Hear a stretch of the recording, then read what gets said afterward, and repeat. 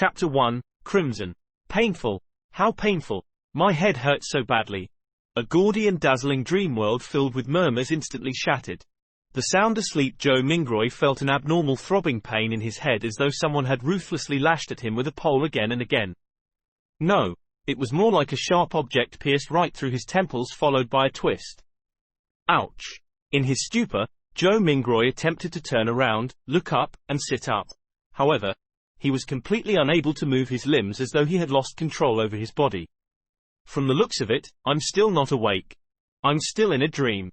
Who knows, perhaps the next scene will be of me thinking I'm already awake, but in fact, I'm actually still sleeping. Joe Mingroy, who was not unfamiliar with similar encounters, tried his best to focus in order to escape the shackles placed upon him by the darkness and confusion. However, while still in his reverie, whatever will he could summon was ethereal like a fleeting fog. He found his thoughts difficult to control and introspect. No matter how much he tried, he still lost his focus as random thoughts surfaced in his mind. Why would I suddenly have such an excruciating headache in the middle of the night? And it's really painful. Could it be something like a cerebral hemorrhage? Fuck, don't tell me I'm going to die young. I need to wake up. Now. Why doesn't it seem to hurt as much as before? But why does it still feel like a blunt knife is slicing through my brains? From the looks of it, I won't be able to continue sleeping anymore. How am I to show up for work tomorrow? Why am I still thinking about work? This is some authentic headache. Of course I have to take time off. I don't have to worry about my manager's grumblings. Hey, putting it that way, it doesn't seem too bad. I can end up getting some spare time for myself. Throbbing pain inundated Joe Mingroy, allowing him to slowly accumulate immaterial strength until he was finally able to move his back and open his eyes. He finally broke free from his reverie. His vision first blurred before it was screened by a faint crimson red. All he could see was a study desk made of burly wood in front of him. Right in the middle was an open notebook with coarse, yellow pages. The title was eye-catchingly written with strange, deep black lettering. To the left of the notebook was a stack of neatly arranged books, numbering about 8. The wall on their right was inset with greyish-white pipes with wall lamps connected to them. The lamp had a classical Western style to it. It was about half the size of an adult's head with an inner layer of transparent glass and an exterior gridded with black metal. Diagonally beneath the lamp was a black ink bottle shrouded in a pale red glow. Its embossed surface formed a blurry angel pattern. In front of the ink bottle and to the right of the notebook sat a dark-colored pen with a fully circular body. Its tip shimmered with a faint glint while its cap rested right beside a brass revolver. A gun? A revolver? Joe Mingroy was completely taken aback. The things laid before him were alien to him. It looked nothing like his room. While feeling shocked and confused, he discovered that the desk, notebook, ink bottle, and revolver were covered in a layer of crimson veil, a result of the light shining from the window. Subconsciously, he looked up and shifted his gaze up bit by bit. In mid-air, a crimson moon hung high above the backdrop of a black velvet curtain, glowing in silence. Joe Mingroy felt inexplicably horrified as he stood up abruptly. However, before his feet fully straightened, his brain protested with throbbing pain. It made him temporarily lose his strength as he fell uncontrollably. His buttocks slammed heavily onto the burly wood chair. The pain did little. Joe Mingroy stood up again by propping himself up. He turned around in a fluster as he began to size up the environment he was in. The room was not very large, with a brown door on each side of the room. Close to an opposite wall was a low wooden bed. Between the bed and the left door was a cabinet. Its 2 doors were swung open and beneath it were 5 drawers. To the side of the cabinet, there was the same greyish-white pipe on the wall at the height of a person. However, it was connected to a strange mechanical device with exposed gears and bearings in several spots. Items resembling coal stoves sat in the right corner of the room near the table, along with soup pots, iron pots, and other kitchen utensils. Across the right door was a dressing mirror with 2 cracks. Its bottom was made of wood and the patterns were simple and plain. With a sweep of his gaze, Joe Mingroy noticed himself in the mirror, the present him. Black hair, brown eyes, a linen shirt, thinly built, average-looking features and a rather deep outline. Joe Mingroy immediately drew a gasp as many helpless and confused guesses surfaced in his mind. The revolver in ancient European style and the crimson moon that looked different from Earth's moon could only mean one thing. See, could I have transmigrated? Joe Mingroy widened his mouth slightly. He had grown up reading web novels and had often fantasized over such scenes. However, he momentarily found it hard to accept the situation when he found himself in one. This was probably what it means to love a fantasy, one. In a minute, Joe Mingroy had already cursed himself while trying to make the best out of his adverse situation. If not for the still throbbing headache that made his thoughts high-strung but clear, he would have definitely suspected that he was dreaming. Calm down, calm down, calm down. After taking a few deep breaths, Joe Mingroy worked hard to stop panicking. At that moment, as his mind and body calmed down, memories began flooding him as they slowly appeared in his mind. Klein Moretti, a citizen of the northern continent's Loan Kingdom, Awa County, city of Tingen. He is also a recent graduate from the Department of History at Koi University. His father was a sergeant of the Imperial Army who had sacrificed himself during a colonial conflict with the southern continent. The bereavement allowance gave Klein the opportunity to study at a private language school and laid the foundation for his admission into university. His mother was a devotee of the Evernite goddess. She passed away the year Klein passed the entrance examinations to Koi University. He also had an elder brother and a younger sister. They stayed in a two-bedroom apartment together. Their family was not wealthy and its situation could even be described as somewhat wanting. At present, the family was supported solely by the elder brother who worked at an import and export company as a clerk. As a history graduate, Klein grasped knowledge of the ancient Phasak language, deemed the origin of all languages in the northern continent, as well as the Hermes language which often appeared in ancient mausoleums as well as text regarding sacrificial and praying rituals. Hermes language? Joe Mingroy's mind stirred as he reached out to rub his throbbing temples. He cast his gaze toward the table at the opened notebook. He noticed that the text on the yellowed paper turned from strange to alien, before turning from alien to something familiar. It then turned into something readable. It was text written in Hermes language. The dark ink wrote the following: "Everyone will die, including me." Hiss! Joe Mingroy felt inexplicably horrified. He instinctively leaned back in an attempt to widen the distance between him and the notebook, as well as the text on it. Being very weak, he nearly fell down but managed to extend his hands in a fluster to hold onto the edge of the table. He felt that the surrounding air was turbulent as though there were faint murmurings resounding in it. The feeling was akin to hearing horror stories being recounted by elders when he was young. He shook his head, believing that everything was an illusion. Joe Mingroy found his balance and shifted his gaze from the notebook as he heaved for breath. This time, his gaze landed on the shimmering brass revolver. He suddenly had a question arise in him. With Klein's family situation, how can they have the money or means to buy a revolver? Joe Mingroy could not help but frown. While in deep thought, he suddenly discovered a red handprint to the side of the table. Its color was deeper than the moonlight and much thicker than the veil. It was a bloody handprint. A bloody handprint? Joe Mingroy subconsciously flipped his right hand that had been holding the edge of the table. Looking down, he saw that his palm and fingers were covered in blood. At the same time, the throbbing pain in his head continued. Although it had weakened a little, it continued incessantly. Did I smash my head open?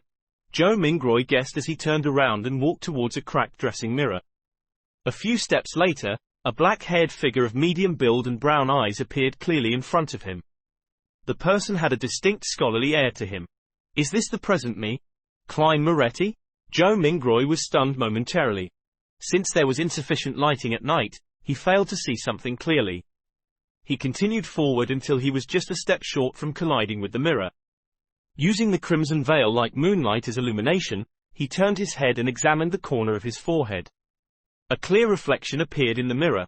His temple had a grotesque wound with burn marks along its periphery. Blood stained the wound's surroundings and there were grayish-white brain juices squirming slowly within.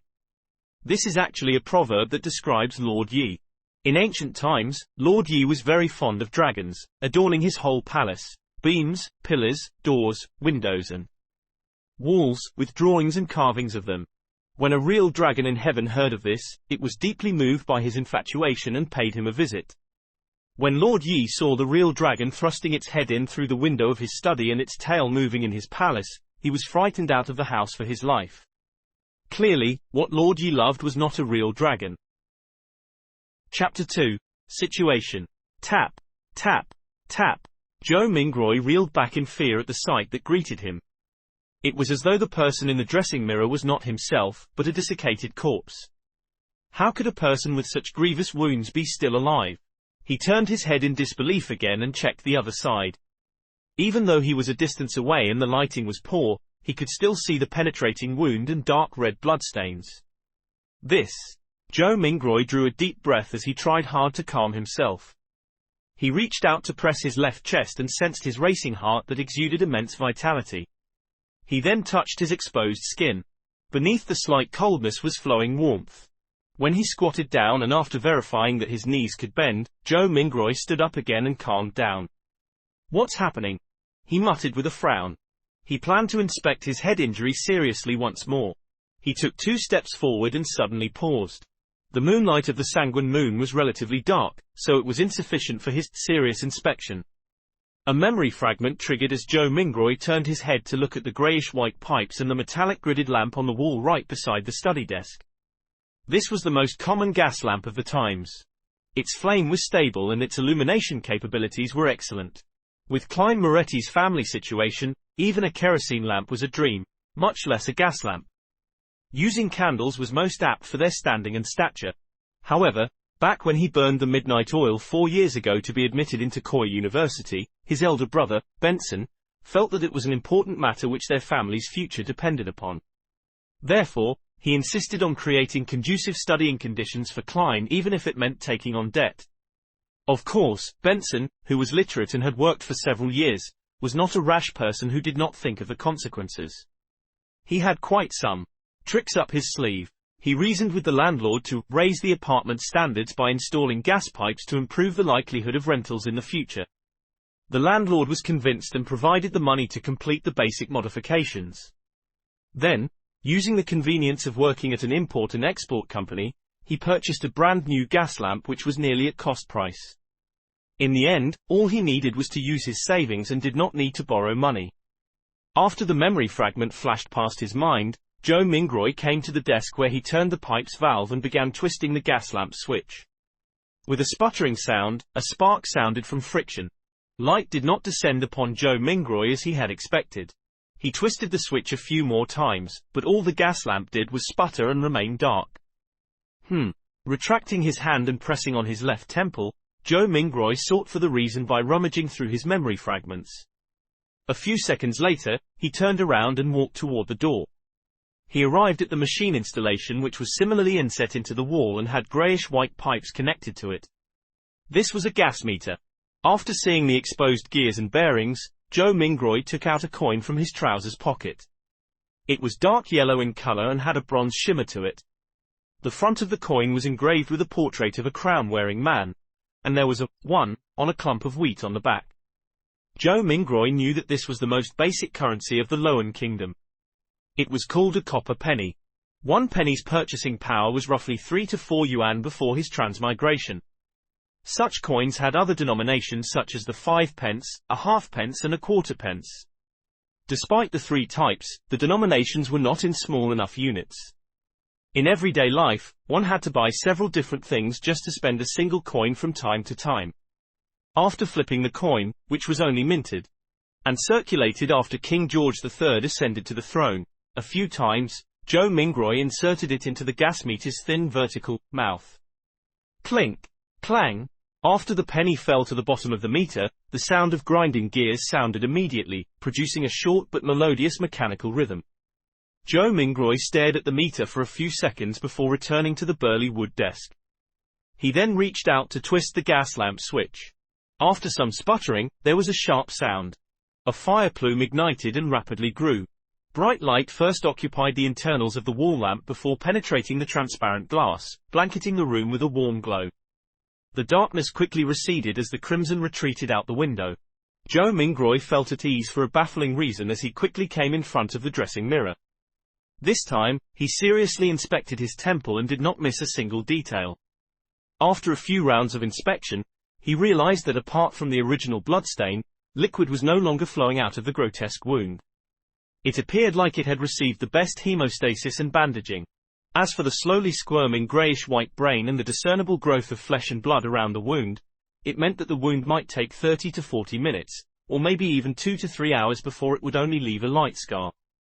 The restorative effects that transmigration brings? Joe Mingroy curled up the right corner of his mouth as he muttered silently.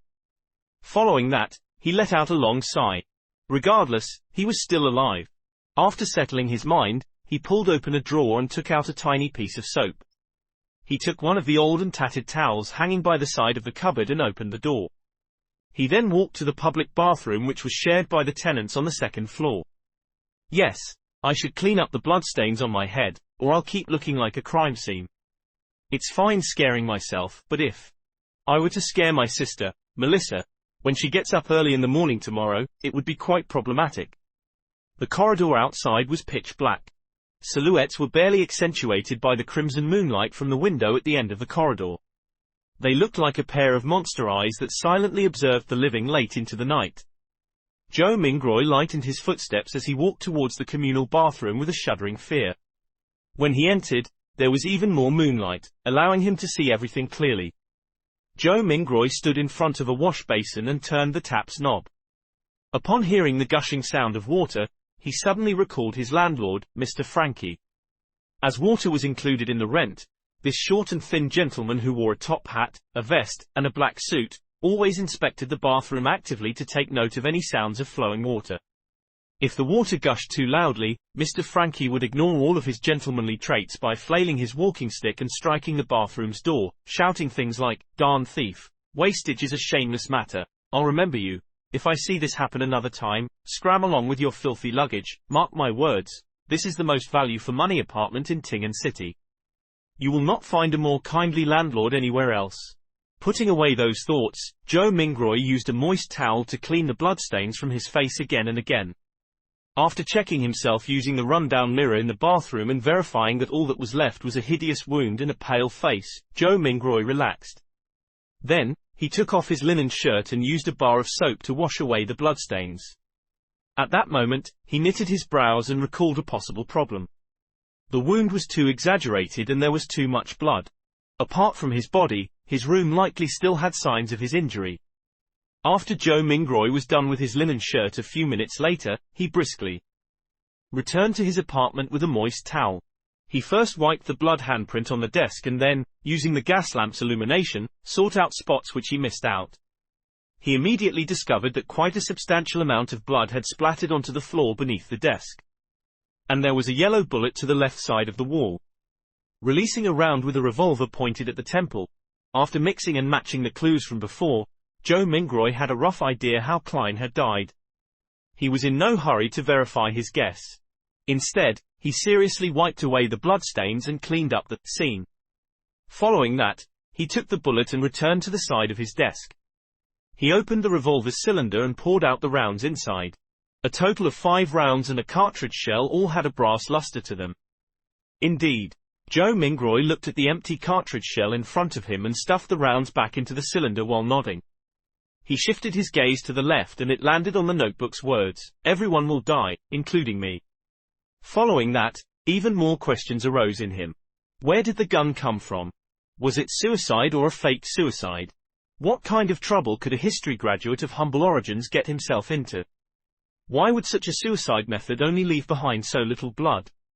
Was it because I transmigrated in a timely manner and it came with healing benefits? After pondering for a moment, Joe Mingroy changed into another linen shirt. He sat on the chair and began pondering over more important matters. Klein's experience was still not something he needed to concern himself with. The true problem was to figure out the reason for his transmigration and if he could return. His parents, relatives, best buddies, and friends.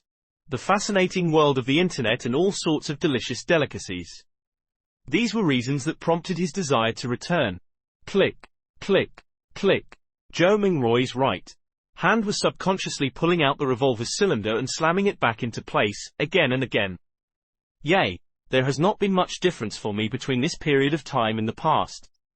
I was just a little unlucky, but why would I transmigrate for no baffling reason? Bad luck. Yes, I tried a luck enhancement ritual before dinner today. A thought flashed in Joe Mingroy's mind, illuminating the memories which were concealed by a fog of confusion. As a qualified keyboard politician, keyboard historian, keyboard economist, keyboard biologist, and keyboard folklorist, he had always deemed himself as knowing something of everything. Of course, his best buddy would often mock him as only knowing a little of everything. And one of them was Chinese divination. When he visited his hometown last year, he had discovered a thread-bound book titled Quintessential Divination and Arcane Arts of the Qin and Han Dynasty at an old bookstore. It looked pretty interesting and could aid him in posturing on the internet, so he bought it.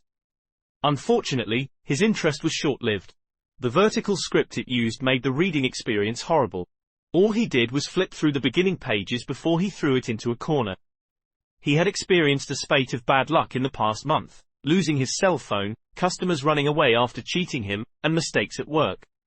Only then did he suddenly recall the luck enhancement ritual written at the beginning of Quintessential Divination and Arcane Arts. Furthermore, the requirements were extremely simple, without any basic foundation requirements. All he needed was to get 4 portions of the staple food in his area and place them in the 4 corners of his room.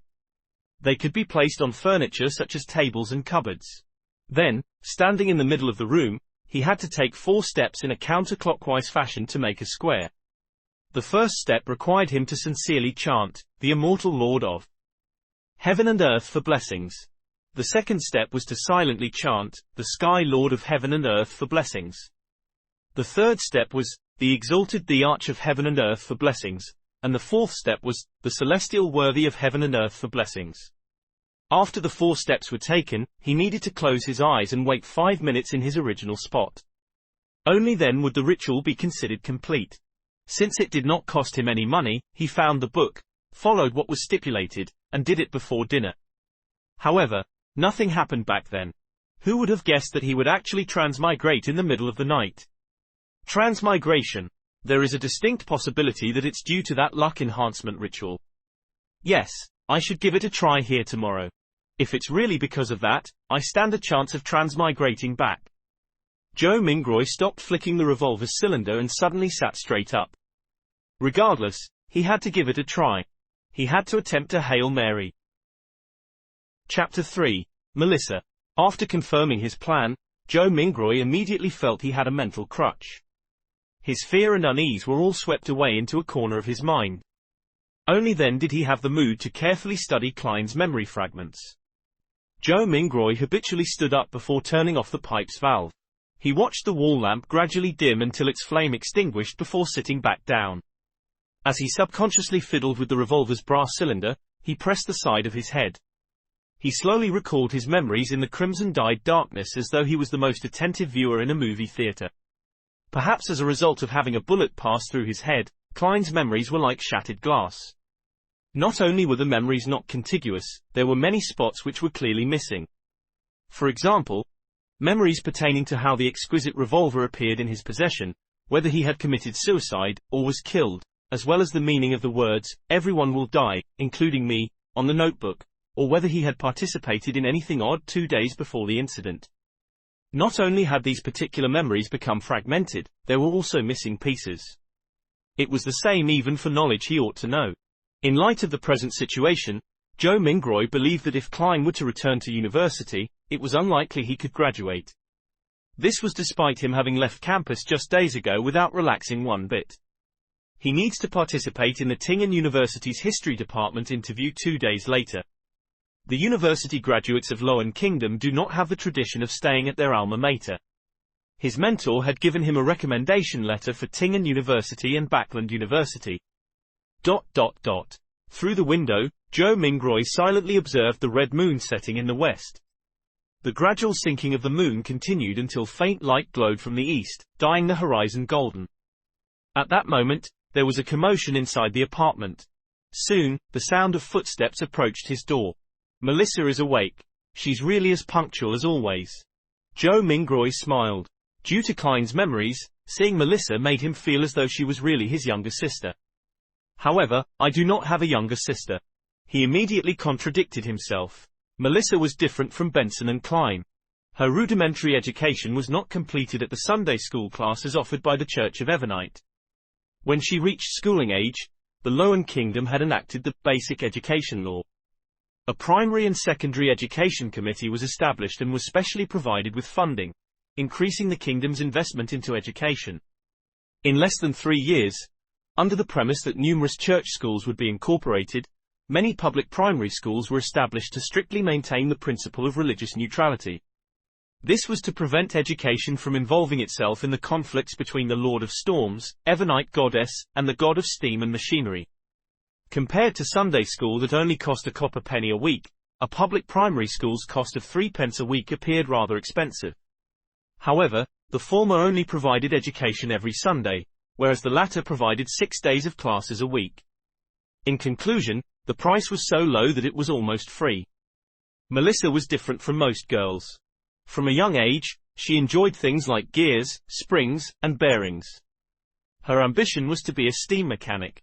Having suffered from a lack of culture, Benson, who knew the importance of education, supported his sister's dreams just like how he supported Klein's university education. After all, Tingen Technical School was only considered secondary education. There was no need for her to attend language school or a public school for more knowledge.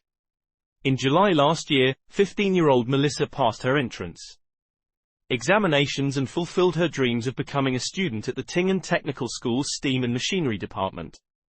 As such, her weekly school fees raised to 9 pence. Meanwhile, Benson's company was affected by the situation in the southern continent. There was a drastic drop both in profit and business transactions. More than a third of the employees were retrenched. In order to keep his job and maintain their livelihood, Benson could only accept more arduous tasks. He had to work overtime more frequently or head to places with harsh environments. That was what he was occupied with the past few days. It was not that Klein did not think of helping share his elder brother's burden, but being born a commoner and having been admitted into an average language school, he felt a strong sense of inadequacy when he enrolled into university. For example, as the origin of all languages in the northern continent, the ancient language of Fazak was something all the children of nobles and of the wealthy class would learn from a young age. In contrast, he only made first contact with it in university. He faced many similar aspects during his schooling career. Klein nearly gave his all and often stayed up late into the night and woke up early before barely managing to catch up to the others, eventually allowing him to graduate with average results. Memories regarding his elder brother and younger sister remained active in Joe Monroy's mind until he turned the doorknob open. Only then did he jolt awake and remember that he held a revolver in his hand. This was a semi-regulated item. It will scare children. Also, there's still the wound on my head. With Melissa arriving at any moment, Joe Mingroy pressed onto his temple and hurriedly pulled open a desk drawer and threw the revolver in before slamming it close. What happened? Melissa looked over curiously when she heard the commotion. She was still in the prime of her youth. Even though she didn't have much nutritious food to eat, making her face thin and slightly pale, her skin remained lustrous as it exuded the vibes of a young girl. When Joe Mingroy saw his sister's brown eyes look over, he forcibly composed himself and picked up an item beside his hand before calmly closing the drawer to conceal the existence of the revolver. He placed his other hand on his temple, the texture confirming that his wound had already healed. He took out a silver vine leaf pocket watch and pressed the top gently, causing its cover to flip open. It was a picture of the siblings' father. It was the most valuable item the Imperial Army sergeant left behind, but being a second-hand item, it would often malfunction from time to time in recent years even though he had gotten a watchsmith to fix it. It had embarrassed Benson, who enjoyed bringing it with him to elevate his status many a time, so it was thrown away back at home in the end. It had to be said that perhaps Melissa did have talent in machinery. After grasping the principles behind the watch, she borrowed the tools from her technical school to fiddle with the pocket watch. Recently, she even claimed to have fixed it. Joe Mingroy looked at the watch's open cover and saw that the second hand was not moving. Subconsciously, he twisted the top dial to wind the pocket watch.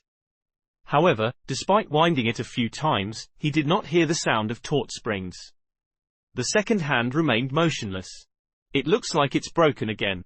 He looked at his sister while trying to find a topic of conversation. Melissa shot him an expressionless glance and briskly walked over to take the pocket watch away. She stood in her spot and pulled up the button sitting atop the pocket watch. With a few simple turns, the tick-tocking of the second hand sounded. Isn't pulling the button up usually meant to adjust the time? Joe Mingroy's expression immediately turned blank. At that moment, a bell chimed from a faraway cathedral. It chimed 6 times, sounding distant and ethereal. Melissa tilted her head to listen to it and pulled the button up once again. Following that, she turned it to synchronize the time. "It's okay now," she said simply without emotion. She then pressed the top button back and handed the pocket watch back to Joe Mingroy. Joe Mingroy returned a smile politely in embarrassment. Melissa gave her elder brother a piercing stare before turning to walk to the cupboard. She took her toiletries and towel before opening the door to leave. She headed for the public bathroom. Why did her expression have a look of disparagement and resignation? Is it a look of love and concern for a retarded brother? Joe Mingroy lowered his head and chuckled. He closed the pocket watch's cover with a click before opening it again. He repeated this action as his idle thoughts focused on a question. Klein committed suicide without a silencer. Well, I'll consider it as suicide for now. His suicide should have caused quite a commotion. Yet, Melissa, who was just a wall away, did not notice it at all. Was she sleeping too soundly? Or is Klein's suicide shrouded in mystery to begin with? Click. The pocket watch opened. Clack. The pocket watch closed. Melissa returned from washing up and saw her brother's subconscious act of constantly opening and closing the pocket watch. Her gaze was once again glazed with exasperation as she said with a sweet voice, "Klein, take out all the remaining bread. Remember to buy fresh ones today. There's meat and peas too. Your interview is soon. I'll make you mutton stewed with peas." As she spoke, she moved a stove out from a corner. With some charcoal, she boiled a pot of hot water. Before the water boiled, she opened the cupboard's lowest drawer and took out what seemed like a treasure, a can of inferior tea leaves. She threw about 10 leaves into the pot and pretended that it was real tea. Melissa poured 2 big cups of tea as she shared 2 pieces of rye bread. With Joe Mingroy over tea. There is no sawdust or excessive gluten mixed in, but it is unappetizing. Joe Mingroy still felt weak and was starving. He forced himself to swallow the bread with the tea while complaining inwardly. Melissa finished eating a few minutes later. After she adjusted her black hair that reached down to her vest, she looked at Joe Mingroy and said, "Remember to buy fresh bread. All we need is 8 pounds. The weather is hot, so the bread will easily spoil. Also, buy the mutton and peas. Remember to buy them." Indeed, she was showing concern for her dull brother. She even had to repeat to emphasize it another time. Joe Mingroy nodded with a smile. All right. Regarding the Lowen Kingdom's pound, Joe Mingroy matched Klein's muscle memory with his. He believed it was close to half a kilogram of what he was accustomed to. Melissa did not say anything further. She stood up and tidied the area. After packing away the last bit of bread for lunch, she put on a tattered veil cap that their mother left behind, picked up a self-sewn bag used to carry her books and stationery, and prepared to leave. It was not Sunday, so she had an entire day of classes to attend. Walking from their apartment to Tingen Technical School took about 50 minutes. There were public horse carriages that cost a penny a kilometre with a limit of 4 pence in the city and 6 pence in the city outskirts. In order to save money, Melissa would leave ahead of time and walk to school.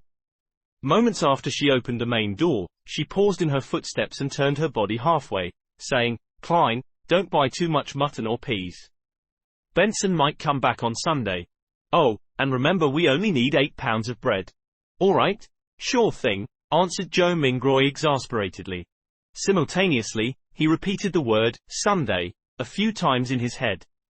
In the northern continent, a year was similarly split into 12 months. Every year, there were 365 or 366 days. A week was similarly split into 7 days. The splitting of months was a result of astronomical observations. It made Joe Mingroy suspect whether he was in a parallel world. As for the splitting of days, it was a result of religion. This was because the northern continent had 7 orthodox gods: the eternal blazing sun, the lord of storms, the god of knowledge and wisdom, the Evernite goddess, Earth Mother, the god of combat, and the god of steam and machinery. Watching his sister close the door and leave, Joe Mingroy suddenly sighed. Soon, his thoughts focused on the luck enhancement ritual. "Sorry, I really wish to return home." Chapter 4, Divination. Returning to his chair, he heard the faraway cathedral's bells chime again. It continued 7 times before Joe Mingroy slowly stood up. He went up front to the cupboard and took out his clothes. A black vest with a matching suit, trousers that clung tightly to his legs, a halved top hat and his faint scholarly air made Joe Mingroy feel like he was watching an English drama set in the Victorian era. He suddenly muttered softly as he shook his head with a wry smile, "I'm not going for an interview. All I'm doing is buying some ingredients to prepare for my luck enhancement ritual." Klein was so concerned about his impending interview that it became instinct. When he was not focused enough, he habitually wore his only decent set of clothing. After taking a breath, Joe Mingroy took off his suit and vest, switching to a brownish-yellow coat. He also changed to a felt hat with a rounded edge of the same color. With his outfit done, he walked to the side of the bed and lifted a square cushion. He reached his hand into an inconspicuous hole beneath and rummaged around before finding an intermediate layer. When he retracted his right hand, there was a roll of notes in his palm. There were about 8 notes with faded dark green colors. These were all the savings Benson had at the moment. It even included the living expenses for the next 3 days. 2 of them were 5 solely notes and the remaining were 1 solely notes. In the Lowen Kingdom's currency system, solely was ranked second. It originated from ancient silver coins. 1 solely was equivalent to 12 copper pence.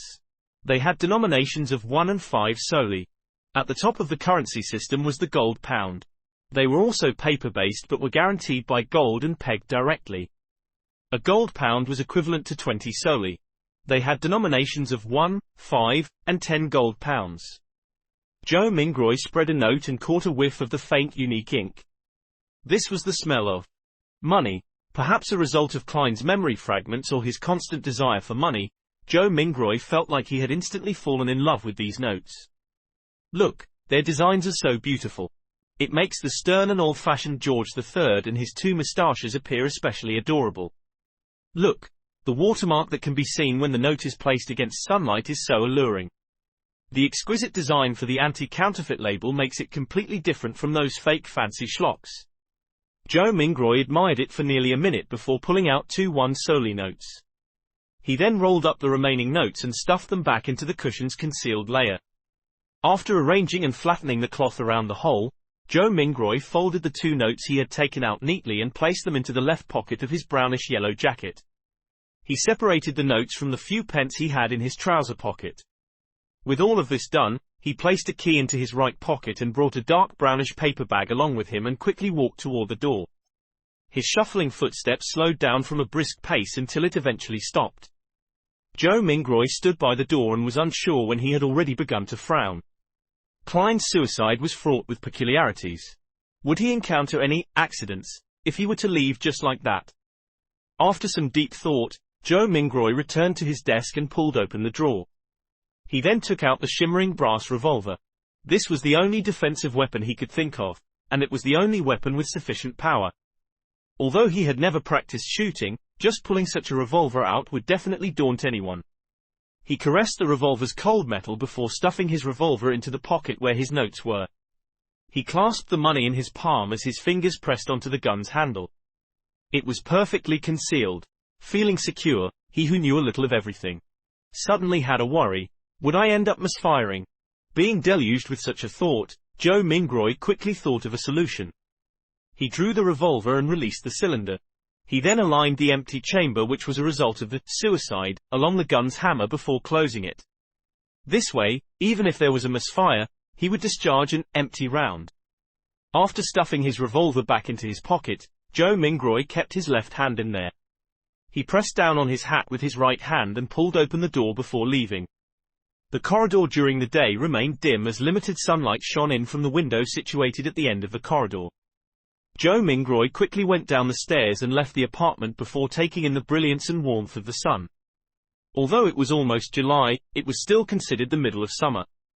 However, Tingen was situated north of the Lowen Kingdom, so it had unique climate characteristics. The highest annual temperature was not even 30 degrees Celsius on Earth, with even cooler mornings. However, the streets were awash with filthy water and strewn junk.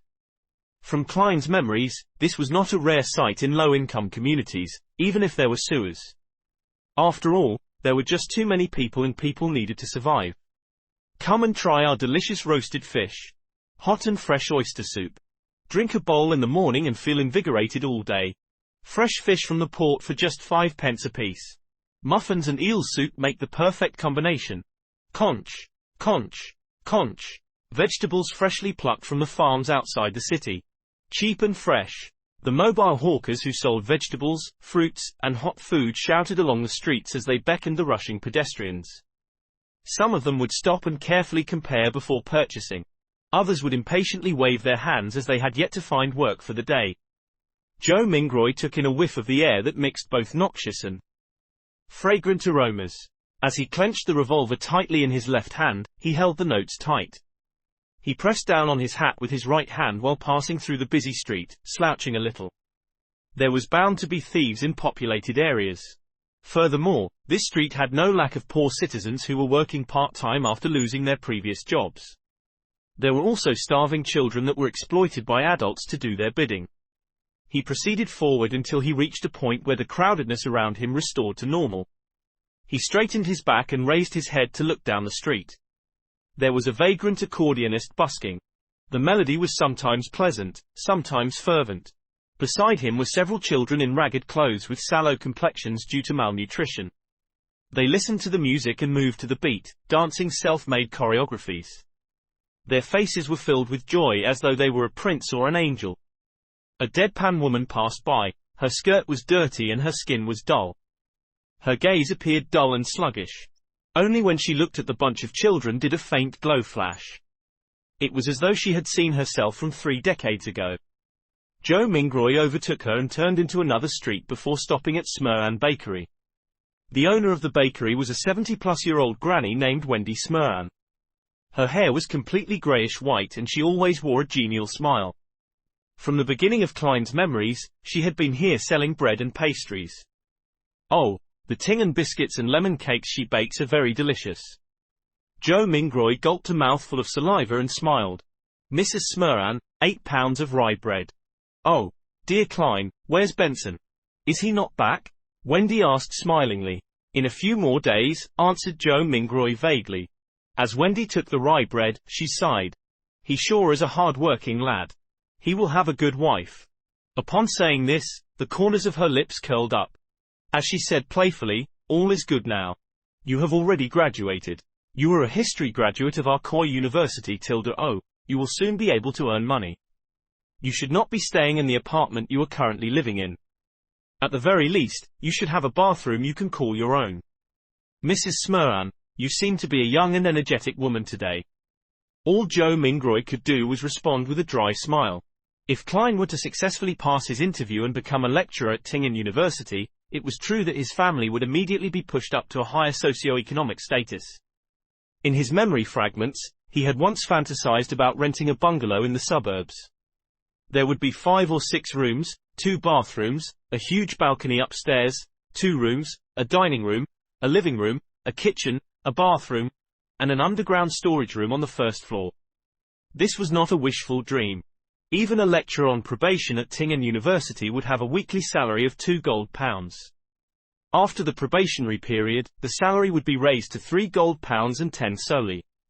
One had to know that despite working for so many years, Klein's brother, Benson, only had a weekly salary of £1 and 10 soldi. Ordinary workers at a factory did not even get £1 or, at best, a little more. And rent for a bungalow was about 19 soldi to £1 and 18 soldi. This is the difference between earning 3 to 4,000 yuan and earning 14 to 15,000 yuan a month. Joe Mingroy mumbled to himself. However, all of this was under the premise that he passed either the Tingen University or Backland University interviews. There were not many other opportunities. People without any connections were unable to get recommendations to become a public servant. And those who studied history were more limited in job opportunities. There was not much demand for private consultants from the aristocrats, banks, or industrial magnates. Taking into account that the knowledge Klein grasped was fragmented and incomplete, Joe Mingroy felt awkward and guilty towards Mrs. Smurran's expectations of him. No, I have always been this young, answered Wendy humorously. As she spoke, she packed the 16 rye bread she had weighed into the brown paper bag that Joe Mingroy had brought. She stretched out her right hand and said, 9 pence. Every rye bread weighed about half a pound as differences were inevitable. 9 pence? Wasn't it 11 pence 2 days ago? Joe Mingroy asked subconsciously. It cost 15 pence the month before the previous month. You have to thank the people who protested on the streets for the repeal of the Grain Act, said Wendy as she shrugged. Joe Mingroy nodded in vague acknowledgement. Klein's memories regarding this were incomplete. All he remembered was that the core tenet of the Grain Act was to protect the prices of domestic agriculture products. Once the prices rose to a certain level, grain imports from southern nations like Feinerpotter, Massen, Lemberg were stopped. Why would people protest the act? Without saying much, Joe Mingroy, afraid he would end up pulling out the revolver, carefully took out his notes and handed one of them over to Mrs. Smurran. He was given 3 copper pence in change. Stuffing them into his trouser pocket, he took the paper bag containing the bread and headed for the lettuce and meat market across the street. He was working hard for the mutton stewed with peas his sister had exhorted. There was a municipal square at the intersection of Iron Cross Street and Daffodil Street. Many tents were erected there, and clowns dressed in odd and funny attires were distributing flyers. There's a circus performance tomorrow night. Joe Mingroy glanced at the flyers in the hands of others as he read their contents under his breath. Melissa would definitely like it. However, how much is the entrance fee? With that thought, Joe Mingroy went closer. Just as he was about to ask a clown with a red and yellow painted face, a hoarse woman's voice sounded from beside him. Would you like to try a divination?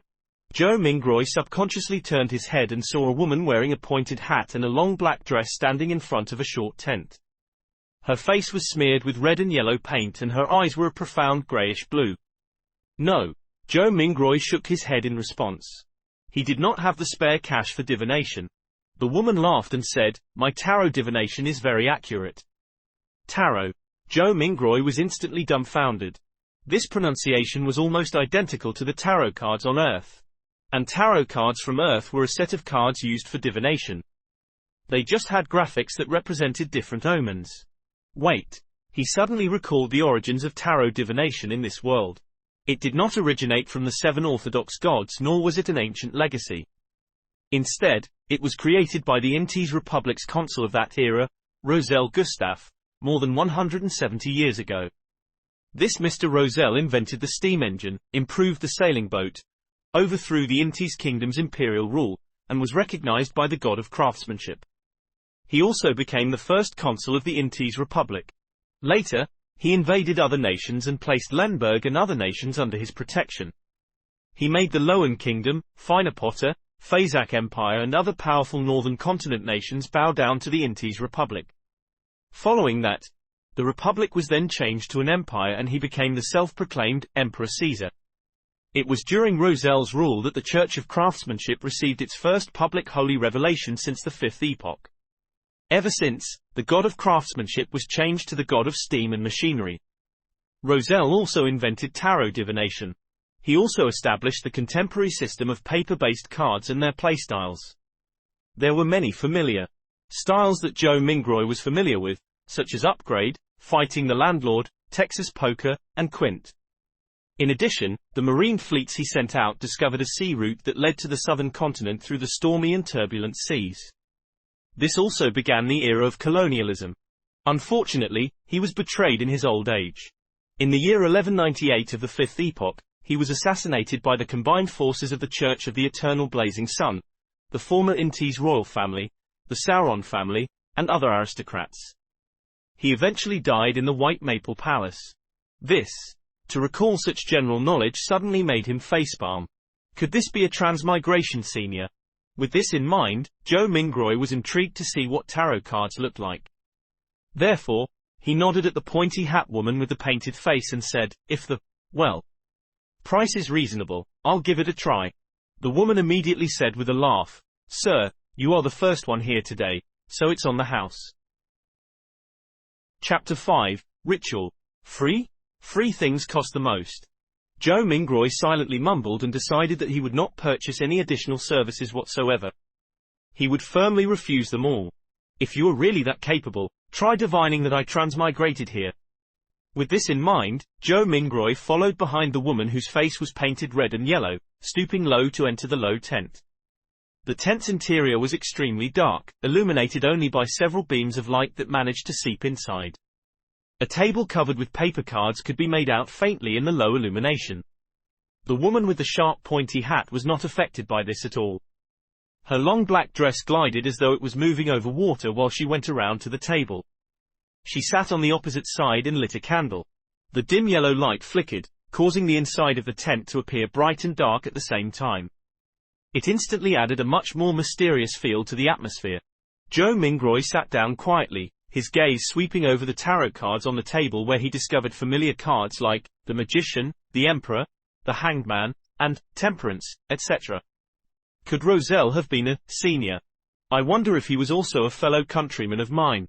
Joe Mingroy mumbled to himself subconsciously. Before he could finish looking at the open cards on the table, the woman who claimed to have accurate divinations had already reached out her hands to gather all of the cards together. She stacked them into a deck and pushed it in front of him. "Shuffle the cards first and cut the deck," the circus fortune teller said in a muted voice. "Me? Shuffle?" Joe Mingroy asked reflexively. The yellow and red paint on the fortune teller's face squirmed together as she revealed a slight smile, saying, "Of course, everyone's destiny can only be unraveled by themselves. I only serve as a reader of it." Joe Mingroy immediately questioned her warily. "This reading does not require additional fees, right? As a keyboard folklorist, I've already seen too many of such tricks." The fortune teller was visibly taken aback before finally saying muffledly, "It's free." Joe Mingroy, relieved, stuffed the revolver further back into his pocket. Thereafter, he calmly reached out his two hands to shuffle and cut the deck skillfully. "It's done." He placed the already shuffled tarot cards in the middle of the table. The fortune teller clasped the cards with both her hands and carefully looked at cards for a while. Then, she suddenly opened her mouth and said, "I'm sorry, I forgot to ask, but what would you like to ask about?" Back when he was wooing his first love, Joe Mingroy had also done research on tarot cards. He asked unhesitatingly, past, present, and future. This was a type of divination as part of tarot card interpretation. 3 cards when opened sequentially symbolized one's past, present, and future. The fortune teller nodded first, then curled her lips to reveal a smile and said, "Then please reshuffle the deck. You can only truly get the cards you want if you know what you would like to ask about." "Were you fooling me just now? Do you have to be this petty? Didn't I only ask a few times if this would be a free service?" Joe Mingroy's cheeks twitched a little. He took a deep breath and took the tarot deck back to reshuffle and cut it. "There won't be any problems this time, right?" He placed the already cut deck back onto the table. "No problem." The fortune teller reached out her fingers and picked a card from the top of the deck. Then she placed it on the left side of Joe Mingroy. Her voice was going lower and lower as she spoke. "This card symbolizes your past. This card symbolizes your present." The fortune teller placed the second card right in front of Joe Mingroy. Then, she picked the third card and put it on the right side of Joe Mingroy. "This card symbolizes the future." "Alright, which card would you like to see first?" The fortune teller raised her head up after completing her placement of the cards and gazed deeply at Joe Mingroy with her grayish-blue eyes. "I'll have a look at the present first," Joe Mingroy said after giving it some thought. The fortune teller nodded slowly and flipped over the tarot card that was directly in front of Joe Mingroy.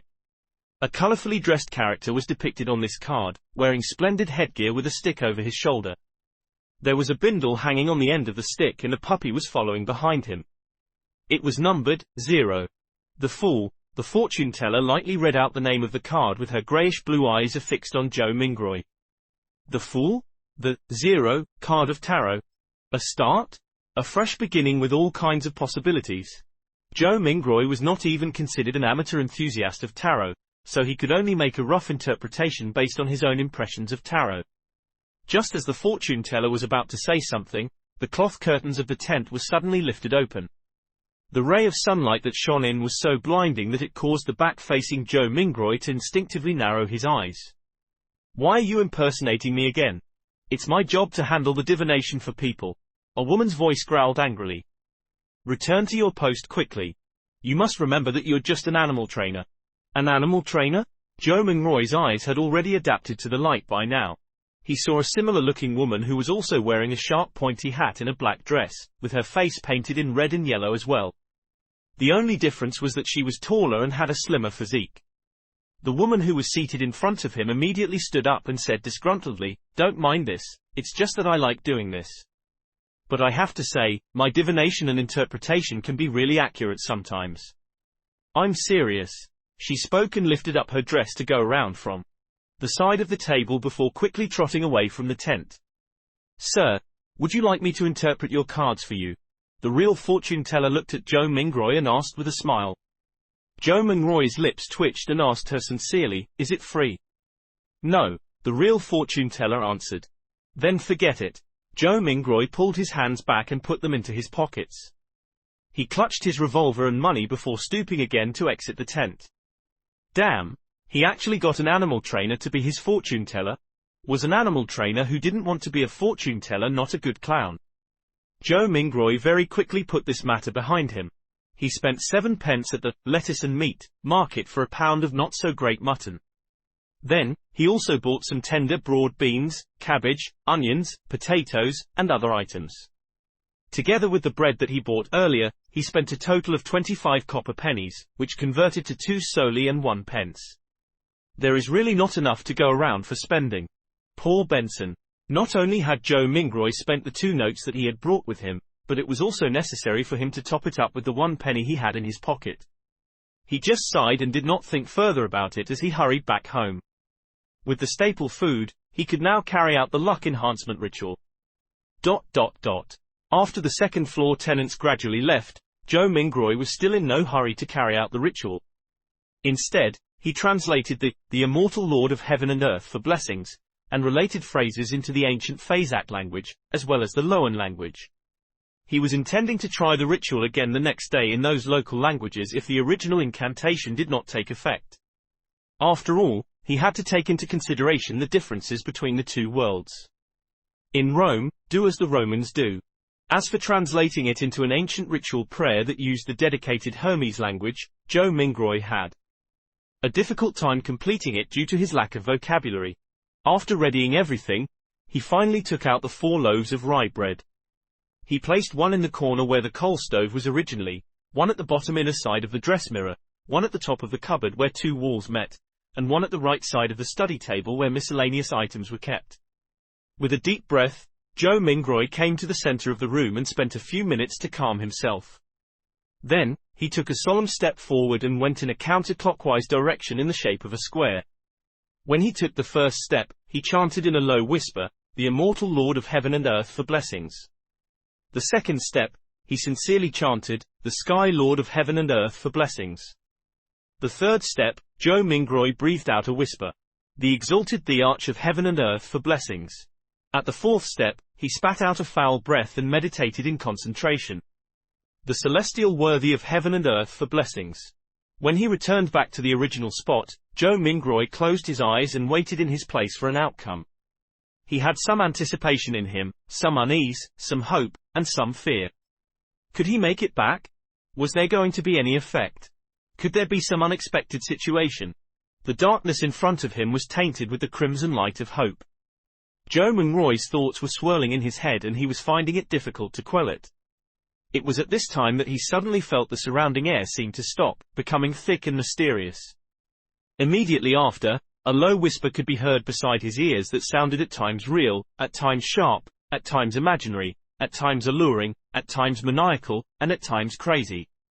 He clearly did not understand the murmuring that went on, but Joe Mingroy still couldn't help himself from wanting to listen to it and distinguish what it was saying. His head was in pain again. It was so painful that it felt like someone had stuck a steel drill rod into it. Joe Mingroy only felt like his head was going to explode.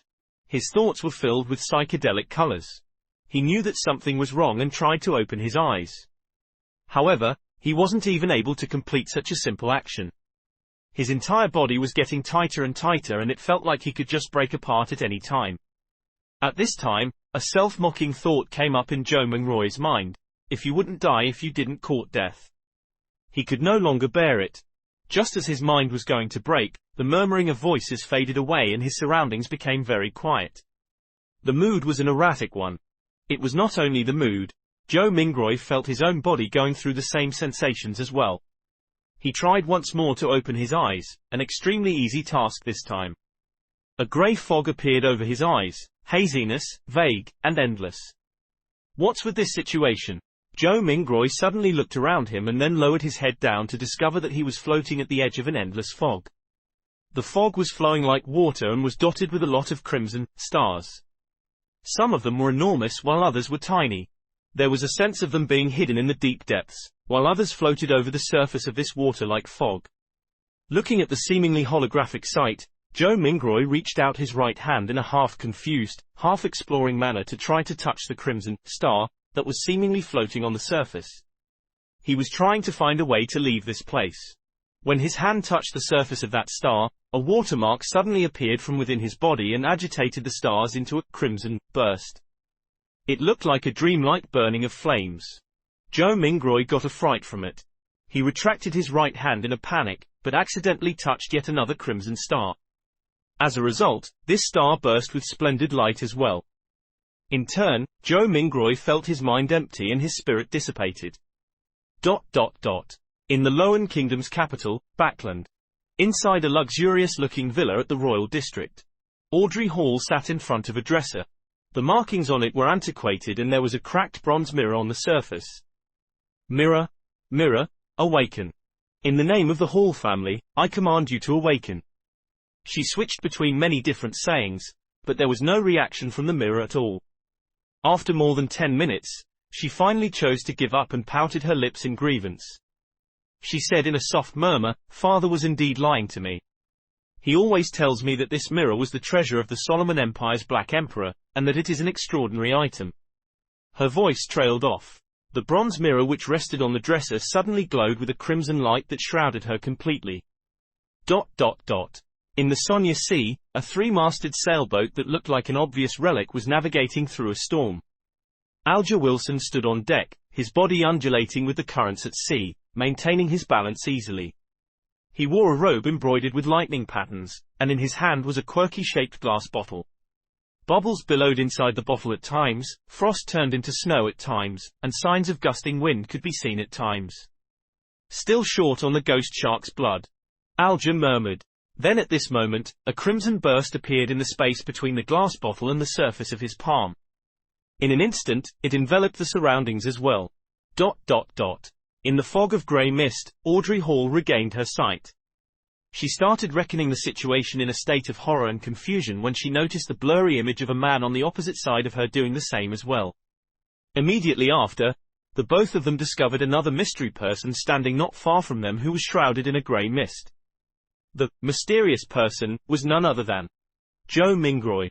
He was similarly dumbfounded. "Sir, where is this?"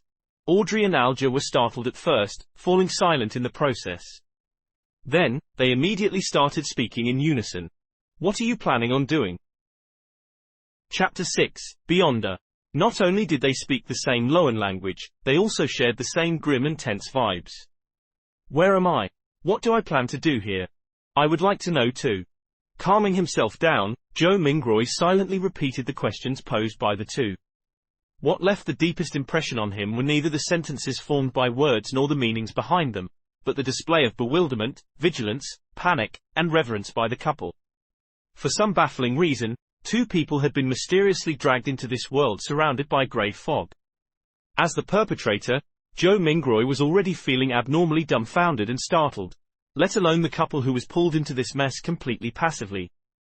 For them, such events and encounters might already be beyond their imaginations, right? Momentarily, Joe Mingroy thought of two options. The first option was feigning victimhood to hide his true identity, and in turn gain a considerable amount of trust.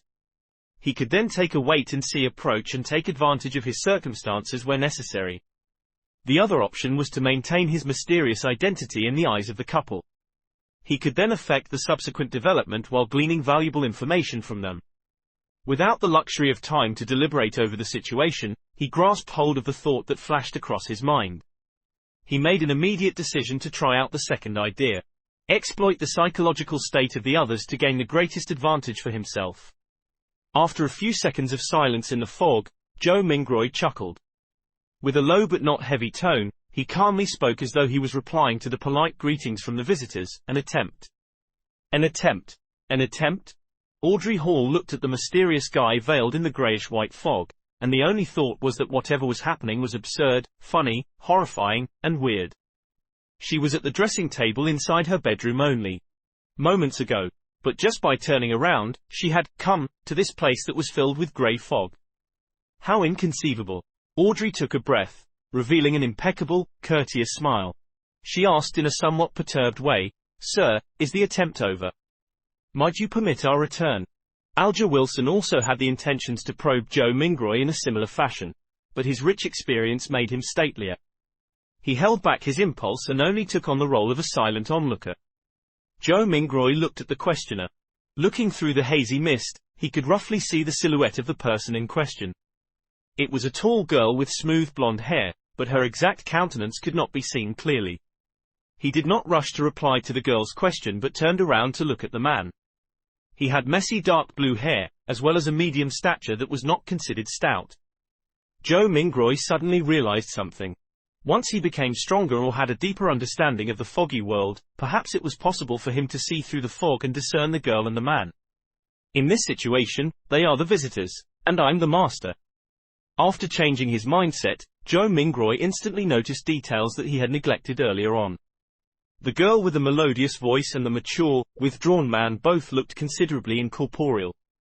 Tainted by a faint crimson-red, they resembled a projected image of the two crimson-red stars beyond the grey fog. This projection was based on the connection between the crimson-red and himself, an intangible connection that only he himself could realistically grasp hold of. The projection would disappear once the connection is cut, and the couple would then return. Joe Mingroy nodded mildly and looked at the blonde, chuckling. "Of course, if you make a formal request, you can return this very moment." When she did not identify any ill intention from his tone, Audrey heaved a sigh of relief. She believed that since a gentleman who was capable of such miraculous things had given his word, he would definitely abide by it stringently. With her mind somewhat mollified, she surprisingly was in no hurry to request her leave. She rolled her virid eyes left and right, which sparkled with an abnormal radiance. She said in an anxious, anticipative and tempted manner, "This is such a wonderful experience. Yes, I have always been hoping that something like this would happen. I mean, I like mysteries and supernatural miracles. No. My point is, what I mean is that, sir, what can I do to become a beyonder?" She got more excited as she spoke, so much so that she was fumbling over her words. The dream that sprouted in her as a result of listening to thrilling fantasies as told by her elders finally saw the possibility of being materialized. However, with just a few words, she had already forgotten all her previous fears and horrors. "Good question. I would also like to know the answer." Joe Mingroy complained inwardly. He started to ponder on an answer to the question to maintain his unfathomable image. At the same time, he felt that it was quite unbecoming of him to talk while standing. Shouldn't he be in a palace, sitting at the head of a long table, and on a mysterious high-backed chair engraved with ancient patterns, while silently observing his visitors? As soon as this thought surfaced, the grey fog started to churn, giving both Audrey and Alger a shock. In an instant, they saw a number of towering stone pillars around them. Above them was a vast dome that encapsulated them. This entire edifice looked magnificent, grand and lofty, just like a legendary palace for giants. Directly under the dome where the grey fog gathered, a long, bronze table appeared with 10 high-backed chairs on either side in a symmetrical arrangement. Along with a chair on each of the two ends of the long table, the back of each chair dazzled and shone faintly with crimson red, drawing the outlines of weird constellations that differed from reality. Audrey and Alger sat face to face, sitting next to the seat of honor. The girl looked to her sides, and could not help but mumble, "How fascinating." "It is certainly fascinating." Joe Mingroy extended his right hand and caressed the edge of the bronze table a little while maintaining an unperturbed expression. Alger inspected the surroundings, and after a few seconds of silence, he suddenly opened his mouth, and answered Audrey's question in place of Joe Mingroy. "Are you from Lowen? If you want to become a beyonder, join the churches of either the Evernite goddess, the Lord of Storms, or the god of steam and machinery. The majority of us will not meet a beyonder our entire lives. This has caused churches, and even some clergymen within some of the biggest churches, to suspect the same. While this is the case, I am certain to tell you that beyonders still exist in courts, tribunals, and execution agencies. They are still fighting against the dangers that grow in the dark, only that their numbers are much fewer as compared to before and during the early days of the Iron Age." Joe Mingroy listened attentively, but he tried his best to present himself as paying little attention to Alger's words, much like how he was listening to kids telling stories. Relying on Klein's fragmented general knowledge of history, Joe Mingroy knew clearly that the Iron Age referred to the current epoch, which was the fifth epoch that began 1,349 years ago. Audrey silently listened to Alger finish his sentence before sighing. "Mister, I know all about what you just said. I even know more than that, including the Nighthawks, the mandated punishers, and the machinery hive mind, but I don't want to lose my freedom." Alger gave a low-sounding laugh, and said vaguely, "You can't become a Beyonder without sacrifices. If you don't consider joining churches and accepting their given challenges, you can only seek the royal families and the few nobles with family histories of more than 1,000 years. If not, you can rely on your luck to search for clandestine evil organizations." Audrey puffed her cheeks subconsciously and looked around in a fluster. After confirming that both the mysterious man and Alger did not notice her tick, she pressed, "Are there no other solutions?" Alger sank into silence.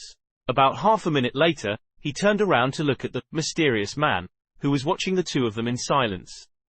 Realizing that Joe Mingroy had no plans to make any comment, he looked back at Audrey and said with deliberation, "I have 2 sets of Sequence 9 potion formulas." "Sequence 9? Joe Mingroy muttered to himself. "Really? Which 2 sets?" Audrey clearly knew what the Sequence 9 potion formulas meant.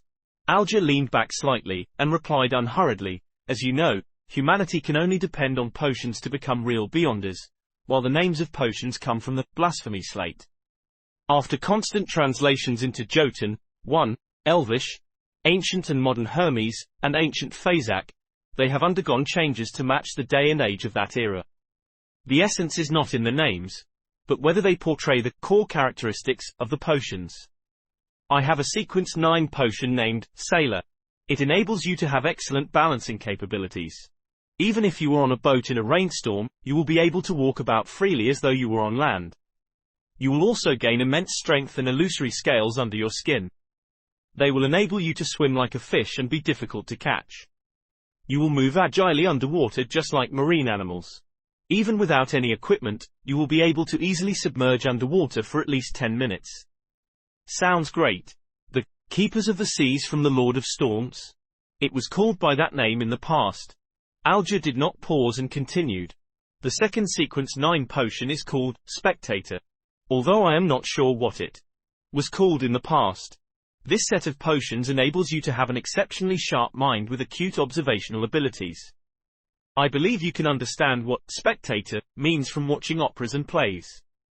Just like an audience, spectators judge the actors in the secular world, catching a glimpse of the real thoughts of them through their emotions, conduct, and mantras. At this point, Alger emphasized, "You must remember, regardless of whether you are at an extravagant banquet or a crowded street, spectators can only be spectators forever." Audrey's eyes shone as she listened, and spoke after a long while. "Why? All right. This is a follow-up question. I think I have fallen in love with this feeling of being a spectator. How can I get this potion's formula? What can I use to trade with you for it?" Alger looked like he was already prepared as he said in a deep voice, "The blood of ghost sharks, at least 100 milliliters of it." Audrey nodded her head excitedly, but subsequently asked worriedly, "If I can get it, and I'm saying if, how do I hand it to you? How can you promise me that you can give the potion's formula to me in return for the ghost shark's blood, as well as the authenticity of the formula?" Alger said calmly, "I'll give you an address. I'll mail the formula to you, or tell you directly here, once I receive the blood of the ghost shark. As for promises, I think that both you and I can feel assured under the witness of the mysterious Sir." As he said this, he swept his eyes towards Joe Mingroy, who was sitting up straight at the seat of honor. "Sir, the fact that you brought us here shows that you have tremendous strength unimaginable to us. Neither one of us would dare violate a promise with you as a witness." "That's right." Audrey's eyes sparkled and agreed with excitement. From her perspective, the mysterious gentleman who had unimaginable abilities was definitely an authoritative witness. How could I or the guy opposite me dare trick him? Audrey half turned her body and looked at Joe Mingroy earnestly. "Sir, please be the witness of our trade." At that moment, she then realized that she was all too impolite, having forgotten all along to ask a particular question. She asked hurriedly, "Sir, how should we address you?" Alger nodded slightly. and echoed the same question in a serious manner. Sir, how should we address you? Joe Mingroy was taken aback. He gently rapped his fingers on the bronze table. The contents of the earlier divination flashed across his mind suddenly. He leaned back, withdrew his right hand, and crossed his 10 fingers, placing them below his chin. He gave the duo a faint smile. You can address me as. Upon saying this, he paused for a moment. He said amiably and calmly, the Fool. Language of Giants. Chapter 7, Code Names. You can address me as the Fool. The simple answer soon emanated through the grand hall and dissipated into the fog. However, the voice kept resonating in Audrey's and Alger's hearts, stirring up one ripple after another. They never expected such a designation, but they felt that he was deserving of it. The designation perfectly embodied his image as someone mysterious, powerful, and bizarre. After a few seconds of silence, Audrey stood up, held up her skirt slightly and bent her knees, curtsying to Joe Mingroy. Honorable Mr. Fool, would you please permit me to take the liberty of requesting you to be the witness of our trade? It's nothing. Joe Mingroy's mind whirred as he answered in a way that matched his status. It's our honor, Mr. Fool. Alger stood up as well. He bent his back slightly with his right palm over his chest. Joe Mingroy lowered his right palm and smiled. Continue, the both of you. Alger nodded and sat back down before looking at Audrey. If you can obtain the ghost shark's blood, get someone to send it to the Warrior and Sea Bar at Pelican Street, in the White Rose Borough of Pritz Harbor. Tell the boss, Williams, that it's what the captain wants. Once I acknowledge receipt, will you be giving me an address to mail the potion formula to, or do you want me to tell it to you here directly? Audrey thought for a moment before saying with a smile, I will choose the more secure method. Let's do it here, although it's a test of my memory. Since Mr. Fool had agreed to bear witness for the trade, it also represented that there would be a similar gathering the next time. With this in mind, she suddenly turned her head as she looked at Joe Mingroy with sparkling eyes. With a tone of interest, she suggested, Mr. Fool, would you mind making a few more attempts like this? Alger listened to her suggestion calmly. He was tempted by the suggestion as well. He hurriedly echoed, Mr. Fool, don't you find such gatherings interesting? Although your powers exceed our imaginations, there has to be certain domains that you don't understand or excel in. The person across me is obviously a young lady of lofty stature. I also have my unique set of experiences, insights, mediums, and resources. Perhaps there will come a day when both of us can help you complete something trivial that might be inconvenient for you. From his point of view, the fact that he had been pulled into this space without any warning or any means to resist meant that the mysterious Mr. Fool was in control. Participating in the gatherings was not necessarily something he could refuse. Therefore, it was better to reap the benefits of this encounter as much as he could to make up for his passive and disadvantaged state.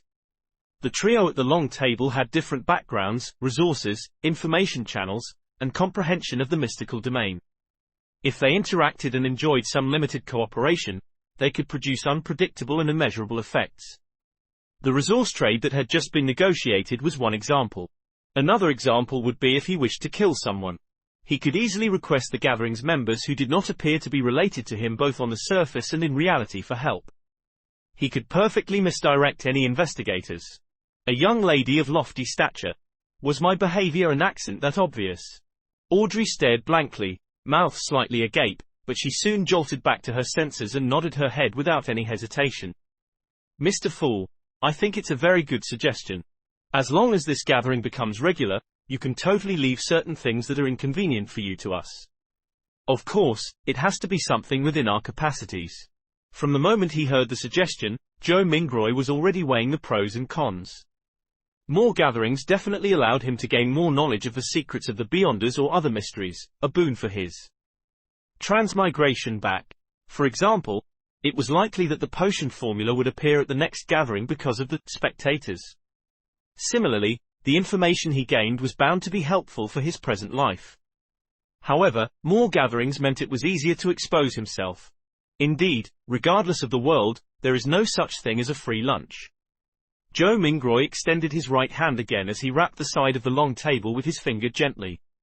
Considering the fact that he was in control of the gathering's summoning and dismissal, any threat of exposure was within the confines of his control.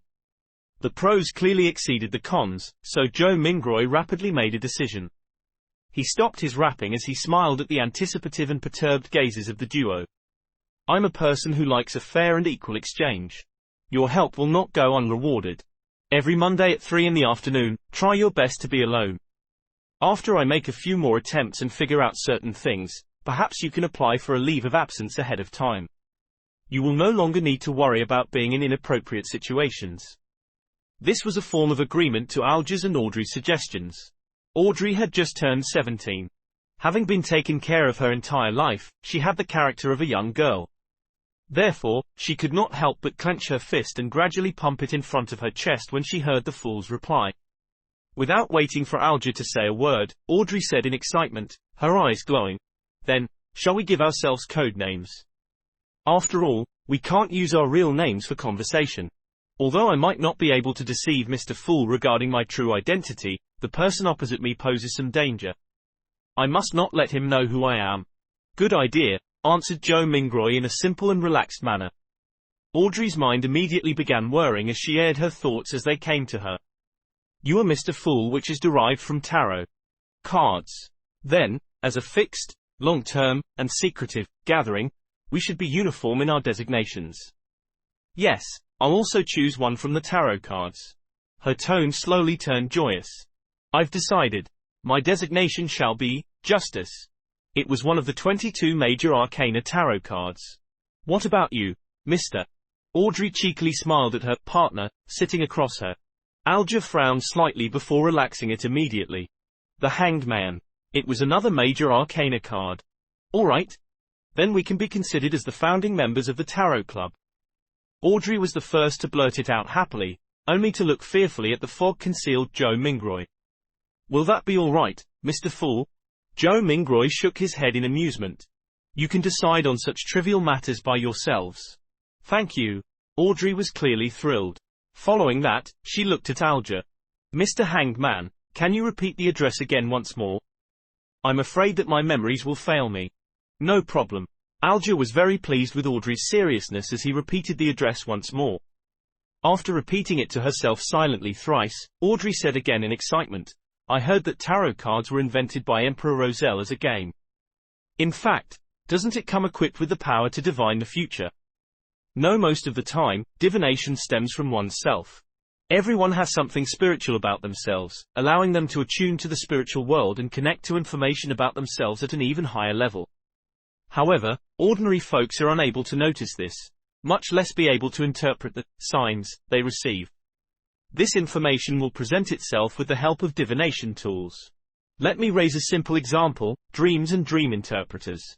Alger took a glance at Joe Mingroy and seeing no response from him, he refuted Audrey's claim. "Tarot cards are, in fact, such a tool. It uses more symbolism and more logical elements to help us in conveniently and accurately interpreting the signs." Although Joe Mingroy appeared indifferent, he was actually listening very carefully. It was only at this point that his empty mind slowly became heavy as his head began to feel a throbbing pain. "Got it." Audrey nodded in agreement. Following that, she emphasized, "That's not what I meant. I'm not doubting the tarot cards, but I heard that Emperor Roselle had actually created another set of cards, secret and mysterious ones. They were paper cards which symbolized a particular unknown power. There were a total of 22 cards that he completed. Later on in life, he referenced them to create the 22 major arcana tarot cards which are used as a gaming tool. Was what I said correct?" She looked at Joe Mingroy as though she was attempting to get an answer from the mysterious Mr. Fool. All Joe Mingroy did was smile without saying a word. He cast his gaze at the Hanged Man as though he was putting him to the test. Alger subconsciously straightened his back and said in a deep voice, "That's right. It is said that Emperor Roselle had seen the blasphemy slate and that set of paper cards contain the profound mysteries of the 22 paths of the divine." 22 paths of the divine, repeated Audrey with a longing tone. At that moment, Joe Mingroy's headache intensified. He felt that his invisible connection with the crimson stars and greyish-white fog was beginning to falter. "All right, that will be all for today's gathering," he said in a deep voice after making the decision immediately. "By your will." Alger bowed his head respectfully. "By your will." Audrey mimicked the Hanged Man. She still had many questions and thoughts, Thus, she was unwilling to have it end so soon. As Joe Mingroy severed the connection, he said with a smile, "Let us look forward to the next gathering." The stars brightened once more as the crimson light receded like water. Just as Audrey and Alger heard Mr. Fool's words, their figures turned into a blur as they phased away. In a second, the projection shattered as the grey fog restored its silence. As for Joe Mingroy, he felt himself turning heavy rapidly. His surroundings turned fleeting as his eyes met darkness before changing into dazzling sunlight. He was still standing in the middle of his apartment. It was like a dream. What the heck was that foggy world? Who or what sort of power created the changes that just happened? Joe Mingroy sighed softly. He was completely puzzled as he walked towards the study desk as though his legs were filled with lead. He picked up the pocket watch he placed outside to determine how much time had passed. Time flowed at the same pace. Joe Mingroy made a rough judgment. After putting down his pocket watch, he found himself unable to endure the splitting headache any further. He sat on the chair and lowered his head, using his left thumb and middle finger to massage his temples. After a long while, he suddenly let out a sigh and said in Mandarin, "From the looks of it, I won't be able to return any time soon." Only the clueless could be fearless. After witnessing such a fascinating event and learning the situation regarding Beyonders and the mysterious world, Joe Mingroy no longer dared to rashly try the luck enhancement ritual using ancient Phasak or Loan language. Who knew what other kinds of situations would happen? Perhaps, it would be more bizarre, horrifying, or even a living hell. At the very least, I should attempt only when I have a deep mastery of mysticism, thought Joe Mingroy helplessly. Thankfully, the so-called gathering could provide him with help. After another bout of silence, he muttered to himself with a tone of dismay, disappointment, agony, and grief, "From this moment forth, I'm Klein." Klein tried his best to refocus his solutions and plans so as to purge the negative emotions in him. Perhaps, he could learn the potion formula for spectator from the side. The gathering that just happened sure is fascinating. People who reside in different places across the world can reduce hundreds of kilometers to just mere inches and discuss face-to-face while supplying each other's needs. Oh, speaking of which, this does sound a little familiar. Klein was stunned for a few seconds before he burst out in laughter. Pressing against his temple, he gestured under his breath. Wasn't that a social networking platform? Chapter 8, A New Era. Whoosh! Howling wind accompanied the downpour. The three-mast sailboat was tossed around by the crests and troughs of the incoming waves, as if it was being toyed by a giant. The crimson glow in Alger Wilson's eyes faded. He found himself still remaining on the deck and nothing appeared to have changed. Almost immediately, the quirky-shaped glass bottle in his palm shattered and the frost within melted into the rain. In seconds, there were no longer any traces left that suggested the existence of the wondrous antique. A hexagonal crystal-like snowflake emerged on Alger's palm. It then faded rapidly until it was seemingly absorbed by the flesh, vanishing completely in the process. Alger nodded his head in a hardly noticeable manner, as if he was thinking about something. He remained still and silent for a full 5 minutes. He turned around and headed for the cabin. As he was about to enter, a man who wore a similar robe embroidered with lightning patterns emerged from inside. This man, who had soft blonde hair, paused and looked at Alger. He held his right fist to his chest and said, "May the storm be with you." Alger replied with the same words and gesture. There were no emotions on his rough face, which had a well-defined structure. Alger entered the cabin after the greeting and proceeded to the captain's cabin situated at the far end of the corridor. Surprisingly, he did not encounter any sailors on the way. The whole place was as quiet as a graveyard. Behind the door to the captain's cabin, a soft brown carpet overlaid the floor. A bookshelf and a wine rack took the opposite side walls of the room. The books with their yellowish covers and wine bottles with their dark red color looked peculiar under the flickering candlelight. On the desk with the candle, there was a bottle of ink, a quill, a black metallic telescope and a sextant made of brass. Behind the desk sat a pale middle-aged man wearing a captain's hat which had a skull on it. As Alger approached him, he said menacingly, "I will not give in." "I believe you can do it," Alger said calmly, so calm that it felt like he was commenting on the weather. "You." The man seemed to be stunned by the unexpected answer. At this very moment, Alger leaned forward slightly and suddenly dashed across the room until they were only separated by the desk. "Pa!" Alger tightened his shoulder and reached out his right hand to choke the man. Illusory fish scales appeared on the back of his hand as he crazily mustered more strength to choke the man, giving him no time to respond. Crack! Amid the crisp cracking sound, the man's eyes widened as his body was lifted up. His legs twitched furiously before they soon became motionless. His pupils began to widen as he stared aimlessly. There was a stench from between his legs as his pants gradually turned moist. While lifting the man, Alger lowered his back and strode toward the wall. Bang!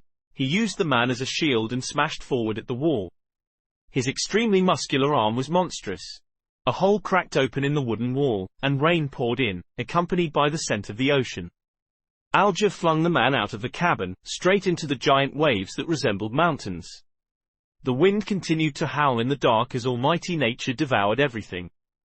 Alger took out a white handkerchief and wiped his right hand carefully before throwing it into the sea as well. He stepped back and waited patiently for company. In less than 10 seconds, the blond man from before rushed in and asked, "What happened?" "The captain has escaped," Alger answered in an annoyed manner as he panted. "I didn't know he still had some of his beyonder powers." "Damn it!" The blond man cursed softly. He went up to the opening and stared into the distance.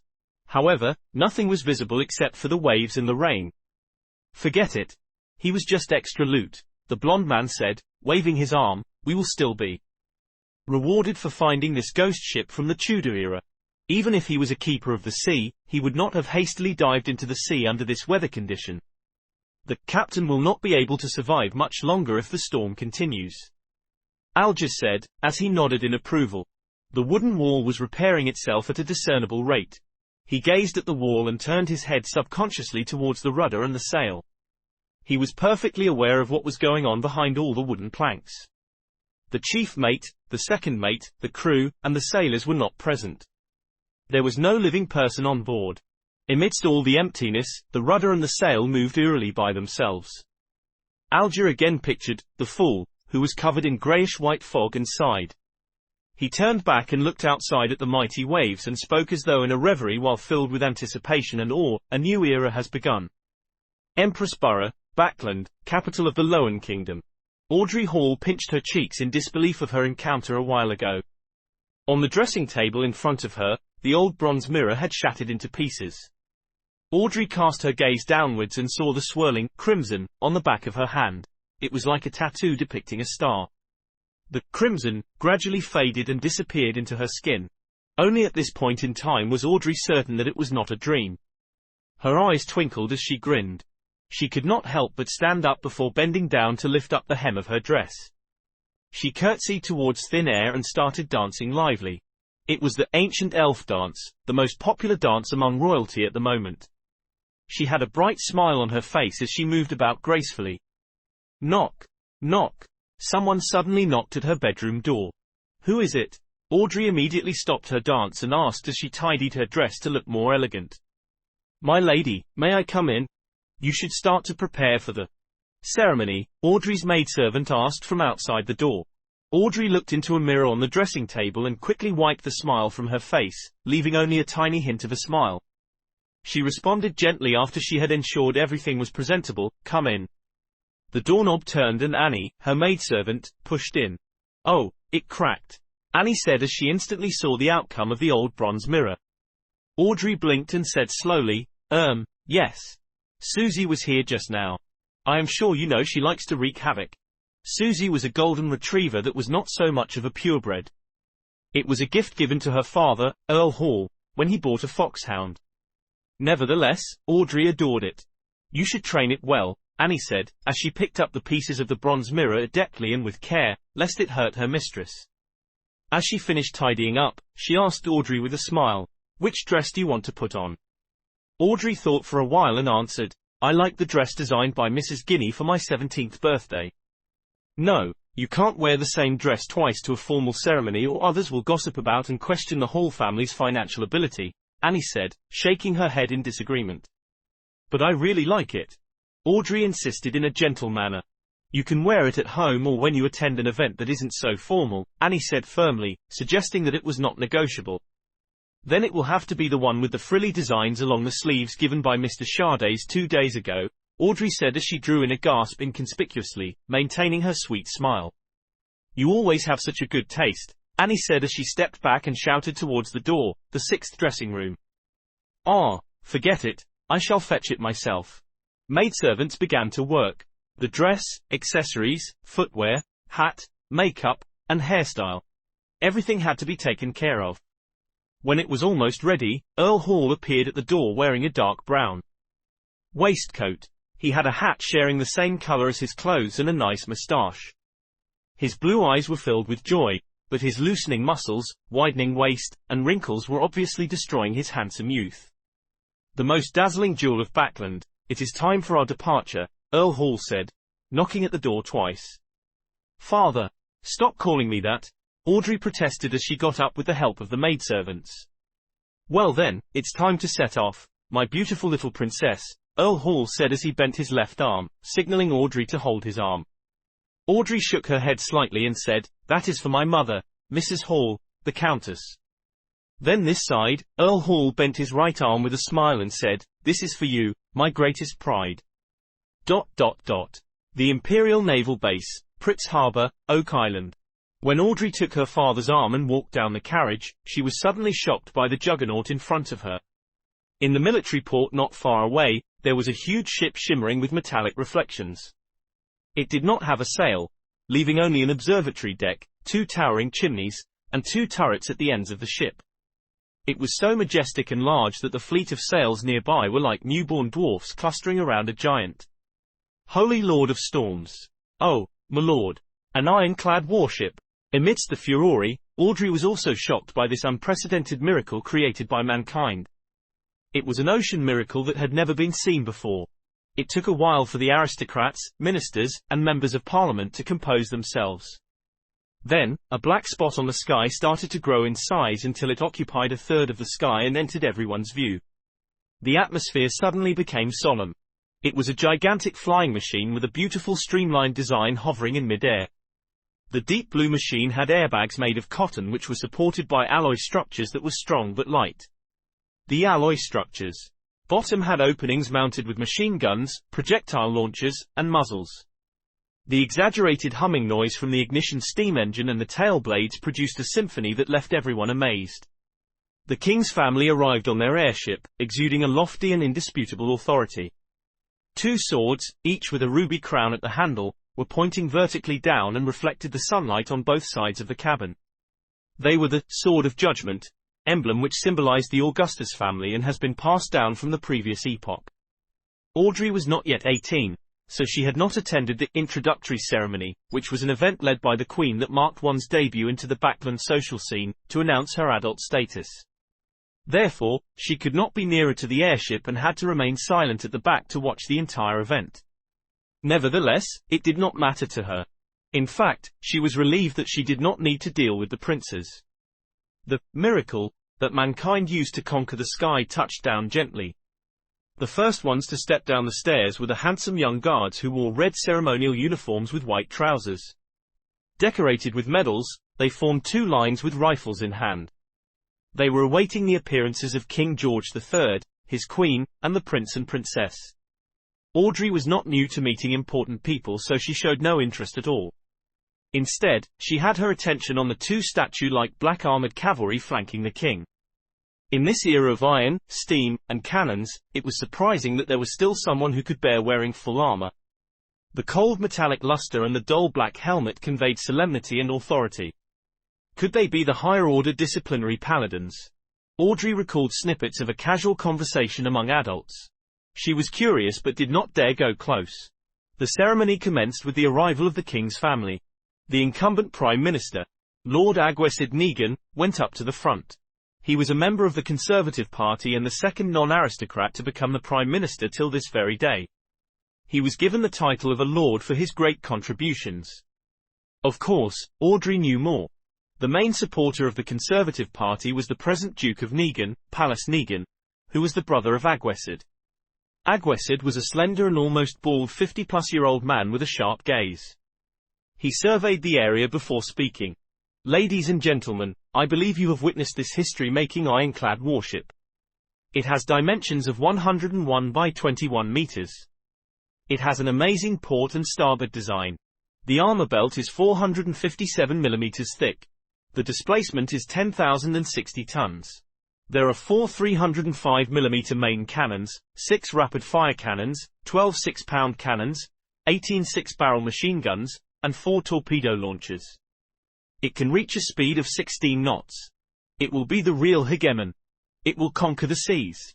The crowd was roused. The mere descriptions were enough to instill fearful images in them, let alone the fact that the actual thing was right in front of them. Awakens smiled and spoke a few more lines before saluting the king and requested, "Your Majesty, please give it a name. Since it will set sail from Pritz Harbour, it should be named, the Pritz," George III responded. His expression showed his delight. The Pritz. The Pritz. The word spread from the Navy Minister and the Admiral of the Imperial Navy to all the soldiers and officers on the deck. They all exclaimed in unison, "The Pritz." George III ordered the Pritz to set sail for a trial in the midst of the gun salutes and the celebratory atmosphere. Honk! Thick smoke spewed out from the chimneys. The sound from the machinery could be heard faintly beneath the sound of the ship horn. The juggernaut departed from the harbour. Everyone was shocked when the 2 main cannons at the ship's bow fired at an uninhabited island in its path. Boom! Boom! Boom! The ground shook as dust shot up into the sky. Shock waves spread out, producing waves in the sea. Satisfied, Awakens turned back to the crowd and announced, "From this day on, doomsday will fall on the 7 pirates who call themselves admirals and the 4 who call themselves kings. They can only shiver in fear. It is the end of their era. Only the ironclad warship will roam the seas, no matter whether the pirates have the powers of the Beyonders, ghost ships, or cursed ships." Awakens' chief secretary deliberately asked, "Can't they build their own ironclad warships?" Some of the nobles and members of parliament nodded, feeling that such a possibility could not be eliminated. Awakens immediately smiled and shook his head slowly as he answered, "Impossible. It will never be possible. Building our ironclad warship required 3 big coal and steel amalgamators, a scale of more than 20 steel factories, 60 scientists and senior engineers from the Backland Cannon Academy and Pritz Nautical Academy, 2 royal shipyards, almost 100 factories for spare parts, an admiralty, a shipbuilding committee, a cabinet, a determined king with excellent foresight, and a great country with an annual steel production of 12 million tons. The pirates will never achieve it." Having said that, he paused and raised his arms before shouting in agitation, "Ladies and gentlemen, the era of cannons and warships has dawned upon us." Chapter 9. The Notebook. After half an hour of rest, Joe Mingroy, who now viewed himself as Klein, finally recovered. In the meantime, he found that there were now 4 black dots on the back of his hand, which happened to form a small square. These 4 black spots faded and disappeared quickly, but Klein knew that they were still hiding in his body, waiting to be awakened. 4 spots forming a square. Is it in correspondence with the 4 pieces of staple food at the 4 corners of the room? Does this mean that in the future, I don't need to prepare the food and can do the ritual and chants immediately? Klein made a guess. This might seem good. But the emergence of the spots was ominous, and things that one lacked understanding of were always scary. The fact that those inexplicable Chinese divinations from Earth could produce effects here, the strange transmigration in his sleep, the mysterious murmurings that almost drove him crazy during the ritual, and the mysterious and trippy grey world whose significance he had no idea of made Klein shiver in the hot weather of June. The oldest and strongest emotion of mankind is fear, and the oldest and strongest fear is the fear of the unknown. He recalled this saying as he was experiencing the fear of the unknown acutely. There was in him an unprecedented and irresistible urge to make contact with the mysterious domain, to learn more, and to explore the unknown. There was also a contradicting escape mentality within him, compelling him to pretend nothing had happened. Intense sunlight shone through the window onto the desk, making it appear as if grains of gold were sprinkled on it. Klein gazed at the desk, feeling as though he had come into contact with warmth and hope. He relaxed slightly, and a strong sense of fatigue washed over him. His eyelids were as heavy as lead as they kept closing themselves. It must have been the combined effect of the sleepless night and the tiring encounter. Klein shook his head and pushed himself up with the aid of the desk. He stumbled towards the double-decked bed, completely disregarding the rye bread placed at the 4 corners of the room. He fell asleep immediately after he lay down. Groan! Groan! Klein was woken up by hunger pangs. When he opened his eyes, he felt rejuvenated. There's still a slight headache. He rubbed his temples and sat up. He was so hungry that he could eat a horse. He returned to the desk while straightening his shirt. He picked up the silver vine leaf pocket watch. Pa! The pocket watch's lid sprang open and the second hand was ticking. 12:30. I slept for 3 hours. Klein put the pocket watch back into his linen shirt pocket while swallowing. In the northern continent, there were 24 hours in a day, 60 minutes in an hour, and 60 seconds in a minute. Whether each second passed at the same rate here compared to Earth was unknown to Klein. At this moment, he could not even think of terms such as mysticism, rituals, or the greyish world. His mind was occupied by one thing: food. He would leave thinking after his meals. Only then could he work. Klein picked up the loaves of rye bread from the four corners and wiped off the minute specks of dust on it without any hesitation. He planned on making one of them his lunch. He decided to dig into the offerings because he only had 5 pence with him and there was a tradition of eating the offerings back in his hometown. After all, there was not any observable change to the bread. It was better to be frugal. Of course, the memory and habits left behind by the original Klein had also played a role. It was a huge waste to use the expensive gas only to light up the room. So, Klein took out a furnace and boiled water with it after adding some coal. He paced around as he waited. Anyone would choke eating those loaves of rye bread without water. Yikes. Life with meat only for dinner is going to be dreadful. No, wait, this is already an exception. Melissa would only allow our meals to have meat twice a week if not for my upcoming interview, Klein thought, as he looked around, hungry. He had nothing better to do. His eyes seemed to turn avaricious when he set his eyes on the pound of mutton in the cupboard. No, I need to wait for Melissa to eat it together, Klein thought as he shook his head and rejected the idea of cooking half of it right now. Although he often ate outside, he had still developed some basic culinary skills, owing to his living in a big city alone. His dishes were not delicious, but they were at least edible. Klein turned his body around so that the mutton would not seduce him. Then, he suddenly realized that he had also bought peas and potatoes in the morning. Potatoes! Klein immediately had an idea. He quickly turned back to the cupboard and took out 2 potatoes from a tiny pile of them. He first cleaned the potatoes in the public bathroom and then added them into a pot so they were boiled together with the water. After a while, he sprinkled into the water some yellow coarse salt from the spices container he found inside the cupboard. He waited patiently for a few minutes before lifting the pot and pouring the soup into a few cups and a bowl. He took out the potatoes with a fork and placed them on the desk at the end. F. He blew at the potato as he peeled it bit by bit. The fragrance of boiled potato diffused through the air. It smelled very appetizing. He salivated crazily.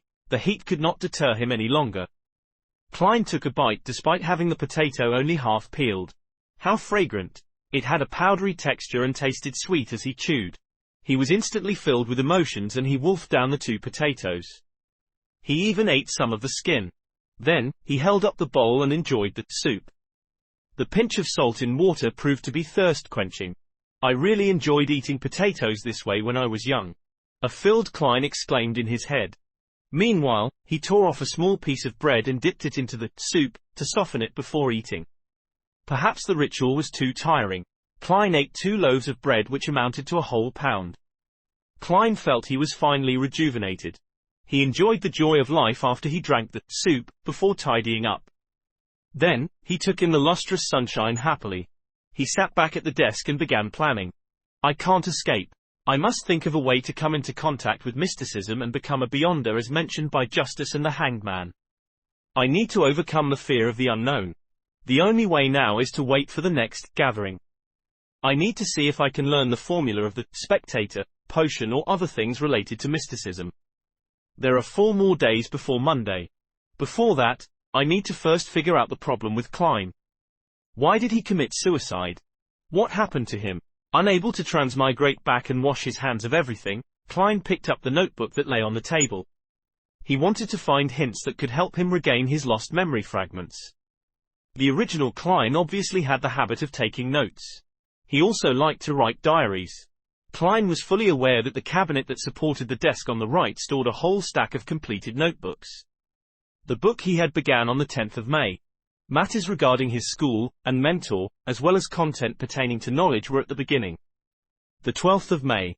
Mr. Azek mentioned that the common language used by the Balam Empire in the southern continent also developed from ancient Fazak, a branch of Jotun. Why is this so?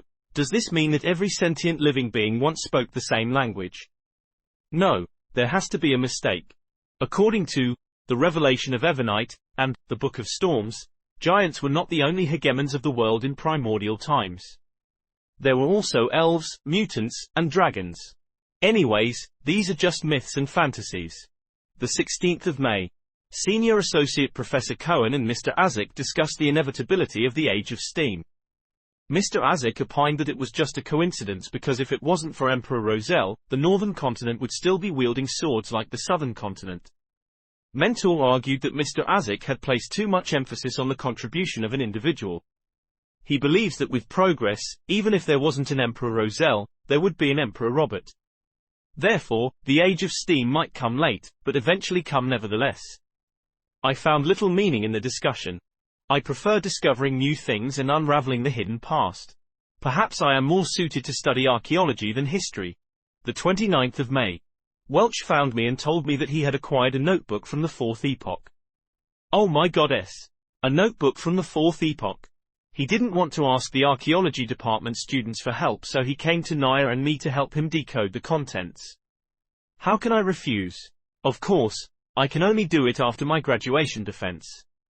I can't afford diverting my attention at this stage. This caught Klein's attention. Compared to the notes about history and viewpoint disagreements, the appearance of a notebook from the Fourth Epoch might have led to Klein's suicide. The Fourth Epoch was the epoch before the present Iron Age. Its history was mysterious and incomplete. Due to the fact that very few tombs, ancient cities, and records had been found, archaeologists and historians could only refer to the ambiguous records provided by the 7 major churches that centered around their religious teachings to roughly form the original picture. They knew the existence of the Solomon Empire, the Tudor dynasty, and the Trunsoist Empire. Having set his sights on solving the mystery and restoring history, Klein didn't have much interest in the first 3 eras, whose roots were closer to legends. He was more interested in the Fourth Epoch, also known as the Age of the Gods. So Klein was concerned for his future career and thus focused on the interview. But it was all futile. Klein could not resist exclaiming. Universities were still very scarce and the majority of students were either from noble or wealthy families. As long as he did not have an extreme mindset, a commoner who had been admitted into university would have been able to build precious social connections through group discussions and networking events despite the prejudice and exclusion from the entrenched social circles. The very generous Welch McGovern was an example. He was the son of a banker from Constant City, Midseashire, Lowen Kingdom. He was used to asking Naya and Klein for help because they were always in the same group for work. Without thinking further, Klein continued reading the notebook. The 18th of June. I have graduated. Farewell, Coy University. The 19th of June. I have seen the notebook. By comparing sentence structures and root words, I discovered that it is a modified form of ancient Fazak. More precisely, over the course of its 1,000-year history, the Fazak language had changed constantly, a little at a time. The 20th of June. We have deciphered the contents of the first page. The author was a member of a family called Antigonus. The 21st of June. He mentioned the Black Emperor. This is anachronistic with regards to the time this notebook is deduced to be written. Is Professor wrong? Is Black Emperor a common title for every emperor of the Solomon Empire? The 22nd of June. The Antigonus family apparently had a very high standing in the Solomon Empire. The author mentions that he was making a secret transaction with a person named Tudor. Tudor? Is it related to the Tudor dynasty? The 23rd of June. I am trying to restrain myself from thinking about the notebook and going to Welch's place. I need to prepare for the interview. It's very important. The 24th of June. Naya tells me that they have found something new. I think I need to check it out. The 25th of June. From the new deciphered content, the author had accepted a mission to visit the nation of the Evernite, situated at the summit of the highest peak of the Hornisus mountain range. Oh my goddess! How can a nation exist at the summit of that peak which is over 6,000 meters above sea level? How do they survive? The 26th of June. Are these strange things real? The record ended at this point. Joe Mingroy transmigrated in the early hours of the 28th. Which means to say that there was indeed an entry for June 27th. It's that line. Everyone will die, including me. Klein flipped to the page he first saw when he arrived, feeling goosebumps while he made the deduction. In order to solve the mystery of the original Klein suicide, he thought that he should visit Welch and take a look at the ancient notebook. However, with a lot of experience from novels, movies, and TV drama series, he suspected that if they were really related, this visit would be very dangerous. Those who went investigating castles despite knowing that they were haunted served as a warning. However, he had to go since escaping would never solve the problem. It would only make things worse, until it welled over and completely drowned him. Perhaps call the police. But claiming to have committed suicide would be silly, right? Knock. Knock, knock. There was a series of quick and forceful knocks. Klein sat straight up and listened. Knock. Knock, knock. The knocks echoed through the empty hallway. Chapter 10. The Norm. Who is it? Klein was thinking about the mysterious suicide of the original owner of this body and the unknown danger he might encounter when he heard the sudden knock on the door. He subconsciously opened the drawer, took out the revolver, and asked vigilantly. The other party was quiet for 2 seconds before a slightly sharp voice, in Aura's accent, replied, "It's me, Mountbatten, bitch Mountbatten." The voice paused for a moment before adding, "The police." Bitch Mountbatten. When Klein heard this name, he immediately thought of the owner of this name. He was the policeman in charge of the street where the apartment was located. He was a rude, brutal, hands-on man. But perhaps, only such a man could be a deterrent for alcoholics, thieves, part-time thieves, villains, and hooligans. And his unique voice was one of his trademarks. "Okay, I'll be right there." Klein responded loudly. He had planned to put the revolver back into the drawer, but thinking that he had no idea why the police were outside and that they might search the room or do other things, he cautiously ran to the stove where the flames had already been extinguished and put the revolver in it. Then he picked up the coal basket, shook a few pieces into the stove, covered the gun, and finally placed the kettle over the stove to conceal everything. After doing all of that, he tidied up his clothes and quickly approached the door and murmured, "Sorry, I just had a nap." Outside the door stood 4 policemen in black and white checkered uniforms with peak caps. Bitch Mountbatten, the one with a brown beard, coughed and said to Klein, "These 3 inspectors have something to ask you." Inspectors? Klein looked at the shoulder badges of the other 3 reflexively and found that 2 of them had 3 silver hexagons and 1 had 2, both of which looked superior to bitch Mountbatten, who had only 3 chevrons. As a history student, Klein did little to no research into the ranks of police epaulets, except that bitch Mountbatten often boasted of being a senior sergeant. So these 3 are inspectors? Influenced by conversations with Benson, Welch, and his classmates, Klein had the common sense to make way and point into the room. "Please come in. How might I help you?" The leader of the 3 inspectors was a middle-aged man with sharp eyes. He seemed to be able to read the mind of a person and make them fearful. His eyes were wrinkled, and the edge of his hat revealed light brown hair. He looked around the room and asked in a deep voice, "Do you know Welch McGovern?" "What's wrong with him?" Klein quivered and blurted back. "I'm the one asking the questions." The dignified middle-aged police inspector had a stern look in his eyes. The inspector next to him, also wearing 3 silver hexagons, looked at Klein and smiled gently. "Don't be nervous. It's just a routine questioning." This policeman was in his 30s, with a straight nose and grey eyes that, like a lake in an ancient forest that no one visited, gave him an indescribable sense of depth. Klein took a breath and organized his words. "If you mean Welch McGovern, the graduate of Coy University from Constant, then I'm sure I know him. We are classmates with the same mentor, Senior Associate Professor Quentin Cohen.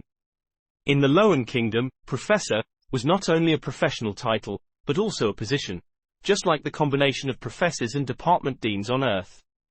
That meant there could only be one professor in a university's department. If an associate professor wanted to become professor, they had to wait for their superior to retire, or force out their superior with their abilities. As talents needed to be retained, the kingdom's Higher Education Commission had added senior associate professors in the 3-level system of lecturers, associate professors and professors after years of observation. This title was given to anyone with high academic achievements or with enough seniority but did not make it to the position of professor. At this point, Klein looked into the eyes of the middle-aged police inspector and thought for a second.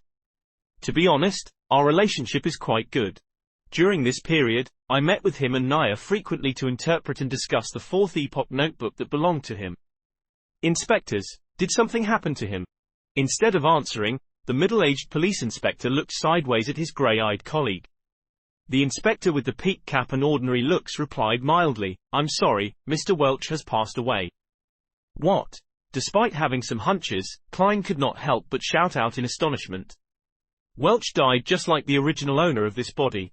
That is a little scary. What about Naya? Klein questioned hurriedly. Ms. Naya passed away too, the grey-eyed police inspector said quite calmly. Both of them died in Mr. Welch's house. Killed? Klein had a vague guess. Perhaps it was suicide. The grey-eyed inspector shook his head. No, the scene suggests that they committed suicide. Mr. Welch hit the wall with his head many times, covering the wall with blood. Ms. Naya drowned herself in a basin. Yes, the kind used to wash your face. That's impossible. Klein's hair stood on their ends as he seemed capable of imagining the strange scene. A girl kneeling on a chair and burying her face into a basin filled with water. Her soft brown hair swaying in the wind, but her entire person remaining motionless. Welch falling to the ground and staring at the ceiling intently. His forehead in a complete blood-mangled mess, while the traces of the impact on the wall were evident with the streaks of blood. The grey-eyed inspector continued, "We believe so too, but the autopsy results and the situation at the scene exclude factors such as drugs and external forces. They, being Mr. Welch and Ms. Naya, showed no signs of struggling." Before Klein could speak again, he stepped into the room and asked, pretending to be casual, "When was the last time you saw Mr. Welch or Ms. Naya?" As he spoke, he gestured with his eyes to his colleague with 2 silver hexagons. He was a young police inspector and looked about the same age as Klein. With black sideburns and green pupils, he was good-looking and had a poet's romantic temperament. When he heard the question, Klein thought about it and answered it thoughtfully. "It should be June 26th. We were reading a new chapter in the notes. Then, I went home to prepare for my interview on June 30th. The interview was for the history department of Tingen University. Tingen was known as the city of universities. There were 2 universities, Tingen and Koi, as well as technical schools, law colleges and business colleges. It was second only to Backland, the capital. As soon as he finished, he saw the young police inspector walk towards his desk in the corner of his eye and pick up the notes which resembled more of a diary. "Damn! I forgot to hide it." "Hey!" Klein cried out. The young inspector smiled back at him, but did not stop flipping through his notes, while the grey-eyed inspector explained, "This is a necessary procedure." At this time, Bitch Mountbatten and the dignified middle-aged police inspectors were just watching without interrupting or assisting in the search. "Where are your search warrants?" Klein had intended to question them, but on second thought, the judicial system of the Lowen Kingdom did not seem to have such a thing as search warrants. At least he did not know if there was one. After all, the police force had only been established for 15 or 16 years. When the original owner of this body was still a child, they were still called public security officers. Klein couldn't stop it. He watched the young inspector flip through his notes, but the grey-eyed inspector did not ask any questions. "What is this strange thing?" The young police inspector turned to the end of the notes and suddenly asked, "And what does this mean?" "Everyone will die, including me. Isn't it common sense that everyone dies except for deities?" Klein was prepared to quibble, but it suddenly occurred to him that he had planned to connect with the police in case of possible danger, but he had no reasons or excuses. He made a decision in less than a second. Putting his hand over his forehead, he answered painfully, "I have no idea. I really have no idea. When I woke up this morning, I felt I wasn't quite right, as if I had forgotten something. It's especially true for whatever happened recently. I don't even know why I had written such a sentence. Sometimes, being frank was the best way to solve a problem. Of course, it required skills. There were things that could be said and could not be said, and the order of what was said first mattered." As an expert keyboard warrior, Klein was also good at sophistry. "That is ridiculous. Do you think we are fools?" Bitch Mountbatten could not help but interject angrily. "This is such a bad lie that it insults the intelligence of his and his colleagues. It's better for you to pretend to be mentally ill than to pretend to be an amnesiac." I'm speaking the truth, Klein responded frankly, looking into the eyes of Mountbatten and middle-aged police inspectors.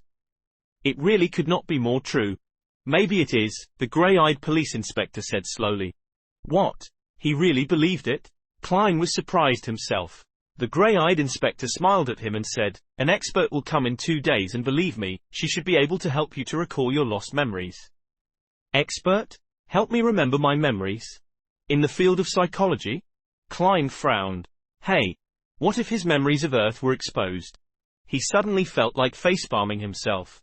The young police inspector put down his notes and searched his desk and room. Fortunately, he focused on books instead of lifting the kettle. Well, Mr. Klein, thank you for your cooperation. We advise that you'd better not leave Tingen for the coming days. If you have to, please notify Inspector Mountbatten, or you'll become a fugitive, the grey-eyed police inspector warned. That's it? That's it for today? No other questions with deeper investigations? Or taking me back to the police station to torture me for information? Klein was at a loss. Nevertheless, he wanted to solve the odd turn of events brought about by Welch too. So he nodded. That wouldn't be an issue. The inspectors exited the room one by one, and the young man at the end suddenly patted Klein on the shoulder. It's really nice. Very lucky. What? Klein's face was puzzled. The green-eyed police inspector with a poet's temperament smiled and said, generally speaking, the norm is for all the involved parties to die in such an event. We are very glad and fortunate to see you still alive. After that, he exited the room and closed the door behind him politely. The norm is for everyone to die together. Very glad that I'm still alive. Fortunate that I'm still alive. On this June afternoon, Klein was chilling all over. Chapter 11. Real Culinary Skills. The norm is for everyone to die together. Very glad that I'm still alive. Fortunate that I'm still alive. Klein shivered and quickly ran to the door, trying to catch up with the policemen and ask for protection. But as soon as he reached the handle, he suddenly stopped. That officer talked so horribly about it. Why didn't they protect me, an important witness or key lead? Isn't that too careless? Were they just probing me? Or maybe it's a bait? All kinds of thoughts rushed into Klein's mind. He suspected that the police were still secretly watching him, observing his reaction. He felt much calmer after thinking of this and was no longer so panicked. He slowly opened the door, deliberately shouting with a trembling voice at the staircase, "You guys will protect me, right?" Tap, tap, tap. There was no response from the police officers, and there was no change in the rhythm of the contact between the leather shoes and the wooden stairs. "I know. You'll do that," Klein shouted again in a tone of feigned conviction, trying to act like a normal person that was in danger. The sound of footsteps gradually weakened and disappeared into the bottom floor of the apartment. Klein snorted and laughed. Isn't that response too fake? Their acting skills are not up to standard. He did not run after them. Instead, he turned back to the room and closed the door behind him. In the next few hours, Klein fully expressed what they called back in Foodaholic Empire, China: restlessness, nervousness, agitation, inadvertence and murmuring words that he did not understand. He did not slack just because there was no one around. This is called the self-cultivation of an actor. He laughed at himself in his heart. When the sun moved to the west, the clouds on the horizon appeared to be reddish-orange. Tenants in the apartment came home one after another. Klein shifted his focus elsewhere. Melissa is almost done with school. He looked at the stove, lifted the kettle, peeled off the coal and took out the revolver. Without pause or delay, he reached to the back of the board under the double-decked bed where more than 10 wooden strips were staggered out. After clipping the left wheel between a piece of wooden strip and board, Klein straightened up and waited uneasily, fearing that the police would burst open the door and rush into the room with guns in their hands. If it was an age of steam, he was certain he would not be seen by anyone when he did that. However, there were extraordinary powers here, ones that he had proven through his own experiences. After waiting for a few minutes, there was no movement at the door. There was only the chatter between two tenants who were heading for the heart of the Wild Bar on Iron Cross Street. Phew. Klein exhaled, feeling assured. All he needed to do was wait for Melissa's return and cook the stewed mutton with tender peas. When the idea came to Klein's mind, his mouth seemed to taste the rich flavor of the gravy. He remembered how Melissa cooked stewed mutton with tender peas. First, she boiled the water and stir-fried the meat. Then, she added onions, salt, a little pepper, and water. After a specific period of time, the peas and potatoes were added, and the stew was to be cooked for an additional 40 or 50 minutes with the lid on. It's indeed a simple and crude way to do it, supported purely by the flavors of the meat itself. Klein shook his head. But there was no other way about it. It was hard for commoners to have many kinds of condiments and various cooking methods. They could only pursue simple, practical, and economical methods. As long as the meat was not burnt or spoiled, anything was good for people who could only eat meat once or twice a week. Klein was not a very good cook himself and ordered takeout food most of the time. But by cooking 3 or 4 times a week, after many weeks of accumulated practice, he had a passing standard and felt that he would not let the pound of mutton down. When Melissa comes back to cook it, it will be done after 7:30 p.m. She would be starving by then. It's time for her to see what real cooking is. Klein made an excuse for himself. First, he started the fire again, went to the bathroom to collect water, and washed the mutton. Then he took out the kitchen boards and knives before chopping the mutton into tiny chunks. As for the explanation for his sudden culinary skills, he decided to blame it on the dead Welsh McGovern, who had not only hired a chef who was good at the Midseashire flavour, but also often created his own delicacies and invited people to try them.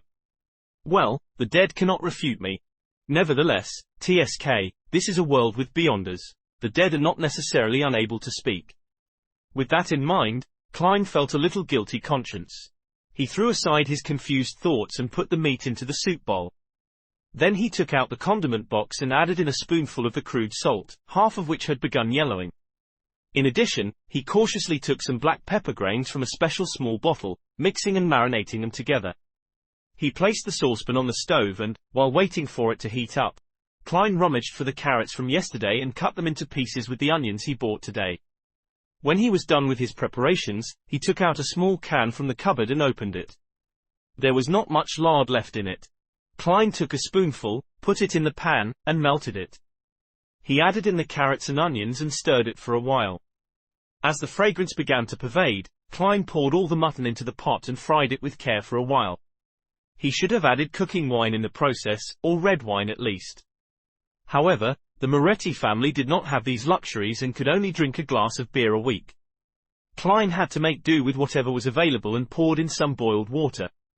After stewing for about 20 minutes, he opened the lid, put the tender peas and cut potatoes in it, and added a cup of hot water and 2 spoons of salt. He closed the lid, lowered the fire, and exhaled satisfactorily, waiting for his sister to reach home. As seconds turned into minutes, the fragrance in the room intensified. There was the allure from the meat, the rich smell of potatoes, and the refreshing scent of onions.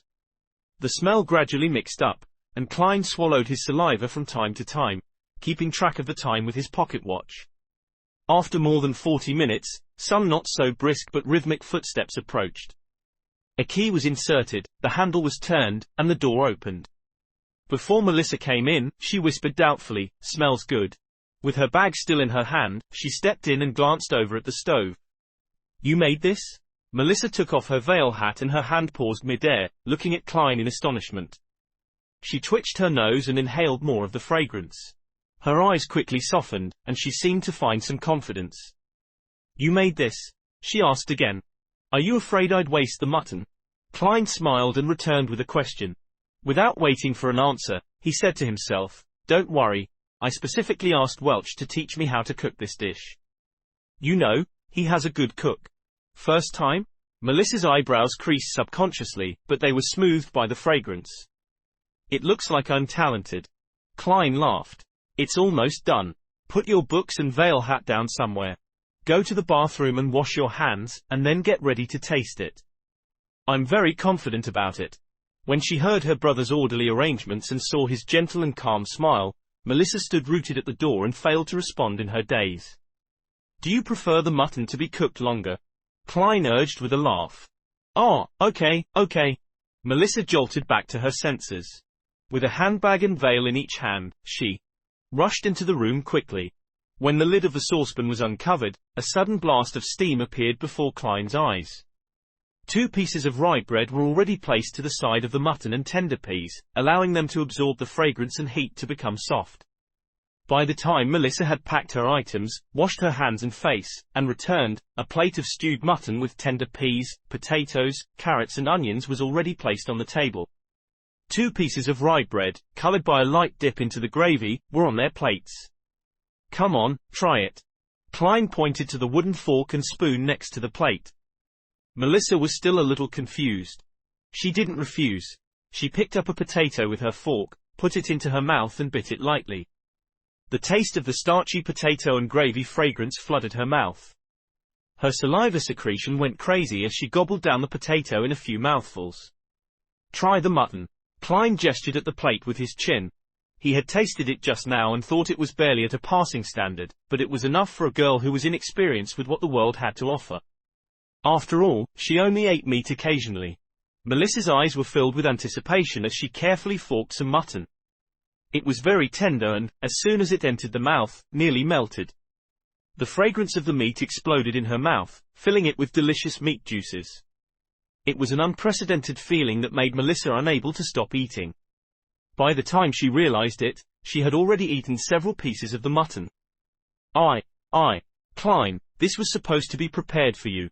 Melissa blushed and stammered. "I'd nibbled some of the food just now. It's the privilege of being a cook." Klein smiled and soothed her sister. He picked up his fork and spoon. At times, he would eat a piece of meat and sometimes, he would stuff his mouth full of peas. At other times, he would put down the utensils, break off a piece of rye bread and dip it in gravy. Melissa relaxed and was immersed in the delicacy again by Klein's normal behavior. "It's really delicious. It doesn't seem like you were doing it for the first time." Melissa looked at the empty dish and praised him with all her heart. Even the gravy was finished. "It's a long way from Welch's chef. When I'm rich, I'll take you and Benson out to the restaurant and have a better meal," Klein said. He was beginning to look forward to it himself. "Your interview." Burp. Melissa did not finish her words because she suddenly let out a sound of contentment involuntarily. She put her hand over her mouth in a hurry and looked embarrassed. "The fault is with the stewed mutton with tender peas just now. It was just too delicious."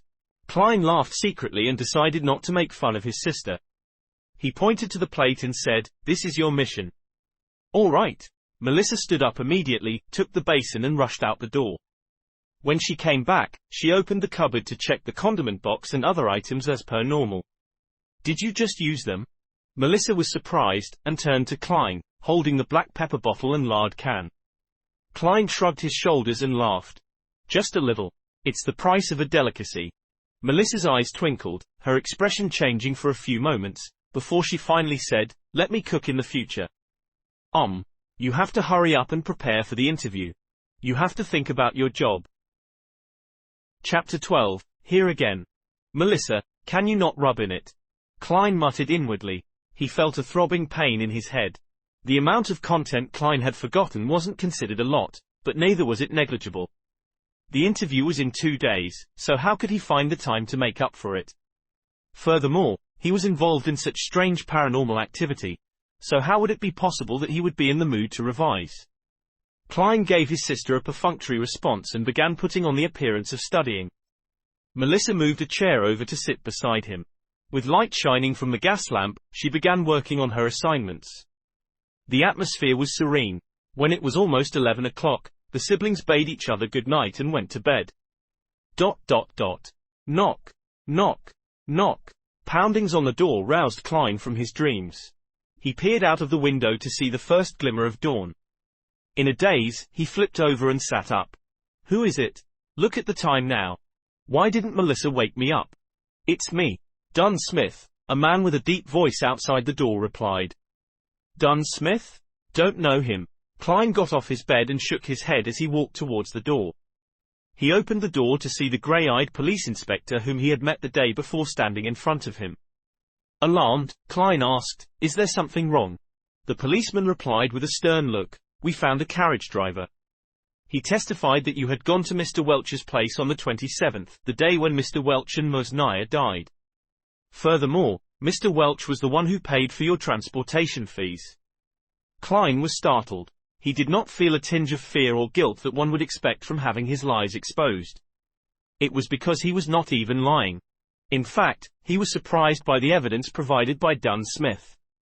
On the 27th of June, the former Klein had indeed gone to Mr. Welch's place.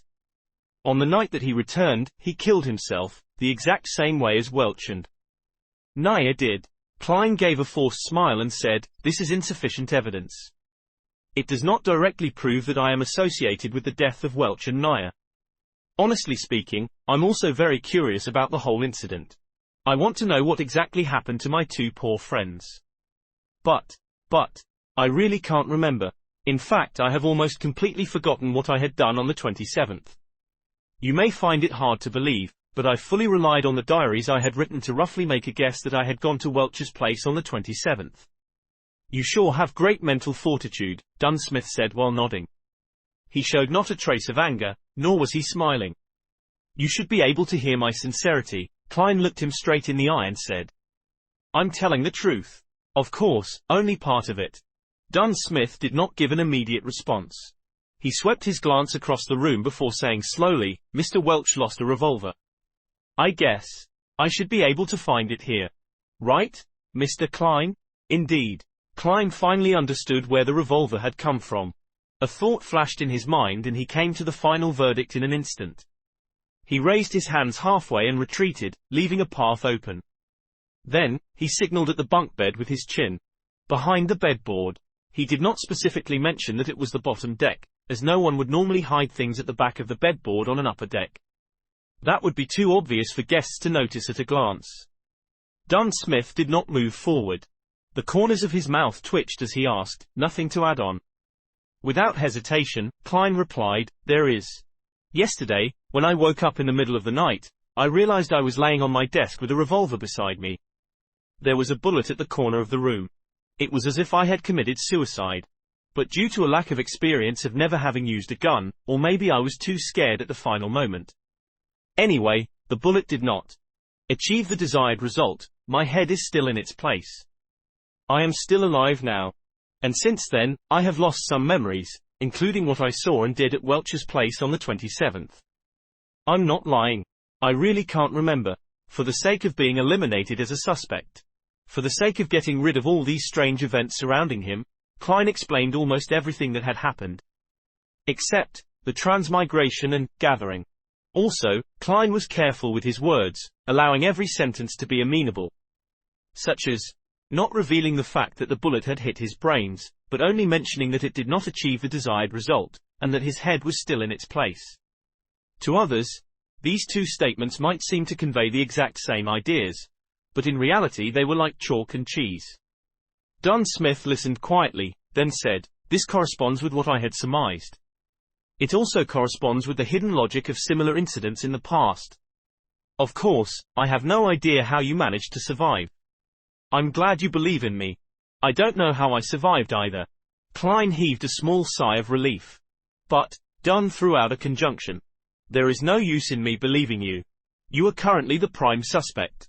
You have to be confirmed by an expert that you have indeed forgotten what you went through, or that you indeed have nothing to do with the deaths of Mr. Welch and Miss Nye." He coughed, his expression becoming serious. "Mr. Klein, I seek your cooperation on coming with me to the police station for the investigation. This should take roughly 2 to 3 days if it is confirmed that there are no issues with you." "The expert is here?" Klein asked blankly in return. "Didn't they say it would take another 2 days? She came earlier than expected." Dunn turned sideways, signaling for Klein to leave. "Allow me to leave a note," Klein requested. Benson was still away and Melissa had gone to school. He could only leave a note to inform them that he was involved in an incident associated with Welch so that they would not worry about him. Dunn nodded, barely minding. "All right." Klein returned to the desk. As he searched for paper, he began thinking about what was about to occur. Honestly speaking, he did not wish to meet the expert. After all, he had a bigger secret. In a place where there were 7 major churches, under the premise that Emperor Roselle, who was suspected to be a transmigrator predecessor, was assassinated, a thing like transmigration usually meant having to go to court and enter arbitration. But, without weapons, combat skills, or superpowers, he was no match for a professional policeman. What's more, a few of Dunn's subordinates were standing in the dark outside. Once they draw their guns and shoot at me, I'd be finished. I'll take one step at a time. Klein left the note, grabbed his keys, and followed Dunn out the room. Along the dark aisle, 4 policemen in black and white checkered uniforms split into pairs and guarded them on both sides. They were very alert. Tap, tap, tap. Klein followed alongside Dunn as they went down the wooden stairs which occasionally creaked in protest. Outside the apartment, there was a 4-wheeled carriage. On the side of the carriage, there was the 2 crossed swords and a crown, police emblem. Their surroundings were crowded and bustling with noise as usual. Go on, up. Dunn signaled for Klein to go first. Klein was just about to step forward when an oyster seller suddenly grabbed a customer and claimed that he was a thief. Both parties wrestled and triggered a response from the horses, causing great chaos. An opportunity. There wasn't much time for Klein to think any further. He bent forward and dashed towards the crowd. Either shoving or dodging, he escaped frantically towards the other end of the street. Right now, for the sake of not meeting the expert, he could only proceed by going to the pier outside the city, taking a boat down the Tussock River and escaping to the capital, Backland. The population was higher there, making it easier to hide. Of course, he could also get on a steam train, go eastward to the nearest Enmat harbor and take the sea route to Pritz, then towards Backland. Not long after, Klein arrived at a street and made a turn onto Iron Cross Street. There were several carriages that could be hired. To the pier outside the city. Klein reached out his hand and hopped onto one of the carriages. He had thought through things clearly. Firstly, he had to mislead the police that were coming for him. Once the carriage was a suitable distance away from them, he would jump right off. Alrighty. The carriage driver tugged at the reins. Clop, clop, clop. The carriage left Iron Cross Street. Just as Klein was about to jump off the carriage, he noticed that it had turned into another road. It wasn't leading out of the city. Where are you going? Klein blurted in his momentary daze. To Welch's place, the carriage driver answered monotonously. What? Klein was at a loss for words. The carriage driver turned around, exposing his cold grey eyes. It was Dunn Smith, the grey-eyed policeman. You! Klein was flustered. Everything suddenly became a blur as though the world spun around him when he instantly sat up. Sat up? Klein looked around, confused. He noticed the crimson moon outside the window and the room being covered in a crimson veil. He reached out with his hand to feel his forehead. It was all moist and cold. Cold sweat. His back felt exactly the same. It was a nightmare. Klein heaved a sigh. All is well. All is well. He found it weird. He was rather clear-minded in his dream. He was even able to think calmly. After calming down, Klein looked at his pocket watch. It was only 2 in the morning. He got out of bed quietly and planned to head to the washroom where he could wash his face and empty his burgeoning bladder. He opened the door and walked along the dark corridor. Under the dim moonlight, he walked lightly towards the washroom. Suddenly, he noticed a silhouette outside the window at the end of the corridor. That silhouette was wearing a black trench coat that was shorter than a coat, but longer than a jacket. That silhouette was partly camouflaged in the darkness, bathing in the crimson moonlight. That silhouette turned around slowly. His eyes deep, grey, and cold. Dunn Smith. Chapter 13. Nighthawk. Plop. Klein could not help but take a step back. For a moment he was unsure if he was awake or still in his dreams. The silhouette took off his black top hat and bowed a little as he said with a smile, reintroducing myself, Nighthawk, Dunn Smith. Nighthawk? One of the code names of the Church of Evanite's Beyonder teams which, Justice, and the Hanged Man, mentioned before. Klein suddenly realized something, and exclaimed after making a connection, you can control dreams. You just made me dream of that. Nighthawk Dunn Smith wore his black hat again, concealing his slightly high hairline. With deep grey eyes he said, no, I only entered your dream and made the necessary guidance. His voice was deep and soothing. It reverberated through the dimly lit corridor without disturbing the sweet dreams of others. In dreams, even though much of your usually suppressed emotions and various dark thoughts in you are amplified, making everything seem chaotic, absurd, and crazy, they are all rooted in reality since reality exists. For veterans like me, everything is crystal clear. Compared to a conscious you, I believe the you in your dreams more. What normal human being could control his dream? If I had dreamed of something on Earth, wouldn't Dunn Smith have noticed? Klein was petrified by what had happened in the dream. Yet he quickly found it bizarre. He remembered being very much sober and rational, knowing what to say and what not to say. To put it simply, it did not feel like dreaming at all. So, Dunn Smith only saw what I wanted him to see. Klein's mind whirled as he gained a glimmer of understanding. This is a perk that resulted from transmigration. Like having a special body and soul? Or was it the effects of that luck enhancement ritual? So, Mr. Smith, do you believe that I really lost my memory? Klein organized his thoughts and asked in reply. Dunn Smith did not answer him directly. Instead he looked at him keenly. You are actually not surprised by the course of events. I've met people who wouldn't believe in the power of the Beyonders, and they would rather believe that they haven't really woken up. Klein tersely acknowledged as he said, perhaps, I have always been praying, hoping that there was such power to help me. An interesting train of thought. Perhaps you survived not only because you were lucky. Dunn nodded expressionlessly. I can now confirm that you really lost parts of your memories due to the incident, especially those related to it. So can I go back now? Klein heaved a long sigh of relief in his heart as he probed. Dunn placed a hand in his pocket and walked slowly towards Klein, the surrounding darkness becoming tranquil and gentle. No, you still have to come with me to see the expert, he smiled politely and said. Why? Klein blurted out, then added, you don't believe in the findings from my dream. You must be joking. If that expert specializes in hypnosis or mind reading and stuff, then wouldn't my biggest secret be exposed? The consequences would be beyond imagination. I'm quite humble usually, but I'm still confident for things related to dreams. Dunn calmly replied, however, for important key matters, there is no harm in confirming them again. Plus, our specialties lie in different areas.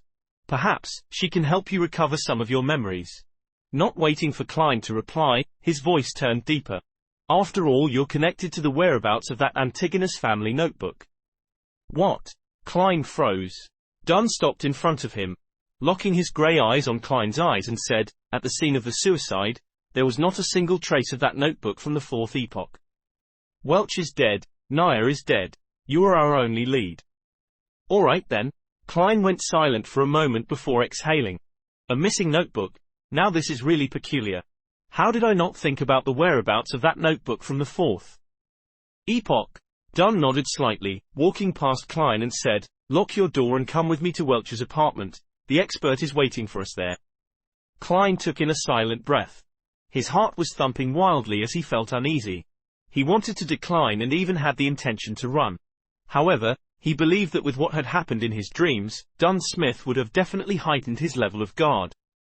And with the difference in strength between a normal human and a Beyonder, there was little chance of success by using force. He must have a revolver with him too. He must also have had practice using the revolver. Many thoughts flashed past his mind, and eventually Klein chose to accept the reality. All right, sigh. I can only take one step at a time and see how things unfold. Maybe, that miraculous power in my dream will take effect again. Then let's go, Dunn said in an indifferent tone. Klein turned and followed. After taking 2 steps, he suddenly stopped and said, Mr. Smith, I would like to use the bathroom first. I came out originally for the bathroom. Dunn did not stop him. Instead, he gave him a keen look and said, no problem, Klein. Believe me, I am far more powerful than you can imagine in the dark night. In the dark night?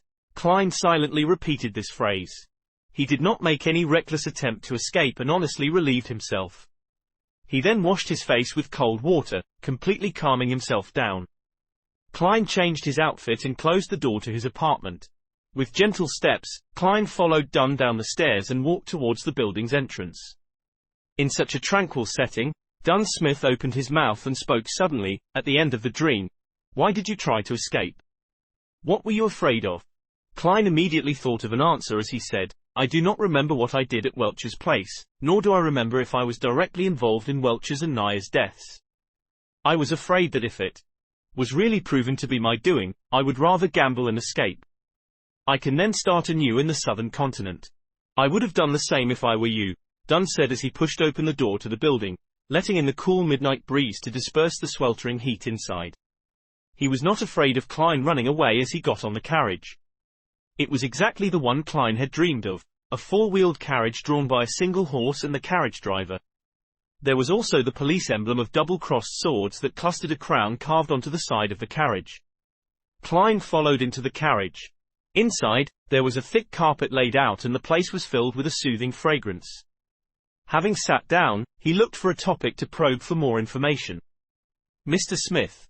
What if, and I mean if, the expert confirms that I have really forgotten a part of my memories, and that there is no other evidence which points to me being the perpetrator or a victim, would this be over? In theory, yes. We will try to search for the notebook through other means. As long as it exists, it can be found. Of course, before that, we will have to make sure you're not cursed or have any scent of cacodemons and that there are no related psychological problems lingering. We must ensure that you can embrace the rest of your life peacefully and healthily. Dunn Smith had a smile on his face, a rather unusual smile. Klein caught on to this point keenly, and promptly inquired, in theory? Yes, only in theory. In this field of work, there are always twisted, unorthodox, and inexplicable things happening. Dunn looked Klein in the eye and said, their continuation or end are not what we can foresee or control at times. For example, Klein actually felt frightened for a moment. The carriage sped through an almost empty street. Dunn took out his tobacco pipe and sniffed it, saying, when we believe that things have come to an end, with everything going back to normal, it would resurface in a terrifying, chilling way. A few years ago, we handled a case regarding an evil cult. They did live sacrifices to please an evil god by making followers commit suicide. When one of the followers was chosen, his survival instincts triumphed over his foolishness, twisted beliefs, and psychedelic drugs. He secretly escaped and reported to the police. The case was handed over to us. It was a very small mission, since there were no beyonders in that cult. The deity they worshipped was actually randomly thought up by their leader merely for the sake of money and satisfaction. Humanity was lost there. We only used 2 members, coupled with the support from the police, to suppress this cult. No one was off the hook.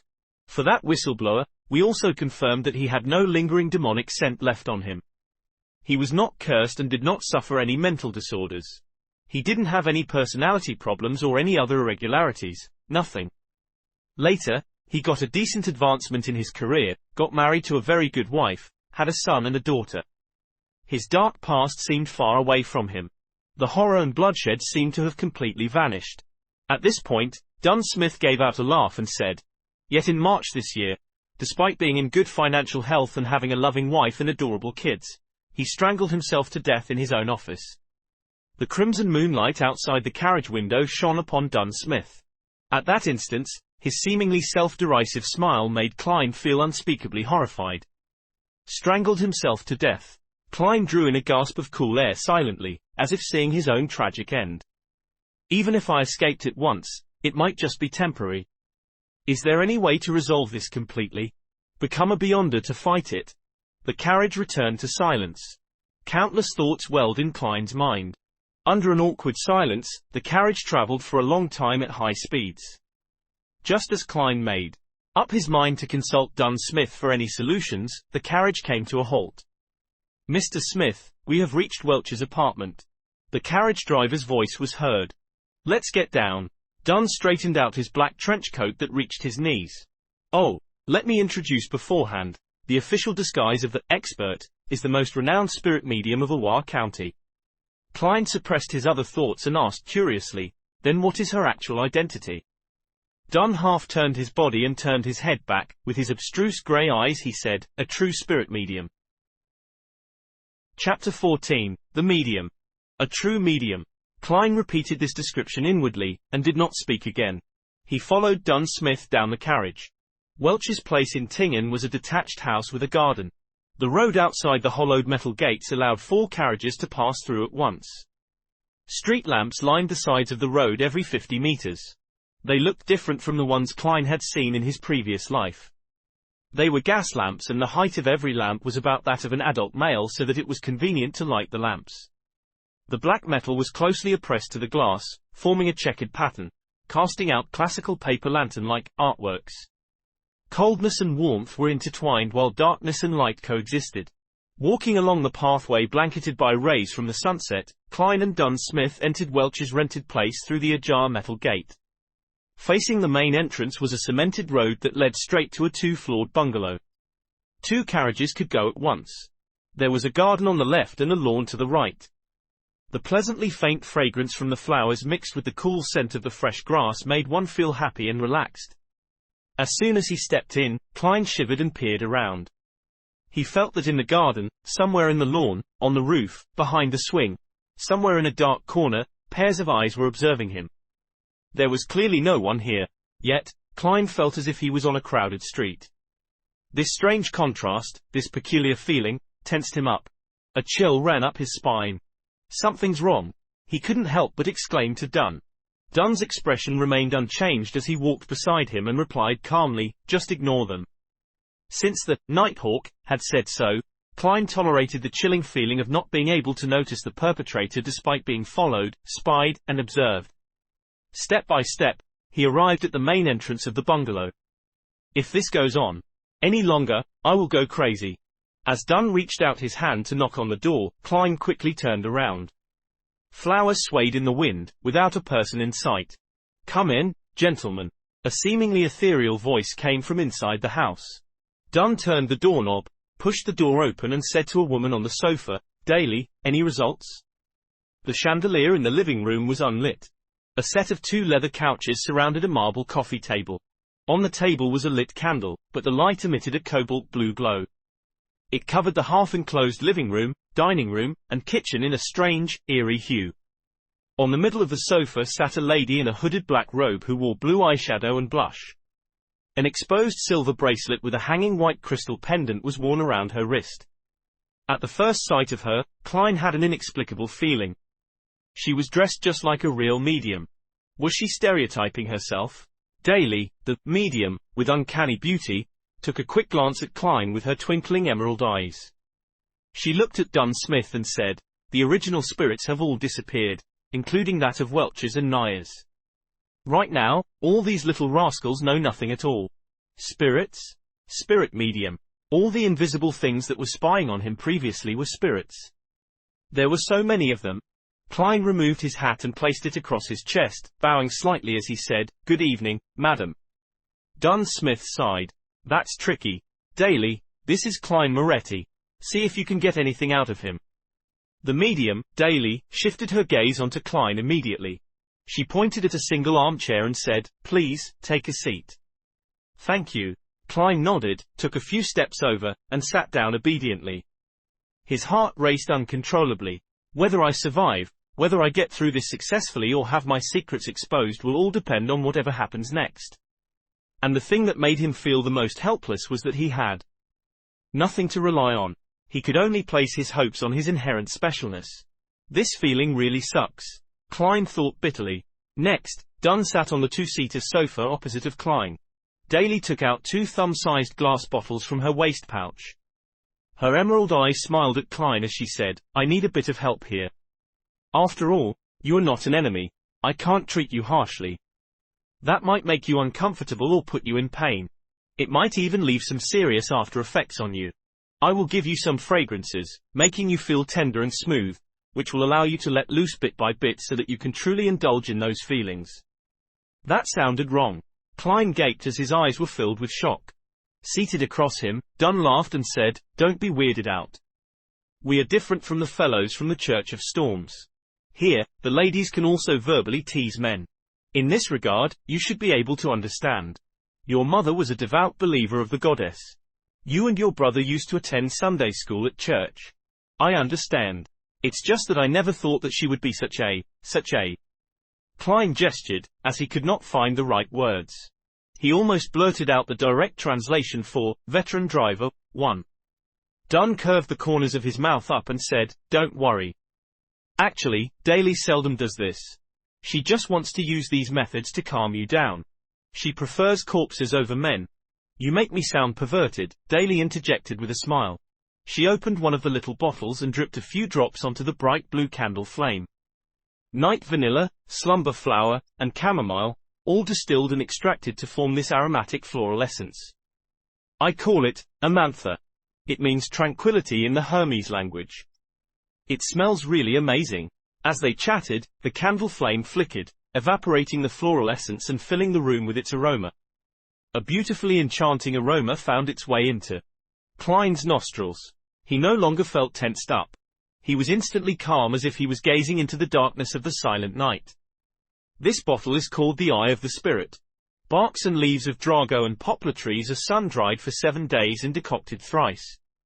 Then, they are immersed in Lanti wine. Of course, there would be several incantations while we're at it. As Daly described the liquid, the amber substance dripped onto the cobalt blue candle flame. Upon smelling the ethereal scent of the aromatic wine, Klein noticed that the candle flame was dancing wildly. The luster of Daly's blue eyeshadow and blush shone oddly, to the extent of him seeing double. It is a great helping hand for mediumship. It is also a floral essence that is sufficiently enchanting. As Daly explained continuously, Klein felt as if her voice was coming from all around. Bewildered, Klein looked around and realized that everything was swaying and in a blur. He felt like he was shrouded by layers and layers of fog. Even his body was swaying as it phased away before he began floating and then losing his balance. Colors blended like an impressionist painting. The reds were redder, the blues were bluer, and the blacks were blacker, appearing more defined than usual. It was dreamy and hazy. Distinct murmurs from the surroundings came through, as if hundreds and thousands of people who could not be seen were debating. This feels similar to the luck enhancement ritual I did before, but without the kind of madness that makes your head feel like exploding. Klein looked around and thought questioningly. At this moment, his vision was locked onto a pair of eyes that were crystal clear like emerald. On a blurry sofa sat Daly in a black robe. Eccentrically, her gaze concentrated on the tip of Klein's head. She smiled and in a gentle voice, said, "Let me properly introduce myself. I am the spirit medium, Daly. I can still have rational thoughts. It's like when I was at that luck enhancement ritual and that gathering." The thought crossed Klein's mind as he intentionally behaved muddled and said, "Hello there. The mental worlds of humans are extremely vast. Many secrets are hidden within the mind. Look at the ocean. What we know about it is all on the superficial level. But in reality, deep in the ocean, there is a larger unseen portion.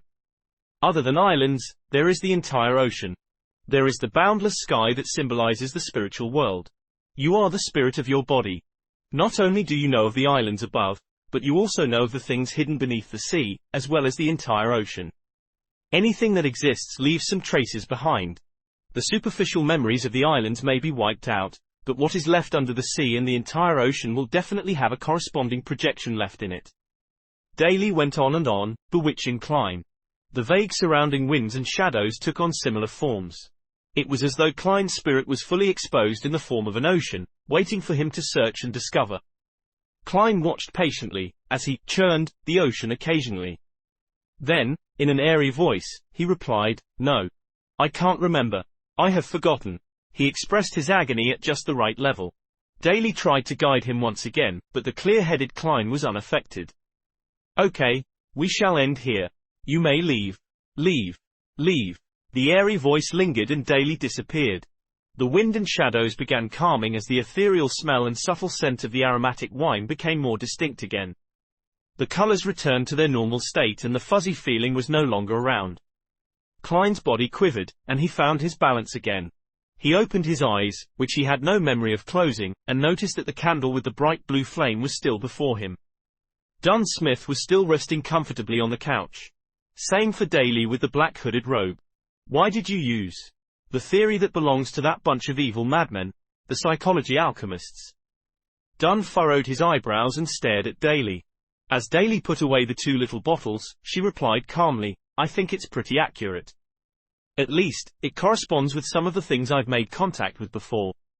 Without waiting for Dunn's reply, Daly shrugged and said, "This tricky fellow did not leave a single trace behind." Upon hearing this, Klein heaved a huge sigh of relief. Pretentiously, he asked, "Oh, it's over. What happened? It felt like I just took a nap. That was a pass, right? Thankfully, I had the luck enhancement ritual as a rehearsal." "Just take it as such." Dunn interrupted him and looked at Daly. "Have you examined Welch's and Naya's bodies? The corpses can tell us a lot more than you can imagine. It's such a pity that Welch and Naya had indeed committed suicide. So, the force that drove them to it is to be feared. Not a single trace was left behind. Daly stood up and pointed at the candle. I need some rest. The cobalt blue glow vanished, and the house was instantly inundated with a blurry shade of crimson. ... Congratulations. You can return home now. But do remember, do not reveal this incident to your loved ones. You have to promise this. Dunn said as he led Klein to the door. Surprised, Klein asked, is there no need to examine the curses or the trails left behind by the evil spirits? Daly didn't mention anything about it, so there's no need for it, Dunn answered simply. Klein calmed down. As the thought of his previous worries came to mind, he asked hurriedly, how can I be sure that I will be free from trouble from now on? No worries. Dunn twitched his lips and said, based on statistics of similar incidents in the past, 80% of the survivors of the incident do not experience any horrifying after effects. Yeah. This is based on what I know. Roughly, more or less. Then, there's still 1/5 of those poor souls. Klein did not dare to try his luck. Then you can consider joining us as a civilian staff. This way, even if there are any precursors, we can discover it in time, Dunn said casually as he approached the carriage. Or simply become a beyonder. After all, we are not nannies. We can't babysit you all day long and even watch what you do with women. Can I? Klein questioned the statement. Of course, he did not expect much. After all, how was it even possible to be a part of the Nighthawks so easily and obtain the power of the Beyonders? That was the power of the Beyonders. Dunn paused, and turned his head sideways to look at him. It's not that you can't. It depends. What? The transition in his words shocked Klein. Klein stared blankly beside the carriage before answering, really? Who are you kidding? Is it so easy to become a Beyonder? Dunn laughed lightly, his grey eyes were hidden in the shadow of the carriage. You don't believe me, huh? Actually, when you become a Nighthawk you lose a lot. For instance, freedom. Even if we don't talk about this now, there is another issue. Firstly, you are not a member of the clergy, nor a devotee. You can't pick whatever you want or choose the safest approach. And secondly, Dunn held onto the handle and hopped onto the carriage as he went on. Among the cases that we, us, the mandated punishers, the machinery hive mind and other judiciaries, have to deal with annually, a quarter of them were a result of Beyonders who lost control. A quarter. Beyonders who lost control. Klein was dumbfounded. Just then, Dunn turned slightly. His grey eyes were deep. With no sign of a smile, he continued, and among the quarter of cases, a large number of them are our teammates. Veteran driver is an internet slang phrase describing people who are very experienced in particular domains, especially sexually related things such as posting pornographic resources. Chapter 15, The Invitation. A wave of tumultuous emotions rose up in Klein's heart after he heard Dunn. Instinctively, he uttered, why? The Beyonders have serious hidden dangers. So much so that the Church's internal judiciary and the Beyonders, who dealt with bizarre phenomenon, are also prone to problems. Dunn stepped into the carriage and sat back in his seat. His expression and tone remained the same. This is not something that you need to understand. Neither is it something you can understand, unless you become one of us. Klein was struck dumb for a moment, after which he sat down and questioned in a tone that was half dubious and half joking. If I don't come to understand, how is it possible for me to make a decision to join? And not joining would mean Klein could not understand. This would end in a deadlock. Dunn Smith took out the pipe once again, placed it against his nose, and took a whiff.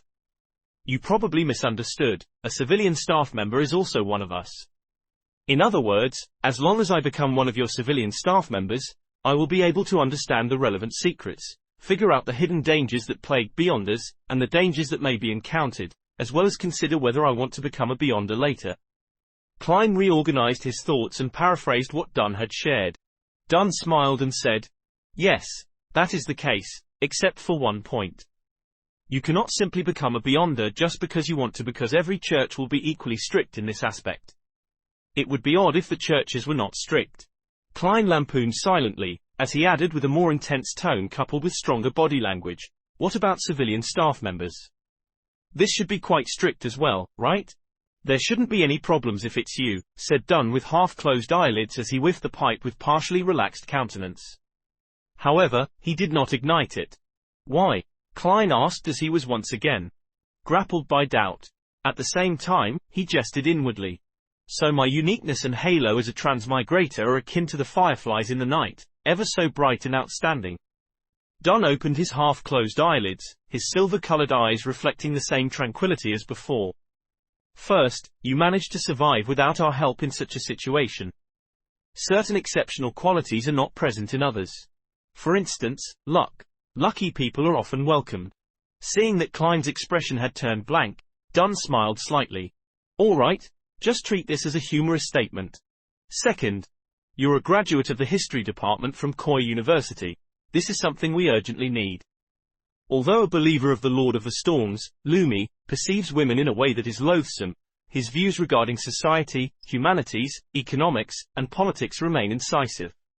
He said before that talents are key to maintaining a competitive advantage and positive development, a point that I very much agree with. Noticing that Klein was slightly furrowing his eyebrows, Dunn casually explained, you should be able to imagine that we often encounter documents and objects from the Fourth Epoch or earlier. Many cults and heretics have tried to gain power from these things. Sometimes, they themselves can lead to strange and terrible things. Except for the beyonders in special fields, most of us are not good with our studies, or have passed that age. Having said that, Dunn Smith pointed to his own head, and the corner of his mouth turned up slightly as if he was mocking himself. He then said, those dry, boring knowledge always puts us to sleep. Even the sleepless can't help it. In the past, we would cooperate with historians or archaeologists, but this posed the risk of exposing secrets, and mishaps might befall on these otherwise uninvolved professors and associate professors. Thus, the addition of a professional in our ranks is hard to refuse. Klein nodded lightly and accepted Dunn's explanation. With his thoughts all over the place, he asked, then why don't you directly, groom one? Dunn continued, this brings me to the third point, which is also the final and most important point. You've already been through a similar ordeal, so inviting you doesn't violate the confidentiality clause. With regard to developing others, I will bear the responsibility of exposure if it fails. Most of our team members, our civilian staff members, come from within the church. After Klein finished listening silently, he asked curiously, why are you so strict about maintaining confidentiality? Wouldn't spreading the news publicly to more people and increasing awareness lessen the chances of a similar mistake from happening again? The greatest fear stems from the fear of the unknown. We can make the unknown become known. No. Humanity's stupidity is beyond your imagination. It actually leads to more people emulating these acts, creating more chaos and more severe incidents. Dunn Smith shook his head and replied. Klein acknowledged as he replied in enlightenment. The only lesson that humans can learn from history is that humans do not gain any lessons from history, and they're always repeating the same tragedies. That famous quote from Emperor Roselle is indeed filled with much philosophical meaning, agreed Dunn. Emperor Roselle said that, this transmigrator senior really did not give the latecomers any chance to posture. Klein did not know how to follow up on Dunn's words. Dunn turned his head and gazed out of the horse carriage. The dim yellowish light of the street lamps intertwined to display the splendor of civilization. There is a similar discourse within the judiciary of the major churches. This may be the main reason for the strict confidentiality and the prohibition of ordinary people from knowing. What is it? Klein asked as his interest was piqued, pleasured that he seemed to be spying on secrets. Dunn turned his head. His facial muscles pulled themselves so slightly that it was hardly visible. Faith and fear bring troubles. More faith and more fear bring more troubles, until everything is destroyed. After he said that, Dunn signed, besides praying for the blessings and help from gods, humans can't solve their real major problems. Faith and fear bring troubles. More faith and more fear bring more troubles. Klein recited silently, but he could not fully understand it. What followed next was the fear of uncertainty that came from the unknown. It was like the dark shadows formed by the street lights outside. In the darkness without light, it appeared as though there were pairs of callous-looking eyes and wide-opened mouths.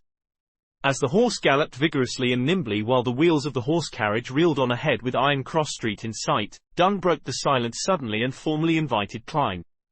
Would you like to join us as a civilian staff member? In Klein's mind, multiple thoughts surfaced, making him indecisive. He contemplated and asked, can I have some time to consider? Since this matter had serious implications, he could not hastily and recklessly make the decision. No problem. Just give me a reply before Sunday. Dunn nodded and added, "Of course, remember to keep this a secret and don't disclose the information regarding Welch to anyone, including your brother and sister. Once this is violated, it'll not only bring them trouble, but you might also have to attend a special court." "Okay," Klein answered gravely. The carriage was once again plunged into silence. Seeing that they were nearing Iron Cross Street and that he was almost reaching home, Klein suddenly thought of a question.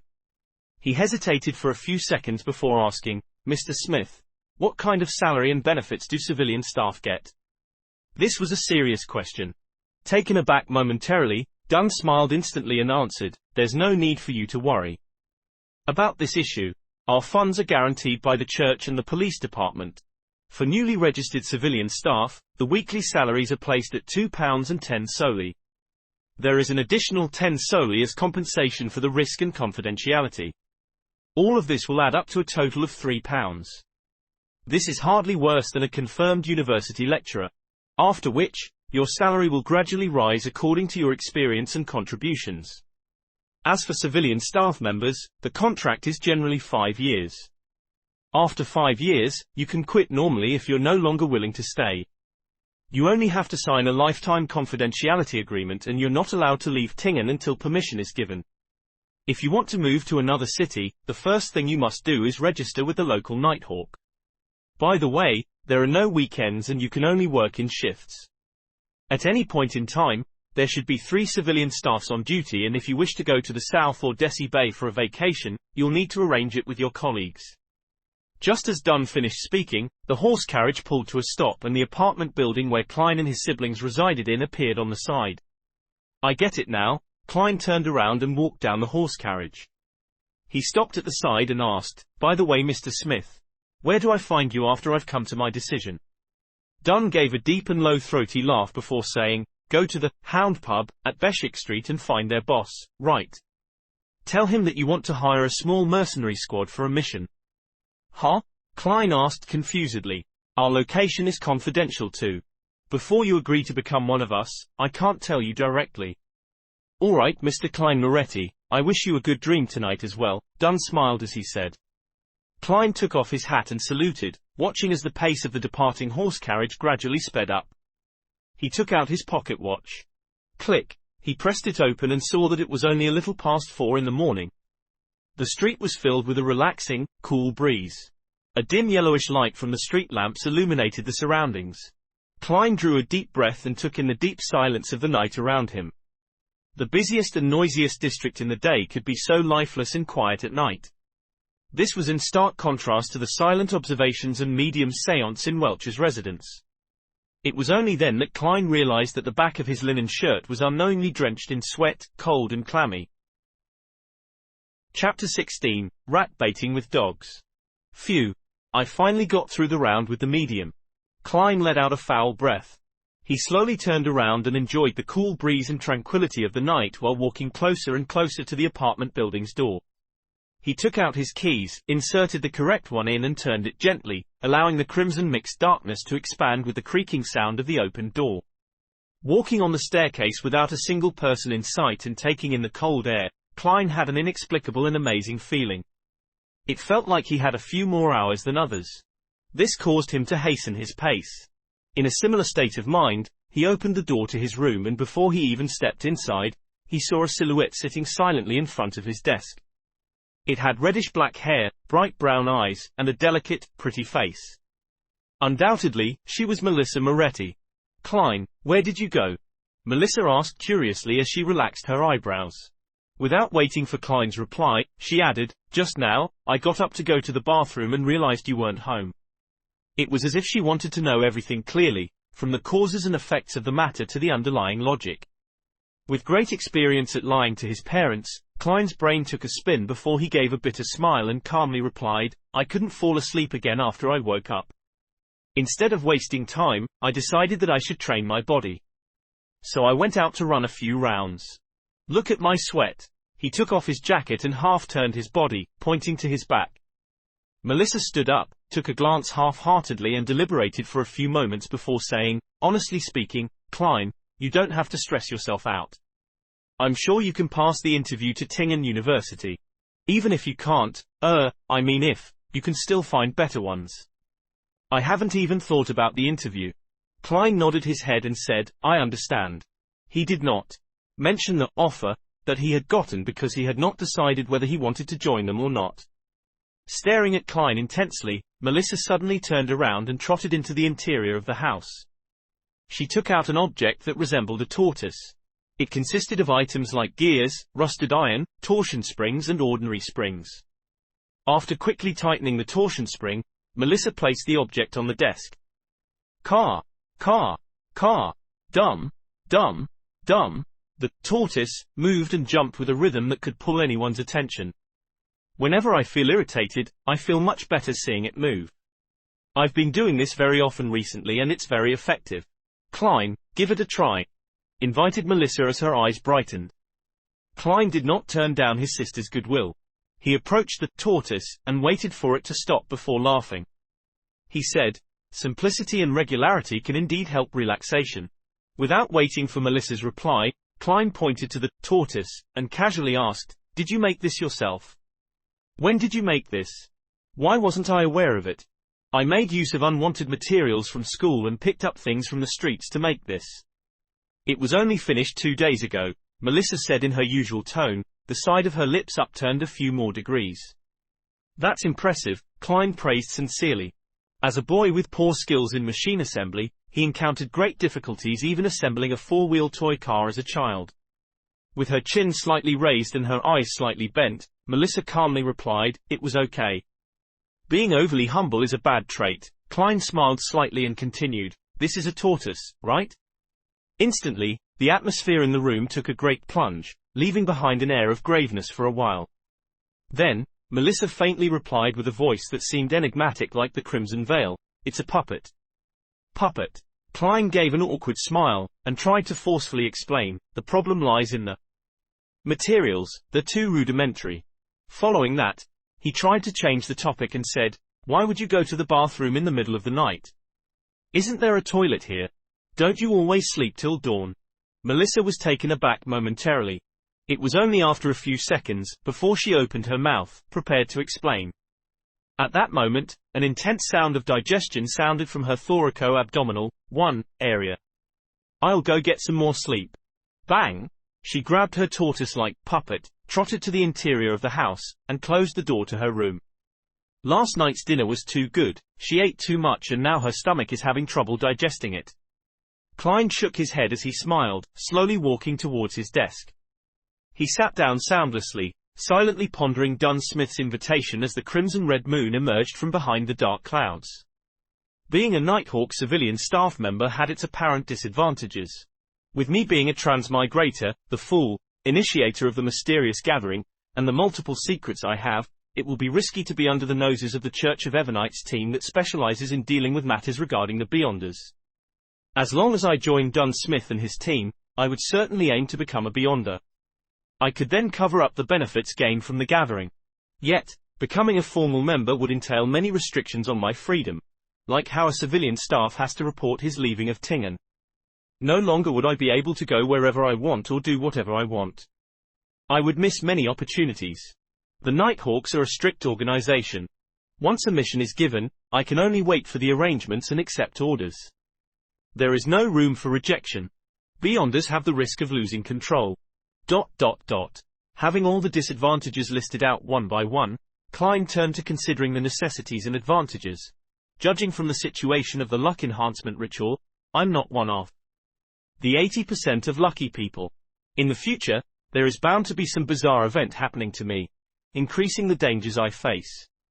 Only by becoming one of the Beyonders or by joining the Nighthawks can I be equipped with the ability to resist. The wish to become a Beyonder cannot be solely reliant on the gathering. The potion formula is not a major problem. But where can I find the corresponding materials? How am I to obtain and concoct them? Not forgetting the nous of daily practice, I'm faced with serious obstacles. It is just not possible for me to consult Justice and the Hanged Man on every matter and exchange every object with them. This would not only hurt the image of the fool and arouse their suspicions, but there will also be inadequate time to communicate on such trivial issues. Similarly, I'm unable to produce anything that can pique their interest. Besides, more materials would more often than not leave behind the trail of my real identity. Then, online disputes would effectively be transformed into offline conflicts, bringing about immense troubles. By joining the Nighthawks, there would definitely be contact with the common knowledge of the world of mystery and relevant channels. This can sufficiently accumulate into a corresponding social circle and can be used as leverage. Only then can I initiate the gathering and in turn gain the greatest benefits from justice and the hanged man. In fact, the gains can feed back into reality, allowing me to obtain more resources and form a virtuous cycle.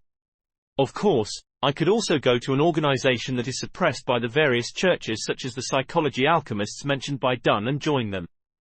Yet I'll also lose my freedom, and be in a constant state of fear and anxiety. However, more importantly, I have no idea where to look for them. Even if I managed to gain the corresponding information from the hanged man, such rash contact with them could endanger my life. Becoming a civilian staff leaves opportunity for a buffer and exit. The inferior recluse hides away in the wild, the superior, the crowd. Perhaps the identity as a Nighthawk can be a better cover. In the future, when I become one of the top authorities of the tribunal, who would imagine that I am a heretic, the head of the secret organization who is working behind the scenes? As the first rays of the morning sun shone, the crimson disappeared. Gazing at the golden light on the horizons of the sky, Klein made up his mind. He would find Dunn Smith today and become part of the Nighthawk civilian staff. At this moment, Melissa, who had gotten out of bed again, had pushed open the door to the room. She was surprised to see her brother stretching in an unglamorous manner. "You didn't sleep?" "I was thinking through some things." Klein smiled, feeling relaxed. Melissa thought for a moment and said, "Whenever I encounter problems, I'll list out both the pros and cons one by one and compare them. After that, I would be able to get a hint of what I should do next." "That's a good habit." "I did that too," Klein smiled and replied. Melissa's countenance was relaxed, and she did not add more. Holding a yellowish sheet of paper and her toiletries, she headed to the bathroom. Not in a hurry to leave after he finished his breakfast and his sister's departure, Klein took a good nap. Based on what he knew, nearly all the pubs were closed in the morning. At 2 o'clock in the afternoon, he smoothed the pleats of his silk hat and handkerchief using a small brush. He also removed the dirt to re-establish the tidiness. Thereafter, he wore a suit of formal clothing, just like he was going for an interview. Beswick Street was a little far, and Klein was afraid that he would miss the working hours of the Nighthawk. Therefore, he did not walk there, but instead waited for a public horse carriage at Iron Cross Street. In the Lowen Kingdom, public horse carriages were placed under two categories, without track and with track. The former consisted of a carriage drawn by 2 horses and could sit approximately 20 people while taking into account the top of the carriage. Only a general route existed, without specific stations. It had flexible operations and could be hailed anywhere unless it was full. The latter was operated by the Orbital Carriage Company. First, a rail-like service device was laid on the main street. The horses would move on the inner lane while the wheels ran on the tracks, making it easier and more labor-saving. This could thus pull a bigger double-decker carriage that sat nearly 50 passengers. However, the only problem was that the route and stations were fixed, making many places inaccessible. After 10 minutes, the sound of the wheels hitting the tracks approached from a distance. A double-decker horse carriage stopped in front of the station at Iron Cross Street. To Beswick Street, Klein said to the carriage driver, "You have to transfer at Champagne Street, but when you get there, it takes about 10 minutes to walk to Beswick Street," explained the carriage driver to Klein, with regards to the route. "Let's go to Champagne Street then." Klein nodded in approval. "It's more than 4 kilometers, 4 pence," said a young man with a fair and clean face, as he extended his hand. He was a worker responsible for money collection. "Okay." Klein fished out 4 copper coins from his pocket and handed it to the other party. He walked up to the carriage and found that there were not many passengers. Even on the first floor, there were a few empty seats. "I only have 3 pence on me now, so I can only walk when I go back." Klein pressed his hat down and sat down firmly. On this floor, the men and women were mostly well dressed, although there were a few clothed in their work clothes, leisurely reading newspapers. Almost no one spoke, and it was rather quiet. Klein shut his eyes and recharged his strength, oblivious to the coming and going of passengers around him. Station after station passed until he finally heard the few words, "Champagne Street." After alighting the horse carriage, he inquired along the way and soon reached Beswick Street, where he saw the pub with the brownish-yellow hound logo. Klein reached out his right hand and gave a forceful push. The heavy door gradually opened, inundating him with a wave of uproarious noises and an impetuous heat wave. Although it was still afternoon, there were already many customers in the pub. Some were temporary workers, looking for opportunities here, waiting to be hired. Others were simply idling around, numbing themselves with alcohol. The pub was dimly lit. In the center, there were two large iron cages with a third of its bottom sinking deep into the ground without any gaps. People held wooden wine cups and surrounded it, sometimes discussing loudly while laughing, sometimes cursing loudly. Giving a curious glance, Klein found two dogs caged inside. One was black and white, similar to the husky found on Earth. The other was wholly black, with shiny fur, making it look healthy and fierce. "Do you want to bet? Doug has won 8 games in a row," said a little man wearing a brown beret, as he neared Klein and pointed to the black dog. Bet? Taken aback at first, Klein regained his senses immediately. Dog fighting? When he was at Coy University, those aristocratic and wealthy students would always ask him contemptuously and curiously, if the boorish workers and unemployed hooligans enjoyed participating in boxing and gambling at the pubs. Besides being able to gamble on boxing and card games, didn't it also include cruel and bloody activities like cockfighting, dogfighting, and others? The short man smirked. "Mister, we're civilized people. We don't engage in such unglamorous activities." Having said that, he whispered, "Besides, laws were introduced to ban these things last year." "Then what are y'all betting on?" asked Klein curiously. "The better hunter." Just as the short man finished his sentence, a resounding cacophony sounded. He turned his head, waved his hands excitedly, and said, "You can't place a bet for this round as it has started, wait for the next one then." Upon hearing that, Klein tipped his toes, lifted his head, and looked as far as he could. He saw 2 strong men each dragging a sack, coming to the side of the iron cage and opening the prison door. They then dumped the contents of the sack into the cage. There were grey and disgusting animals. Klein tried to identify them carefully before realizing that they were rats. Hundreds of rats. As the iron cage was deep underground without any gaps, the rats moved in all directions but could not find a way out. Right then, just as the door of the cage was closed, the chain of the 2 dogs were untied. Woof! The black dog pounced ahead and killed a rat in one bite. The black and white dog was dazed at first before it started playing excitedly with the rats. The surrounding people either raised their wine cups and intensified their gaze or shouted loudly, "Bite it!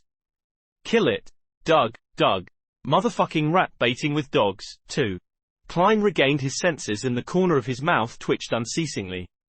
The objective of the gamble is to determine which dog can catch more rats. Perhaps one can even bet on the specific number of rats caught. No wonder there were people purchasing live rats at Iron Cross Street. That's really unique. Klein shook his head, laughing as he backtracked, and circled along the edge of the alcoholic customers, and reached the front of the bar. "New here," said the bartender as he spared Klein a glance while wiping the cups. He continued, "1 cup of rye beer is a penny. Enmat beer costs 2 pence. 4 pence for Southville beer, or do you want a cup of purely brewed malt Lanty?" "I came here for Mr. Wright," said Klein directly and bluntly. The bartender whistled and shouted to the side, "Old man, someone is looking for you." "Oh, who?" A vague voice sounded, and an intoxicated old man stood up from behind the bar. He rubbed his eyes, shifted his gaze to Klein and asked, "Lad, were you looking for me?" "Mr. Wright, I would like to hire a small mercenary squad for a mission," replied Klein, according to what Dunn had instructed. "A small mercenary squad? Are you living in an adventure story? This hasn't been around for a long time." The bartender interrupted and smiled. Wright went silent for a few seconds before saying, "Who told you about this place?" Dunn Smith," replied Klein in all honesty. Instantly, Wright broke out in a chuckle and replied, "I see. Actually, the small mercenary squad still exists. It's just in another form, with a more contemporary name. You can find it on the 2nd floor of number 36 Zouteland Street." "Thank you," thanked Klein sincerely before he turned and squeezed out of the pub. Before he went out of the pub, The alcoholic customers who surrounded him suddenly quieted down, as they murmured, Doug was actually defeated. Defeated. Klein smiled and shook his head. Then he left quickly and found his way to the nearby Zoetelan Street after asking around, 30, 32, 34. Here, he counted the house numbers and walked into the stairwell. Going around the corner and slowly climbing up the stairs, he saw the vertical sign with the current name of the so-called small mercenary squad. Blackthorn Security Company. Areas relating or affecting the thorax and abdomen. Note: this is not an invention of the author, but an actual legal blood sport known as rat baiting back in the Victorian era. Chapter 17, Special Operations Department. Blackthorn Security Company. Upon seeing the signboard, Klein felt surprised yet found it reasonable. Man, what do I say about this? He shook his head and laughed before walking up the steps and knocking gently on the half-closed door with his right hand. Knock, knock, knock. The sound echoed slowly but rhythmically, but there was no response. Only a faint sputtering sound could be heard. Knock, knock, knock. Klein repeated, only to be met with the same outcome. He switched to pushing the door, making the gap larger as he stared inside. A classic sofa which might have been for serving guests, a soft fabric armchair, and a burly wood coffee table. There was a girl with brown hair behind a table right across with her head drooped. Even though, security company, is just a guise, isn't this just too unprofessional? How long has this place been out of business? Right, you guys don't need any business. Klein drew closer as he complained silently and knocked on the table just beside the girl's ear. Knock, knock. The brown-haired girl sat up immediately and swiftly took the newspaper in front of her, covering her face. Tingen City Honest Paper. Nice name. Klein silently read the title of the page facing him. The steam train service, Soaring Express, that directly reaches Constant City is starting operations today. Oh come on. When will there be one that goes straight to Brindisi Bay? I really don't want to take the ship there again. It's too awful, really awful. Hey, who are you? The girl with brown hair read pretentiously and gave her opinion. As she spoke, she lowered the newspaper and revealed her bright forehead and light brown eyes, looking at Klein with a fawning and startled look. Hello, I am Klein Moretti, and I am here at the invitation of Dunn Smith, Klein said as he took down his hat to his chest and bowed slightly. The brown-haired girl looked to be in her early 20s. She wore a light green, Lowen-styled dress. She was accentuated by the beautiful laces on her sleeves, collar, and chest. The captain. All right, wait here for a moment. I'll go get him. The girl scurried up and went into the room beside her. She didn't even serve a cup of water or anything. The level of service awareness is worrying. Klein smiled faintly as he waited at his spot. After 2 to 3 minutes, the brown-haired girl opened the door and came out. She said with a sweet smile, Mr. Moretti, please follow me. The captain is on watch at the Cheney's gate, and is unable to leave at the moment. Okay.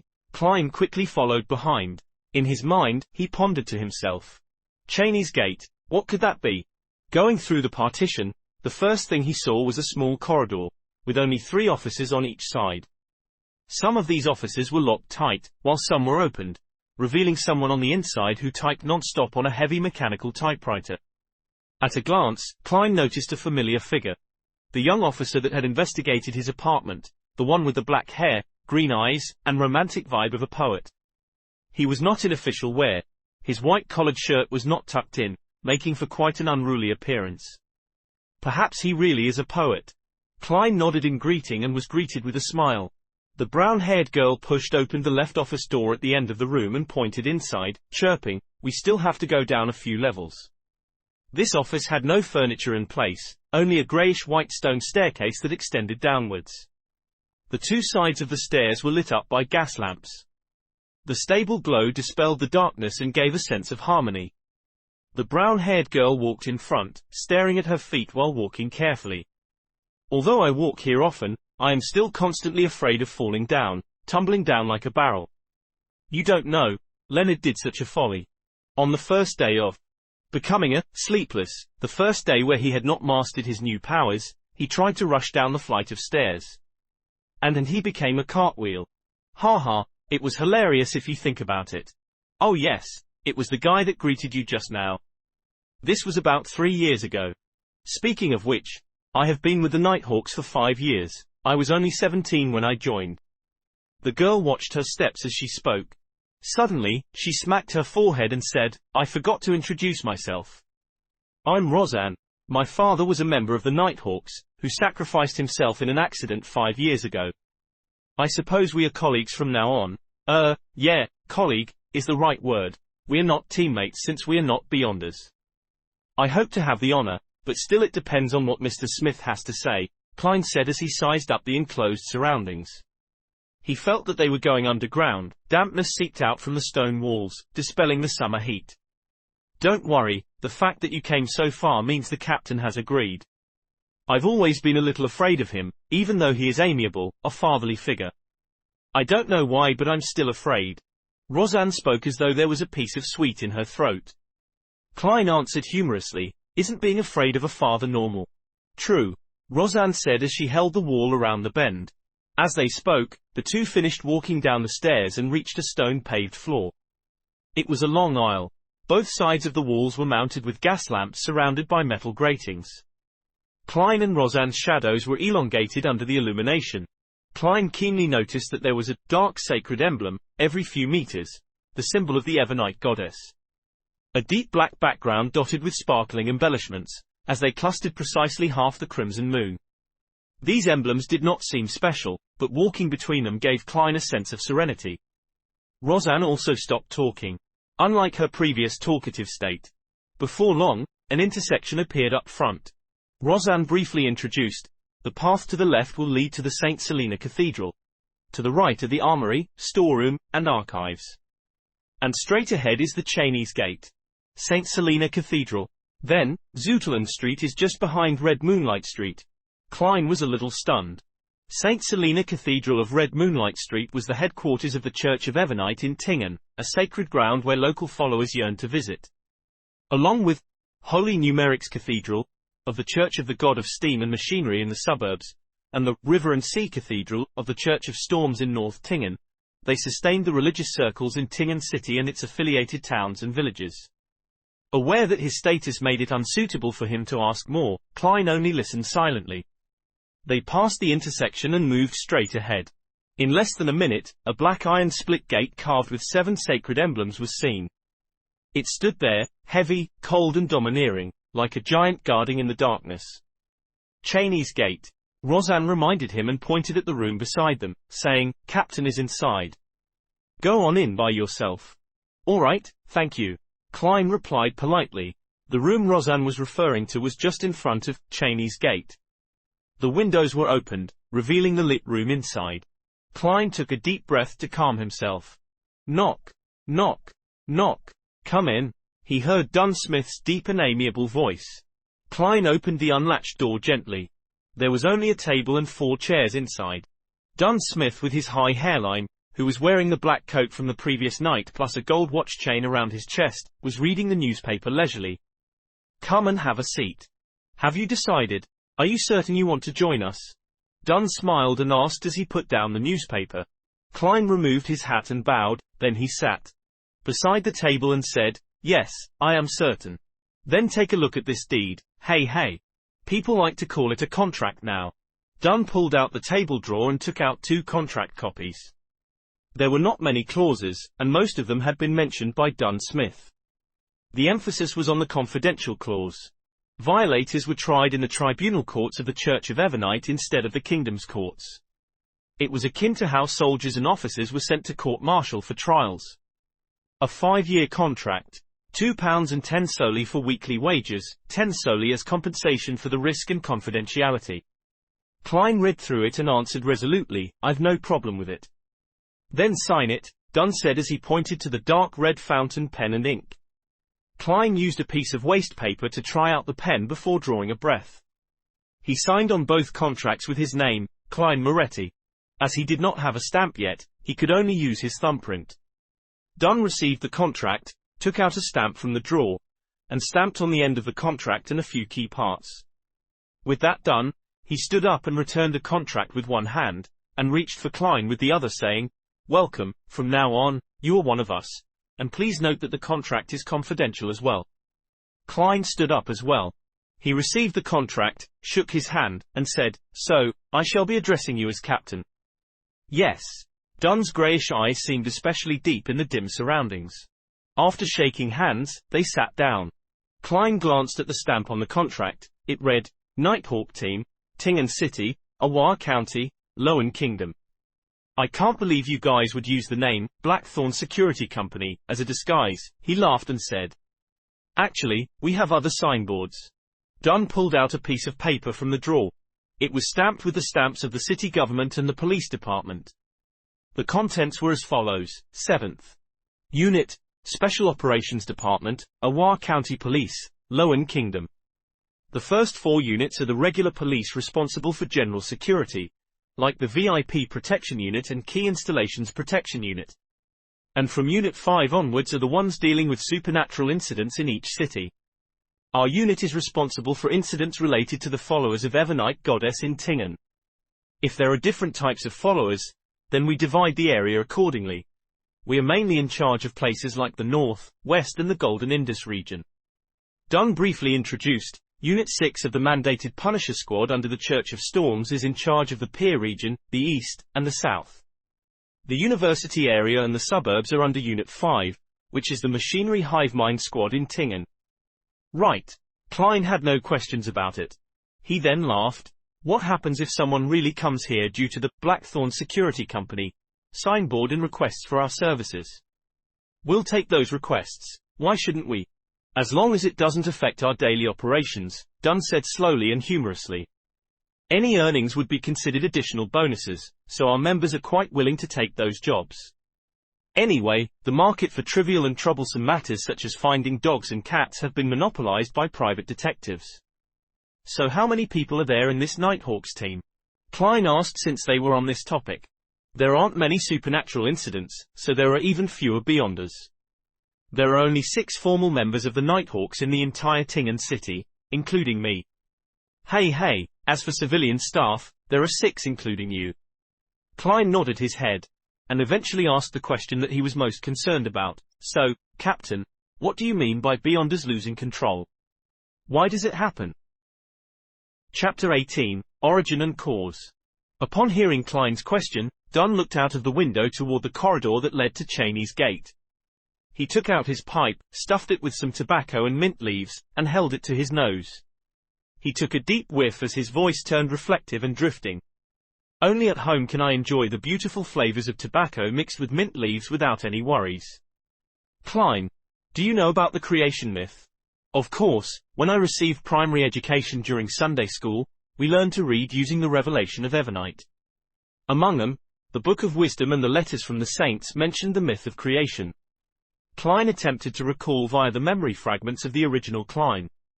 He slowed down his tempo and said, "The Creator awoke from chaos and shattered the darkness, creating the first ray of light. He then fused himself completely into the universe and made up all of existence. His body became the land and stars. One of his eyes became the sun, while the other became the crimson moon. Some of his blood rushed into the seas and rivers, nourishing and nurturing lives." Klein subconsciously paused when he said that. Partially, it was because the relevant memories were a blur and that the creation myth was very similar to the Chinese creation myth of Pungu. The imaginations of people from different worlds shared something in common with their myths and legends. Noticing that Klein was having trouble, Dunn smiled and added, "His lungs turned into the elves, his heart turned into the giants, his liver turned into the treants, his brain turned into the dragons, his kidneys turned into the feathered serpents, his hair turned into the phoenixes, his ears turned into the demonic wolves, his mouth and teeth turned into the mutants, and his remaining bodily fluids turned into the sea monsters, of which the essence was Naga. His stomach, his small and large intestines, and the evil parts of his body turned into devils, evil spirits and various kinds of unknown maleficent existences. His spirit became the eternal blazing sun, the Lord of the storms, and the God of knowledge and wisdom. His wisdom gave birth to humanity. That was the first epoch, the Chaos Epoch." Klein finished the last sentence for Dunn, but he found it funny and ridiculous. As a keyboard folklorist, it was the first time he came into contact with a creation myth that was arranged in such great detail. It was so detailed that almost every prominent race corresponded to a particular body part of the Creator. It's like a children's song with children sitting in a row and eating fruit. Furthermore, it was not only mentioned in the canon of the Evernite goddess. The churches of the Lord of Storms and God of Steam and Machinery also had similar descriptions. None of them alleviated themselves or devalued the other gods. This either means that the creation myth is real or hints that the few churches had undergone a long period of strife before compromising before the Fifth Epoch. With this in mind, Klein suddenly had another question. He asked with a frown, "It feels problematic. Why are the eternal blazing sun, Lord of Storms, and God of Knowledge and Wisdom born directly from the Creator's Spirit, while the goddess isn't?" In the revelation of Evernite's prehistorical records, the Evernite goddess had only awoken at the end of the Second Epoch. Together with the Lord of Storms, eternal blazing sun, and other gods, she blessed and helped humanity survive the cataclysm. It was also known as the Third Epoch, the Cataclysm Epoch. It was during that time that Earth Mother and the God of Combat appeared as well. As for the God of Steam and Machinery, whose original name was the God of Craftsmanship, he was born only in the Fourth Epoch. In that sense, the standing among the gods seemed self-evident. The ones who were more ancient were more orthodox. It was extremely clear. This also troubled the believers of the Evernite goddess. Dunn Smith held his pipe with another hand and instead of answering, he returned with a question, "Repeat the goddess's full title." Klein immediately felt like he had stabbed himself with a knife. He racked his brains and tried his best to recall. The Evernite goddess stands higher than the cosmos and more eternal than eternity. She is also the Lady of Crimson, the Mother of Concealment, the Empress of Misfortune and Horror, Mistress of Repose and Silence. Thankfully, Klein's mother was a devout believer of the Evernite goddess. When she was still alive, she would recite this every evening at dinner. Even though the memories of the original Klein had fragmented, not all was lost. "What does the Lady of Crimson symbolize?" Dunn asked with a guiding tone. "The red moon." The moment Klein answered, he immediately understood. "Then which part of the Creator did the red moon come from?" asked Dunn with a smile. "A single eye." Klein and Dunn smiled at each other. This was no way less impressive than the Lord of Storms, who was formed from a third of the Creator Spirit. As for the churches of Earth Mother and the God of Combat, they likely had similar explanations. However, the God of Steam and Machinery had been born too late to find a reason. Thus, their church had been weak in the past 1,000+ years. It was only with the invention of the steam engine that they seized the opportunity to truly be on par with the other gods. Dunn stroked his pipe gently. "Humanity was born out of the wisdom of the Creator, so we have clever and extraordinary brains, but lack other magical powers. However, from the creation myth, we can form a simple but clear conclusion. Everything stems from the same origin. Stems from the same origin." Klein repeated the last few words. According to this conclusion, humans who were protected by the gods were able to resist the giants, devils, and the mutants. Gradually, they figured out means to obtain the power of the Beyonders. That is by using the corresponding parts of the evil spirits, dragons, monsters, magical trees, flowers, or crystals and combining them with other materials to form potions. By consuming and absorbing the potion, one will gain different powers. This is common knowledge among mysticism studies. Dunn did not elaborate in detail and only gave a brief introduction.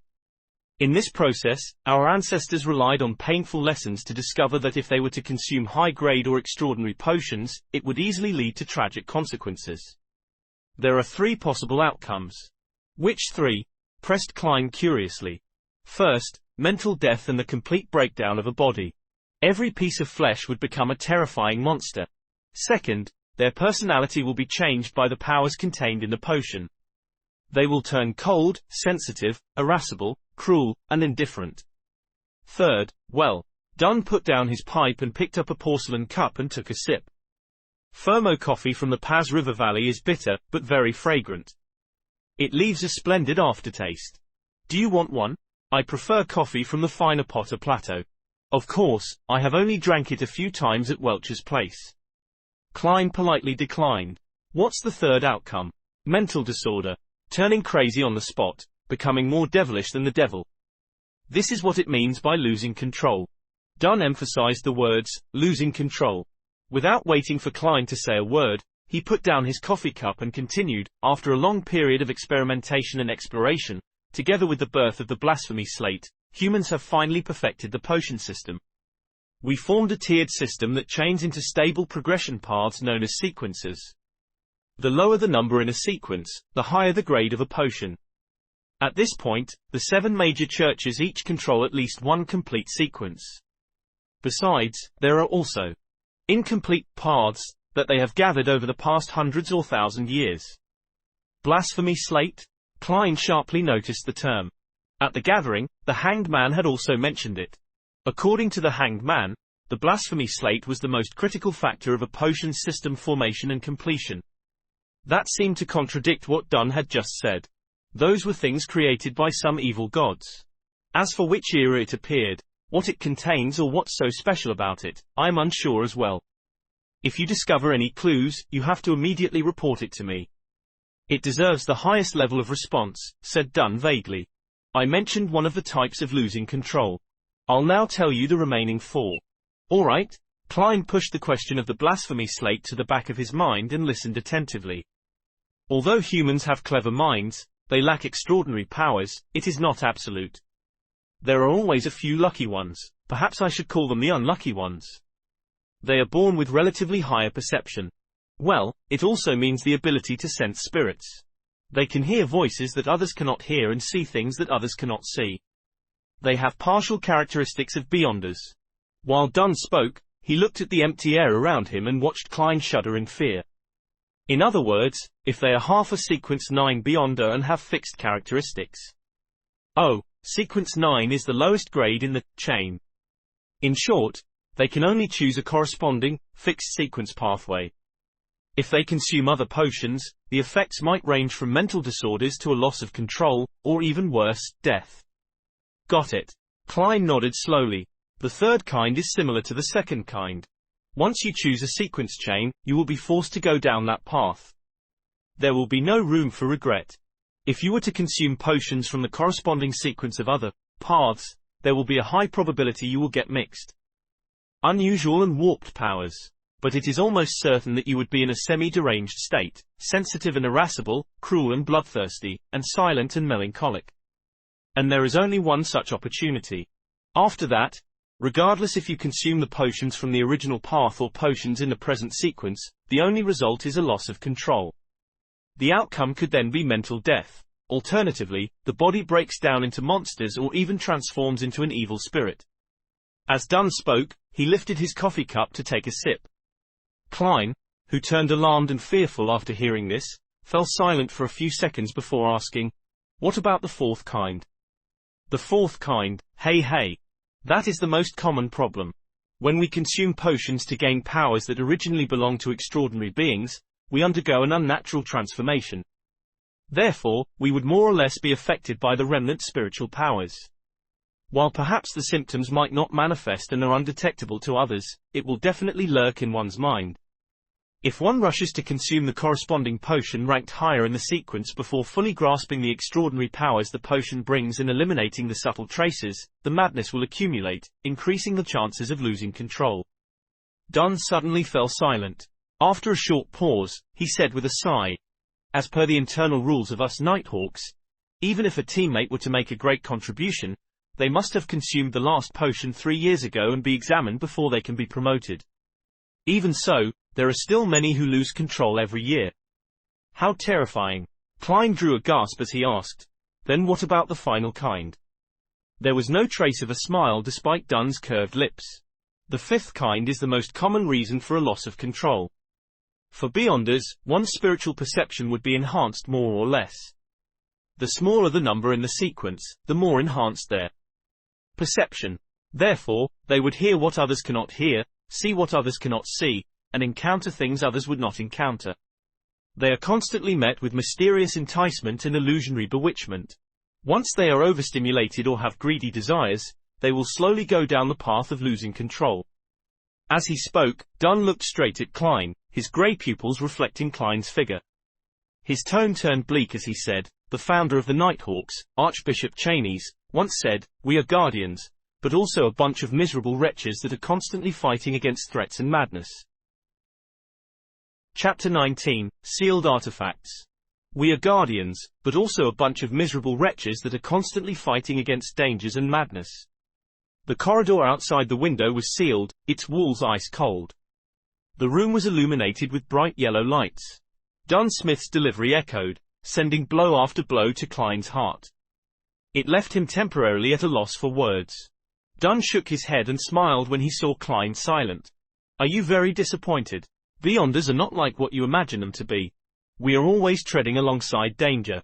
There is always a price to any game. Klein recovered from his shock as he answered with a quivering voice. It was true that he never imagined that the halo, abnormality, and the inordinary aspects of a beyonder would have such hidden threats. Perhaps it was only because he was hearing a description without witnessing it firsthand and that he had been sucked into the vortex with a peculiar incident already befalling him. Klein soon brought his fear, uneasiness, worry, and apprehension under control. Of course, the thought of shrinking back was inevitable. It lingered around and refused to leave. Not bad. Very mature and rational. Dunn finished the last mouthful of coffee and added, also, beyonders are not as powerful as you imagine them to be, especially a low-sequence beyonder. Hey, why would we use 1 to represent the highest grade and 9 the lowest? Isn't this against intuition and logic? The low sequence we often mention refers to a low grade or a high number. They are the starting point of the sequence chain. Alright, where was I? Yes, beyonders are not as powerful as you imagine. A low-sequence beyonder's power is no match for guns, much less cannons. They are just more fascinating and indefensible than firearms. If you have a chance to become a beyonder in the future, you must consider what I said today carefully. Do not make a rash decision. Klein gave a self-deprecating smile. I don't even know when I will have the chance. He felt that he would not miss the opportunity if it presented itself to him. Consuming the wrong potion or a higher-ranked potion in the sequence could be mostly avoided. The major potential danger was the subtle influences the potions had and what he experienced from having heightened auditory and visual perceptions. For the former, he could draw on the experiences from generations of people before him. As long as he was not in a rush to advance himself and patiently grasped control over his powers, the chances of losing control were relatively low.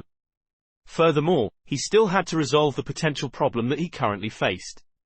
He had to understand the essence of mysticism and seek a way to transmigrate back. These were the underlying reasons for taking the first step. He did not aim for higher sequence spots.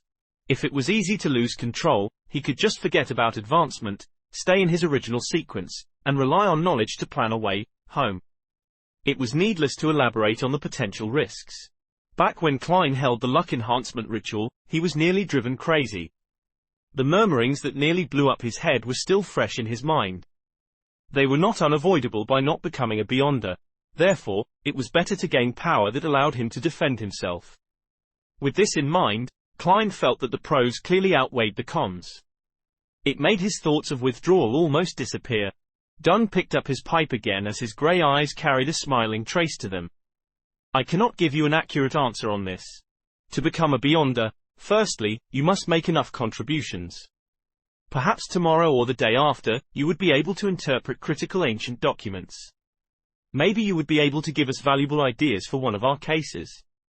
Secondly, it depends on the arrangements of the higher-ups. No one can be sure. Alright, I believe you should know quite a bit about beyonders now. In the future, do not make a rash decision. Now, I'll introduce you to our Nighthawks team's civilian jobs. He stood up and walked to the door. He pointed in the opposite direction of Cheney's gate and said, we have an accountant and someone else who is in charge of procuring necessities and collecting supplies handed out by the church and the police department while standing in as a carriage driver. They are professionals and do not need to take shifts, so they can rest on weekends. The other 3 civilian staff are Roseanne, Brett, and Old Neil. The jobs include attending to visitors, cleaning the rooms, and writing case files and inventory registration lists. They also guard the armory, storeroom, and the archives, strictly enforcing the registration should someone wish to enter, take out or return an item. Each of them has 1 day off a week, other than Sundays. They negotiate among themselves on the arrangement of night shifts and rest days. So is my job scope the same as Roseanne and the rest? Klein swept away his thoughts about beyonders and tried to clarify his job responsibilities. No, there's no need. You are a professional, said Dunn with a smile. You currently have 2 tasks. First, every morning or afternoon, go take a stroll outside. Focus on the various streets that lead from Welch's place to yours. What? Klein was dumbfounded. What kind of job is this? Is that very professional? Dunn inserted his hands into the pockets of his black trench coat and said, after you confirm that you have lost your memories, we will close the case on Welch and Nyer. Similarly, that diary of the Antigonus family has vanished completely. We suspect that you brought it with you. You might have hidden it on your way home, which might be why we did not find any clues at your place. This is also likely the reason why you were not there and chose to commit suicide at home. Although you were mysteriously influenced and have forgotten this piece of memory, the human spirit and brain is very fascinating, so there might be residual traces. Daly might not be able to obtain them through her means as a medium, but it does not mean that they do not exist. Perhaps you will feel a sense of déjà vu at a familiar and critical spot. That is what we wish to obtain. Got it. Klein was enlightened. The Nighthawk's deduction of the diary's location was indeed reasonable. He was the only one alive among the people involved. Only he had the time and motive to take the diary away and hide it on his way back. If you can find the diary this way, you will likely make enough of a contribution to become a beyonder, encouraged Dunn, indirectly revealing the importance of the diary. I hope. Klein nodded. Dunn changed the subject again. Secondly, you get a day off every week. You can decide which day it is for now. When you are not outside, go to our armory and read the literature and canon books. This is a job for a professional historian. When you finish them all, you will have to begin taking shifts with old Neil and the rest. All right, no problem. Klein heaved a sigh of relief. This is not something too difficult. At this moment, Dunn turned his body halfway and pointed to the black outward swinging gates that was engraved with 7 sacred emblems. This is Cheney's Gate. It is named after the creator of the modern Nighthawk system, Archbishop Cheney's. There is one under the central cathedral of every major city. It is guarded by formal Nighthawk members on rotation. Inside, there are at least 2 keepers, who are sent by the church, as well as countless traps. You must not approach it under any circumstances. Otherwise, misfortune will befall you. That sounds scary. Klein expressed his feelings. The area inside is divided into a few zones. Stored within are certain potion formulas for certain sequences and other magical materials. It is also used to temporarily hold heretics, mutants, cultists, and members of secret organizations. Hey. They will eventually be sent to the Holy Cathedral, introduced Dunn in passing. Holy Cathedral? The headquarters of the Church of Evernite, located in the Winter County to the north of the kingdom, Cathedral of Serenity. Klein nodded slightly as though he was pondering over the matter. In addition, there are all sorts of classified documents and records inside. When you gain a higher clearance, you might have a chance of reading them. Dunn hesitated for a moment before adding, behind the Cheney's Gate, there are also sealed artifacts in the basement. Sealed artifacts? Klein ruminated on the terms. It sounded like a specialized term. Some of the extraordinary items we gather and retrieve are just too important and magical. If they fall into the wrong hands, it would cause immense destruction. Therefore, we have to keep it strictly confidential and watch them carefully. Even we can only use it under special circumstances. Besides, with that said, Dunn paused for a moment before continuing. Besides, there are some things inside that are very special. They had certain, living, characteristics which can entice the keepers. It would influence the surroundings, attempt escape, and cause catastrophic outcomes. They have to be strictly controlled. How fascinating, commented Klein wistfully. The Nighthawks headquarters have categorized these sealed artifacts into 4 grades. Grade 0 represents extremely dangerous. They are of the highest importance and of the highest confidentiality. They are not to be inquired, disseminated, described, or spied. They can only be sealed in the basement of the Holy Cathedral, described Dunn in detail. Grade 1 is highly dangerous. They can be used in limited ways. Their security clearance is limited to diocesan bishops or Nighthawks deacons and above.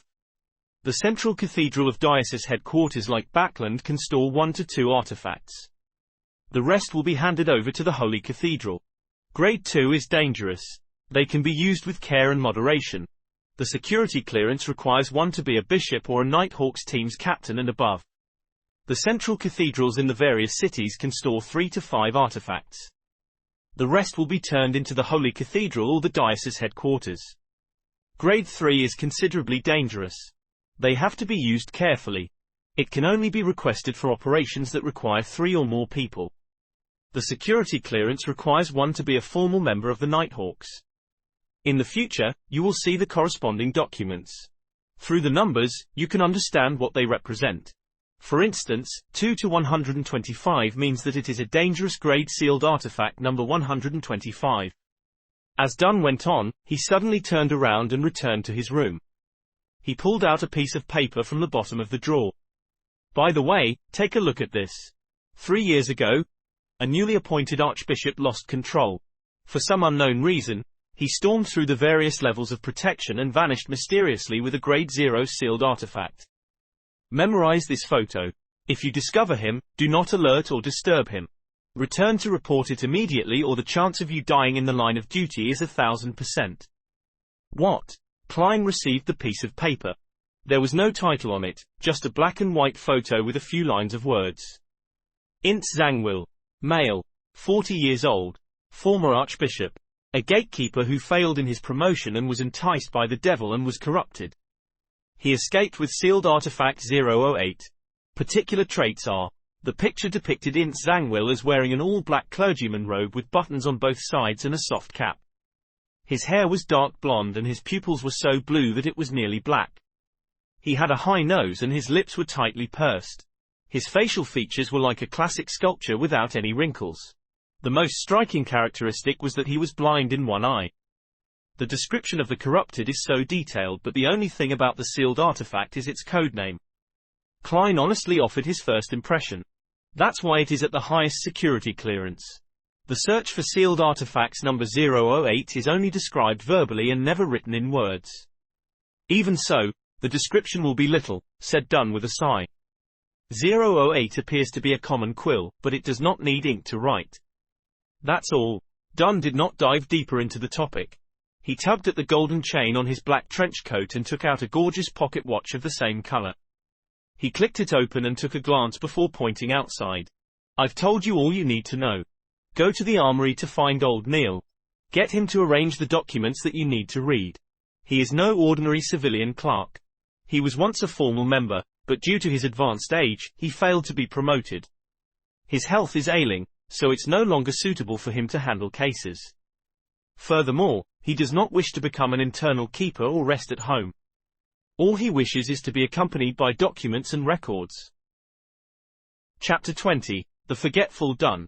Okay. Klein bowed slightly as he wore his short top hat again. However, his mind was preoccupied with how sealed artifact 008 looked. It appears to be just your everyday quill. It writes without ink? Then, what is its actual use?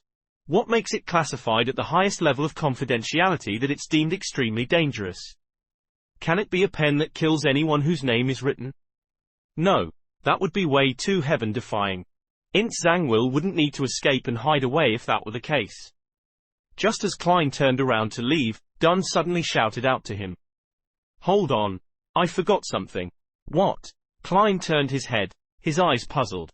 Dunn put back his pocket watch and said with a smile, later, remember to visit the accountant, Mrs. Oriana, and get an advance payment of 4 weeks, a total of £12. After that, you'll earn half your salary every week until the difference is covered. That's too much. There's no need for this, the amount should be reduced, said Klein subconsciously. He had no objection towards an advanced payment. After all, he didn't even have the money needed to pay for the public horse carriage trip home. However, to receive £12 at once left him a little afraid. No, it's necessary, said Dunn as he shook his head and smiled. Think about it. Do you still wish to continue living in your present apartment? One that needs you to share a bathroom with so many other tenants. Even if you aren't taking yourself into consideration, think about the lady. Besides, he paused when he saw Klein nod in agreement. He smiled and sized up Klein's garbs and said with a meaningful intent, besides, you need a cane, and you should buy a new suit. Klein was taken aback for a second before snapping back to reality. His face immediately burned with embarrassment since the suit he was wearing was cheap and of inferior quality. Typically, a top hat was made of silk, costing 5 to 6 soldi. A bow tie was 3 soldi, A walking cane inlaid with silver was 7 to 8 soldi, a shirt was 3 soldi, while pants, a vest, and tuxedo were around £7 in total. Leather boots were 9 to 10 soldi. As such, an entire suit cost more than £8 and 7 soldi. Of course, to be a presentable gentleman, one needed a watch chain, a pocket watch, and a wallet. Back then, the original Klein and Benson scrimped and saved before managing to save up a pool of money. When they went to a clothing store to check the price, they ended up running off without even bothering to try haggling. They each bought a set at a bargain shop near Iron Cross Street for a total of less than £2. It was also because of that incident that original Klein had a deep impression of the prices of clothes. "Oh okay," Klein stammered a reply. He was like the original Klein. He was someone who cared about his appearance. Dunn took out the pocket watch again and clicked it open to take a glance at it. "Perhaps you should find Mrs. Oriana first. I know you'll spend quite some time at Old Neil's while Mrs. Oriana will likely be returning home soon." "All right." Klein was acutely aware of his state of poverty and did not object to it. Dunn returned to the table's side and pulled at a few hanging ropes as he said, "I'll get Roseanne to bring you there." The ropes began their operation as the gears ground, producing a chime from a bell at the reception area of Blackthorn Security Company. When Roseanne heard it, she hurriedly stood up and carefully made her way down. It did not take long before she appeared in front of Klein again. Dunn said humorously, "I did not disturb your rest, right?" "Oh, bring Moretti to Mrs. Oriana." Roseanne secretly curled her lips as she answered, happily, "All right, Captain." "Is that all?" At that moment, Klein blurted out in surprise. "To get his advance payment from finance, isn't there a need to get an approval letter?" "From the captain? Shouldn't you write something?" "So?" Dunn returned with a question. "I mean, don't I need your signature to claim an advance payment from Mrs. Oriana?" Klein tried his best to use simple language. "Oh, no. There's no need. Roseanne is enough proof." Dunn pointed at the brown-haired girl and gave a reply. "Captain, it seems there's almost zero management of our finances." Klein resisted his urge to deliver a sarcastic comment before turning to leave the room with Roseanne. At that moment, he heard Dunn shout out again. "Hold on. There's still another thing. Can we finish it all at once?" Klein turned back with a smiling face. "Yes." Dunn pressed at his temple and said, "When you meet Old Neil, remember to collect 10 demon hunting bullets." "Me? Demon hunting bullets?" Klein returned in astonishment. "Welch's revolver is still with you, right? There's no need for you to turn it in." Dunn inserted a single hand into his pocket and said, "With the demon hunting bullets, if you were to face a paranormal danger, you will be able to protect yourself. Or, it will give you some courage at the very least." There's no need for you to add on the final sentence. Just as Klein was vexing over the problem, he answered without any hesitation, "All right. I'll remember to do so. This will require me to write a formal document." "Wait a moment." Dunn sat down and picked up the dark red fountain pen. He scribbled a note, signed it, and stamped it. "Thank you, Captain." Klein received it sincerely. He slowly walked back before turning around. "Hold on." Dunn shouted one more time. "Captain, you look to be in your 30s. Why do you have the symptoms of dementia?" Klein squeezed out a smile and turned around to ask, "Anything else?" "I forgot earlier that you are not trained in shooting, so getting demon hunting bullets would be useless. Let's do this. Collect 30 normal bullets every day. Take the opportunity when you are out to go to the street corner. The underground shooting range at number 3 Zutterland Street. Most of it belongs to the police department, but there is one that is specially for us Nighthawks. Oh, right, you also need to get a badge from Old Neil. Otherwise, you won't be able to enter the shooting range." Dunn smacked his forehead and took back the note from Klein. He then added the information and stamped it with another seal. "A good marksman is produced by expending bullets. Do not think lightly of it." Dunn handed back Klein the modified note. "Got it." Klein, who was fearful of danger, yearned to visit the shooting range that very day. He took 2 steps towards the exit before carefully turning around halfways. He deliberated before asking, "Captain, is there anything else?" "No." Dunn nodded firmly. Klein heaved a sigh of relief and walked straight out the door. While walking, he had the strong urge to turn around to ask another, "Are you sure there's nothing else?" He resisted that urge and finally left the keeper room successfully. Captain has always been this way. He often forgets things. As Roseanne walked by his side, she softly disparaged the captain. Even my granny has a better memory than him. Of course, he only forgets the trivial stuff. Yay, trivial stuff. Klein, I'll call you Klein in the future. Mrs. Oriana is a very affable person. It is easy to hit it off with her. Her father is a watchsmith with excellent skill. As Klein listened to the brown-haired girl rattle on, he stepped into the stairwell and returned to the upper floor. He found Mrs. Oriana in the far office on the right-hand side. She was a black-haired woman dressed in a flounce lace dress. She appeared in her 30s and had fashionable curly hair. Her pair of green eyes were clear and smiling, and she seemed refined and elegant. After Oriana heard Roseanne repeat Dunn Smith's instructions, she took out a note and wrote an advance slip. Sign here. Do you have a seal? If not, you can. Leave a thumbprint. All right. Now familiar with the procedures, Klein completed the formalities. Oriana took out a copper key and opened the safe in the room. As she counted the pounds, she said with a smile, "You are lucky. We have enough cash today. By the way, Klein, were you invited by Captain because you were involved in a paranormal activity and the fact that you have a specialty?" "Yes, you have an impeccable intuition." Klein was not stingy with his compliments. Oriana took out 4 notes with light grey backgrounds with deep black patterns printed on them. After locking the safe, she turned around and smiled. "That's because I had a similar experience too." "Really?" Klein showed an appropriate level of surprise. "Do you know about the serial killer that sent Tingham City into a frenzy 16 years ago?" Oriana handed over the 4 gold pounds to Klein. "Yes. It's the one which had 5 girls killed consecutively. Some had their hearts and stomachs removed by that bloody butcher. My mother often used that matter to scare my sister when we were young," said Klein as he thought about it.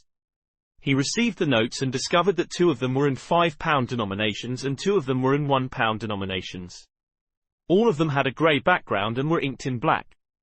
The 4 corners had complicated patterns and special ink to prevent counterfeiting. The former notes were slightly bigger, and in the middle of them was Lowen Kingdom's 5th king, George III's direct ancestor, Henry Augustus I. He wore a white hairband above his rotund face. His eyes were slender and he had an abnormally serious expression. However, Klein felt an indescribably sense of closeness to him. This was a £5 note. It's almost equal to 4 weeks of Benson's salary.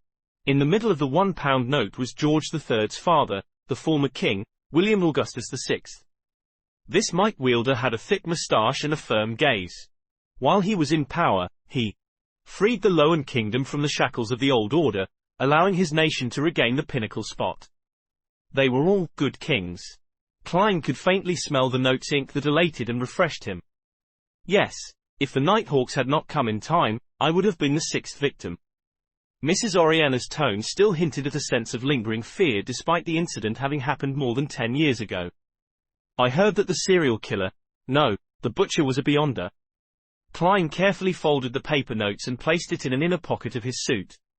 Then, he patted the area a few times to confirm it was there. "Yes." Mrs. Oriana gave a firm nod. He had killed even more before that. The reason why he was captured was because he was preparing a ritual for the devil. No wonder he wanted different organs. "Sorry, Mrs. Oriana, for making you recall such unpleasant memories," said Klein sincerely. Oriana smiled. "I'm no longer afraid. I was studying accountancy in business school back then. After that incident, I've been here ever since. All right, I'll stop keeping you from what you should do. You still need to head to Old Neil's. Goodbye, Mrs. Oriana." Klein took off his hat and bowed before leaving the office. Before he went downstairs, he could not help but pat his inner pocket to make sure the £12 was still there. He did a turn at a cross junction and headed right. It did not take him long to see a half-closed iron door. Knock, knock, knock. While he knocked, an aged voice sounded from inside. "Come in." Klein pushed open the metal door and discovered a cramped room which only allowed for a desk and 2 chairs. There was a tightly locked iron door inside the room, and behind the desk was a hoary elder dressed in a class black robe. He was reading a few yellowed pages from a book with the illumination of a gas lamp. He raised his head and looked at the door. "Are you Klein Moretti? Roseanne said you were very polite when she came over a while ago. Miss Roseanne is really a friendly person. Good afternoon, Mr. Neil." Klein took off his hat as a gesture of respect. "Have a seat." Neil pointed to the silver tin can with complex flowery patterns on the table. Would you like a cup of hand-ground coffee? The wrinkles at the edge of his eyes and mouth were deeply recessed. His dark red pupils appeared slightly turbid. It doesn't seem like you drink coffee. Klein acutely noticed that Neil's porcelain cup was filled with clear water. Ha ha, it's a habit of mine. I do not drink coffee after 3 in the afternoon, Neil explained with a laugh. Why? Klein asked in passing. Neil held back his smile as he looked into Klein's eyes and said, I'm afraid that it would affect my sleep at night. It will make me hear the murmurings of the unknown existence. Klein was momentarily unable to answer him as he changed the subject. Mr. Neil, what documents and books should I read? As he spoke, he took out the note written by Dunn. Anything that has to do with history, or is complicated and incomplete. To be honest, I have always been trying to learn, but all I can achieve is a rudimentary grasp. It's just too troublesome for the other material, such as people's diaries, contemporary books, epitaphs, etc., lamented Neil. For example, the things I have here require more detailed historical records to determine the exact content. Why? Klein turned confused. Neil pointed to a few yellowed pages in front of him. These are from Roselle Gustaf's lost diary before his death. In order to keep things secret, he used strange symbols he invented to take records. Emperor Roselle? The Transmigration Senior? Klein was taken aback as he immediately listened attentively. Many people believe that he did not truly die, but instead became a hidden god. Therefore, cults which revere him have always been holding various rituals to attempt at gaining power. We will occasionally encounter such incidents and obtain a few original or duplicated copies of the diary, Neil said with a shake of his head. Till date, no one has been able to decipher the special symbol's true meaning. Therefore, the Holy Cathedral has permitted us to keep copies for research, hoping that it would bring them a pleasant surprise. With that said, Neil revealed a smug smile. I have already deciphered a few symbols and have confirmed that they represent numbers. Look at what I discovered. It's actually a diary. Yes. I wish to use history from different periods, especially events that revolved around the emperor.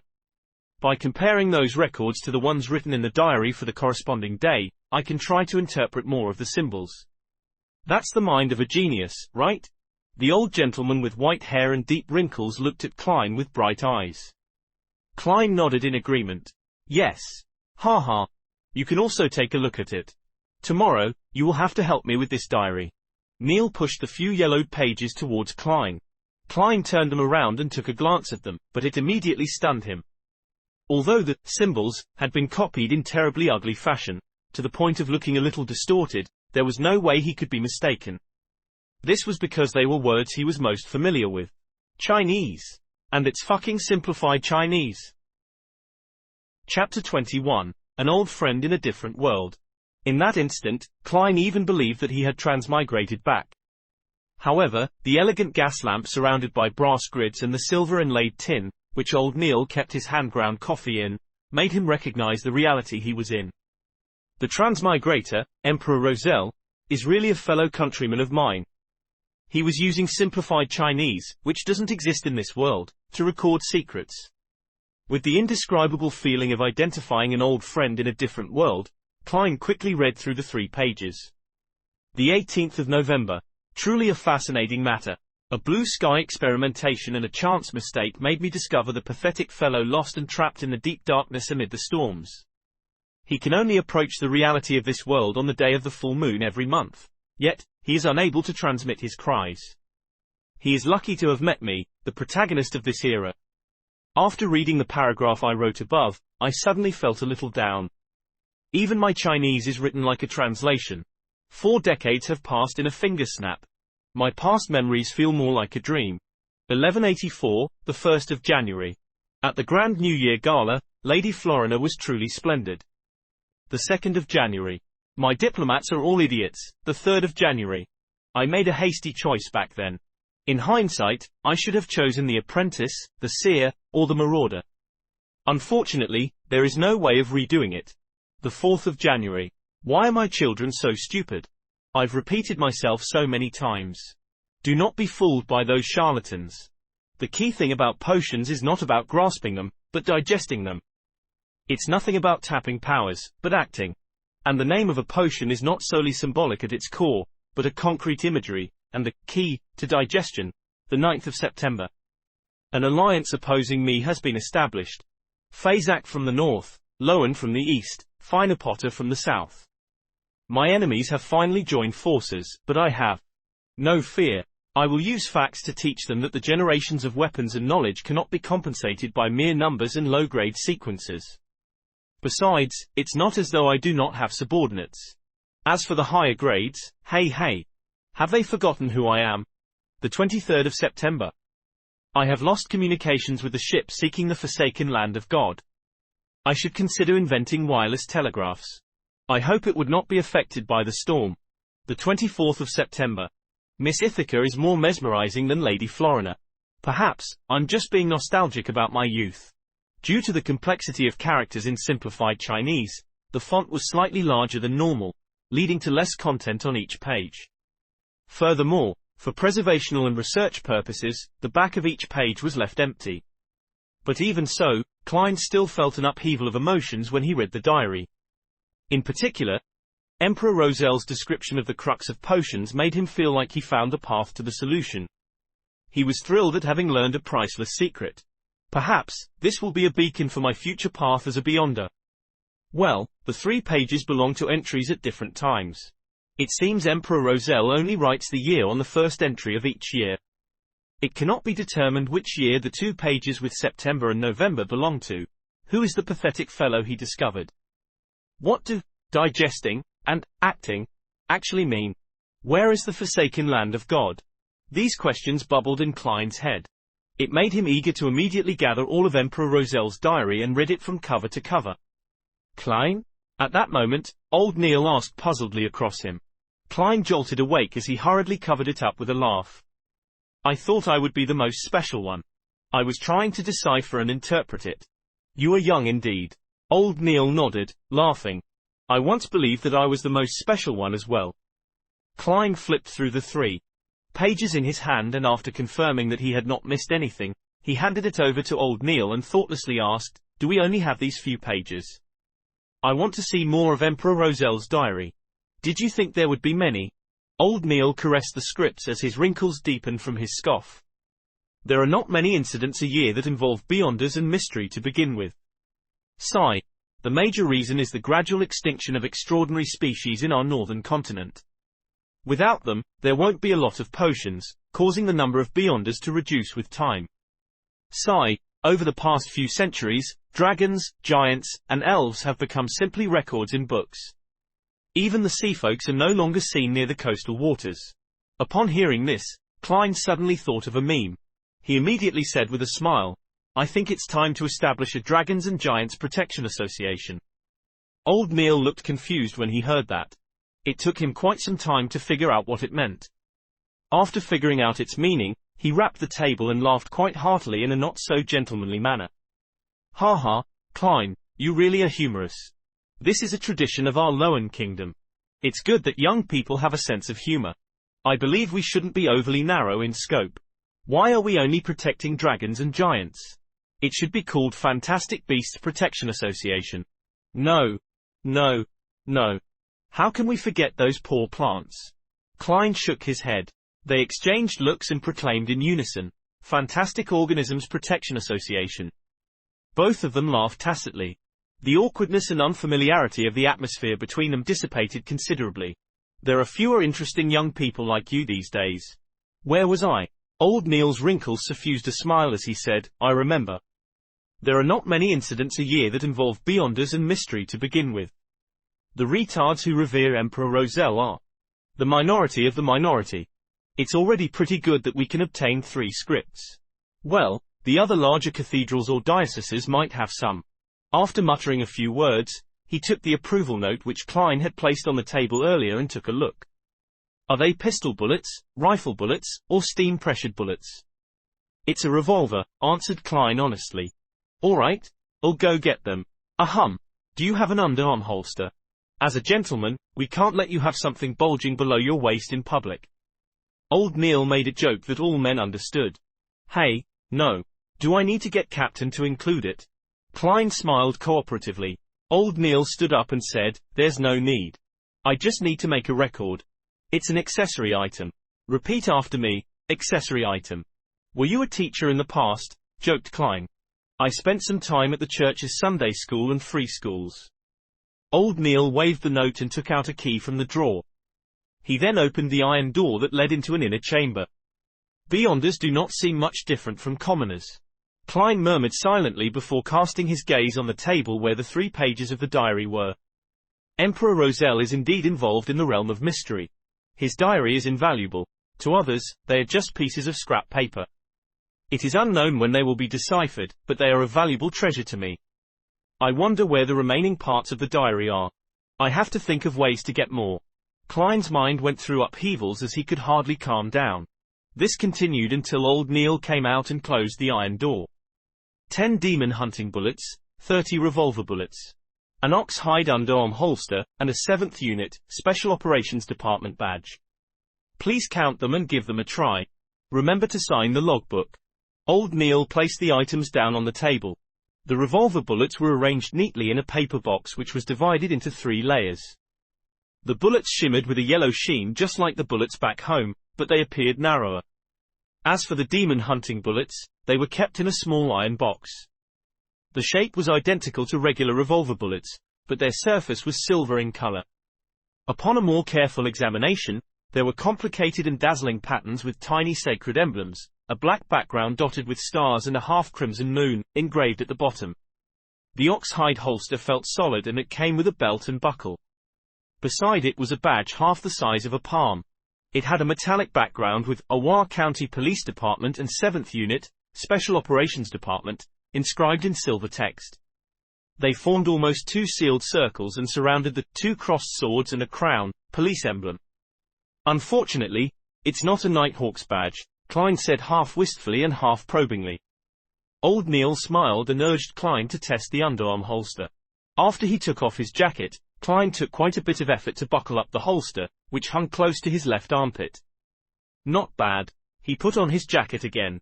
Old Neil sized him up and nodded in satisfaction. "It suits you well. My judgment is as accurate as usual." After putting away the other items into his pockets and signing the logbook, Klein had a short, casual conversation with Old Neil before leaving. Halfway, he suddenly slapped himself in the forehead. "I forgot to learn more about the sequences and potions. It's all the fault of Emperor Roselle's diary." At this point, he was still unaware of what the first sequence of the complete pathway the Church of Evernight possessed. All he knew was that it started with sequence 9. Roseanne had apparently mentioned something. The sleepless? Just as Klein was slowly walking towards the stairs, a person came down. He wore tight trousers which made movement easy. His white shirt was not tucked in, and he had a clear romantic temperament of a poet. He was none other than the black-haired, green-eyed police inspector who had previously come to search Klein's place.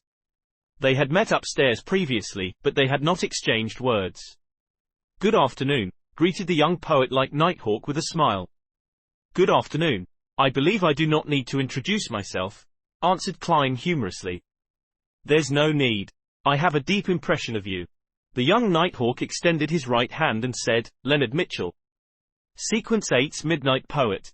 Sequence 8. He's really a poet." Klein smilingly shook his hand as he returned with a question. "You have a deep impression of me?" Leonard Mitchell's green eyes were deep as he replied with a very faint smile. "You have a special disposition. He feels and sounds so gay." The corners of Klein's mouth moved slightly as he barely said with a smile, "I don't think so myself." "After encountering an accident like that, you remained alive despite not receiving our protection immediately. That makes you special enough." Leonard pointed ahead. "I have to replace Captain. See you tomorrow." "See you tomorrow." Klein turned to make way for the Nighthawk. As he walked to the ends of the stairwell, Leonard Mitchell suddenly turned around and stared at the stone-paved ground which was illuminated by the yellow sunset. He muttered into the air softly, "Did you manage to notice anything?" ... Indeed, there's nothing special about him. Chapter 22, Starting Sequence. After he went up the stairs and returned to the reception hall, Klein was about to bid Roseanne farewell when he heard the brown-haired girl mention briskly, "Captain says that you can come on Monday. He wants you to settle your household affairs first." "All right." Klein never expected the Nighthawk's management to be so humane and accommodating. It made him feel a little grateful. He was planning on waking early the next morning and making use of the opportunity to wander around, to visit Tingen University. He planned on informing the staff in charge of the interview that he was not participating in the follow-up interviews. After all, he had originally obtained the opportunity to make the interview because of his professor's recommendation letter.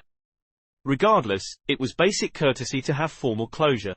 Even if it was not for himself, he had to respect his mentor's efforts. And in a world without telephones, where telegrams were charged by the character, and the fact that it would be too late to send a letter, he felt that taking the public carriage to the university was the most economical and suitable solution. Having received the captain's special approval, Klein did not need to tire himself out. He could wake up late and still make his way there on time. Klein was just about to take off his hat to bid Roseanne farewell when he suddenly thought of something. He looked around and suppressed his voice. "Roseanne, do you know what the starting point of the church's complete sequence is?" He had forgotten to ask old Neil. Roseanne's eyes widened as she looked at Klein in astonishment. "You wish to become a Beyonder? Was I that obvious?" Klein's body language betrayed him as he answered in embarrassment. "Having learned that extraordinary and mysterious powers exist in the world, it's inevitable that I have some yearnings for it." "Oh my goddess! Do you know how dangerous it is? Didn't Captain tell you? The enemies of Beyonders are not just cultists or dark warlocks, but themselves. People lose control nearly every year. Some even end up sacrificing themselves. Aren't you going to consider how your family will feel?" Roseanne's hand gestures amplified her tone as her reaction appeared overly agitated. "Klein, I think the better choice is to be a civilian staff. There's nearly no danger, and our salary increases every year. After a few years of work, you will have saved up much money, allowing you to rent a bungalow in the North Borough or in the suburbs. You can then marry a rich and charming lady and have a wonderful family, having adorable and naughty little angels." "Roseanne, stop. Hold up." Klein hurriedly stopped her in exasperation when he realized that she was changing the subject. "I just want to, well, understand the basics for now." "All right." Roseanne fell silent for a few seconds as she lowered her gaze, feeling somewhat sorry. "Due to what happened to my father, whenever I face similar problems, I tend to be, well, you know, a little agitated. However, to be honest, I'm filled with respect towards any man or woman who willingly wishes to be a Nighthawk." I understand," echoed Klein. Roseanne blinked her light brown eyes and added, "My father once said that one should never think that they can resolve hidden risks or combat danger by simply becoming more powerful or a higher sequencer. In fact, it's the opposite. They will encounter more terrifying matters. When facing the unknown or a terrifying existence, death and insanity are the only two outcomes." Hey, he ended up sacrificing himself 2 weeks after saying that. "Klein, don't look at me with pity. My life is great now, really great. It's only right to feel fear towards these matters. I only want to know the basics." Klein repeated his previous reply, not sure whether he should laugh or cry. "Captain explained it more clearly than you. And even if I do not become a Beyonder, I have already encountered something extraordinary." "All right," said Roseanne ruminatively. "I've heard Captain's and old Neil's conversation before. As extraordinary creatures are declining or going extinct, few high sequences exist in this era. It's already very impressive to become a Beyonder. Combining our Tingen city and the suburbs, there are hundreds of thousands of people or maybe even more. Yet, there are only about 30 plus Beyonders. Well, it's just my guess. I'm not counting the cultists and dark warlocks who hide in the dark." Without waiting for Klein's reply, she seemed to regain her vibrancy as she clenched her fist and brought it to her chest. "And among these 30 plus Beyonders, most of them are at sequence 9. Oh, it seems I have gone off topic. It's okay. That was something I wanted to know as well." Klein wished that Roseanne could be like her usual self, revealing more information as she rambled on.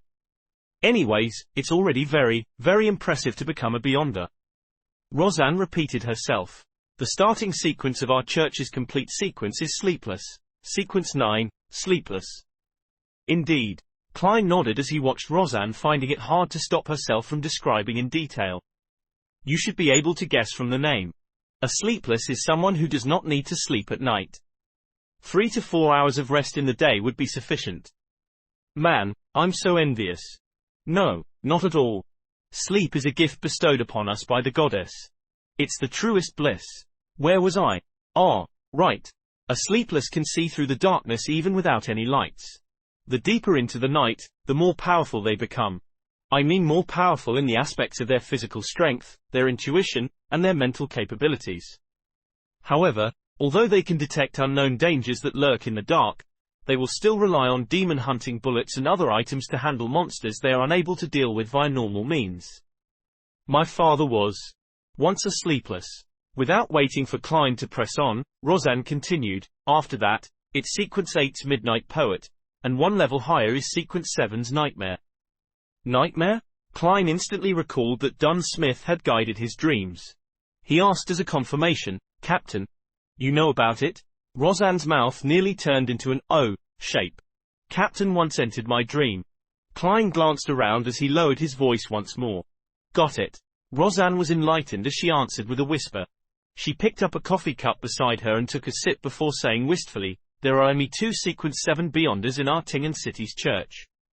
It's likely that Captain is one of them. Even if he goes to a large diocese like Backland, he is still an impressive figure. Some deacons might not even be stronger than he is. So Captain is that impressive. Klein echoed with a smile. Frankly, Dunn Smith's appearance last night had left a deep impression on him. He had basically believed that Dunn was an extremely powerful Beyonder. Of course. Roseanne proudly straightened her back. In moments, the scatterbrained her said with a vexed expression, as for what's above Sequence 7, I have no idea. Among all the Nighthawks, perhaps only Captain will know. Then what about other starting sequences? The ones that aren't complete? Klein was satisfied as he changed the subject.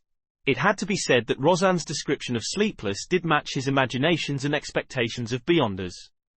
However, it was not the kind he wished to become. The perfect Sequence 9 was likely one that could study and grasp more knowledge of the mystery. By doing so, he could leverage on them to figure out the reason for his transmigration and lay the foundations of his future transmigration back. Roseanne thought for a moment before saying with a sigh, I'm not that interested in this aspect. I only know we have more than other churches. After all, the goddess is the mother of concealment. Well, there should be 2 or 3. Some of our teammates are cold and distant, making me fear them. They also have a strange smell to them. Some members. Well, I mean you should talk to old Neil. He knows a lot, as well as quite a number of interesting magical rituals. Let me think. He once mentioned his Sequence 9 title, which is also the name of the potion formula. Ah, yes, it's called Mystery Prior. Quite a number of interesting magical rituals. Mystery Prior sounds very close to what I want. Klein was slightly delighted. In addition, I also know of the name of a Sequence 7, the kind that's incomplete. Roseanne said with a flaunting tone. She had just thought of it while recollecting. What is it? Klein was abnormally curious. In a world where high sequences were scarce to the point of them possibly not existing, Sequence 7 was probably considered quite a potent force in the church. Roseanne revealed a sweet smile as she replied smugly, Spirit medium. Ma'am Daly? Asked Klein subconsciously. After his initial surprise, he realized that it was nothing unexpected. Only a Sequence 7 Beyonder could achieve such an impressive performance as a medium. Roseanne's eyes widened once again as she said in disbelief, how do you know of that too? I've met Ma'am Daly. Klein did not hide the matter. All right, said Roseanne with an envious tone. If I can become a spirit medium, one just like Ma'am Daly, then I'll be willing to be a Beyonder. No, I'll consider it carefully for 10 minutes. Yes, Ma'am Daly fulfills all my imaginations as a Beyonder, echoed Klein in a slightly exaggerated manner. Having fulfilled his goals, he chatted idly with Roseanne for a few minutes until he realized he was not getting any new information. He took off his hat and bowed before leaving. As he walked down the stairs, Klein suddenly stopped after taking a few steps. He reached out to pat the notes in his inner pocket. Immediately following that, he took out 12 gold-pound notes and clenched them tightly in his left palm. Then, he reached his hand into his pocket and refused to release or pull them out again. Without realizing it, a smile appeared on his face. According to the customs of the foodaholic empire, China, a treat to dinner was in order after earning money. It's time to give Melissa a treat tonight. Chapter 23, Sidearm. As Klein walked down Zouterland and while taking in the warm, humid breeze, he suddenly realized something. He only had 3 pence of change. If he returned to Iron Cross Street via public carriage, it would cost him 4 pence. If he were to hand over a £1 note, it would be akin to using a $100 bill to buy a bottle of cheap mineral water back on Earth. There was nothing wrong with that, but it was just quite awkward to do so. Should I use 3 pence to travel 3 kilometers and walk the rest of the journey? Klein reached into his pocket with one hand as he slowed down his pace, considering other solutions. That won't do. Soon, he rejected the idea. It would take him a while to walk the remaining journey. Considering how he was carrying 12 pounds, a massive fortune, it was not safe. Furthermore, he had deliberately not brought the revolver with him, afraid that the Nighthawks would confiscate it. If he were to encounter the danger that instigated Welch's death, there was no way he could fight back. Get some change from a nearby bank? No way. There's a 0.5% processing fee. That's way too extravagant. Klein shook his head silently. Just the thought of the fees involved pained his heart. Having ruled out one solution after another, Klein's eyes suddenly lit up when he saw a clothing shop in front of him. That's right. Wouldn't the normal course of action be to buy something appropriately priced to get some change? A formal suit, shirt, vest, trousers, leather boots, and a cane were all within budget. They had to be bought sooner or later. Oh, it's very troublesome when fitting clothes. Besides, Benson knows more about this than me and he's better at bargaining. I should consider it only after he's back. Then should I buy a cane? That's right. As the saying goes, a cane is a gentleman's best choice of defense. It is half as good as a crowbar. A gun in one hand and a cane in the other is the combat style of a civilized person. After debating internally, Klein made up his mind. He turned around and entered the clothing shop, Wilker Clothing and Hats. The clothing store's layout resembled the clothing stores on Earth. The left wall was filled with rows of formal attires. The middle rows were decked with things like shirts, trousers, vests, and bow ties. On the right were leather shoes and boots placed inside glass cabinets. Sir, may I help you? A male salesperson dressed in a white shirt and red vest came over and asked politely. In Lowen Kingdom, rich and powerful gentlemen of high standing enjoyed wearing black suits consisting of white shirts matched with black vests and trousers. Their colors were relatively monotonous, so they required their male servants, salespeople, and service attendants to dress more brightly and colorfully, in order to distinguish themselves from their masters. In contrast, ladies and mistresses wore dresses of all kinds in glamorous fashions. As such, maidservants would wear black and white. Klein thought for a moment before answering the male salesperson's question. A cane. Something that's heavier and harder. The kind that can crack the skulls of others. The red-vested salesperson sized up Klein furtively before leading him into the store. He then pointed at a row of canes in the corner. That cane inlaid with gold is made of ironheart wood. It's both very heavy and hard, and costs 11 solely 7 pence. Do you want to give it a try? 11 solely 7 pence? Why don't you go rob a bank? Big deal with the gold inlay. Klein was shocked by the price. With an unperturbed expression, he nodded gently. All right. The salesperson took down the ironheart wood cane and carefully handed it to Klein, seemingly afraid that Klein would drop and break the merchandise. Klein took the cane and found it heavy. He tried moving with it and discovered that he could not sway it smoothly as he wanted. It's too heavy. Klein shook his head in relief. This is not an excuse. The salesperson took back the cane and pointed at another 3 canes. This is made of walnut wood, created by Tingen's most famous cane artisan, Mr. Hayes. It's priced at 10 solely 3 pence. This is made of ebony wood and inlaid with silver. It's as hard as iron, costing 7 solely 6 pence. This is made from the core of a white boly tree and also inlaid with silver, costing 7 solely 10 pence. Klein tried each one of them and found them of appropriate weight. He then tapped them with his fingers to gain an understanding of their hardness. Finally, he chose the cheapest one. I'll take the one made from ebony wood. Klein pointed at the cane with the silver inlay which the salesperson was holding. No problem, sir. Please follow me to proceed with the payment. In the future, if this cane is scuffed or stained, you can hand it to us for handling for free. The salesperson led Klein to the counter. Klein took the opportunity to release the 4 gold pound notes from his tight grip and removed 2 of the smaller denominations. "Good day, sir.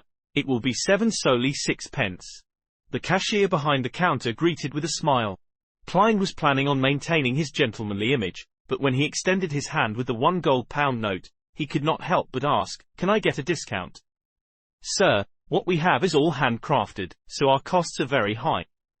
The salesperson beside him answered, "Since our boss isn't here, we are unable to lower the prices." The cashier behind the counter added, "Sir, sorry about that." "All right." Klein handed the note over and received the black-silver inlaid cane. While waiting for the change to be given to him, he took a few steps back and distanced himself from them. He swung around his sidearm as a test. Whoosh! Whoosh! Whoosh! The wind sounded heavy when the cane sliced through the air. Klein nodded in satisfaction. He looked forward again, prepared to see notes and coins, but was appalled to see the red-vested salesperson retreating far away. The cashier behind the counter had retracted into a corner, leaning close to a double-barreled shotgun hanging to the wall. The Lowen Kingdom had a semi-regulated policy on firearms. To possess a firearm, one needed to apply for an all-purpose weapon permit or a hunter's license. Regardless of which type, one could still not be in possession of restricted military firearms such as repeaters, steam-pressured guns, or 6-barrel machine guns. An all-purpose weapon permit could be used to purchase or store any kind of civilian firearm, but earning the certificate was extremely troublesome. Even merchants of substantial standing might not be approved. A hunter's license was relatively easy. Even farmers in the suburbs could receive approval. However, the license was limited to hunting guns with restricted numbers. People with sizable assets would tend to apply for one to use it for self-defense in emergency situations, such as now. Klein looked at the 2 wary salespeople as the corners of his mouth twitched. He chuckled dryly. "Not bad. This cane is perfect for swinging. I'm very pleased." Realizing that he had no intention to assault them, the cashier behind the counter relaxed. He handed over the notes and coins he had taken out over with both hands. Klein took a look at what he received and saw 2 5 solely notes, 2 1 solely notes, a 5-pence coin, and a 1-penny coin. He could not help but nod inwardly. After a 2-second pause, he ignored the way the salespeople looked at him and unfurled the 4 notes towards the light to ensure that the anti-counterfeit watermarks were present. Klein put away the notes and coins when he was done. With the cane in hand, he tipped his hat and walked out of Wilka Clothing and Hats. He extravagantly spent 6 pence by taking a short-distance trackless carriage before transferring once before reaching home safe and sound. After closing the door, he counted the £11 and 12 solely notes thrice before placing them into the desk drawer. He then found the bronze revolver with the wooden grip. Clink! Clang! 5 brass bullets fell onto the table when Klein inserted the silver demon hunting bullets which had complicated patterns and the dark sacred emblem into the revolver's cylinder. Like before, he only inserted 5 rounds and left an empty spot to prevent any misfires. The remaining rounds were placed together with the 5 ordinary bullets in a small iron case. Pa! He snapped the cylinder in place, giving him a sense of security. He excitedly lodged the revolver into the holster at his armpit and buckled it securely. Then, he repeatedly practiced unbuckling and drawing the gun. He rested whenever his arms ached, and this continued until sunset when he heard the sounds of tenants walking along the corridor outside. Phew! Klein let out a foul breath before putting his revolver back into his underarm holster. Only then did he take off his formal suit and vest. He wore back his usual brownish-yellow coat and swung his arms to relax them. Tap, tap, tap. He heard the sound of nearing footsteps before the twisting sound of an inserted key. Melissa with her soft, black hair entered. Her nose twitched a little as she swept her gaze towards the unlit stove. The luster in her eyes dimmed slightly. Klein, I'll heat up the leftovers from last night. Benson will likely be home tomorrow. Melissa turned to look at her brother. Klein had his hands in his pocket as he leaned against the edge of the desk. He smiled and said, "No, let's eat out." Eat out? Melissa questioned in surprise. How does Silver Crown Restaurant at Daffodil Street sound? I heard they serve delicious food, suggested Klein. But, Melissa was still confused. Klein grinned and said, to celebrate my new job. You found a job? Melissa's voice rose unknowingly. But, isn't the Tingen University interview tomorrow? Another job. Klein gave a faint smile before fishing the stacked notes from the drawer. They even gave me an advance of 4 weeks' pay. Melissa looked at the gold pounds and solely as she widened her eyes. Goddess. What job did you get? This. Klein's expression froze as he deliberated on his words. A security company whose mission is to seek, collect, and protect ancient relics. They were in need of a professional consultant. It's a 5-year contract, earning me £3 a week. Were you vexing over this last night? Asked Melissa after a moment of silence. Klein nodded. Yes. Although being an academic at Tingen University is respectable, I prefer this job. Well, it isn't bad either. Melissa gave an encouraging smile. She asked half suspiciously and half curiously, why would they give you an advance payment of 4 full weeks? It's because we need to move. We need a place with more rooms and a bathroom that belongs to us, said Klein while grinning and shrugging. He felt that his smile was impeccable, just short of the word, surprised. Melissa was stunned momentarily before she suddenly spoke out in a fluster. Klein, we're living quite well now. My occasional grumblings of not having a personal bathroom is just a habit. Do you remember Jenny? She lived next door to us, but ever since her father was injured and lost his job, they had no choice but to move to Lower Street. The family of 5 ended up staying in one room, with 3 of them sleeping in a bunk bed and 2 of them sleeping on the ground. They even wished to rent the remaining empty spot to someone. Compared to them, we are really very lucky. Don't waste your salary on this matter. Besides, I love Mrs. Smirren's bakery. Sis, why is your reaction completely different from how it played out in my head? Klein's expression went blank when he heard his sister. Chapter 24, Penny Pincher. The sky outside was gradually dyed golden as Klein looked into Melissa's eyes.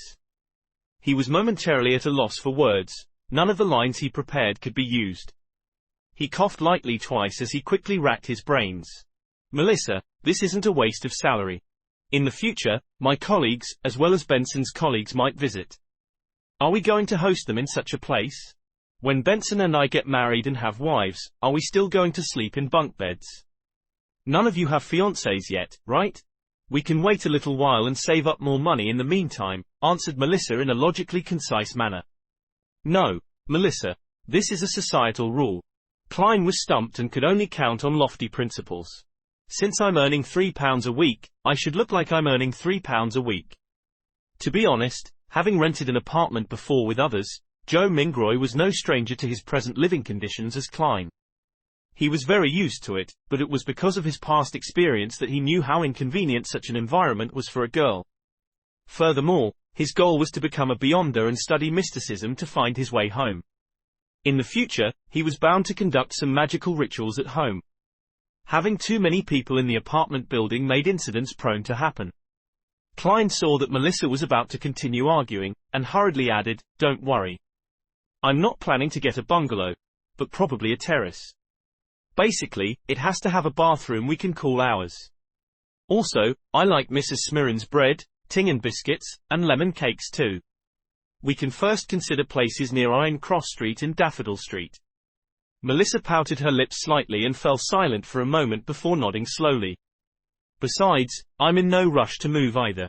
We have to wait for Benson to return, said Klein with a chuckle.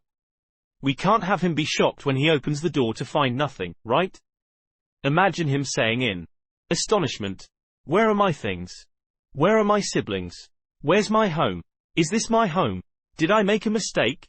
Goddess, wake me up if this is a dream. Why is my home gone after a few days of absence?" His mimicking of Benson's tone made Melissa involuntarily smile as her eyes scrunched up and revealed her shallow dimples. No. Mr. Frankie would definitely be waiting by the door to get Benson to hand over the apartment keys. Benson wouldn't even be able to come up.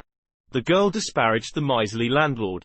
In the Moretti household, all of them would like to make Mr. Frankie the butt of their jokes for every trivial and major matter. It was all thanks to Benson who initiated this practice. Right. There's no way he would switch locks for the tenants after us, Klein echoed with a smile. He pointed at the door and quipped, "Miss Melissa, shall we head to Silver Crown Restaurant for a celebration?" Melissa sighed gently and said, "Klein, do you know Selina? My classmate and my good friend." Selina? An image of a girl with wine-red hair and deep brown eyes surfaced in Klein's mind. Her parents were Evernight goddess believers.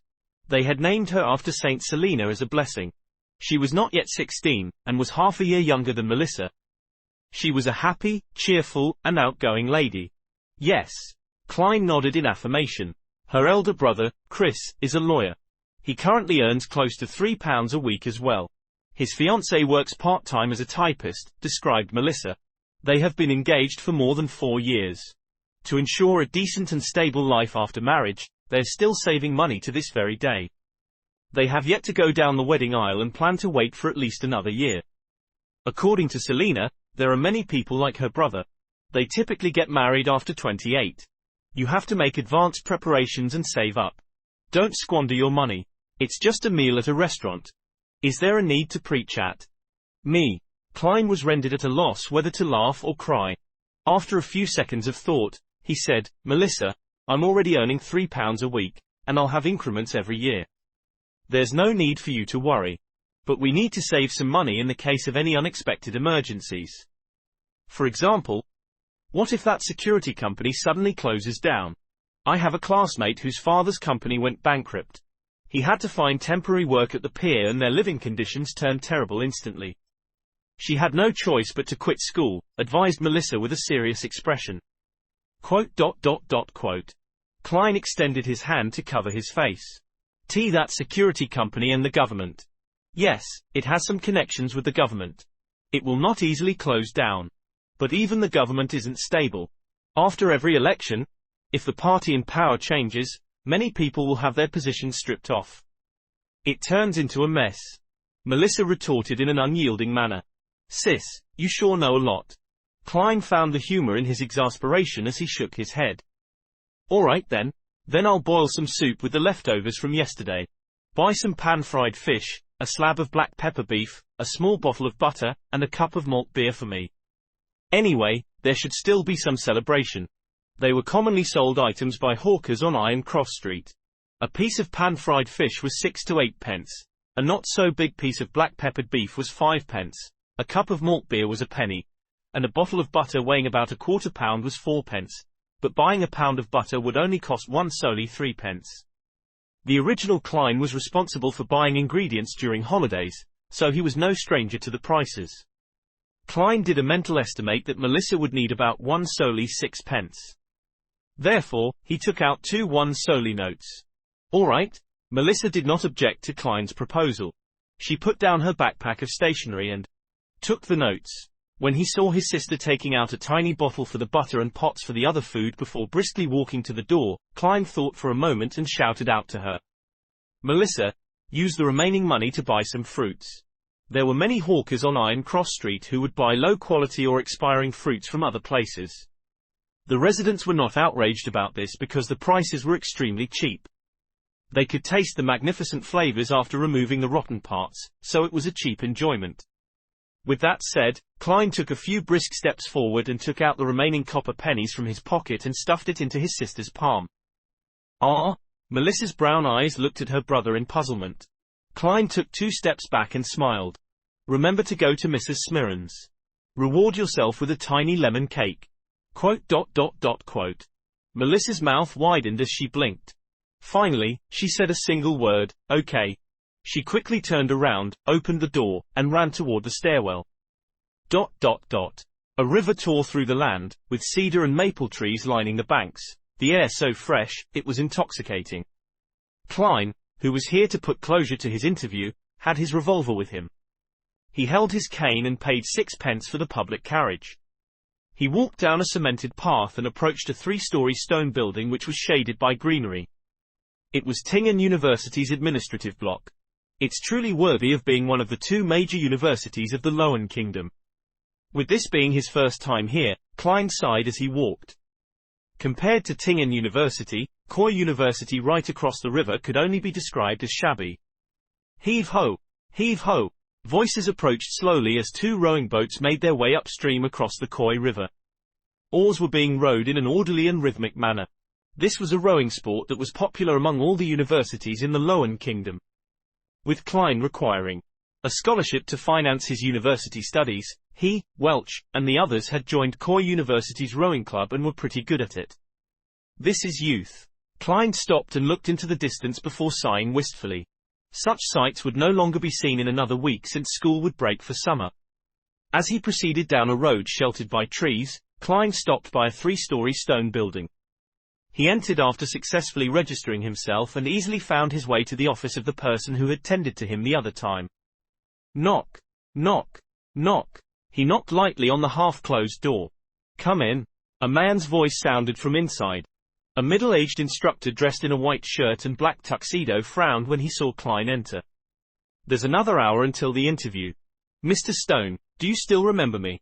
I'm a student of Senior Associate Professor Cohen, Klein Moretti. You have read my recommendation letter before.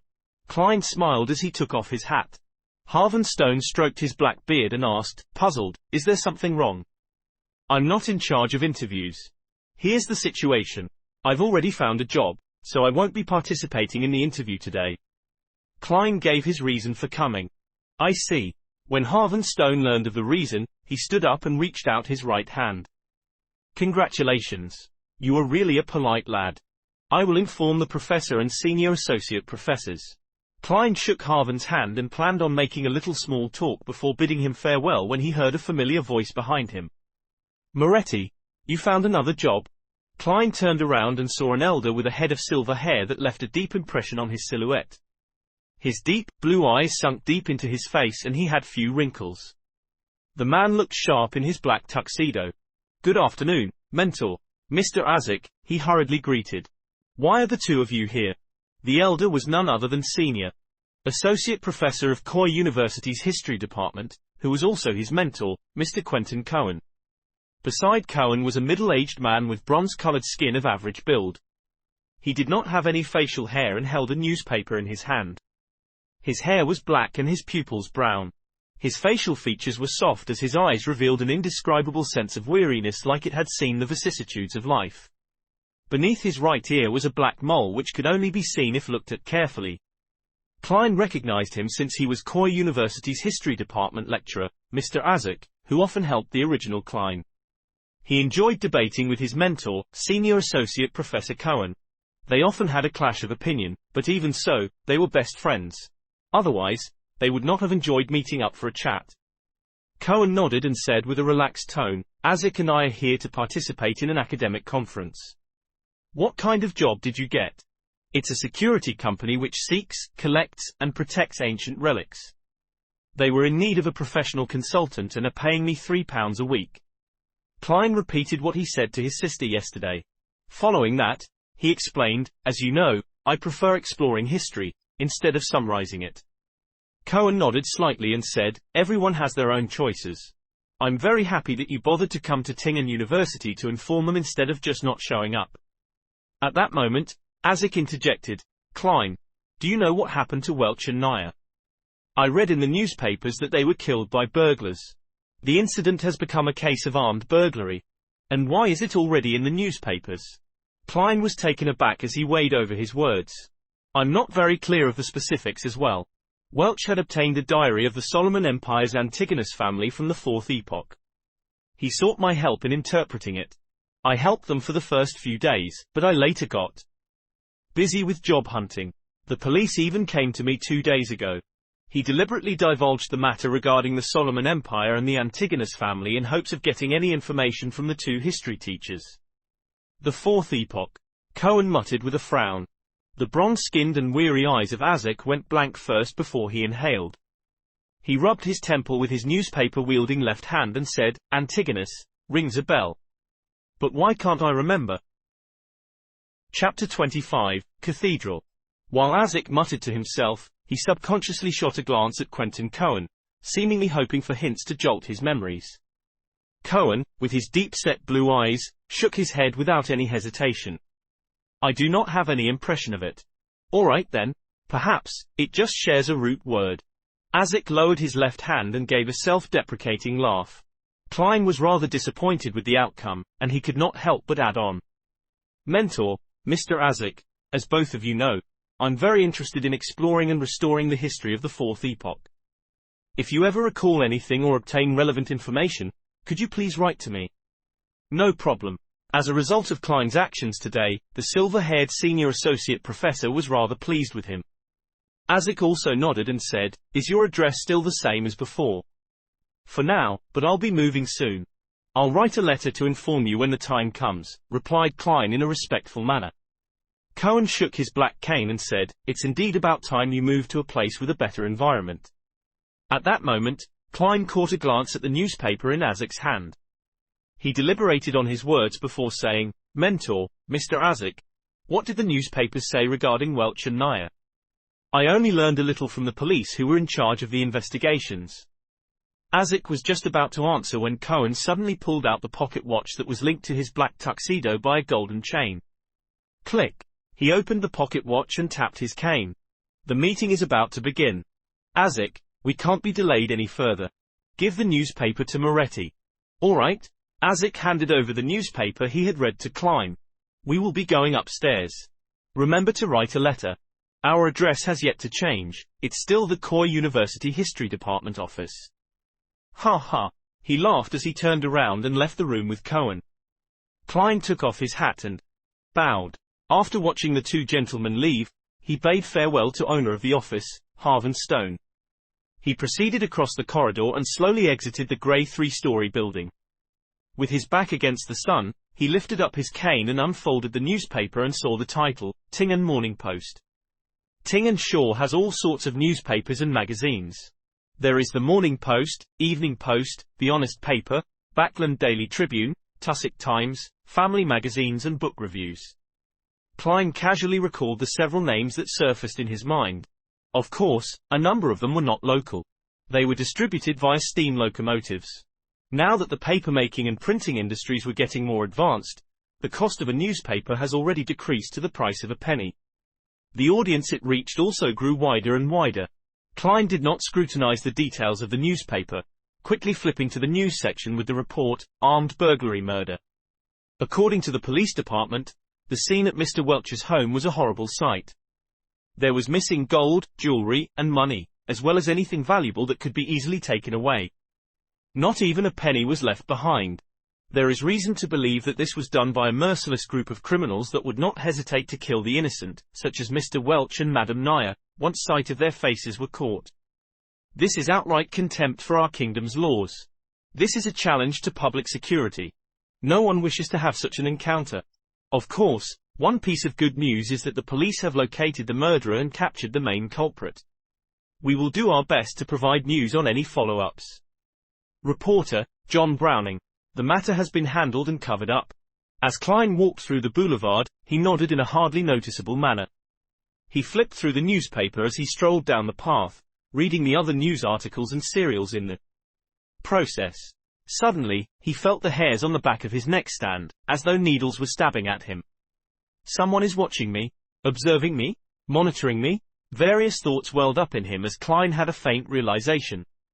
Back on Earth, he had once felt an invisible gaze before ultimately discovering the source of the gaze.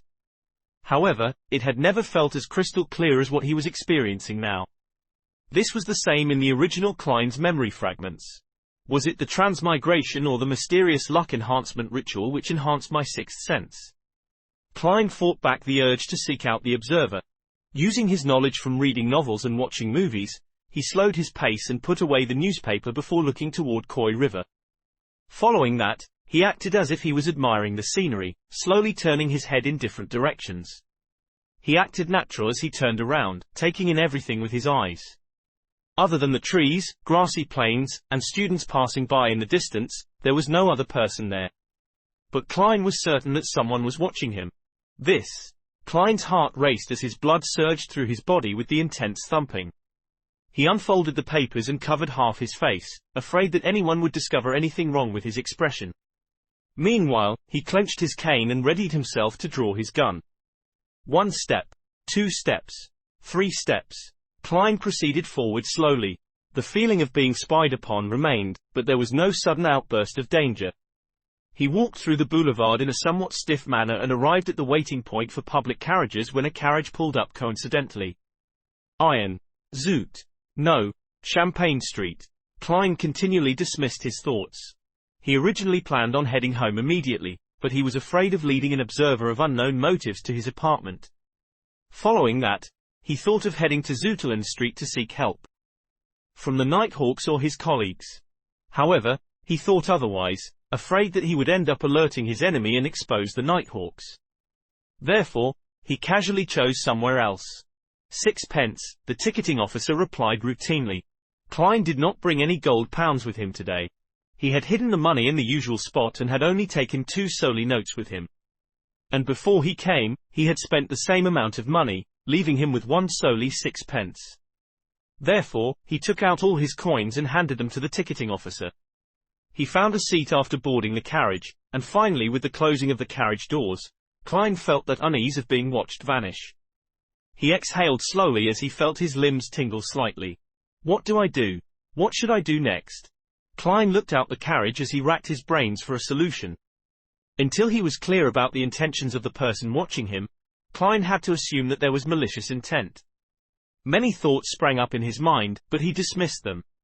He had never experienced such an event, and had to use a few minutes to organize his ideas. He had to notify the Nighthawks. Only they could truly get rid of this threat. But I can't head there directly or I might expose them. Perhaps, that might be the goal. Following this train of thought, Klein crudely surmised various possibilities as his thoughts turned clearer. FFFFFFFF. He exhaled as he regained some semblance of composure. He looked seriously at the scenery outside flying past him. There were no accidents along the way to Champagne Street, but when Klein opened the door and stepped out of the car, he immediately had the uneasy feeling of being watched again. He acted as though he had not sensed anything. He took the newspaper and his cane, slowly making his way in the direction of Zutland Street. But he did not enter that street. Instead, he took another route to the red moonlight street behind. There was a beautiful white plaza there, as well as a large cathedral with a pointy roof. St. Selina Cathedral, the Tingen headquarters of the Church of Evernite. As a believer, there was nothing odd about him participating in Mass or praying on his day off. The cathedral exhibited a design similar to Earth's Gothic style. It also had a tall, black, and imposing clock tower, situated between blue and red checkered windows. Klein stepped into the cathedral and followed an aisle into the prayer hall. Along the way, the stained windows were composed of red and blue glass patterns that allowed colored light to shine into the hall. The blue was closer to black, the red the same color as the crimson moon. It made the surroundings seem unusually dark and mysterious. The feeling of being watched vanished. Klein acted unfazed as he walked toward the open prayer hall. There were no high windows here. The deep darkness was emphasized, but behind the arc-shaped holy altar, on the wall directly opposite the door, were about 20 circular fist-sized holes that allowed the radiant sunlight to enter the hall. It was akin to pedestrians seeing the starry sky when suddenly looking up into the dark night to see the shimmering stars in all their nobility, purity, and holiness. Even though Klein had always believed that gods could be analyzed and understood, he could not help but lower his head here.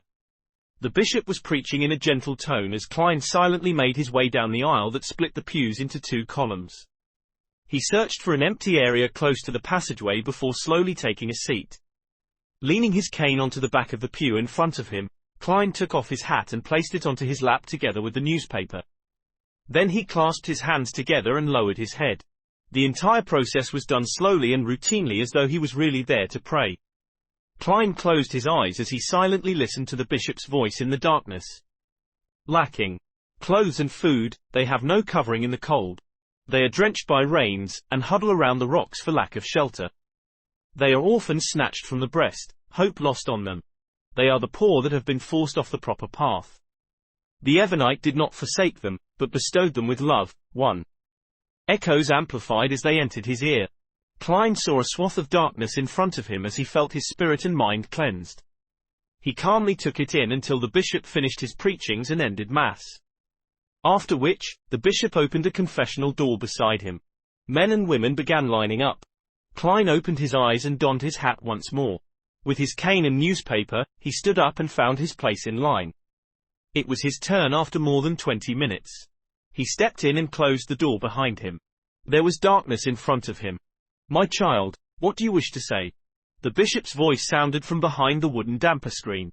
Klein took out the 7th Unit, Special Operations Department, badge from his pocket and handed it over to the bishop through an opening. Someone is tailing me. I wish to find Dunn Smith. As though he had been infected by the silent darkness, his tone turned softer as well. The bishop took the badge and after a few seconds of silence, he said, "Turn right from the confession booth and walk to the end. There will be a secret door to the side. Someone will lead the way after you enter." As he spoke, he pulled a rope inside the room, causing a particular priest to hear a chime. Klein retrieved his badge and took off his hat and pressed it to his chest. He gave a slight bow before turning around and exiting. After confirming that the feeling of being watched was gone, he wore his halved top hat. Without any excessive emotions, he held his cane and turned right, until he arrived by an arched altar. He found the secret door in the wall facing his side. He silently opened it before sneaking in quickly. The secret door closed silently as a middle-aged, black-robed priest appeared under the illumination of gas lamps. "What is it?" the priest asked tersely. Klein showed his badge and repeated what he said to the bishop. The middle-aged priest did not ask further questions. He turned around and proceeded forward in silence. Klein nodded and took off his hat. With his black cane, he followed silently in tow. Roseanne had once mentioned that heading left from the crossroads towards Cheney's Gate would reach St. Selena Cathedral. Adapted from Job chapter 24 verse 8, Old Testament. Chapter 26, Practice. Tap, tap, tap. The sound of footsteps echoed through the dark, narrow corridor, which was otherwise silent. Klein kept his back straight as he kept up with the priest's pace. He did not pose questions or chat idly with him, remaining silent like a windless body of water. After passing through the heavily guarded passageway, the priest opened a secret door with a key and pointed down a stairwell made of stone. "Turn left at the intersection to reach Cheney's Gate. May Goddess bless you." Klein gestured the sign of the crimson moon on his chest. Commoners practiced etiquette, while the religious partook in ritual blessings. "Praise the Lady." The priest returned with the same gesture. Klein did not speak further as he walked down the dark stone stairwell with the aid of the refined inlaid gas lamps on both sides of the wall. Midway, he subconsciously turned back and saw the priest standing at the entrance. He was in the shadows and appeared like an immobile wax statue. Klein looked away and continued to proceed down. It did not take long before he hit ground laid with ice-cold stone slabs. This led him to the intersection. He did not turn towards Cheney's Gate because Dunn Smith, who had recently finished his shift, was definitely not there. He turned right and saw the familiar path. Klein went back up another flight of stairs and appeared inside Blackthorn's security company. Seeing doors that were tightly shut or half closed, he did not rush into them. Instead, he went to the reception and saw a brown-haired girl focused on a magazine with a sweet smile. "Hi, Roseanne." Klein came to her side and deliberately rapped the table. "Knock." Roseanne stood up suddenly and knocked over a chair and said in a fluster, "Hi, nice weather today." "Why you, Klein, why are you here?" She patted her chest and heaved a few sighs of relief. She was like a young lady afraid that her father had caught her skiving. "I need to find Captain," answered Klein. "Simply. You gave me a fright. I thought Captain came out." Roseanne glared at Klein. "Don't you know how to knock? HMPH. You should be thankful that I'm a tolerant and kind woman." "Well, I do prefer the term lady. Is there a reason why you are looking for Captain?" "He's in the room opposite Mrs. Oriana." Even though he felt uptight, Klein was so amused by Roseanne he smiled. He pondered for a moment before saying, "A secret." Quote. Roseanne's eyes widened and while she reeled in her disbelief, Klein did a slight bow before bidding her farewell. He went through the reception's partition and knocked on the door of the first office on the right. "Come in." Dunn Smith's deep and gentle voice sounded. Klein pushed the door and opened before closing the door behind him. He took off his hat and bowed. "Good morning, Captain." "Good morning, how can I help you?" Dunn's black trench coat and hat were hanging on a clothes stand to his side. He was dressed in a white shirt and black vest. Even though his hairline was rather high, his grey eyes were deep, and he appeared much fresher. "Someone is following me," Klein honestly answered without any embellishments. Dunn leaned back and clasped his hands together. His deep grey eyes silently looked at Klein's eyes. He did not follow up on the topic of being followed and instead asked, "You came from the cathedral?" "Yes," Klein answered. Dunn nodded gently. He did not comment on its merits or demerits as he switched the subject back. It might be that Welch's father doesn't believe the cause of death that we reported and had hired a private investigator from Wind City to investigate the matter. Mitzi Shear's Constant City was also known as Wind City. It was a region with extremely advanced coal and steel industries. It was one of the top 3 cities of Lowen Kingdom. Before waiting for Klein to give his opinion, Dunn continued, it might also be a result of that notebook. Hey, we happen to be investigating where Welch received the Antigonus family's notebook. Of course, we can't eliminate other people or organizations that might be seeking out this notebook. What should I do? Klein asked in a serious voice. Without a question, he hoped that it was the first reason. Dunn did not immediately answer him. He raised his coffee mug and took a mouthful, his eyes not showing the sliver of a ripple. Return the way you came, then do anything you wish. Anything? Klein returned with a question. Anything. Dunn nodded with certainty. Of course, do not scare him off or violate the law. All right. Klein took a deep breath and bade him farewell. He left the room and went back underground. He turned left at the intersection, and bathed in the light from the gas lamps on the 2 walls, he arrived silently to the empty, dark, and cold passageway. The sound of his footsteps echoed, making him sound more alone and terrified. Soon, Klein arrived at the stairwell. He went forward and saw a shadow standing there, the middle-aged priest. The 2 did not say a word when they met. The priest turned around in silence and made way. He proceeded silently before returning to the prayer hall. The circular holes behind the arched altar were still as pure and bright, while the darkness and silence of the building's interior remained. There were still men and women lining outside the confessional, but much fewer than before. After waiting for a moment, Klein slowly left the prayer hall with his cane and newspaper as though nothing had ever happened, successfully leaving St. Selena Cathedral. The moment he walked out, he saw the burning sun. He immediately regained the familiar feeling of being observed. He felt like he was prey being eyed by a hawk. Suddenly, a question surfaced in his mind. Why didn't the observer follow me into the cathedral? Although I could have still used the dark environment and the priest to conceal my temporary disappearance, would it be hard for him to continue monitoring me by pretending to pray?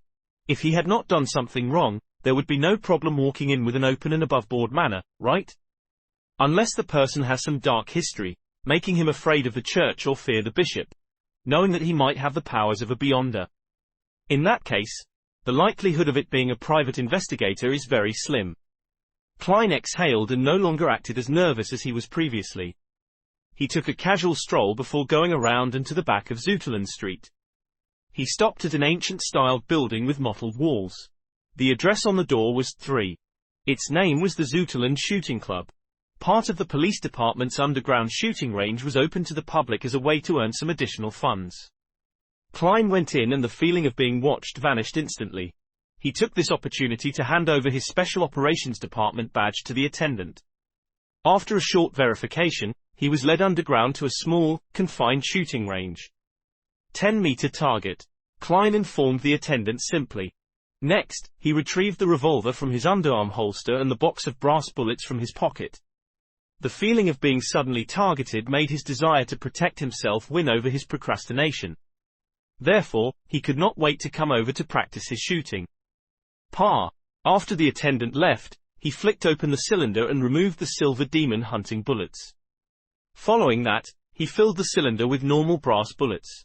This time, neither did he leave an empty spot to prevent misfiring, nor did he take off his formal attire and halved top hat. He planned on practicing in his usual get-up. After all, it was impossible for him to shout, "Wait a minute, let me change into something more comfortable," after encountering an enemy or danger. Click. Klein closed the cylinder and rolled it with his thumb. Suddenly, he held the gun in both hands, raised it up straight, and aimed at the target more than 10 meters away. However, he was in no hurry to shoot. Instead, he recalled his experience at military training. 1. How to form a line with the iron sights, and knowledge about a gun's recoil. Rustle. Rustle. While his clothes rustled, Klein repeated his aiming and his holding stance. He was as serious as a student taking a high school exam. After repeating it several times, he retreated to the wall and sat down on a long, soft bench. He placed the revolver to the side, began massaging his arms, and rested for quite a while. He spent a few minutes recalling his practice before he picked up the revolver with the wooden handle and bronze cylinder. He got into standard firing position and pulled the trigger. Bang! His arm trembled as his body moved back from the recoil. The bullet missed the target. Bang! Bang! Bang! Drawing from the experience he gained, he shot again and again until all 6 rounds were finished. I'm starting to hit the target. Klein stepped back and sat down again as he exhaled. Click! He swung the cylinder out and allowed the 6 shells to fall to the ground. Then, without a change in expression, he inserted the remaining brass rounds in. After relaxing his arm, Klein stood up again and returned to his shooting position. Bang! Bang! Bang! Ringing shots echoed as the target shook. Klein practiced and rested repeatedly. He expended all 30 normal rounds and the remaining 5 from before. He gradually hit the target and started aiming for the bull's eye. He swung his sore shoulders and threw out the final 5 shells. He lowered his head and inserted the demon hunting bullets with the complicated patterns back into the gun, leaving an empty spot to prevent misfiring.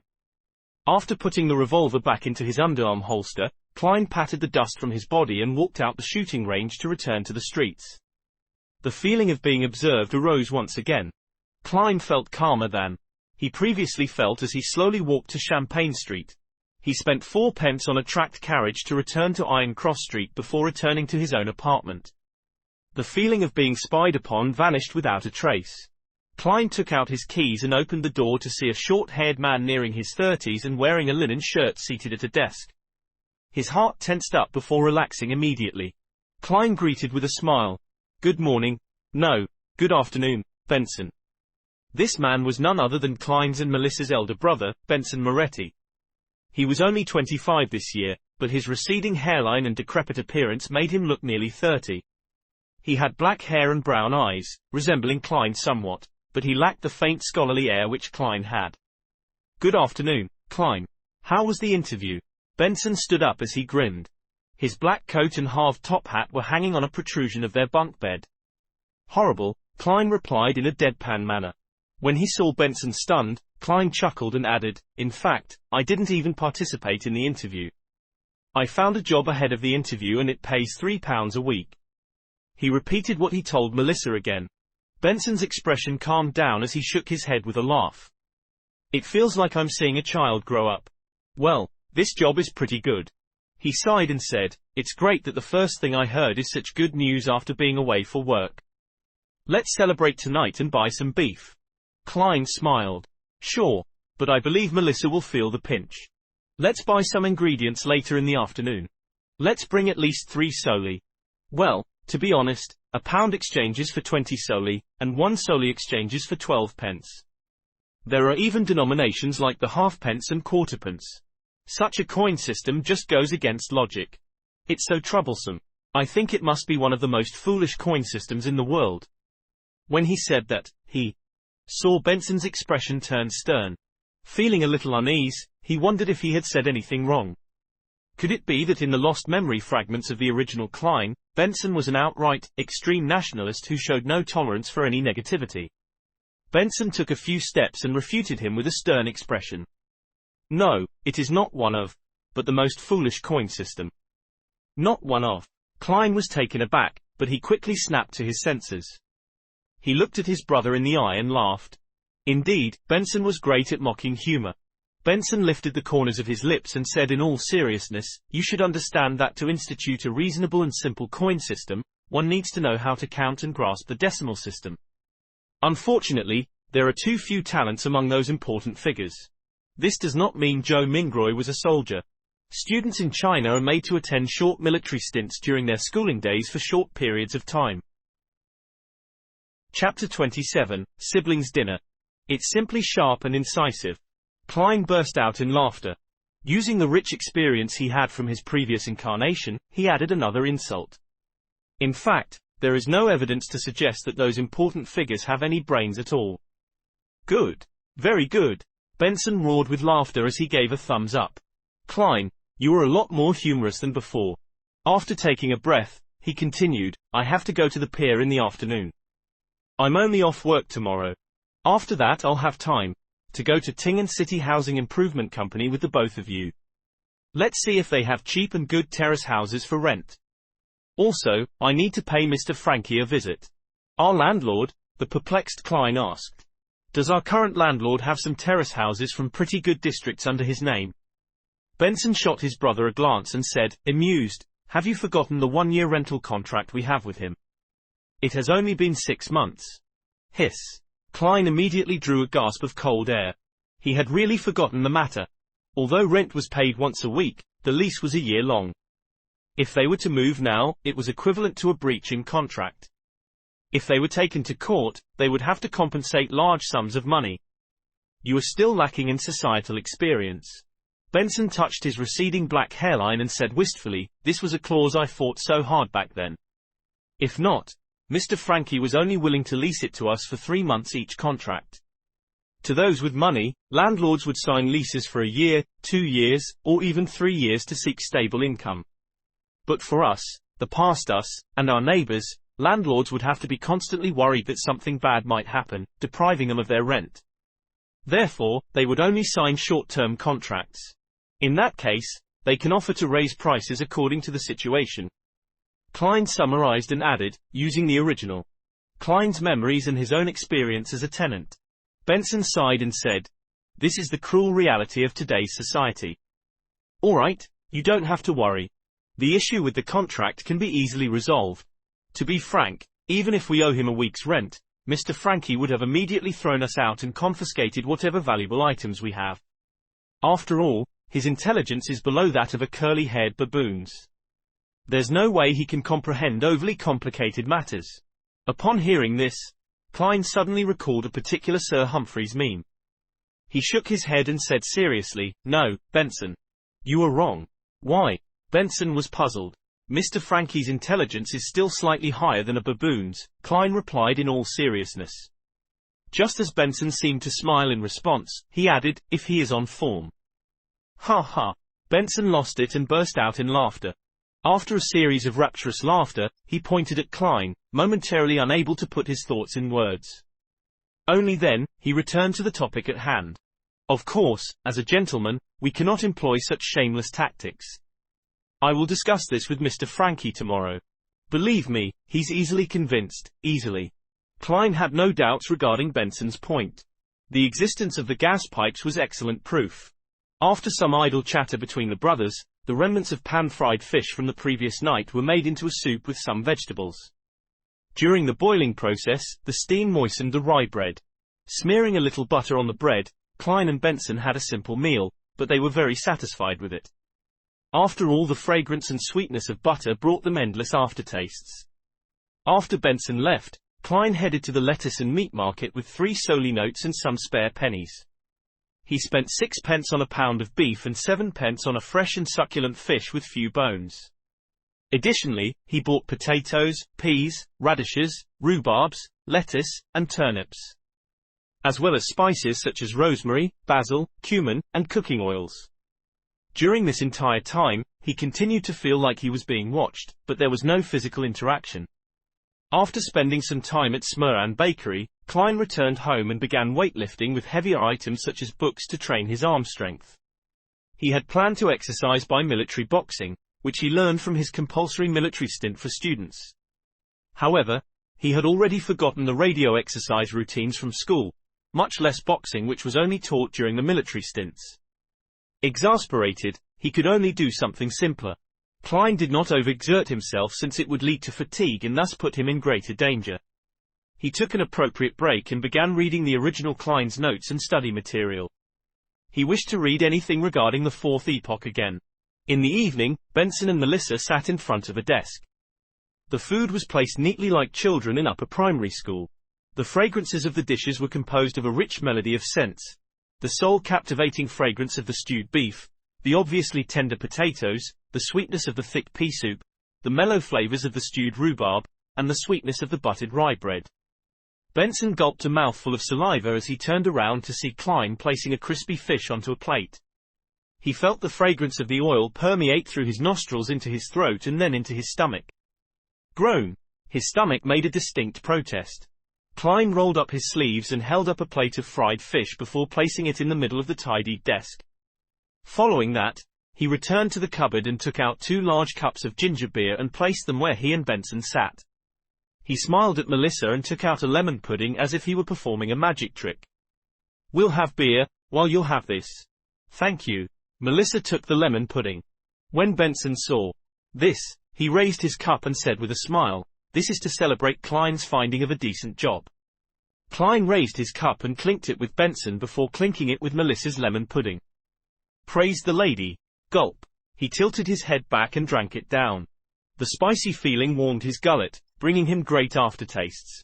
Despite its name, ginger beer did not contain any alcohol.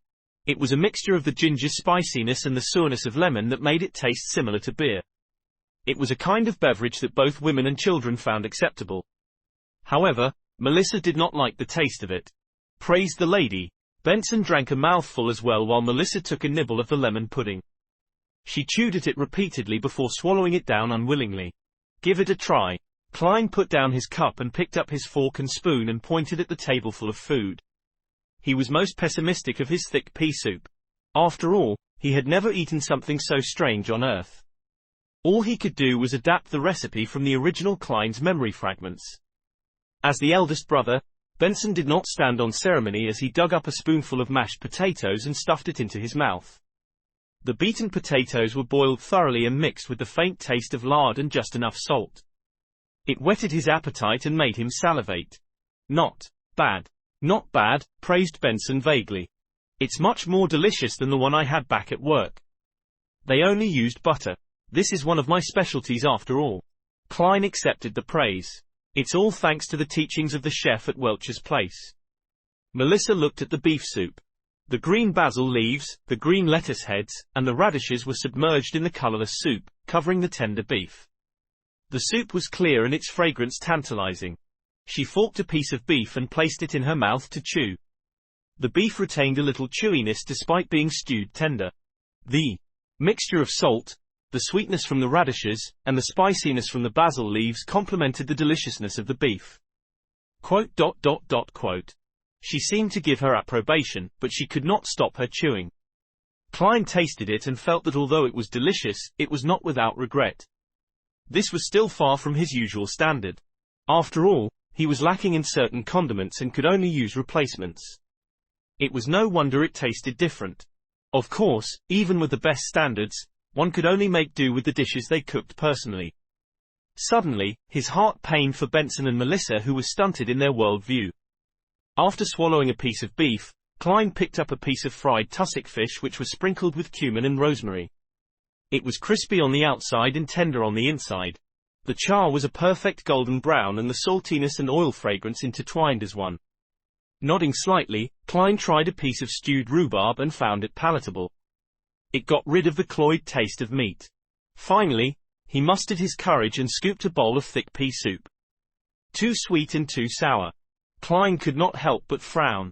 However, after seeing Benson and Melissa looking satisfied from tasting it, he began suspecting his tastes. He could not help but down a mouthful of ginger beer to cleanse his tongue. The siblings were stuffed by the end of the meal. They laid slumped in the chairs for quite a while. "Let us praise the lady once more." Benson raised his ginger beer, which had only one mouthful left, as he said in satisfaction. "Praise the lady." Klein downed the last bit of his beverage. "Praise the lady." Melissa finally put the last bit of lemon pudding into her mouth and enjoyed the flavors swishing through her mouth. When Klein saw this, he took advantage of his tipsiness and smiled. "Melissa, that's not right. You should eat the thing you find most delicious at the beginning. That way, you can fully appreciate its most delicious aspects. Tasting it when you are filled and satiated will not do the food justice." "No, it's still as delicious as it can be," answered Melissa firmly and stubbornly. The siblings had a happy chat, and after digesting their meals, they cleaned up the plates, cutlery, and stored the oil which was used to fry the fish. After busying themselves, it was revision time.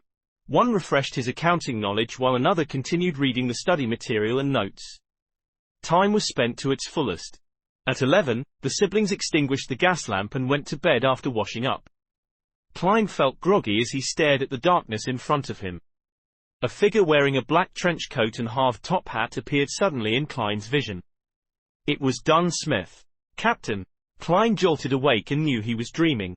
Dunn's grey eyes remained calm, as though he was mentioning something trivial.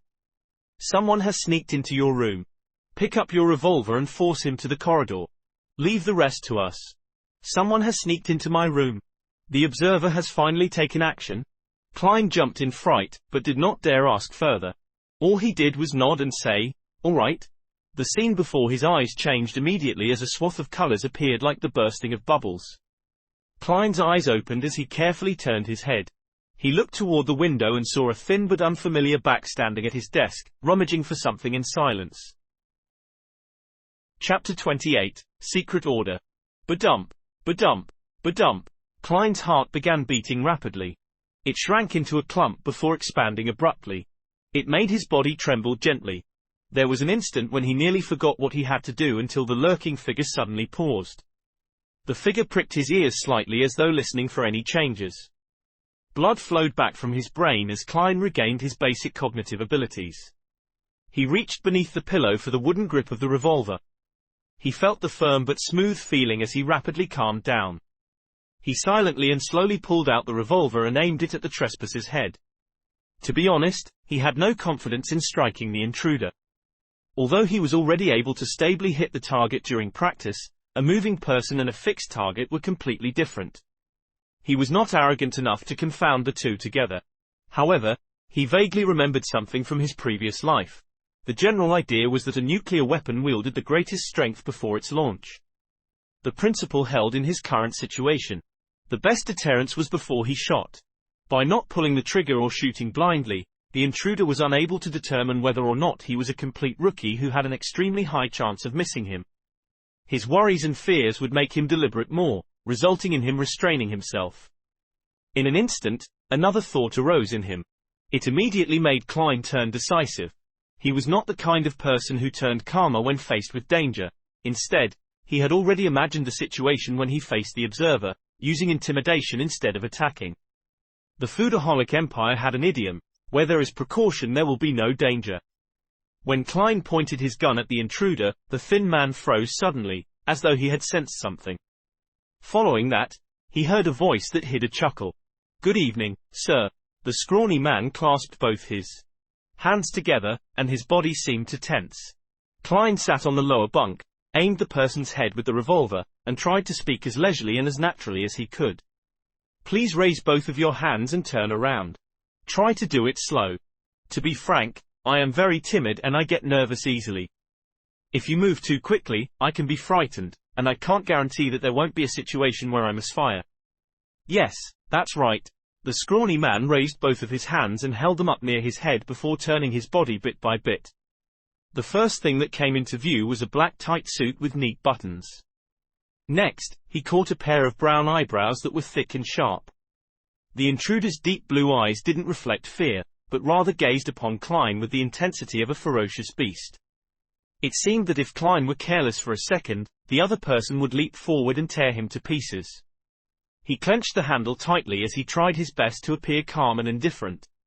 It was only when the thin man faced him completely did Klein jerk his chin towards the door.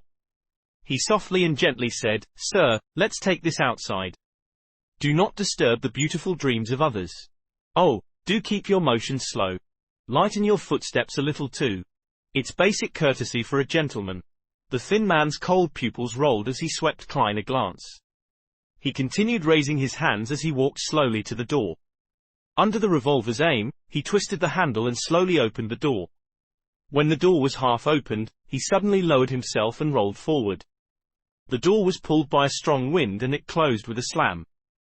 Oh, Benson, who was on the top bunk, was stirred. He almost woke up in a daze. At that moment, a leisurely and serene melody entered from outside. The heavy and comfortable voice started to sing. "Oh, the threat of horror, the hope of crimson cries. One thing at least is certain, that this life flies. One thing is certain, and the rest is lies. The flower that once has bloomed forever dies." 1. The poem seemed to possess the power to calm and relax others. Benson, who was on the top bunk, and Melissa, who was in another room, again fell asleep amid their grogginess. Klein's body and mind was also peaceful and quiet. He nearly yawned. The way the thin man had darted off was so agile that he could not react in time. Looking at the closed door, he smiled and muttered to himself. "You might not believe it, but pulling the trigger would not release a round. The empty chamber to prevent misfiring. Following that, Klein listened to the midnight poem as he patiently awaited for the battle outside to end. Within a minute, the tranquil melody which resembled the reflection of moonlight on the surface of a lake stopped, and the dark night resumed its deep silence. Klein silently spun the cylinder and moved the empty chamber away as he awaited for the outcome. He uneasily waited for a full 10 minutes. Just as he wondered if he should investigate, he heard Dunn Smith's staid and warm voice from the door. "It's settled." Phew. Klein exhaled. He held his revolver and took his key. Barefooted, he carefully approached the door before silently opening it to see the black trench coat and the halved top hat. Dunn Smith was standing there with his deep and calm grey eyes. He closed the door behind him and followed Dunn to the end of the corridor and stood amid the weak crimson moonlight. "It took me some time to enter his dream," said Dunn calmly as he looked at the red moon outside the window. "Do you know his background?" Klein felt a lot more relieved. Dunn nodded and said, "An ancient organization known as the Secret Order. They were established in the Fourth Epoch and are related to the Solomon Empire and a number of fallen aristocrats of that period. Hey, the Antigonus family's diary came from them. Due to a member's negligence, it entered the antique market and was obtained by Welch. They had no choice but to send people in search of it." Without waiting for Klein's question, he paused before continuing. "We will capture the remaining members they have according to the clues. Well, it might not end too well. These fellows are as good at hiding as the rats in the sewers.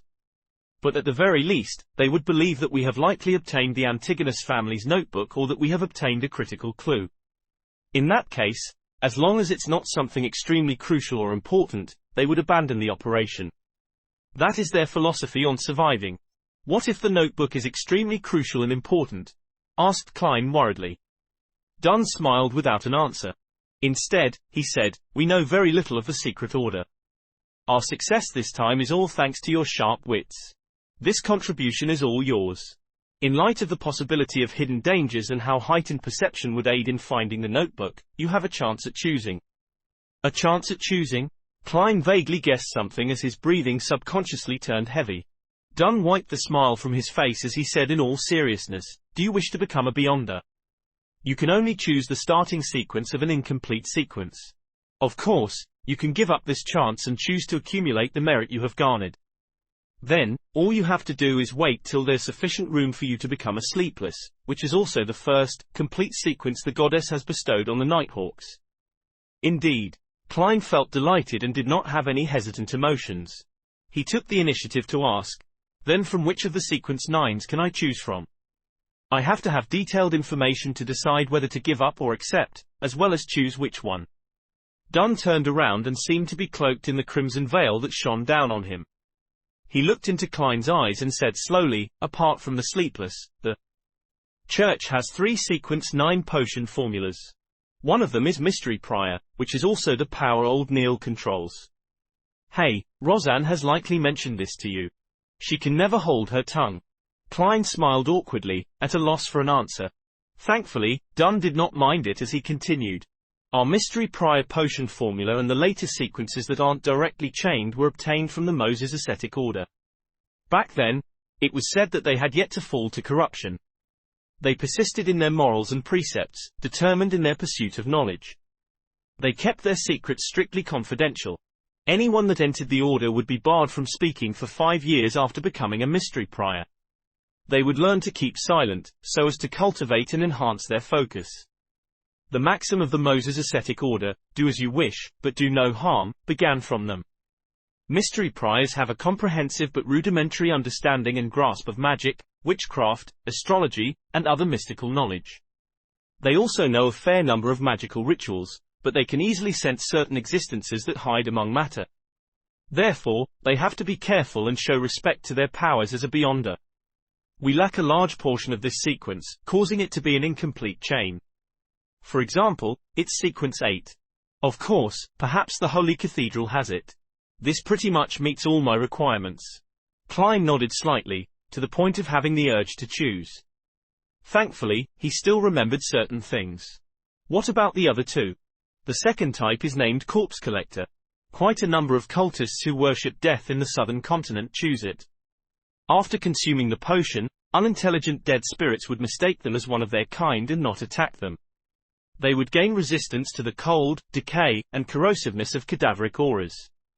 They will be able to directly see a portion of evil spirits and see the characteristics and weaknesses of undead creatures, as well as gain certain attribute enhancements.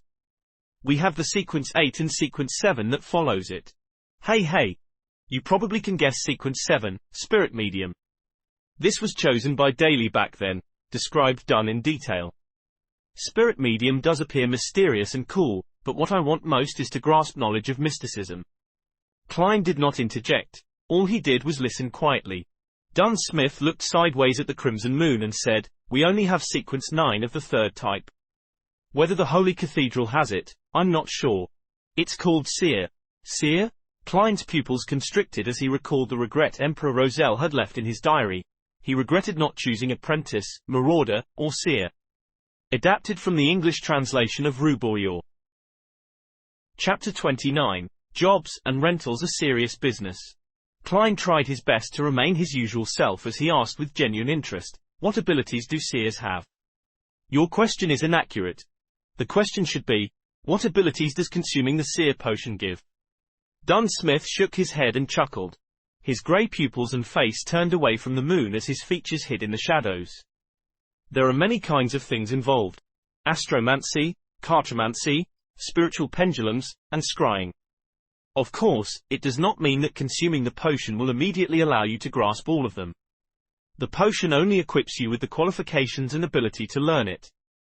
As they lack direct means of fighting enemies, you can probably imagine that setting up a magical ritual requires a lot of preparation. It's not suitable for combat. Therefore, in terms of knowledge of mysticism, a seer will be more learned and professional than a mystery prior.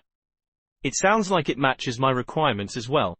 However, the lack of means to directly deal with enemies is quite a dilemma. Furthermore, the Church of Evernite likely doesn't have the subsequent sequences. The Holy Cathedral likely refers to the headquarters, the Cathedral of Serenity. The means available to low-sequence Beyonders against their enemies might not be comparable to firearms. Klein fell into deep thought as he racked his brains.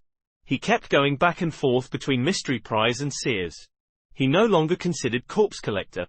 Dunn Smith smiled when he saw this. "You don't have to rush into a decision.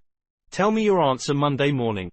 Regardless of your choice of sequence or giving up this opportunity, none of us from the Nighthawks would have any other thoughts on the matter. Calm down and ask your heart." With that said, he took off his hat and bowed slightly.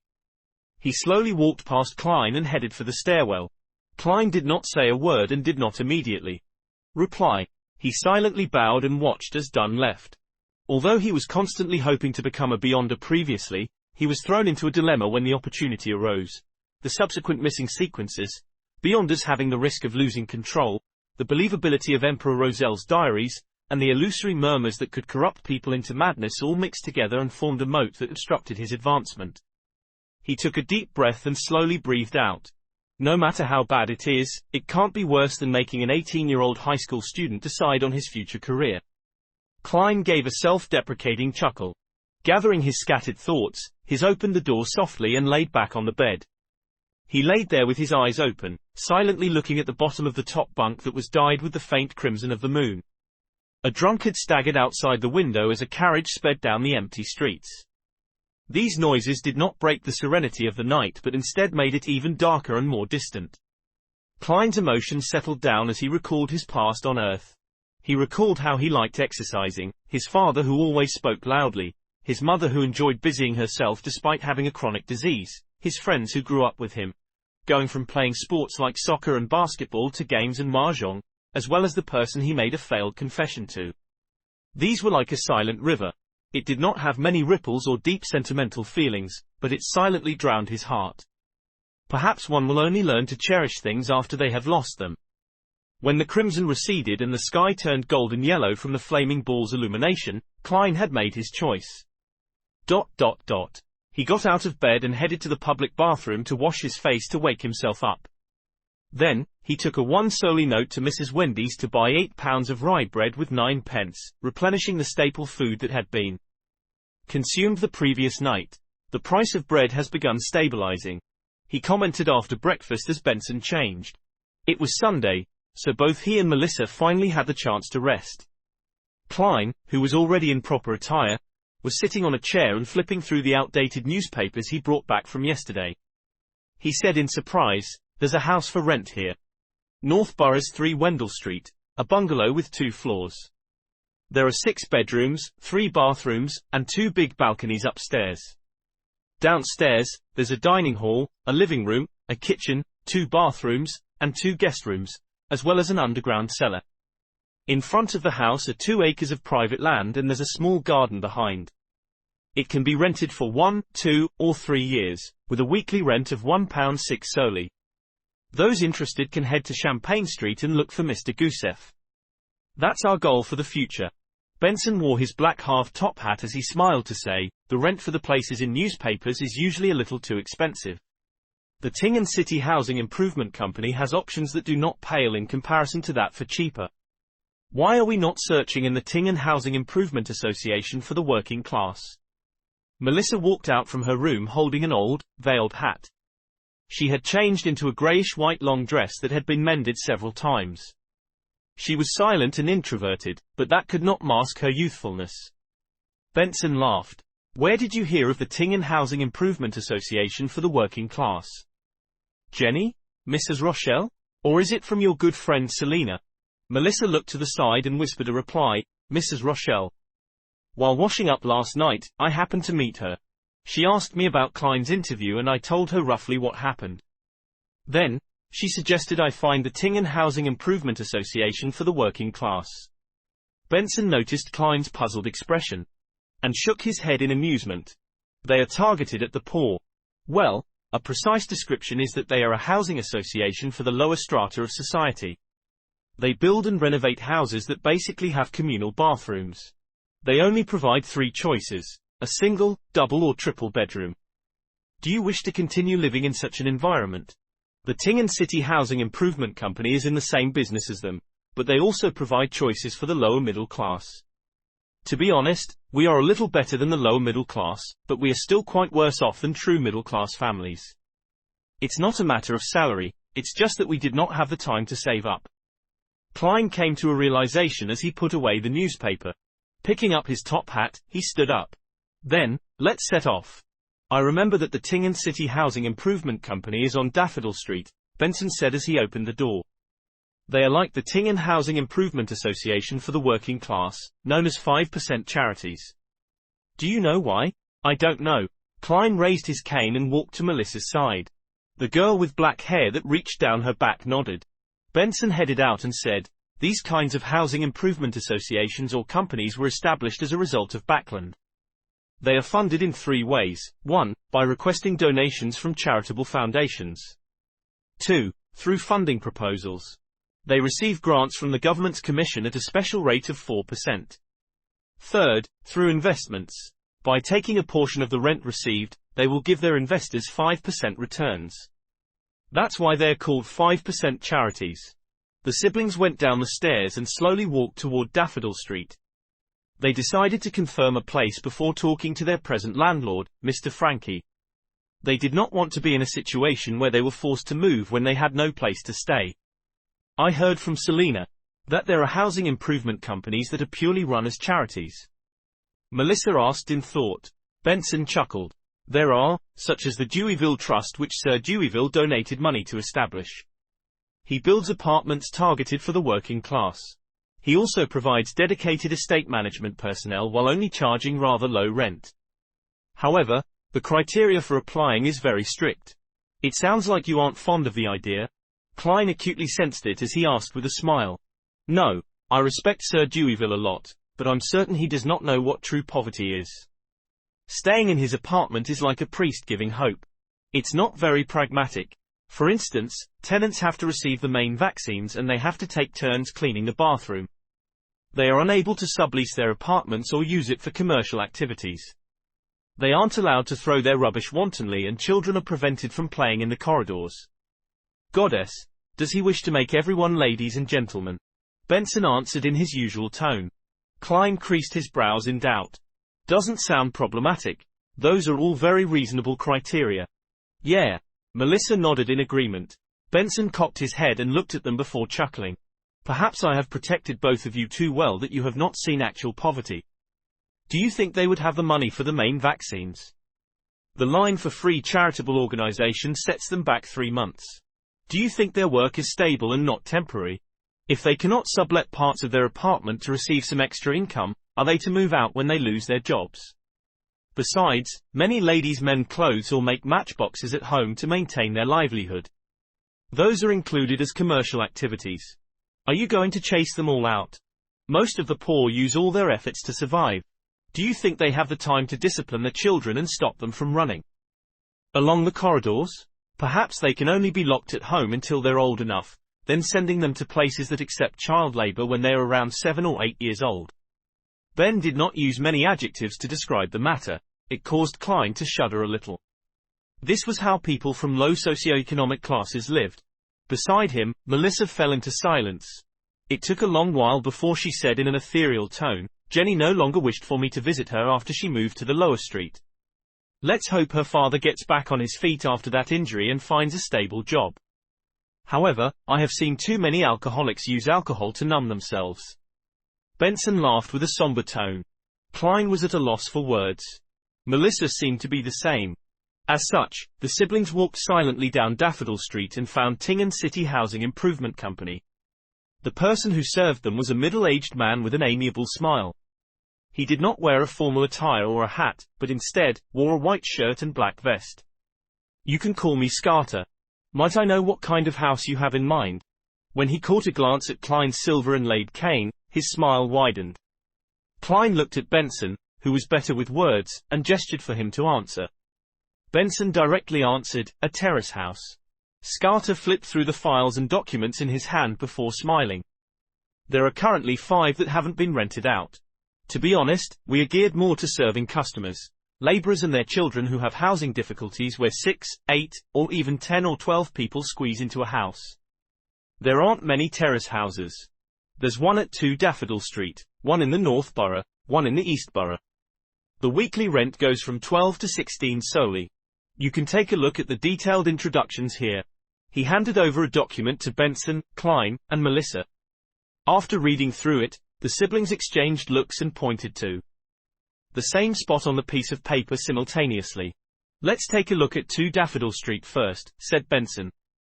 Klein and Melissa nodded in response. This place was a district they were familiar with. Chapter 30, Brand New Beginning. 2, 4, and 6 Daffodil Street were terrace buildings with multifaceted hipped roofs.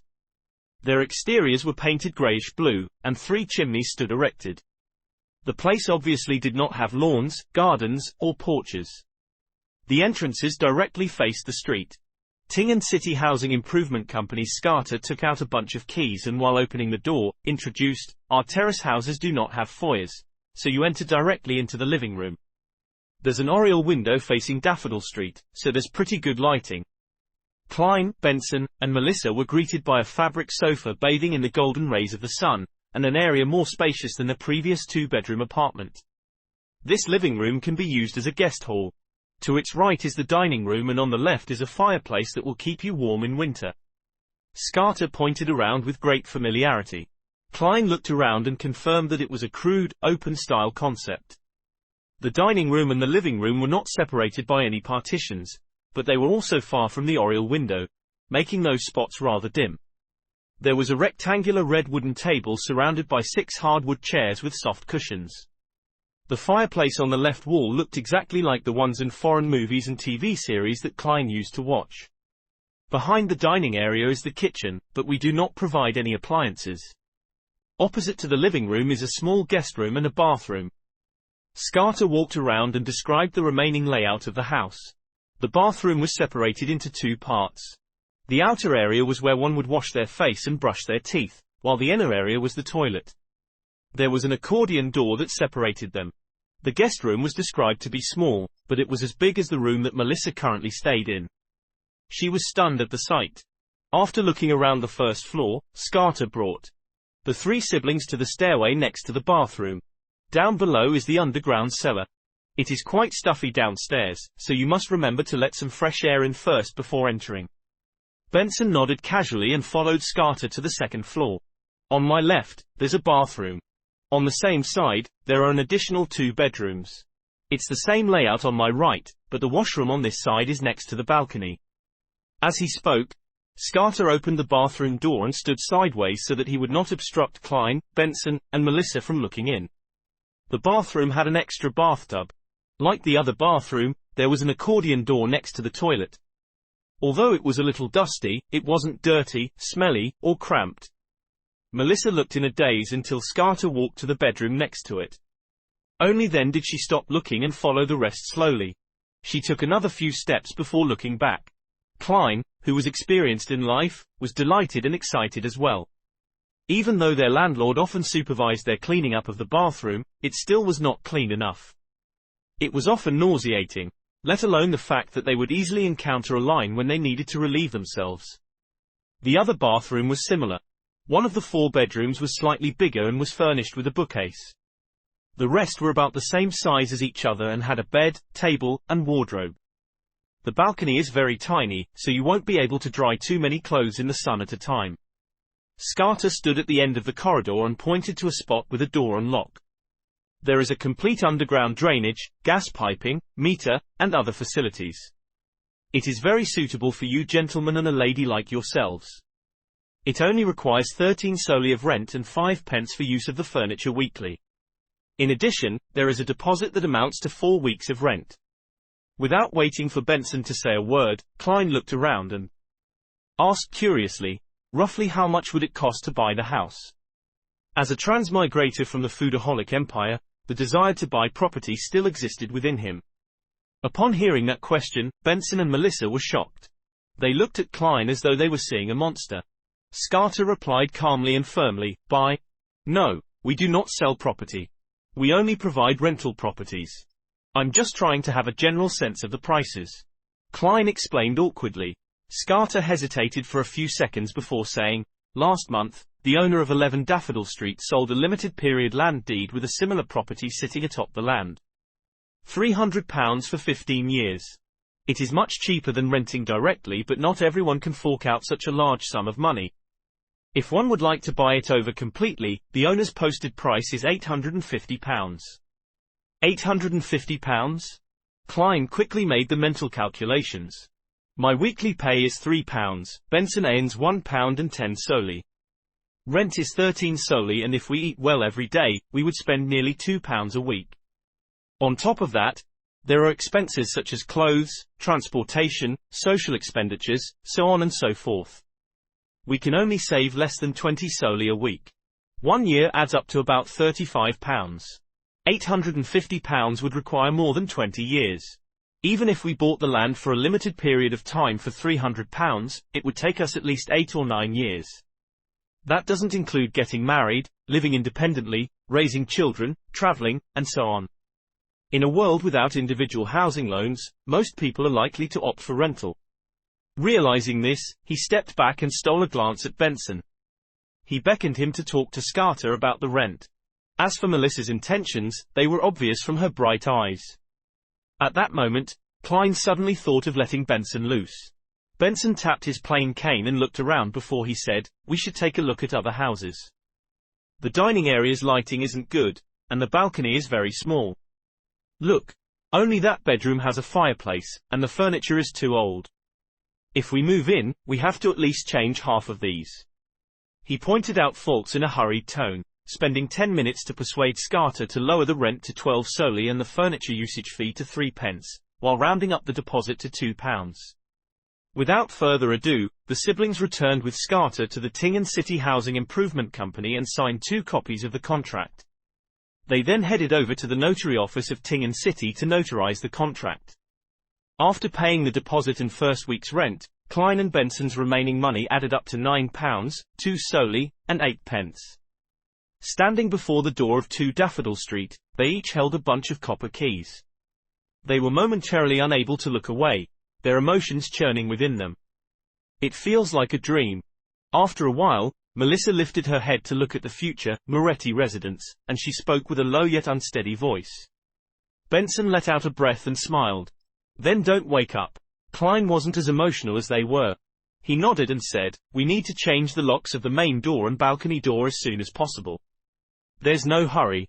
The reputation of Tingen City Housing Improvement Company is very good. The rest of the money is for your formal suit.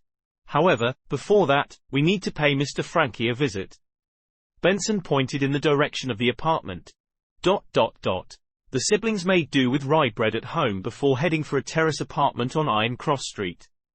When they knocked on their landlord's door, Mr. Frankie declared imposingly while his short frame perched on a sofa, "You know my rules. No one is allowed to be behind their rent." Benson leaned forward and smiled. "Mr. Frankie, we are here to give up our lease." "That's straightforward. Would negotiating this way work?" Standing beside Benson, Klein was shocked when he heard him.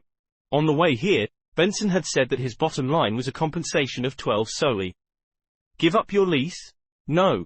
We have a contract, and there's still half a year left." Frankie glared at Benson as he flailed his arms. Benson looked at him seriously and waited for a moment before saying calmly, "Mr. Frankie, you should understand that you could have made much more money." "Make much more?" Frankie asked with interest, touching his skinny face. Benson sat up straight and explained with a smile, "The two-bedroom unit was rented to the three of us for 5 soli and 6 pence. But if you were to rent it to a family of 5 or 6 people, with 2 or 3 of them working and getting paid, I think they would be willing to pay more to stay there instead of staying at Lower Street where it's ridden with crime. I think 5 soli 10 pence or 6 soli would be a reasonable price." Frankie's eyes brightened up and his throat moved as Benson continued to say, "Besides, you are certainly aware that rental prices have been increasing in recent years. The longer we stay, the greater a loss you incur. But I need time to look for a new tenant."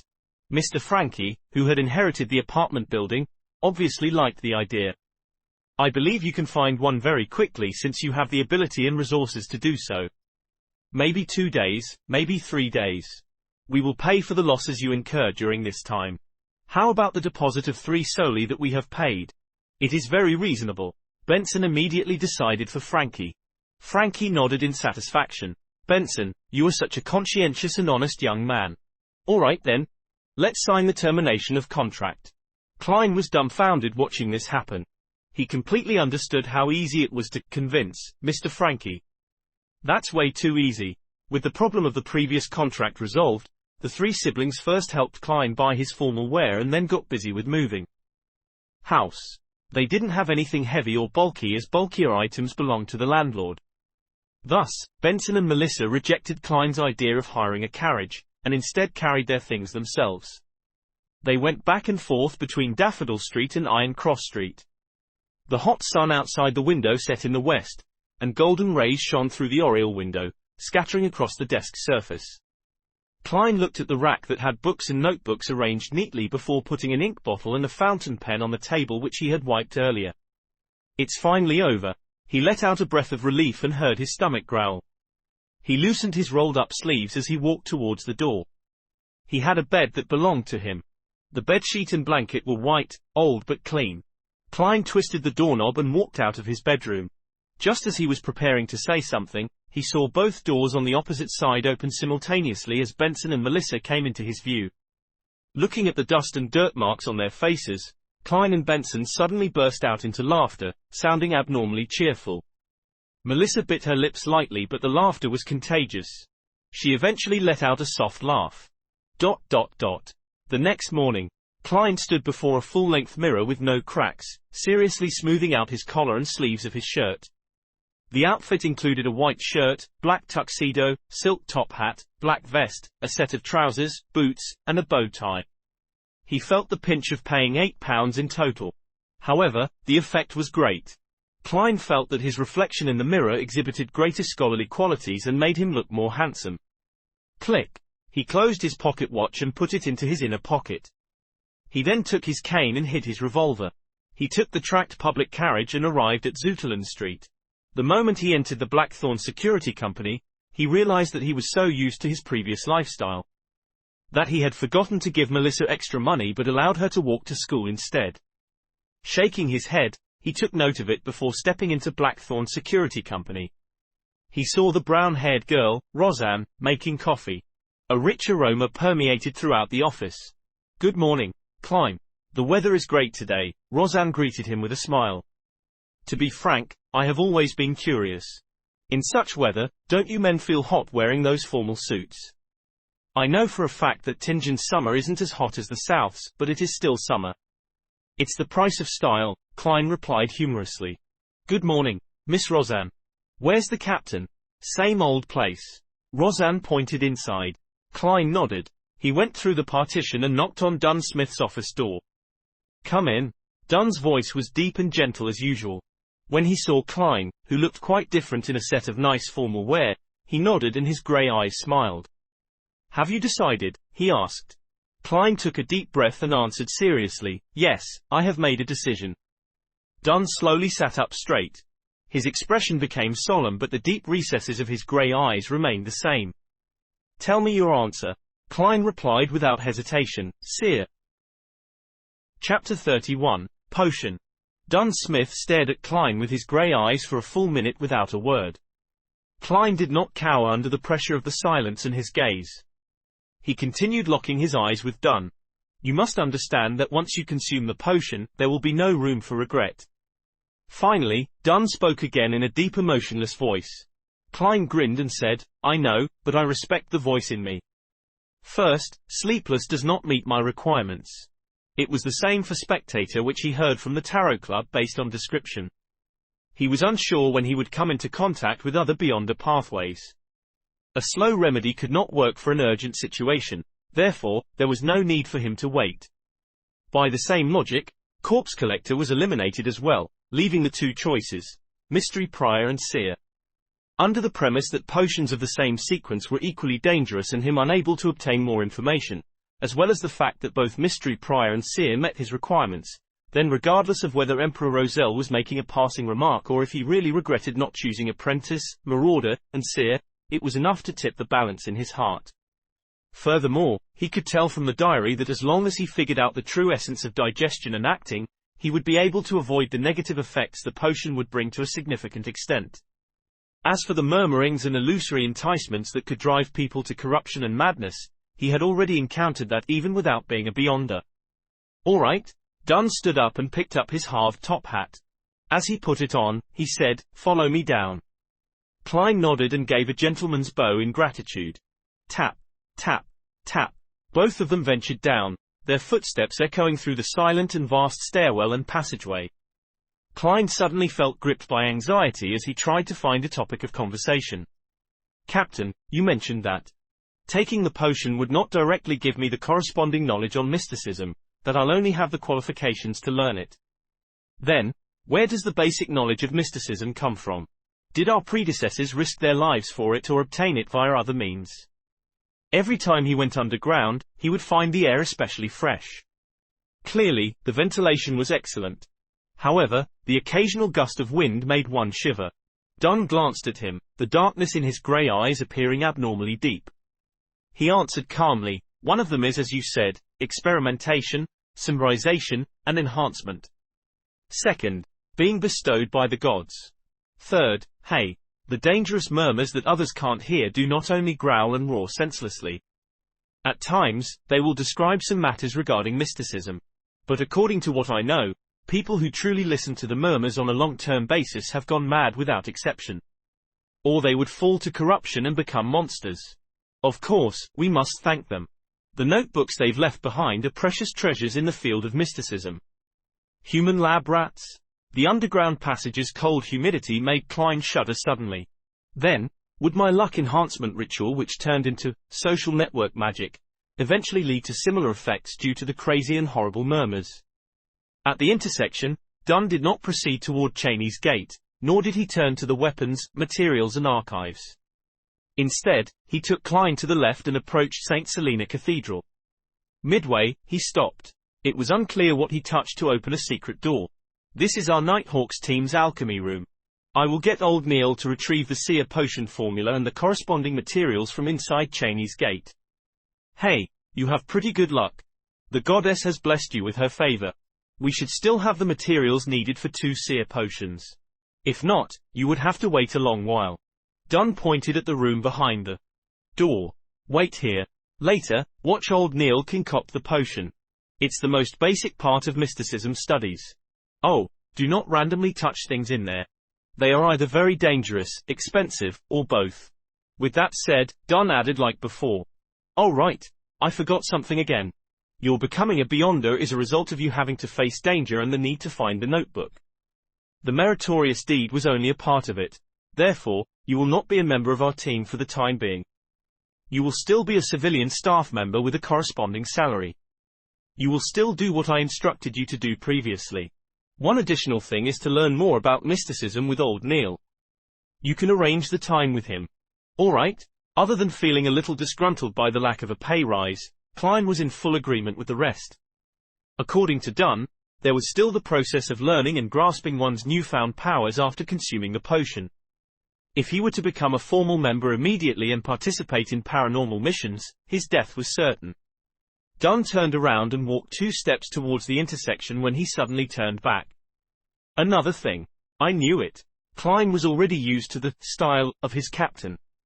We got something out of the Secret Order's actions, said Dunn with his usual expression. It's unlikely they will provoke you in the near future, but don't be careless. It has to do with them being temporarily unable to confirm whether the Antigonus family's notebook is important to them.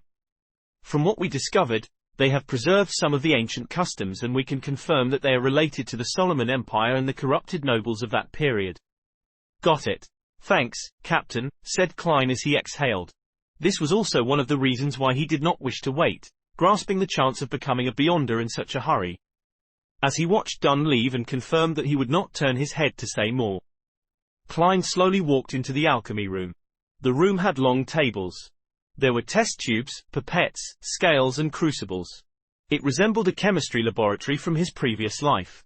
It was just more Spartan and ancient. Other than that, there was a huge cauldron, a darkwood ladle, a translucent crystal ball, and other items. The dark sacred emblem and other strange emblems were visible everywhere. They gave the room a tint of mystery. Klein looked around with interest, but he was not stupid enough to touch the things. After a while, he heard footsteps.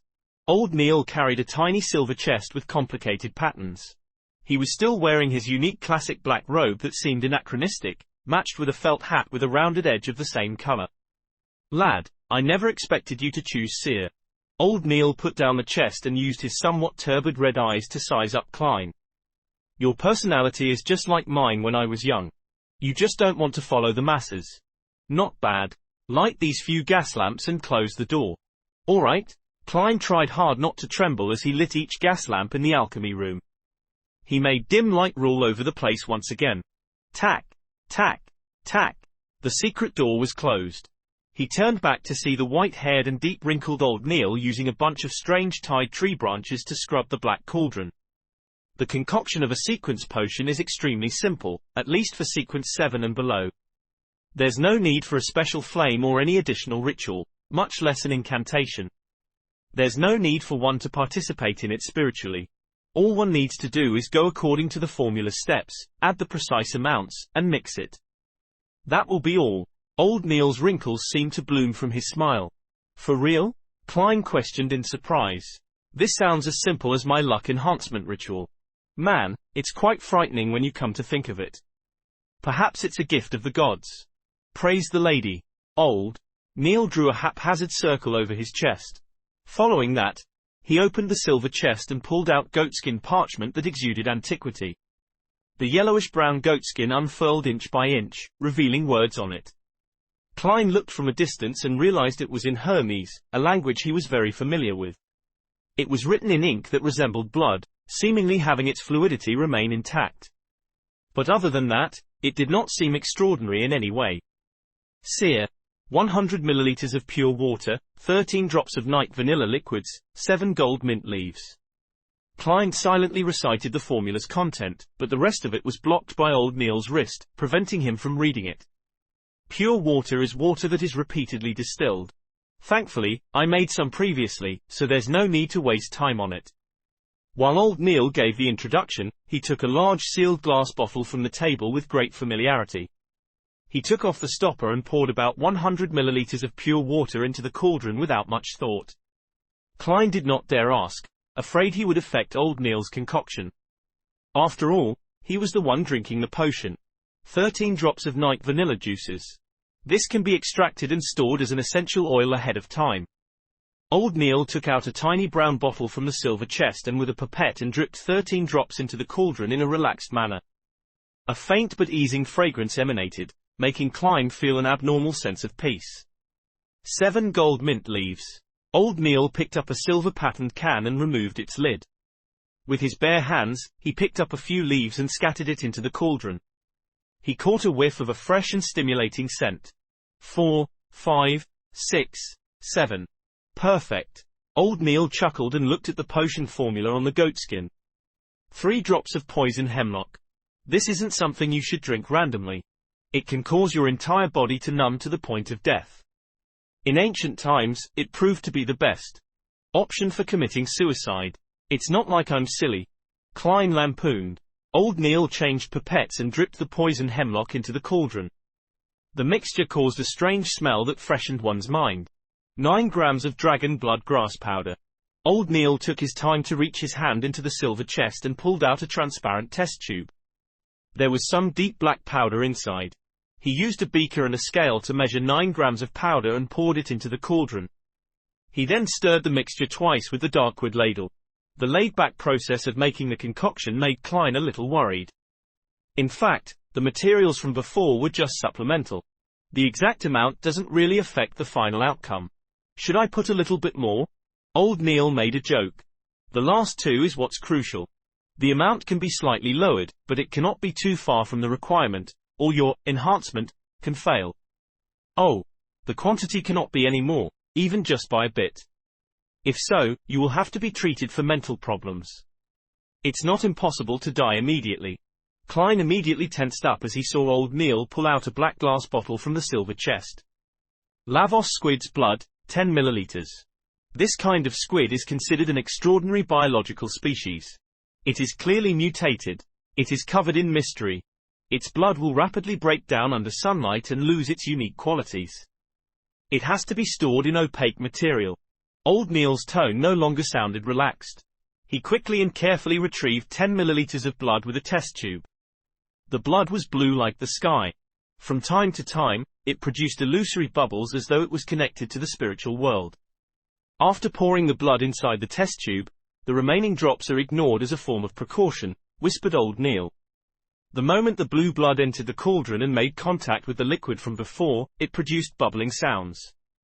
The surrounding light was dyed with a light blue tinge, making Klein feel a strange sense of distance but also familiarity. It felt like the feeling of being in a mother's womb. It elevated a human's soul. The final item. Star crystal, 50 grams. Old Neil's voice sounded in Klein's ears, jolting him awake as he looked at the table. In the old gentleman's hand was a piece of extremely pure crystal. Furthermore, the crystal appeared gelatinous, as though it was jelly from Earth. It lacked hardness. Under the blue light's illumination, it reflected bits of light as it seemed to contain a resplendent void of stars within. This is excellent material for the creation of divination crystals. Just a little less in consideration of any mistakes. As Old Neil measured, he used a tiny patterned silver blade to extract the crystal. Pure water, night vanilla, gold mint leaves, poison hemlock juice, dragon blood grass, Lavos squid blood, and star crystal make up a seer. At that moment, Klein could not help but recall the formula. With everything done, Old Neil poured in a few blocks of star crystal into the cauldron. Sizzle! Illusory fog instantly spewed forth, turning the alchemy room into a blur. Klein seemed to see a vast array of stars amid the fog and felt like he was being observed by an invisible existence. A few seconds later, the fog dissipated. Old Neil used the darkwood ladle and scooped out some sticky dark blue liquid. It had strange characteristics, gooey and inseparable. Not one bit was left in the black cauldron. The dark blue liquid was poured into an opaque cup before Old Neil pointed at it. It's done, your seer potion. Chapter 32, Spirit Vision. Klein looked at the dark blue gelatinous liquid, finding it hard to describe it as either a block or cup of liquid. He swallowed his saliva and said in great difficulty, "Am I to drink it just like that? Is there no need for any other preparations? Like a ritual, an incantation, or a prayer?" Old Neil acknowledged tersely before saying, "Preparation. There is. Get a cup of Intis or mere grape wine, suck on a desi cigar, then whistle a relaxing tune, and dance an upbeat court dance. You can do a tap dance if you prefer that. Finally, play a round of Gwent cards. When he saw Klein's expression turn dumbfounded, old Neil laughed and summarized what he had just said. If you feel nervous, you are quite humorous, aren't you? The corners of Klein's mouth twitched as he resisted the urge to draw his gun. He put his cane down and extended his right hand. As though he held something heavy, he raised the opaque cup. The smell of the potion was faint and seemingly ethereal. Lad, do not hesitate. The more you hesitate, the more nervous and afraid you will be. That will only affect the absorption that follows, said old Neil with his back facing Klein. It was as though he had said it casually. It was unknown when he arrived by the nearby water basin. He turned on the tap and washed his hands. Klein nodded silently and took a deep breath. Just like he was back when he was a child, he pinched his nose and drank it like medicine. He moved the opaque cup to his mouth and tipped his head, drinking it down with a gulp. A cool and smooth feeling quickly filled his oral cavity. It then flowed through his gullet and into his stomach. The sticky, dark blue liquid seemed to grow out thin and long tentacles, bringing stimulation and coldness to every cell in Klein's body. He could not help but convulse as his vision rapidly went into a blur. All colors seemed to saturate. The reds were redder, the blues were bluer, and the blacks were blacker. The rich colors blended like an impressionist painting. Klein had seen such a scene before. It was back when he was questioned by the spirit medium, daily. At that moment, his vision became a blur, and although his mind felt light, it was clear. He felt like a castaway floating in the sea. Slowly, his surroundings turned discernible. All the colors returned to their original as a grayish and blurry fog emanated. Around him were forms he found difficult to describe. There were transparent objects that did not seem to exist. Deep down, there were lustrous brilliances of different colors which seemed to possess life or contain immense knowledge. This is a little similar to what I saw during the luck enhancement ritual. As Klein instinctively looked down, he realized that he was still standing in his original spot, body convulsing. Suddenly, he came to a realization, causing his consciousness to sink abruptly and fuse with him. Boom!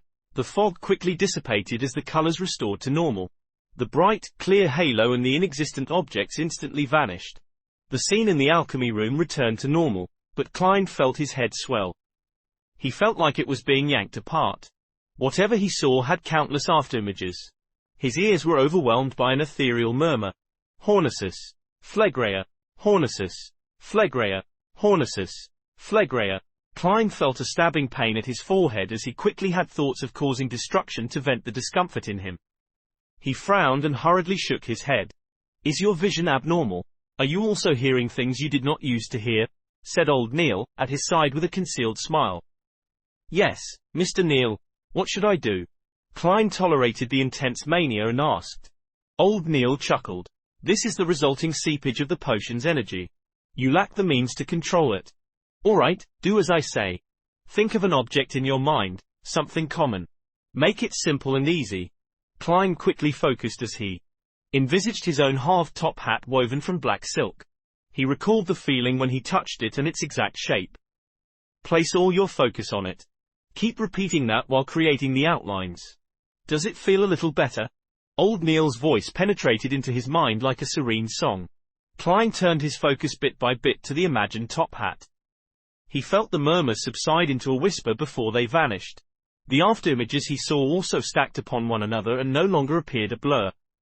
Much better, said Klein after calming his mind of chaotic emotions and having exhaled. He looked down at his body and discovered that nothing abnormal had happened. He moved his limbs and with half anticipation and half doubt, asking, I succeeded. I'm now considered a seer. Old Neil pulled out a mirror-like mercury plate and shoved it in front of him. Look at your eyes. Klein focused his gaze and saw that he was wearing a black top hat. His outline stood out and his facial features looked normal. Apart from having his face covered in sweat, he did not seem different in any way. He followed old Neil's instruction and carefully looked at his eyes. Only then did he discover that his brown eyes had deepened quite significantly. It was so much deepened that it was like the night, one in complete darkness. It felt so deep that it could absorb the souls of others. Normally, dark brown pupils are easily recognized as black. Without looking very carefully, even Klein himself would not have noticed. This is a physical manifestation of the potion's powers. When you learn cogitation and how to converge your power, your eyes will return to normal. Old Neil smiled as he reached out his right hand. Congratulations, our new Beyonder, our seer. Thank you. Klein reached out his hand and shook it. Mr. Neil, when can I learn how to cogitate? You can learn it now. The initial steps of cogitation are relatively simple. It's even more so for Beyonders, said Old Neil with a smile. Just now, producing an object in your mind to divert your attention and turning the energy seepage inwards is actually the first step to cogitation. Try doing it again. Klein closed his eyes and once again, his mind depicted the halved top hat. His concentration seemed to be more easily focused than before. Soon, random thoughts that surfaced would quickly vanish, leaving the hat's outline. Let your brain go somewhat blank. Exchange the object you imagined. Use something that does not exist in this world, an object you imagine completely out of thin air. You have to follow this rule. Only by doing so can you enter cogitation. Only then can you exceed the concept of I. The limitless I will become one with the universe, giving you the ability to see and understand the truth. You will obtain knowledge only you yourself can understand. In the domain of mysticism studies, it's called a mystic experience, said Old Neil using a pacifying tone. You just need to listen to the descriptions that I'll get to later. What's most important is to enter cogitation. Something that doesn't exist in this world. Imagine something completely out of thin air. Would things from Earth count? Klein attempted using an earthy green intercontinental missile he saw on television. He replaced the half-top hat with this long and thick missile. However, regardless of how he outlined it or imagined it, he ultimately only ended up focusing his attention. It doesn't seem like it will work. Klein had no choice but to let his imagination run wild. He outlined a sphere of light and then many similar objects, gathering them together. The spheres of light stacked upon one another. It felt like an object of fantasy. Klein's thoughts gradually turned ethereal and afloat. His body and mind calmed down. The objects that did not seem to exist, the fog with the bright clusters of light, and the complex colors appeared once again. They floated in the sky in close reach. He extended his spirituality inch by inch as he looked down at them quietly. He sensed it and took it in. Very good. As expected of a seer. You entered cogitation very smoothly. You were just slightly worse than me back then. Slightly, said Old Neil with a chuckle. In that case, I'll begin teaching you the most common, easiest to grasp, and most useful ability in the future in mysticism. Spirit vision. He switched off the gas lamps one after another but opened the door to the alchemy room.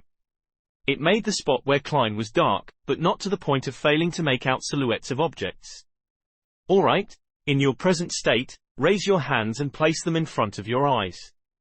Your index fingers need to face each other, but they are not to touch. Open your eyes and keep them open until you are accustomed to the darkness. Klein completed each step according to Old Neil's description. He saw the silhouettes of his fingers and the surrounding objects. Actually, you should be lying down to let your body be entirely relaxed. But since the effect of your cogitation is not bad, let's continue. Old Neil laughed. Focus your gaze on a spot behind your hands. It has to be behind. Then, slowly move your fingers and maintain the same pose without touching them. Also, do not pull them out of your sight.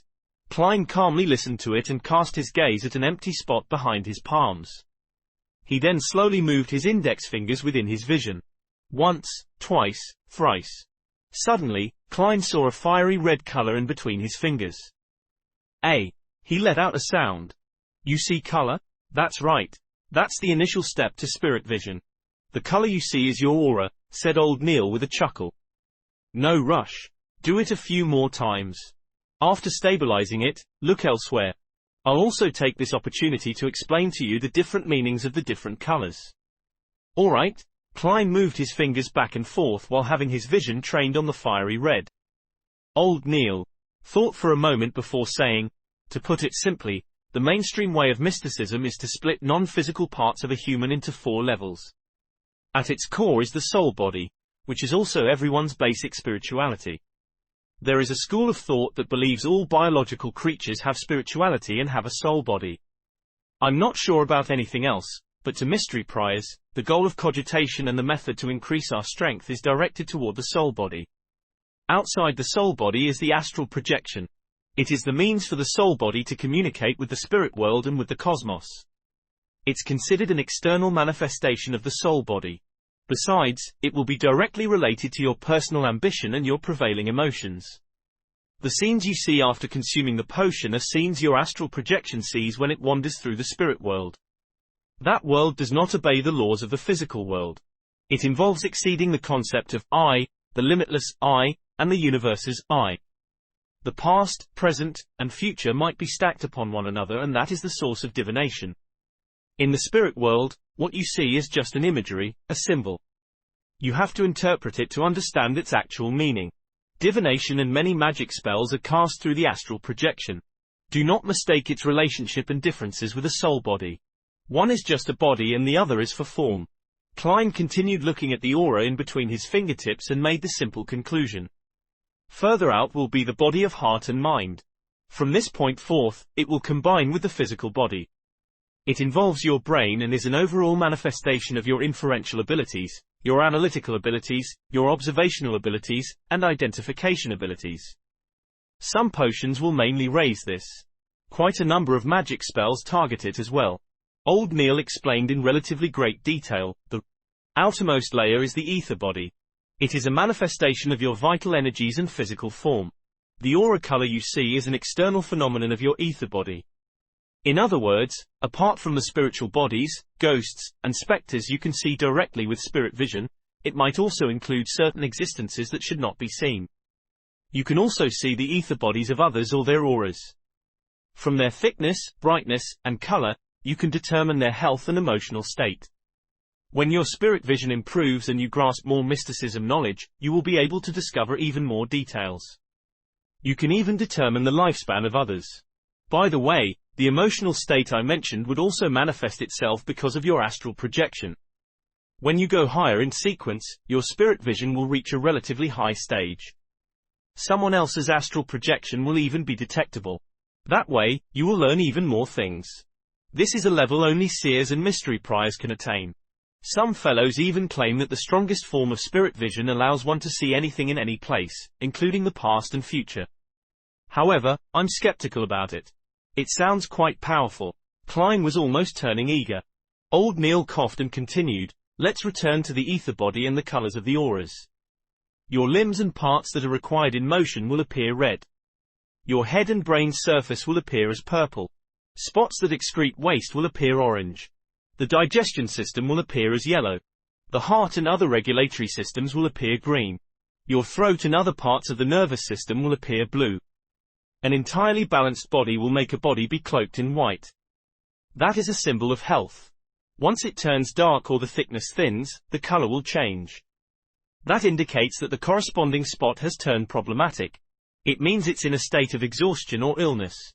In addition, the inner layer of the astral projection represents prevailing emotions. Red means passion and excitement.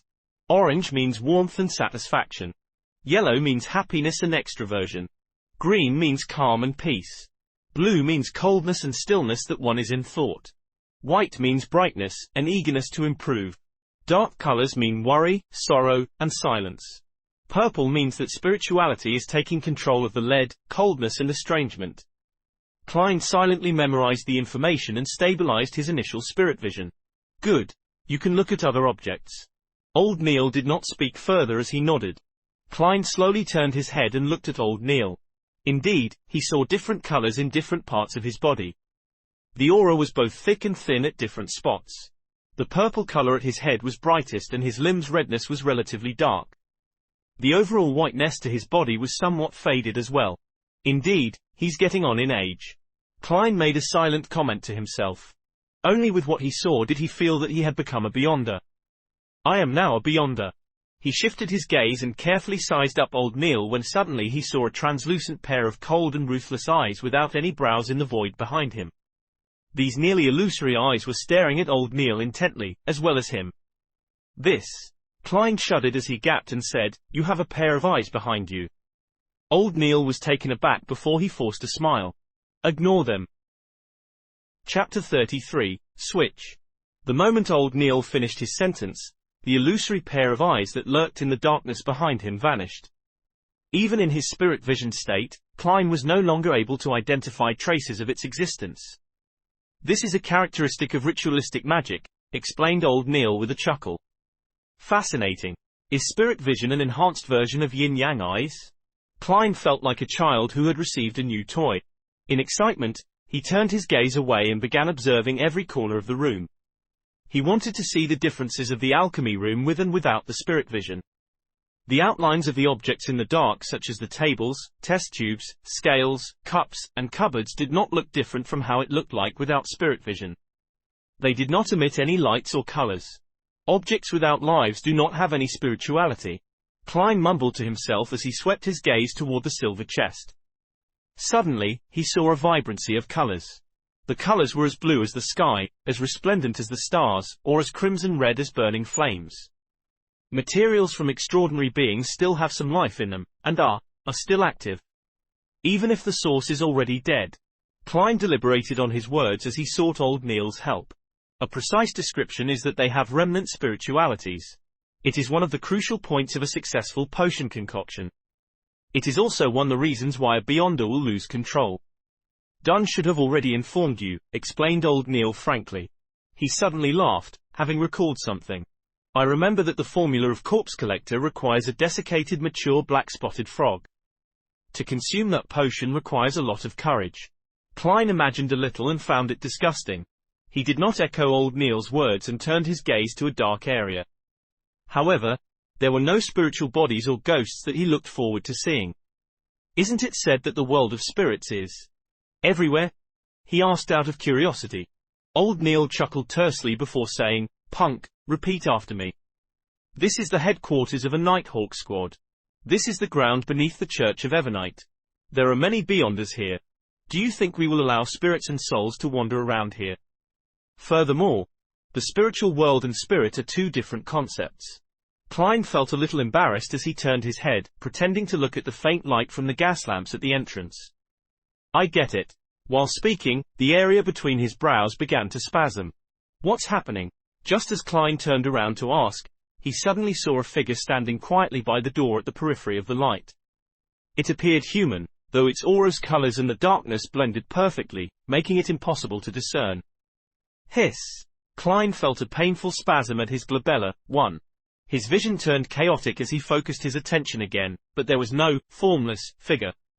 Strange. He turned around and asked, Mr. Neil, the spot in between my brows is a little painful from spasms. Ha, this is very common. You are a new Beyonder. Spirit vision places a great burden on your soul body. Furthermore, it drains you constantly. Physical effects can be glabellar spasms, headaches, oversensitivity, and minor bouts of hallucinations. And while viewing things with spirit vision, it's very easy to feel uncomfortable as a result of the unfamiliar surroundings. It's also very easy to have your emotions affected by others. These are things that require you to pay attention. You can become accustomed to and eliminate them with repeated practice. In addition, use it sparingly and end it in a timely fashion, answered old Neil with a smile. Why does it feel like you are delighted by this? Klein hurriedly asked for advice. Then, how do I exit from the state of having spirit vision? He had planned on mentioning the invisible figure he had seen, though when he heard of the minor bouts of hallucination among the symptoms, he struck that thought away. From the glabellar spasm and headache, he could completely guess old Neil's answer. Like before, think of an item to divert your attention. It will bring you out of cogitation. Close your eyes and control your spirituality and repeatedly tell it to end. When you open your eyes again, you will discover that your spirit vision has ended. Old Neil described leisurely and when he was done, added, of course, that is the most trivial and clumsy method. We can repeatedly hint to ourselves in cogitation from practice to affect our spirituality. That way, you will have a simple switch. For instance, tapping at your glabella twice lightly would allow you to easily activate spirit vision. Another 2 taps will simply end it. As for how you set it up, it depends on your habits and preferences. Got it. Klein thought for a moment and planned to imitate old Neil to use tapping his glabella twice as a switch for his spirit vision. Tapping once was easily mistaken as an instinctive knock to his head, and tapping thrice could be a waste of valuable time in dangerous situations. As for actions like snapping fingers, they were too attention-drawing. He eased his focus and imagined the stacked spheres of light and re-entered a state of cogitation. Under old Neil's guidance, after repeated hints and practice, he finally set up his switch. He clenched his fist slightly and used his index finger's joint to tap at his glabella twice. Immediately, there were glowing auras of differing thickness and colors appearing before his eyes. After another 2 taps, everything returned to normal. I finally grasped it. He sighed with delight. Only then did he realize how exhausted he was, feeling like he could fall asleep at any time. His mind hurt as though he had stayed up for 3 nights. Old Neil said with a chuckle, "We're not sleepless. Every practice and every time spirit vision is used excessively, you will need some sleep. You can now go back and have a good rest. In the afternoon, go to Iron Cross Street where Welch's place is and walk around. Try your best to find clues about the Antigonus family's notebook as soon as possible. Tomorrow, I'll continue teaching you about mysticism. Of course, do not forget to read the historical documents." All right. Klein was in full agreement with old Neil's arrangements. He picked up his cane and left the alchemy room. He watched the door close as old Neil returned to the armory. Klein massaged his glabella and temples and with the help of his cane, sauntered up the stairwell. At that moment, Dunn Smith came from behind him with the corners of his lips hooked. With a deep gaze, he said, "I heard from old Neil that you were a very suitable candidate. Even without cogitation, you were able to use spirit vision. Perhaps, it's a unique trait of being a seer," replied Klein humbly. He guessed that Dunn had been watching the armory for old Neil. Dunn slowed down and went ahead of Klein a little. After a few seconds of silence, he turned around and said, "You have to remember that curiosity killed the cat. It can also kill beyonders. Do not attempt to probe the murmurings you should not be listening to or seeing existences you should not see." All right. Klein knew this was another reminder of how beyonders lost control. After entering Blackthorn Security Company, he greeted Roseanne, who obviously did not know that he had become a beyonder. He slowly walked out the door and reached the streets where he took a trackless carriage to Daffodil Street. He nearly fell asleep on his return journey. It was still in the morning and the temperature was about 26 degrees Celsius. Klein pulled out a copper key from his waistband and opened the door to his home. There were still many items missing from his home. The living room and dining hall was still empty. Benson and Melissa had work or school, so they had both left early in the morning. Klein did not have the capacity to bother with anything else. He closed the door and briskly went to the second floor and entered the bookshelf-equipped bedroom that belonged to him. After taking off his tuxedo and hanging it on a clothing rack, he eagerly plunged into bed. The moment his head hit the pillow, he fell asleep. Klein was awoken by bright sunlight. He turned his head and slowly opened his eyes to discover the burning sun outside. What time is it? Did I miss the tarot club in the afternoon? He struggled to get up and walked to the clothing rack to take out his pocket watch from the pocket of the tuxedo's inner lining. Not only had he forgotten about the matter, he had forgotten to close the door to his bedroom and pulled the curtains to the oriel window. Pa!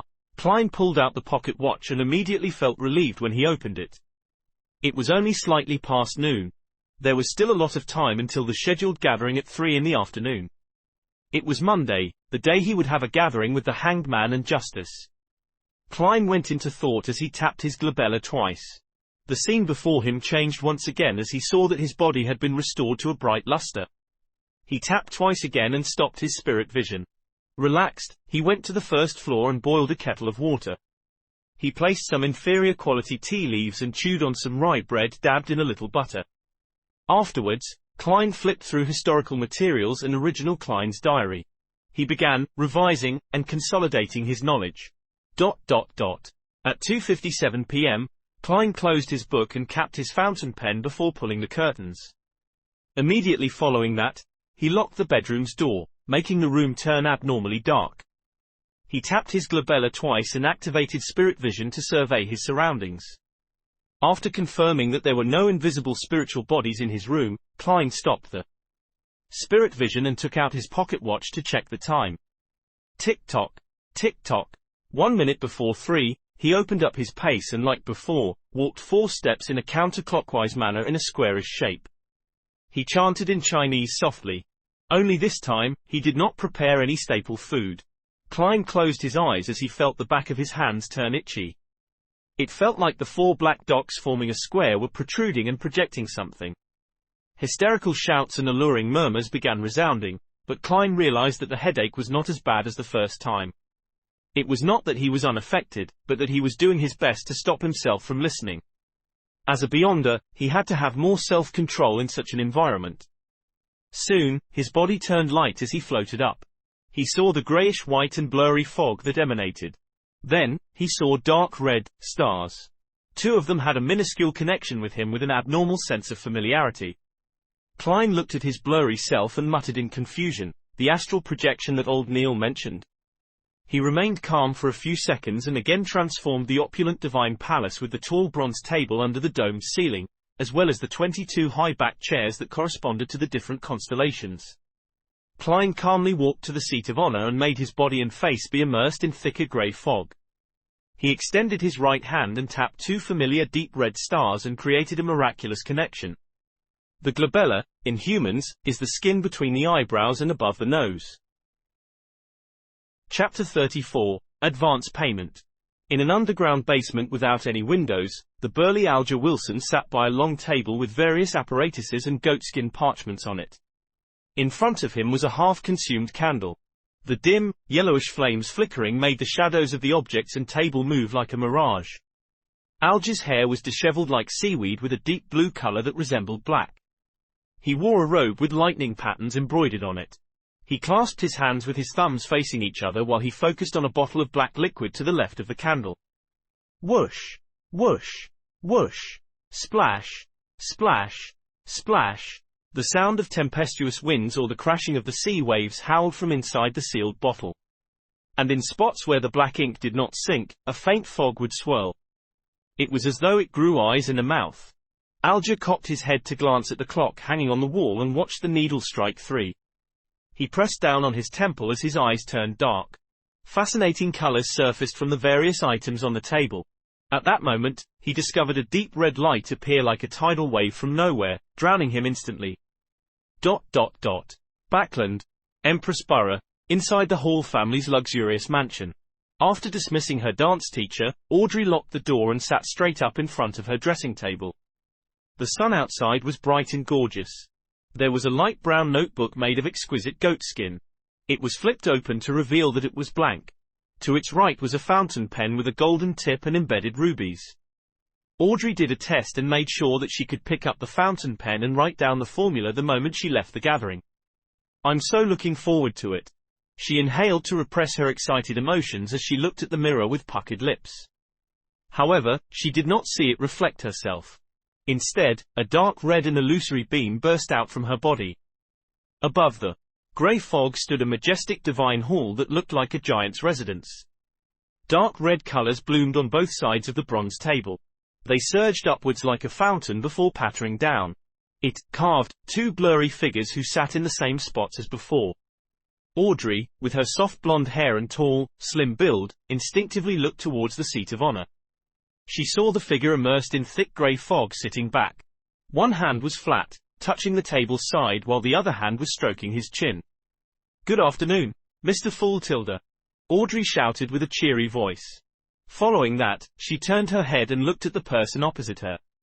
With the same tone, she said, "Good afternoon, Mr. Hangman Tilda. This lady sure is unsophisticated. Is she so sure that I'm a good person? Why isn't there any fear from her? Is she a noble lady who has been protected well?" Klein smiled and maintained his unfathomable image. "Good afternoon, Miss Justice." As he spoke, he lowered his head slightly and moved his left hand and tapped his glabella twice. What he saw changed instantly. He saw Justice and the Hanged Man emit the colors of their aura. And the surrounding grey fog and dark red stars remained the same. Nothing that seemingly did not exist or lustrous brilliances that possessed life was seen. He shifted his gaze and saw that Justice's aura perfectly matched the colors old Neil described. What was supposed to be red, purple, blue, or white were their respective colors. Furthermore, they maintained a lustrous brilliance and were of appropriate thickness. It was easy to tell that she was a vibrant young girl. The colors of her emotions are red and yellow. That's joy, zeal, and excitement. Klein made a judgment before casting his attention towards the Hanged Man. Like Justice, there was nothing special about the colors of the Hanged Man's aura.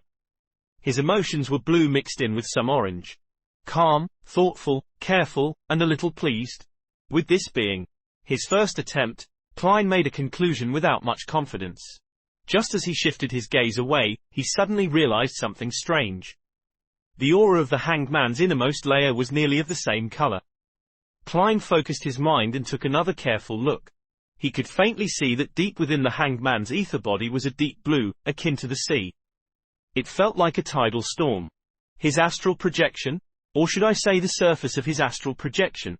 From the looks of it, he's really a beyonder, and one that's apparently stronger than old Neil.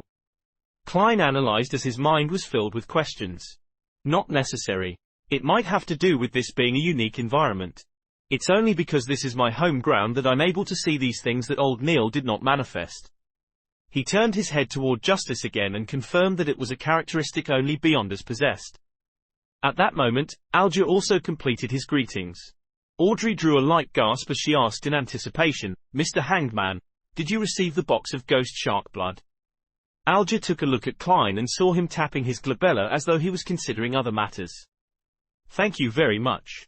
It perfectly met my expectations. I never expected you to send it to me so quickly. The ghost shark blood is not the typical extraordinary creature," said Alger frankly. Audrey smiled humbly and said, "I'm very happy to see this outcome." As she loved anything to do with mystery from a young age, she had befriended those in aristocratic circles with similar interests. They have exchanged information, books, and rare artifacts among each other. But before this, none of them had ever obtained any supernatural power to become a real beyonder. Instead, there were a few princes that hinted that they could gift her what she wanted if she became their princess consort. However, she had obtained the ghost shark blood directly from her family's vault.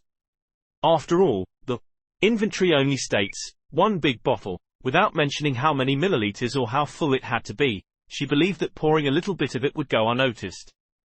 Even if there was an accident and the matter was exposed, her parents were unlikely to pursue the matter.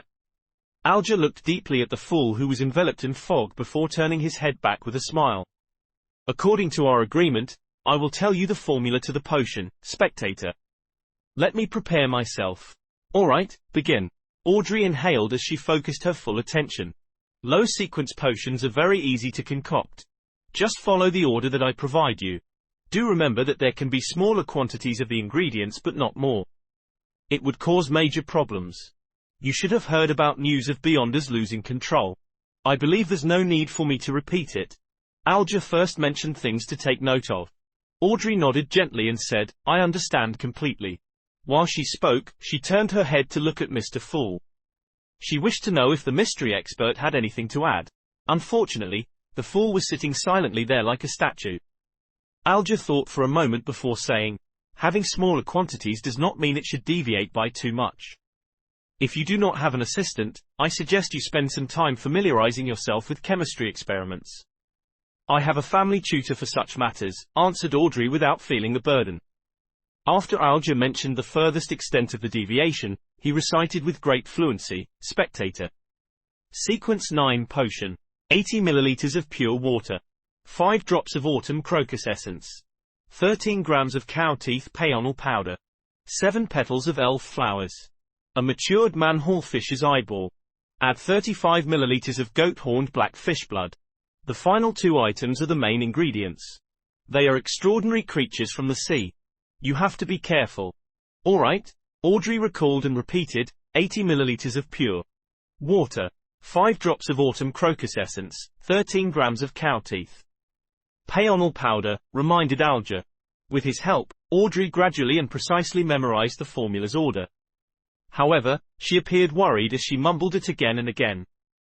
"Do you know about cogitation?" When Alger saw Justice nod, he continued, "I do not know how much you know about cogitation. Let me describe it once.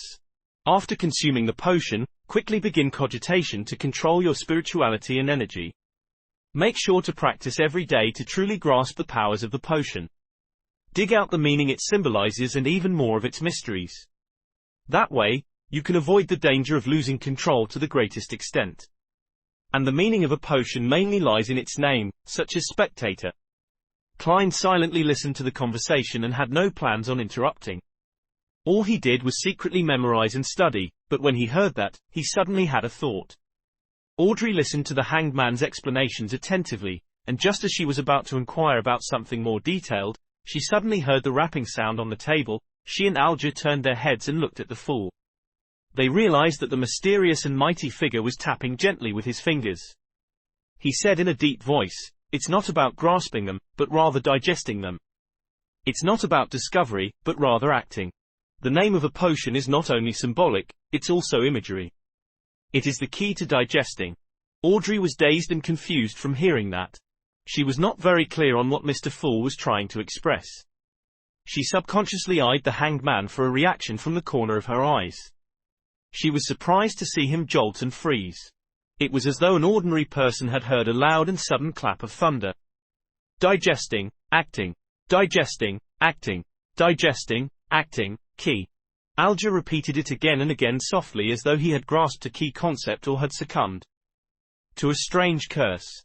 After a while, he raised his head and said with a hoarse voice, "Thank you, Mr. Fool.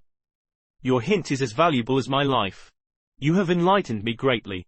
Of course, I believe I have yet to fully understand or comprehend it." Klein maintained his mysterious and unfathomable image by saying with a smile, "That was an advance payment." In fact, he did not truly understand the exact meaning of what was said. He was just certain that Emperor Roselle was more powerful than the typical Beyonder and stronger than the hanged man. Advance payment. Audrey looked at the hanged man's reaction and knew that the hint from before was precious. As she ruminated over it, she asked, "Mr. Fool, what do you wish for us to do?" Opposite to her, Alger said with a nod, "What matter might you wish to entrust us with?" Klein leaned back slightly as he glanced at the two of them before saying in a soft and pleasant voice, "Collect Roselle Gustaf's secret diary on my behalf, even if it's just one page of it." Chapter 35, Exchange of Information. Roselle Gustaf's secret diary? Emperor Roselle? Indeed, only such matters are worth the concern of a mighty figure like Mr. Fool. Audrey was first taken aback before she realized that she found it nothing surprising. Rumor had it that Emperor Roselle had once seen the blasphemy slate. It was said that the secret cards he created hid the 22 paths of the divine. This was something every high-sequence Beyonder would definitely pay attention to. Diary? That's a diary? Alger frowned slightly as he keenly noticed this tidbit. The item which Roselle Gustaf had left behind had been described by Mr. Fool as a diary. How did he know? How did he determine it? Could he know the way to decipher Roselle's cryptic text?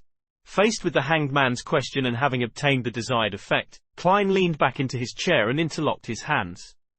He answered in a relaxed manner, "Let us first view it as a diary for now." He did not deny or confirm it. Audrey had heard the children of other nobles mention the matter. However, she had never really learned much of it. With her curiosity piqued, she asked, "It said that Emperor Roselle's, diary was written in a cryptic language or symbols he invented." "Yes," answered Alger simply. "Some people believe that it is a unique set of symbols from mysticism. Others believe that it is a hieroglyph. But up to today, no one has found the correct way of deciphering it. At the very least, that's all I know." With that said, he turned his head at Klein in a bid to get some confirmation or show his suspicions. "They are texts that have been passed down for generations, so are no longer in their original state. According to your line of thought, how can it be deciphered?" Klein maintained his calm as he secretly gave a self-deprecating laugh. As for how to handle the symbols of mysticism, he instantly thought of a ridiculous and funny scene. Dressed in a black, pointed hat and long robe, an evil mage pulls up his sleeve to reveal a symbol tattooed on his arm. It was said that this was a symbol with mysterious power left behind by Emperor Roselle. They were written in two blue, large simplified Chinese characters, "Retarded Joker." The corners of Klein's mouth curved up slowly as he found himself in a good mood. After hearing the hanged man's description, Audrey said in a stumped manner, "We can't understand the symbols or the words." "Then, how are we to pass the information to you, Mr. Fool? Or are we to mail it somewhere? This is quite an important question. I do not have the means to accept an item secretly." Klein was in no hurry to answer. He repeatedly released his thumbs from his interlocked hands before tapping them back again. Soon, he thought of a solution. "Since I can create a divine palace and table according to my wishes in here, would it be possible to project the content in the minds of others here? I'll give it a try." At that moment, Audrey and Alger saw Mr. Fool slowly sit up amid the thick greyish fog. Miss Justice, let us give it a try. Imagine a paragraph of text and give it the emotions of writing it with urgency. Yes. Pick up the fountain pen beside you and write on the piece of paper. Before Klein finished his sentence, Audrey saw a piece of yellowish-brown goatskin parchment and a dark red fountain pen in front of her. She picked up the fountain pen both curiously and doubtfully. In accordance with the instructions, she imagined a poem Emperor Roselle once wrote, "If winter comes, can spring be far behind?" 1. After scrutinizing the text, she picked up her fountain pen and imbued them with the desire of projecting them out. Klein sensed the emotions and using the fountain pen as a medium, he guided her. The moment Audrey landed her fountain pen, she saw a line appear on the goatskin parchment. "If winter comes, can spring be far behind?" Goddess, how fascinating! Audrey exclaimed in astonishment while feeling rueful. Following that, she looked at Klein with some fear. "Mr. Fool, can you read what I'm thinking?" "No. I'm only guiding you. I simplified the process of writing for you and made it become an imprint. If you did not wish to express it, nothing would appear." Klein placated her with a low tone. "Is that so? Then we can only memorize the symbols or the way the cryptic text looks like. Then, we can present it directly as we wish." Audrey heaved a sigh of relief as she asked in enlightenment. "Yes," Klein answered. "That's not a bad method. Miss Justice, do not doubt your memory. After becoming a spectator, you will receive immense improvement in this aspect." Alger had watched the attempt from the side, fully coming to the realization that the fool was more powerful and mysterious than he imagined. As for his memory, he believed that the next advancement would improve it sufficiently. Regarding this, Audrey nodded in delight. "You have delighted me with this reminder. Mr. Hanged Man, do you have any other guidance on spectators?" With that said, she looked toward the seat of honor. "Mr. Fool, I will work hard to complete your mission. I will do my best to gather more of Emperor Roselle's secret diary. I mentioned before that I'm a person who likes a fair and equal exchange. The advanced payment I gave is only equivalent to 2 pages of the diary for each person. If there are more, I will give additional in return," Klein said calmly, like he was an adult who did not take advantage of children. As for where the additional payment could come from, it was naturally from the newly acquired Emperor Roselle diary pages. This formed a virtuous cycle. "You are truly a generous gentleman." Alger fell silent for a few seconds before bowing slightly with his hand by his chest. After the bow, he turned to Justice and said, "Let me emphasize once more. A spectator will forever be a spectator. I know that many spectators enjoy imagining themselves to be the protagonist or some other character. As a result, they invest a lot of feelings into it, to the point of crying, laughing, raging, and turning sorrowful because of the drama. However, that is not what a spectator should do. While faced with the various dramas of society and figures who knowingly or unknowingly act the role of particular characters, you have to maintain the attitude of being an absolute bystander. Only then can you calmly and objectively observe them. You will discover their habits, their tics from lying, or their scent of nervousness. From those minute clues, you can grasp their true thoughts. Believe me, everyone is different because of their emotions. They will secrete different things, and different smells. However, only a real spectator can sniff it out. Once you invest too many of your emotions, your observation will be influenced. Your sensitivity towards the emotions of others will deviate." Audrey listened attentively as her eyes brightened gradually. "It sounds really interesting." Klein's heart stirred when he heard that. The spectator potion's requirement when summarized seemed to be, an absolutely objective and neutral spectator. In a particular sense, it was equivalent to acting. Acting? Was this the acting which Emperor Roselle was referring to? Then, I will have to act as a seer, and from there, digest the potion bit by bit. Just as Klein was immersing himself in thought, Alger finished explaining the demands he knew of a spectator. He sighed before saying, "It seems like there's nothing else. Perhaps we can have a casual chat. We can talk about things happening around us. Perhaps it is something very normal to you, but in the ears of others, it might be a very important clue." "Sure." Klein snapped back and nodded slightly. He was already planning to attempt to act as a seer. After all, it did not seem like there were any negative effects from doing so. "Then, shall we begin with you, Mr. Hanged Man?" Audrey agreed in excitement. Alger thought for a moment before saying, "The infamous pirate who calls himself Admiral Ludwell has begun his voyage to explore the eastern end of the Sonia Sea again." "Oh, the owner of the Black Tulip?" returned Audrey with a question after some thought. "Yes," Alger replied with a nod. "I don't even know who that is." Klein listened silently while he pondered over the news he planned on sharing. It had to be something that did not expose him while also allowing him to gain feedback. Soon, he decided. He maintained his unfathomable image as the fool and caressed the side of the bronze table with his fingers. "According to what I know, the secret order has lost an Antigonus family notebook." This news was not only known by the Nighthawks from Tingen City. The secret order as well as Beyonders with close ties with them similarly knew. "An Antigonus family notebook?" Alger repeated before smiling with a shake of his head. "I'm really curious as to what reaction the Church of Evernite will have if they learn of it." Why would he mention the Church of Evernite? Klein acutely sensed a problem, but it was not appropriate for him to ask. That would shatter his image as the mysterious and profound fool. At that moment, Audrey asked out of curiosity, "Why are you curious? What sort of special reaction would the goddess's church have?" Alger smiled and said, "The Antigonus family was destroyed by the Church of Evernite. I'm not really sure if it happened at the end of the Fourth Epoch or the early stages of the present epoch." This. Klein's pupils constricted as a chill suddenly swept through him. From the looks of it, the value the Nighthawks have placed on this Antigonus notebook far exceeds my imagination. The reason why they nominated me as a Beyonder, having some contribution and to prevent danger to me are likely negligible reasons, is that they wish for me to raise my spiritual sensitivity to aid them in finding the notebook. This was not kept from me by Captain. He had mentioned it, but I just didn't pay much attention to it. After hearing the hanged man's explanation, Audrey said with deep interest, "I never imagined that such a thing would happen." "All right, my turn. Let me think of what I have to share." She cocked her head and held her head up with her hand before chuckling. "Yesterday, my etiquette teacher taught me how to faint elegantly without any faux pas. It's a practical skill used at social events to avoid awkward situations or nasty guys." Hey, I was just organizing my thoughts. What I really wanted to say is that ever since the failure of the battle on Balaam's eastern shore, the king, premier, and gentlemen are under immense stress.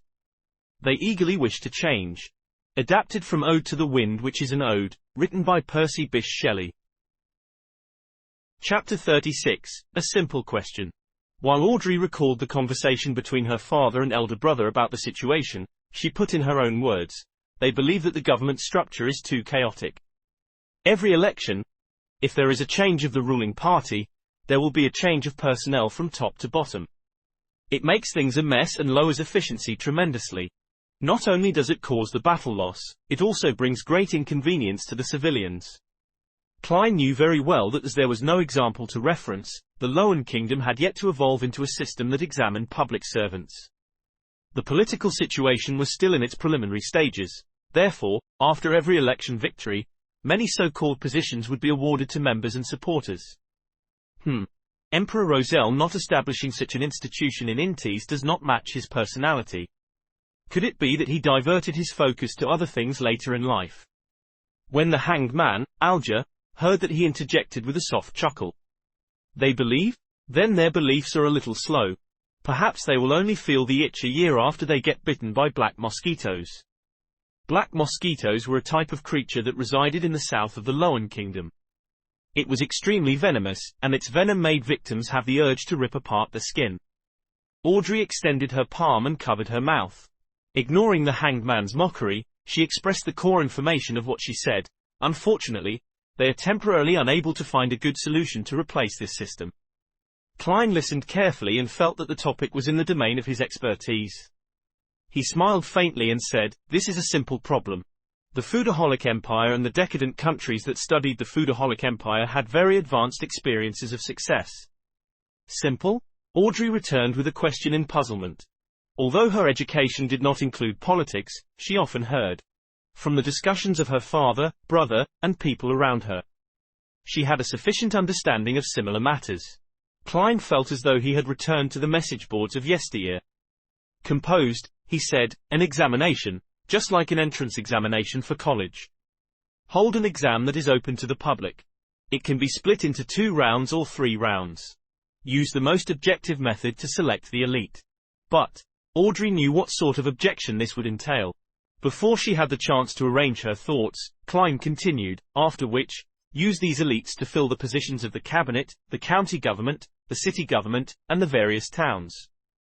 Yes, the positions that are directly handling matters, such as the secretary of the cabinet. Different positions should be given different requirements. The second or third rounds can be tested based on locale and region.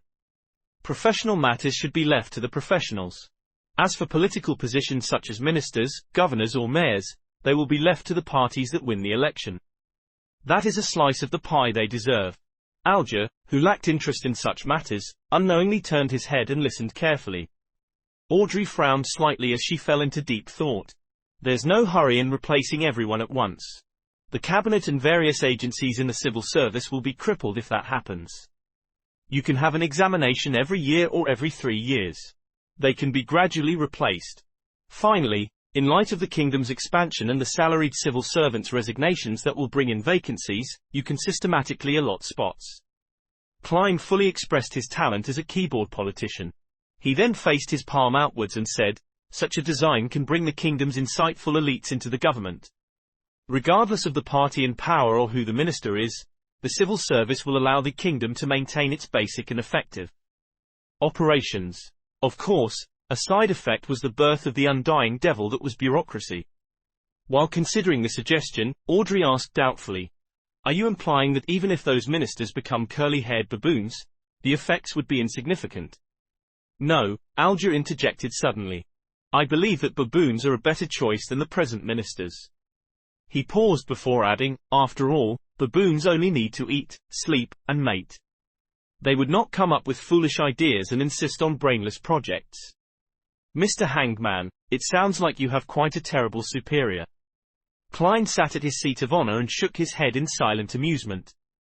Audrey ruminated over the suggestion Mr. Fool had offered and after a while, said in surprise, it sounds like it actually might work. It's a very simple but effective solution.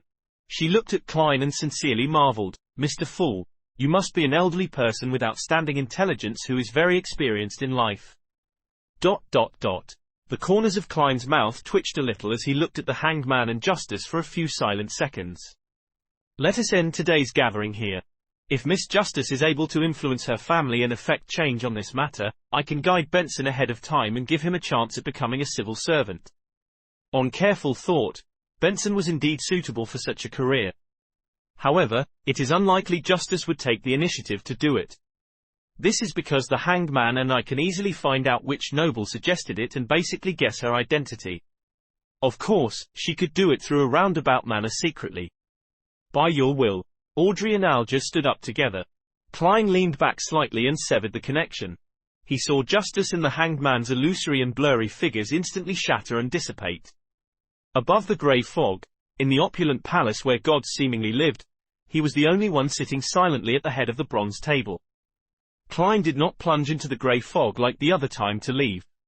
This was because his mind was still energetic enough after becoming a Beyonder. The reason why he had ended the Tarot Club early was because he learned the true attitude the Nighthawks had towards the Antigonus notebook. He decided that he had to search for it seriously and not sleep all the way. Doing so would make Dunn Smith suspicious of his activities at home. Furthermore, he had benefited quite a lot this time. Klein sat on the high-backed chair at the head of the bronze table. His arms leaned on the armrest as he crossed his fingers while he observed the boundless grey fog carefully. He found the place serene as though no one had stepped into it for 10 million years. When he established the connection to summon the hanged man and Justice, he acutely noticed something. That was the fact that as a Beyonder himself, he had the ability to touch another dark red star. Does this mean I can summon one more? Klein recalled the feeling and muttered in confirmation. However, he did not have the urge to make an attempt since he did not know what the identity of the newcomer would be or what sort of attitude they would have. After all, not everyone was like Justice or the hanged man who had unique personalities that easily blended in and took whatever they needed. They even seemed willing to conceal matters. If he pulled someone like Dunn Smith, then the mysterious organization he had just established would instantly come under the watch of the church. As an evil organization's boss, his future would be worrying. Klein knew that the grey fog was special. He knew it was not something a Beyonder at Dunsmith's sequence could see through. But the problem was that since he had the powers of a Beyonder, he had to consider the existence of the gods. Klein had chosen to carefully believe that the 7 orthodox gods existed in reality. Of course, he was more tenable to the belief that these gods were just more powerful than high-sequence Beyonders. Furthermore, they were under strict limitations. At the very least, ever since the 5th epoch, apart from a few oracles, they have not appeared again. Hey, forcefully pulling people here isn't a good thing. No one would wish to be pulled into mystery for some baffling reason. Let's wait and see how things go in the future. Klein sighed and stood up. He released his spirituality and sensed his body's existence. Then, he began imitating the heavy feeling of rapidly plunging down. The scenes in front of him changed. The grey fog and dark red instantly departed him. Klein felt like he had torn through endless water membranes before ultimately seeing the real world, his room in darkness. This time, he was fully awake and seriously took in the entire experience. Strange. There are some differences between the grey fog and the spirit world. Klein moved his limbs and felt the existence of his body. After he seriously thought through the experience, he shook his head, walked to the desk and pulled open the curtains. Whoosh! The curtains were drawn as sunlight poured in, illuminating the room. As he looked at the street outside the oriel window and the pedestrians going back and forth, Klein took a deep breath and muttered silently, "It's time to go out and work. How should I act as a seer? It cannot be rushed. All I can do is use spirit vision now." Backland, Empress Borough. Audrey Hall looked at herself in the mirror. She saw her cheeks flushed red with excitement and her eyes, so bright that they would have daunted anyone from looking into them. She did not examine any of this as she hurriedly recalled. She picked up the ruby-studded fountain pen and wrote the formula to the spectator potion on the exquisite goatskin parchment. 80 milliliters of pure water. 5 drops of autumn crocus essence, 13 grams of cow teeth peonal powder. 7 petals of elf flowers. A matured manhole fishes. Eyeball. 35 milliliters of goat-horned black fish blood. Phew. Audrey heaved a sigh of relief as she read it a few times to confirm that she had not made any mistakes. She had the urge to dance again, but reminded herself to remain restrained. After some thought, she began writing various chemical names around the potion's formula. She then faked the page into complicated and messy chemistry. Yes, as long as one doesn't read it carefully, a person who flips through this randomly will not discover the details I have hidden in here. Excellent. Audrey praised herself and turned her mind towards the acquirement of the materials. I'll first search the few vaults we have. I'll then attempt to exchange for the missing parts with others. If I still can't gather them all, I can only seek help from the hanged man or the fool. What can I offer as payment? After some thought, Audrey closed the notebook and placed it on a tiny bookshelf. Following that, she briskly walked to the door and pulled it open. A golden retriever was sitting obediently outside. The corners of Audrey's mouth curled as she revealed a radiant smile. Susie, you completed the mission perfectly. In the serialized stories in the newspapers, detectives would often have a capable assistant. I think there should be a huge dog supporting a real spectator tilde. In an underground basement lit only by a flickering candle, Alger Wilson raised his palm and looked at it carefully. After a long while, he let out a sigh. It's still that miraculous. I was unable to figure out any specific details at all. Despite having made sufficient preparations, he failed to understand how the fool had completed the summoning. He moved his gaze down and looked at the goatskin parchment on the table in front of him. At the title head of the yellowish-brown parchment, there was a Hermes sentence written in dark blue ink. 7. Seafarer. Chapter 37, The Club. Under the scorching afternoon sun, Klein left his house. Since he had to walk all the way from Iron Cross Street to Welch's Place, he wore a linen shirt instead of his formal attire of top hat and leather boots. He wore a matching brown coat, a round felt hat and a pair of old leather shoes. That way, he did not need to worry that the stench of his sweat would contaminate the rather expensive suit. As he went down Daffodil Street, he strolled toward Iron Cross Street. When he passed by the square around the corner, he subconsciously took a glance. The tents had already vanished. The circus troupe from before had left after finishing their performance. Klein originally imagined the animal trainer who had helped him tell his fortune to be a hidden expert. He believed she had purposely appeared to guide him after discovering something unique about him and that she would meet him and provide hints for the future. However, none of that happened. She left for the next stop in the tour with the circus troupe. How can there be so many cliched tropes? Klein shook his head while grimacing a smile. He turned toward Iron Cross Street. Iron Cross Street was not characterized by just a single street. Like its name suggested, it was formed by two roads that crossed each other. With the intersection at its core, it was split into Left Street, Right Street, Upper Street, and Lower Street. Klein, Benson, and Melissa previously lived on Lower Street. However, the residents living at his former apartment and the surrounding area did not think of the area as Lower Street. Instead, they created the term Middle Street. By doing so, they made a clear difference between those staying there and the poor who lived 200 meters down the road. There, a bedroom was occupied by 5 or 6 people, and sometimes even up to 10. Klein walked along the periphery of Left Street as he let his mind wander. He recalled the Antigonus family's notebook and how it was missing. He thought of its importance to the Nighthawks and thought of the deaths that resulted from it.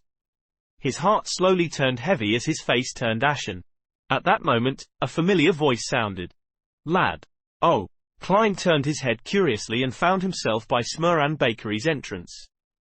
Mrs. Wendy with a head of grey hair was greeting him with a wave and a warm smile. "You don't look very happy?" Wendy asked genially. Klein rubbed his face and said, "A little." "Regardless of your worries, tomorrow will always come," said Mrs. Wendy with a smile.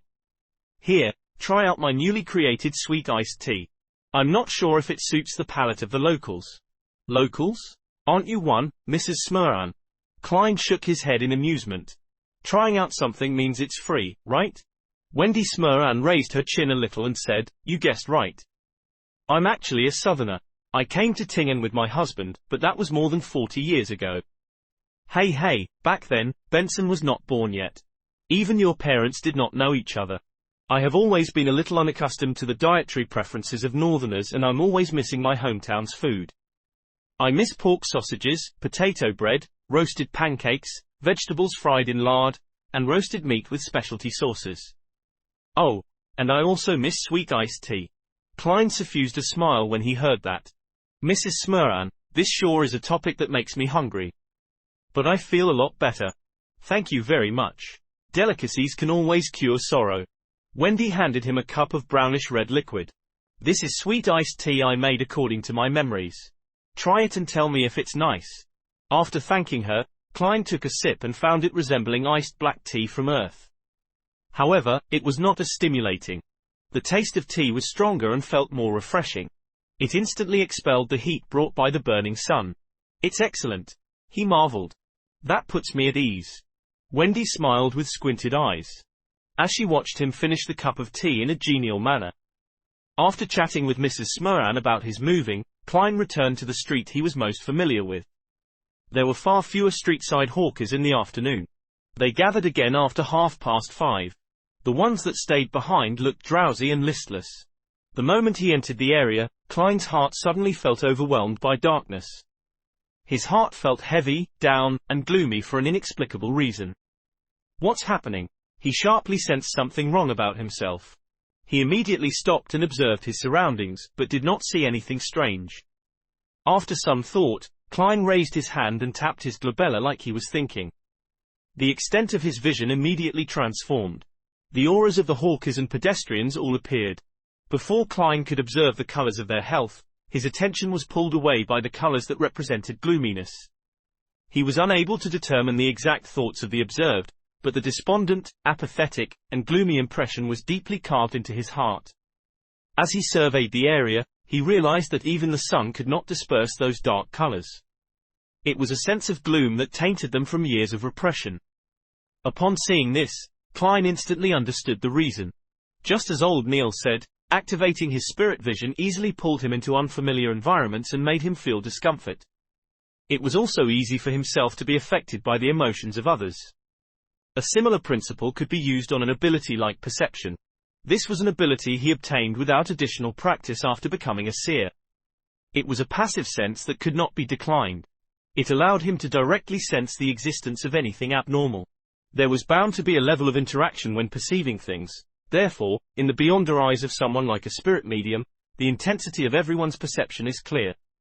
It is like a fire in the night. Therefore, people with high perceptivity were naturally affected by the intense atmosphere of anything abnormal. It could only be repeatedly practiced to grasp, control, and adapt to such outcomes. Such a repressed color is probably formed over extended periods of time, right? Klein sighed as he shook his head, feeling somewhat affected. He tapped his glabella twice again and tried hard to converge his spirituality. Tap, tap, tap. Klein walked toward the apartment and sensed for any abnormal existences or tiny connections while also searching for the Antigonus family's notebook which he had hidden. The streets were the same as usual. There was filthy water and trash on the streets. It only cleared up when he reached the apartment's entrance. Klein pushed open the half-closed door and circled the first floor in the darkness that the sunlight could not reach. The wooden stairs creaked constantly as he went up them. The second floor was as dim as always. Klein released his perception and looked into the darkness. However, not only did he fail to discover any clues regarding his notebook, he even failed to see any invisible spiritual bodies.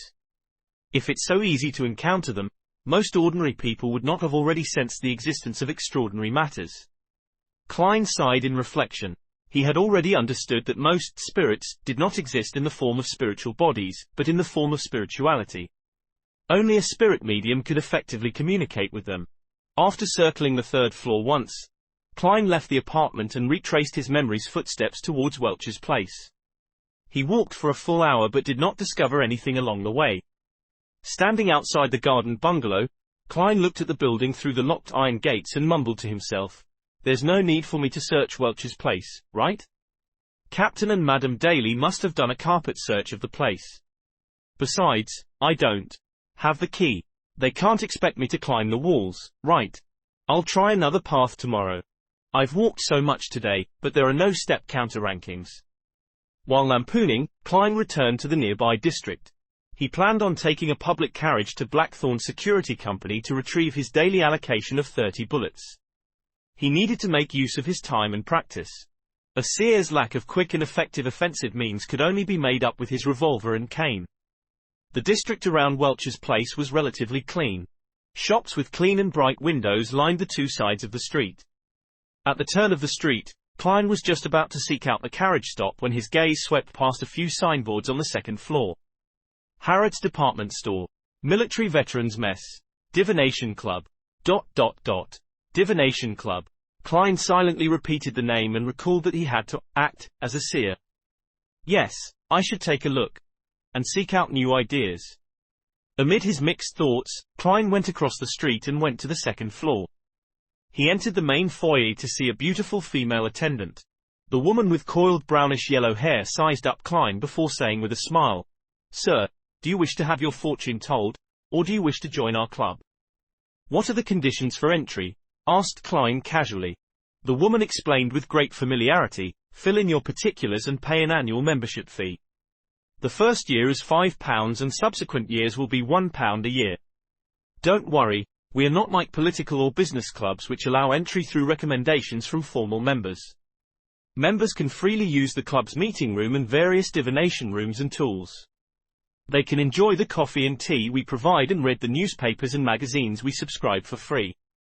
They can buy lunch, dinner, and alcoholic beverages at cost price, as well as education materials and materials needed for divination.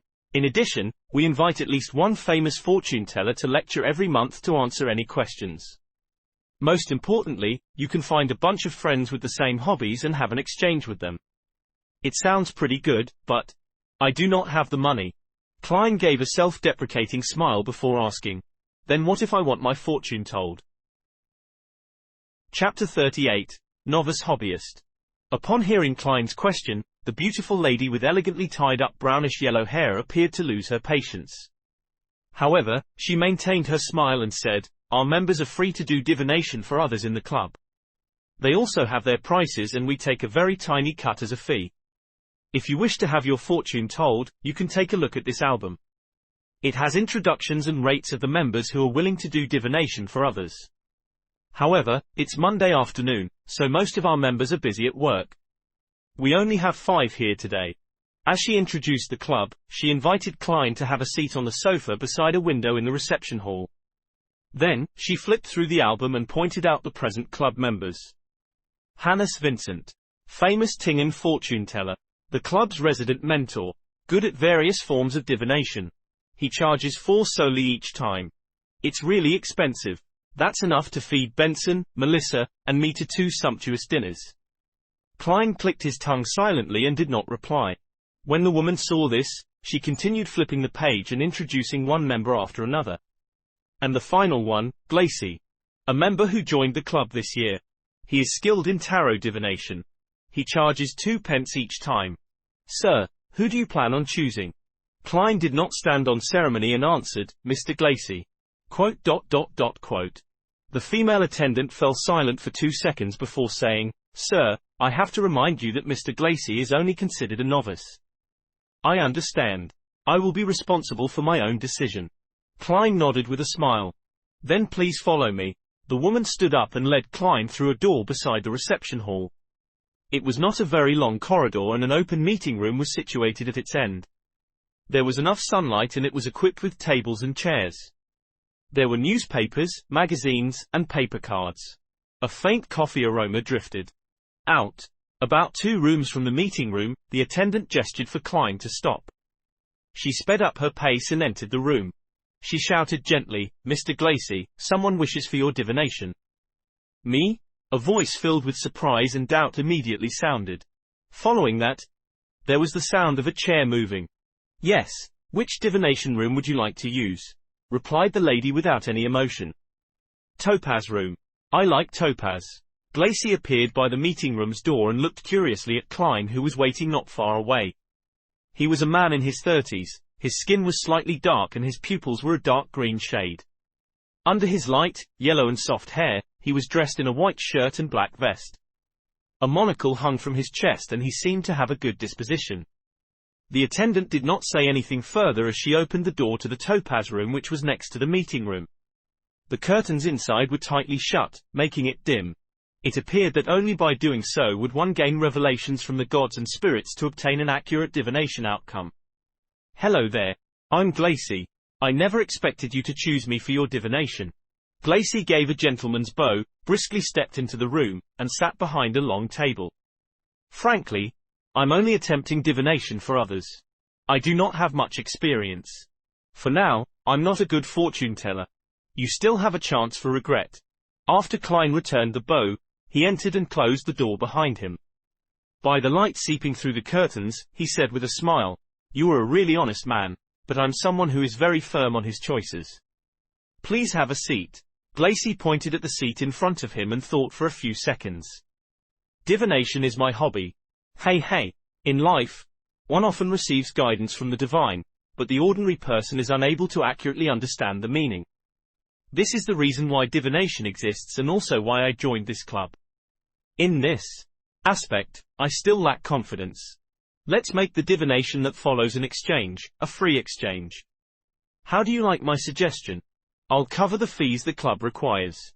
It's just a quarterpence. Klein did not agree or shake his head.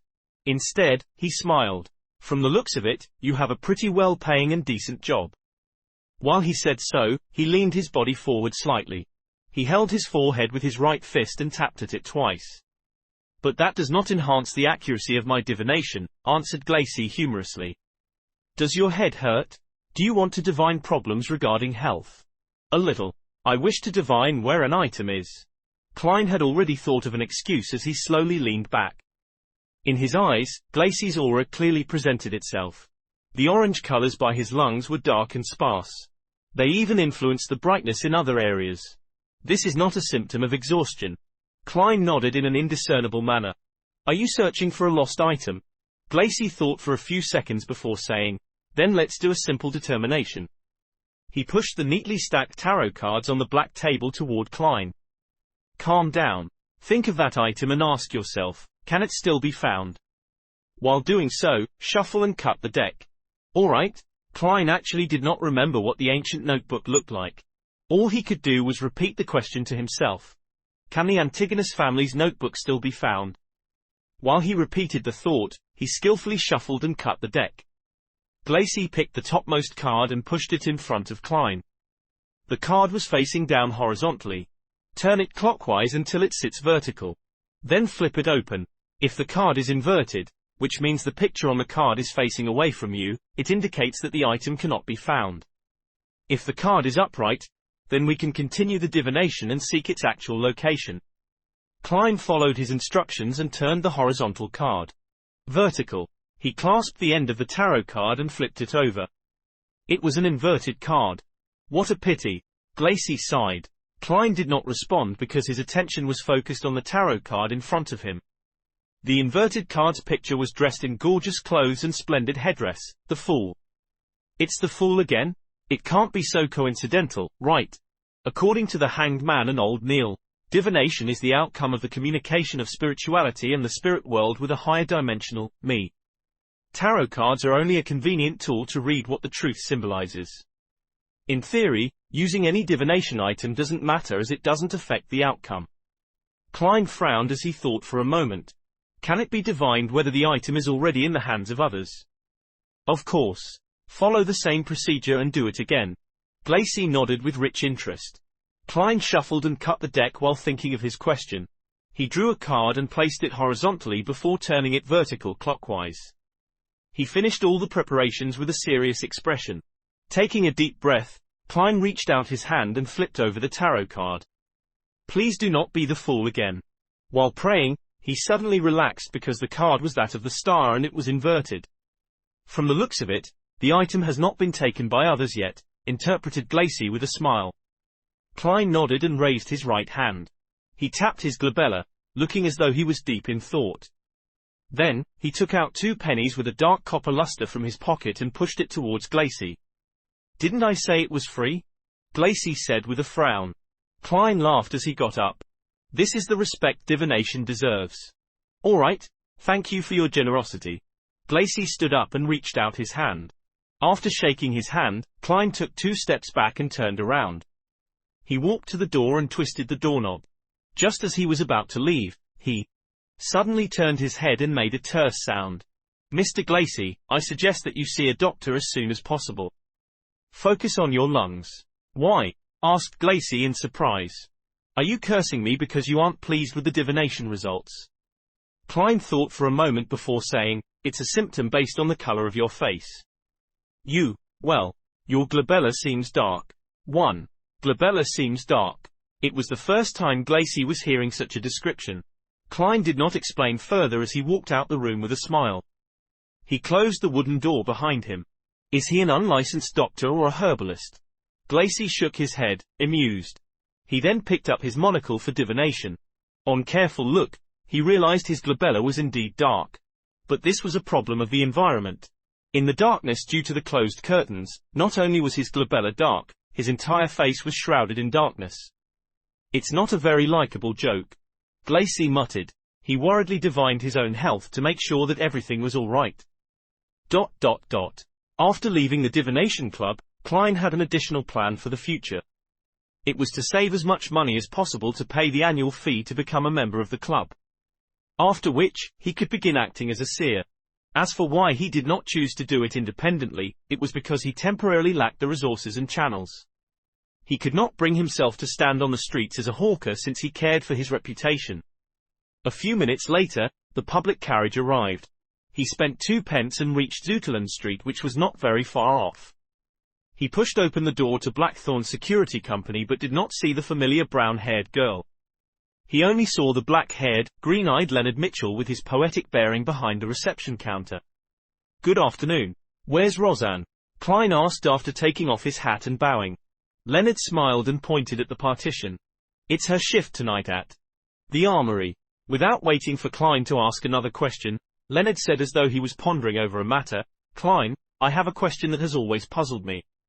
What is it? Klein wore a blank look.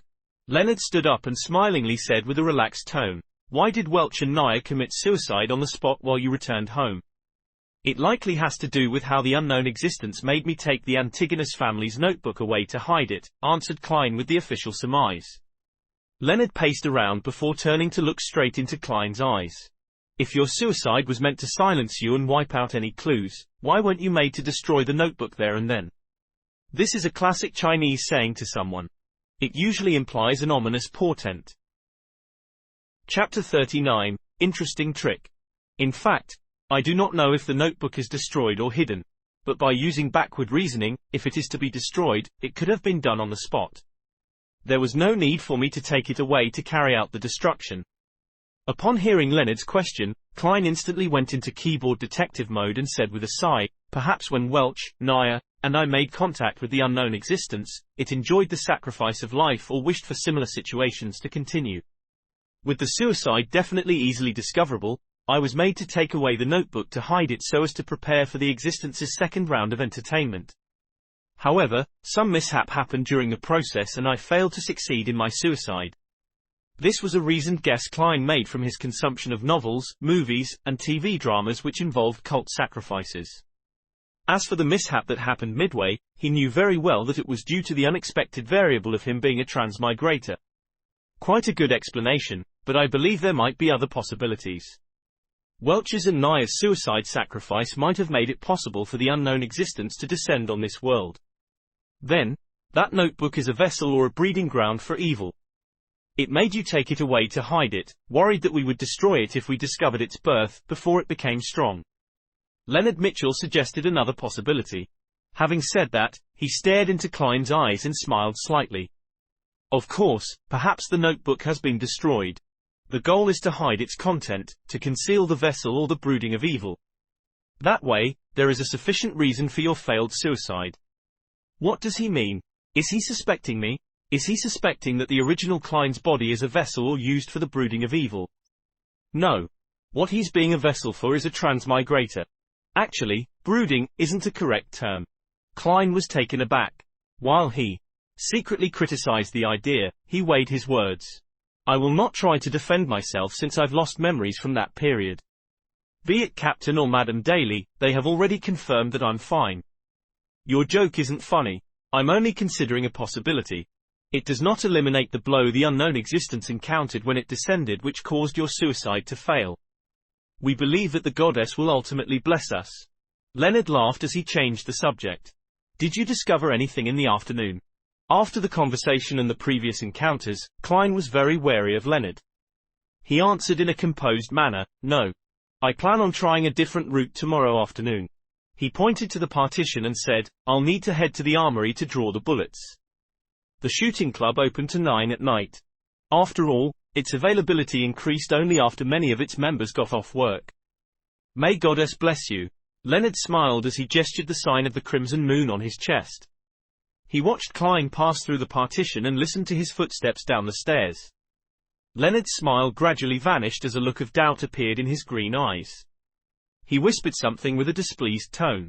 Down the stairs, Klein followed the gas lamp illuminated corridor to the armory and archives.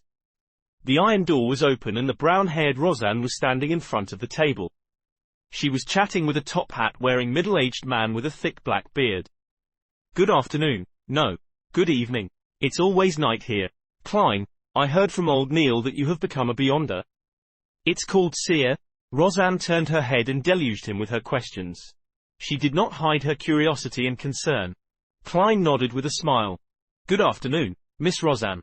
It's indeed always night here, but it makes one feel a sense of serenity. The description you gave wasn't accurate enough. It should be said that the sequence potion I consumed has the name seer. You still chose to become a beyonder after all. Roseanne said with a sigh as she fell into a deep thought. Klein looked at the middle-aged man beside her and asked politely, you are another Nighthawk member or one of the other 2 civilian staff I have not met? Roseanne puckered her lips and said, Brett. Our colleague. He wishes to change slots with me to free up the night after tomorrow. He plans on going to the theatre in the North Borough with his wife to watch The Prideful One. It's to celebrate their 15th year wedding anniversary. He's truly a romantic gentleman.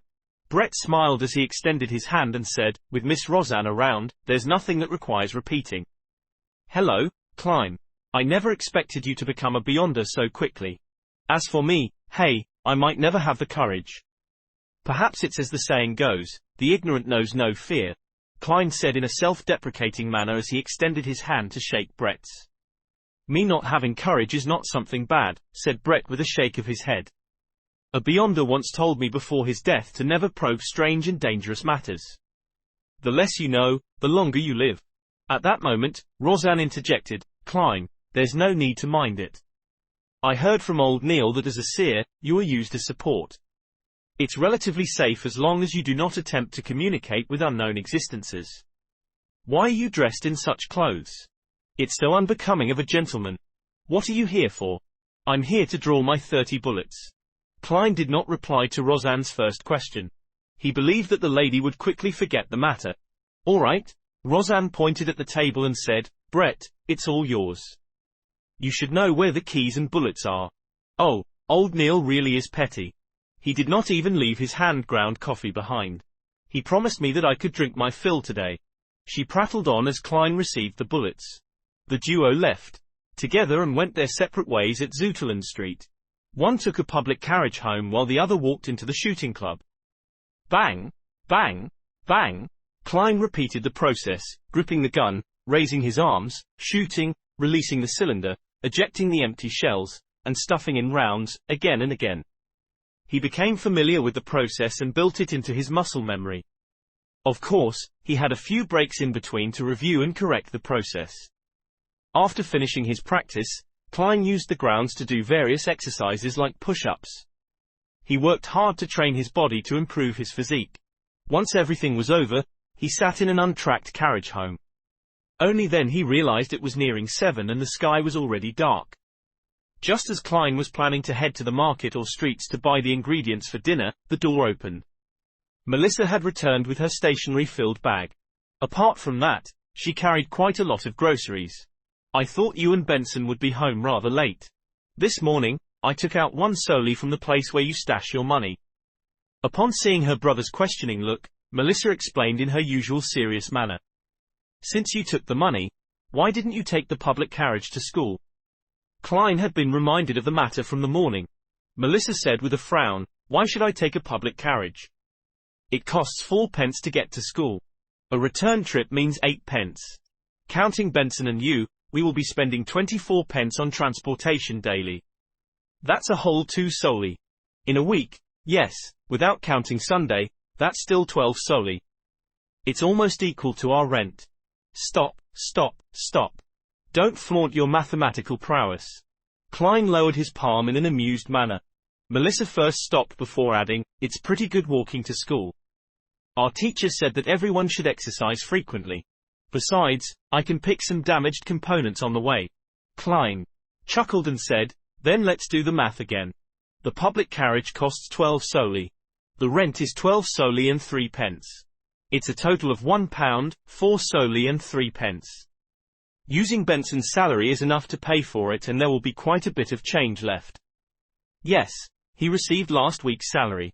As for me, I can still earn £1 10 solely every week. Even if we eat meat every day while counting expenses like gas, charcoal, wood, and condiments, we would still have some left if we are frugal with lunch. We can even subscribe to the morning papers for just 1 penny. In 2 months, when I make up for the advanced payment, I can save money for both you and Benson. We can have new clothes. But we have to think of the possible accidents.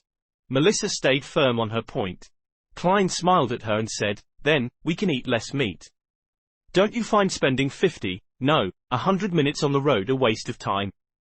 You could use that time to read more and think over problems and improve your results. That way, Melissa, you will graduate with excellent grades. You will be able to find a job with a pretty good salary. When that happens, what is there to worry about? He fully displayed his experience gained from debating with people on message boards and finally convinced Melissa. She agreed to take the public carriage to school. Phew, I've finally suckered her into doing it. No, how can I call it suckering? This is called convincing. Klein lampooned before taking over the groceries that Melissa had bought. He said with a sigh, remember to buy beef or meat like mutton and chicken. Eat until you're full and enjoy yourself. Only then will you be equipped with a healthy body and a clever brain to match the demanding requirements needed for your studies. Just mentioning it makes me salivate. Melissa puckered her lips and after a few seconds of silence, said, "All right." The next morning, after ensuring that Melissa took a public carriage, Klein and Benson separated and went to their respective companies. The moment Klein stepped into the door, he saw old Neil and Roseanne chatting by the reception desk. The former was still in his classic black robe, without any concern for the gazes of others. The latter had changed into a casual cream-colored dress. "Good morning, Mr. Neil, Miss Roseanne," greeted Klein as he took off his hat. Old Neil gave him a mischievous look. "Good morning. You did not hear anything you shouldn't have heard last night, right?" "No, I slept very well." Klein was also quite puzzled over that. He could only put it down to his inadequate perception. "Ha ha, don't mind that. Actually, it's not that easily heard." Old Neil pointed to the partition and said, "Go to the armory. We will continue our mysticism lessons this morning." Klein nodded and followed old Neil down the stairs and arrived at the armory to replace Brett, who had been on duty the entire night. "What will we be learning today?" asked Klein curiously. Old Neil dragged out his response and said, "The complicated and basic knowledge. But before that, let me teach you an interesting trick." He pointed at the silver chain on his wrist. There was a pure moonstone hanging from the chain. Chapter 40, Mysticism Curriculum. "An interesting trick?" Klein asked out of extreme curiosity. Old Neil chuckled and said, "I'll complete my patrol of the armory, storeroom, and archives. Use the 2 cups on the table to make 2 cups of coffee. In one of the cups, put something unpleasant. As for what it is, you can decide for yourself. Use your imagination. The only request from me is to not waste too much coffee powder. Those are coffee beans grown on the finer Potter Plateau and hand ground by me." "All right." Although Klein was unsure what old Neil was up to, he happily agreed to it. He watched him open the iron gates to the armory with a copper key and then heard the echoing footsteps inside. Slowly, he settled the cups down and confirmed that there was still hot water in the kettle. He removed the silver tin can's lid and using a tiny spoon with a metallic sheen, Klein scooped a spoonful of rich aromatic coffee powder into each of the 2 cups. Then, he poured in the hot water and stirred it. As a transmigrator who came from an era abundant in resources, he was no stranger to coffee. However, it was only limited to instant coffee. After finishing the task, Klein pondered for a moment and sat down. He crossed his right leg and took some of the mud which had stained the bottom of his leather boots and placed it in the left cup. Then, he carefully stirred it again until the colors and smells of the 2 cups of coffee were practically indistinguishable. A few minutes later, old Neil walked out the armory while swinging his keys.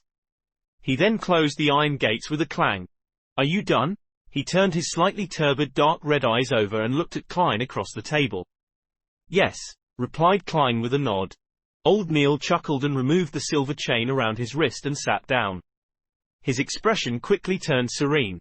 He held out his chain-holding left hand and allowed it to hang over the coffee cup to his right. The moonstone nearly touched the liquid. Amid the relaxing calmness, the moonstone trembled suddenly. It began spinning the chain in a counterclockwise manner. "This cup is the one with the unpleasant thing," said old Neil surely. Without waiting for Klein to confirm, he put away the silver chain and picked up the other cup of coffee and took a sip. "Do you like bitter coffee? I'm used to having a tablespoon of sugar and a tablespoon of milk." Klein did not reply but instead asked with his interest piqued, "Your divination sure is accurate. Was it because of the moonstone?" "That was moonstone, right? This is known as pendulum dowsing in divination. It's also called spirit dowsing. It relies on your own astral projection's connection with the spirit world and the cosmos to communicate with spiritual intelligence through the aid of natural materials such as crystals, gems, or special metals. The good and bad of things can be divined. Let's talk about the 2 cups of coffee. A counterclockwise motion implies bad, while a clockwise motion is good. If it doesn't move, it's neither good nor bad. You can write the statement on a piece of paper. Take note, it's a statement and not a question." Old Neil put down the cup of coffee and explained in detail. Klein asked as though he was thinking, "Does that mean one shouldn't use questioning sentences?" "Yes, you cannot use, 'Is so-and-so willing to be my fiancé?' but you should instead use, 'So-and-so is willing to be my fiancé.' Write it on a piece of paper and place it on the desk. Then use your dominant hand to hold the pendulum chain. Take note, use your dominant hand," said old Neil with a chuckle. When doing so, keep your arms straight. Adjust the chain's length and make the moonstone hang just above the piece of paper to the point of almost touching what we wrote. Then, close your eyes and repeat the sentence 7 times in your mind. Open your eyes when you are done and see if the spirit pendulum turns or not. If it doesn't, close your eyes again and repeat the process until it moves. Klein nodded slightly and asked, "Counterclockwise means no, and clockwise means yes. It can also be interpreted as success or failure," corrected old Neil. He taught Klein the other usages and details of spirit pendulum divination. Klein pondered over the matter and discovered that it was a very useful divination trick. For instance, he could quickly use it in an unfamiliar environment to determine if the food he was offered was poisonous or not. He did not need any additional knowledge of field biology. Of course, such divination methods were overly simple. The answers he could receive were limited to 2 or 3. There was no way for deeper investigation or interpretation. For example, although something could be harmful to the body, it could become very beneficial after some processing. An example was certain foods. They were indeed damaging to the body, but nothing serious. If one was on the brink of starving, eating it would not be a huge problem. These were things that spirit dowsing could not determine. I will have to quickly save money to buy crystals or pure silver to create a spirit pendulum. Klein sighed. Old Neil looked at him in puzzlement. You can apply for one directly. This is a standard issue for beyonders, especially beyonders like us who take on a support role. There's still a topaz and pure silver spirit pendulum in the armory. But I'm still not a formal member of the team.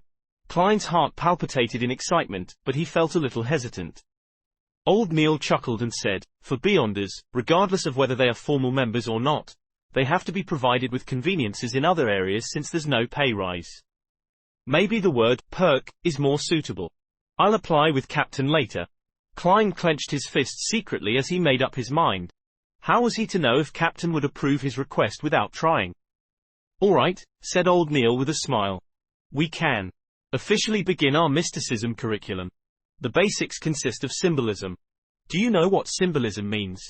Klein recalled the bits and pieces he had heard and the things he had seen and heard from his spirit world and the grey fog. He deliberated and said, "Regardless of the spirit world or the illusory cosmos, as well as the unknown realms, they are beyond our sensory world. It's not something that can be accurately described by the information our ears, nose, and eyes obtain. What we obtain are simply indescribable experiences and direct revelations. They also appear as abstract characters or pictorial symbols. These symbols represent different items and different meanings. Very accurate. As expected of a seer." Old Neil nodded solemnly. Only by grasping the ability to interpret the symbols can you really take the next step into the world of mysticism. Yes, the pictures on tarot cards and each of the elements in the pictures are symbols. They are man-made symbols that help us understand and interpret primordial revelations. He pulled out a piece of paper and picked up a fountain pen beside him. He drew a short curve. Following that, he added a few vertical lines beneath the curve. He looked up at Klein and asked, "Do you know what this symbol represents?" Klein looked at it for quite a while before saying hesitatingly, "Eyelashes." Old Neil exhaled. "This is the symbol of the bumper harvest constellation. This is the thunderous constellation, and this is the frost constellation." He casually drew a few more symbols. As Klein memorized them, he could not help but comment, "The names of these constellations are really, especially unsophisticated." Yes, unsophisticated. How tacky and primordial. Old Neil revealed a smile. Emperor Roselle thought the same back then. He always had the intention of changing the constellation names to things like Virgo, Cancer, and Scorpio.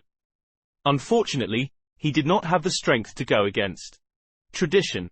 At the very least, these constellations' old names and the corresponding dates that they represent guide farming and harvests. I have to say that Emperor Roselle sure is a person with ideas. Klein was at a loss for words. Yes, Emperor Roselle was likely a decent person when he was alive. Old Neil was unable to understand Klein's humor as he continued explaining the various basic symbols, such as the various constellations, the sun, the crimson moon, the brown planet, the scarlet planet, and the blue planet. While talking about these, he would teach Klein how to draw the divination astrolabe and indicate what things to pay attention to. He also taught the materials and creation of a crystal ball, and the choice of incantations. The teachings overwhelmed Klein. If not for his discovery that the seer potion had improved his memory slightly, he would have long asked old Neil to stop to aid his digesting of the information. That's all for today's mysticism class. Think over it yourself and ask me if you have any questions. Old Neil took out a gold pocket watch and opened it with a snap to check the time. Do not forget to read the historical documents I prepared for you. To be frank, I feel fear seeing them. All right. Klein took the pieces of paper that were sketched with symbols by old Neil. He quickly went through the mysticism knowledge he learned today to prevent himself from forgetting it. Old Neil took a sip of a newly brewed cup of coffee and said, "Memory itself won't do. You have to use it often. That way, you can make the knowledge instinctual. Also, cogitation has to be carried on every day. Only more practice and usage will allow you to grasp the power of the potion, digging into the mysteries it hides away and removing its unpleasant effects." With this raised, Klein recalled acting and the divination club. He probed, "My potion's abilities are related to divination. Practicing by myself will not do. I need to make contact with lots of people and divine for them to quickly grasp it.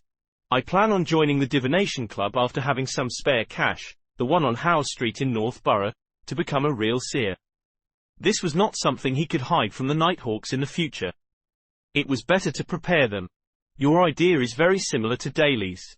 She has always clamored to be a real spirit medium."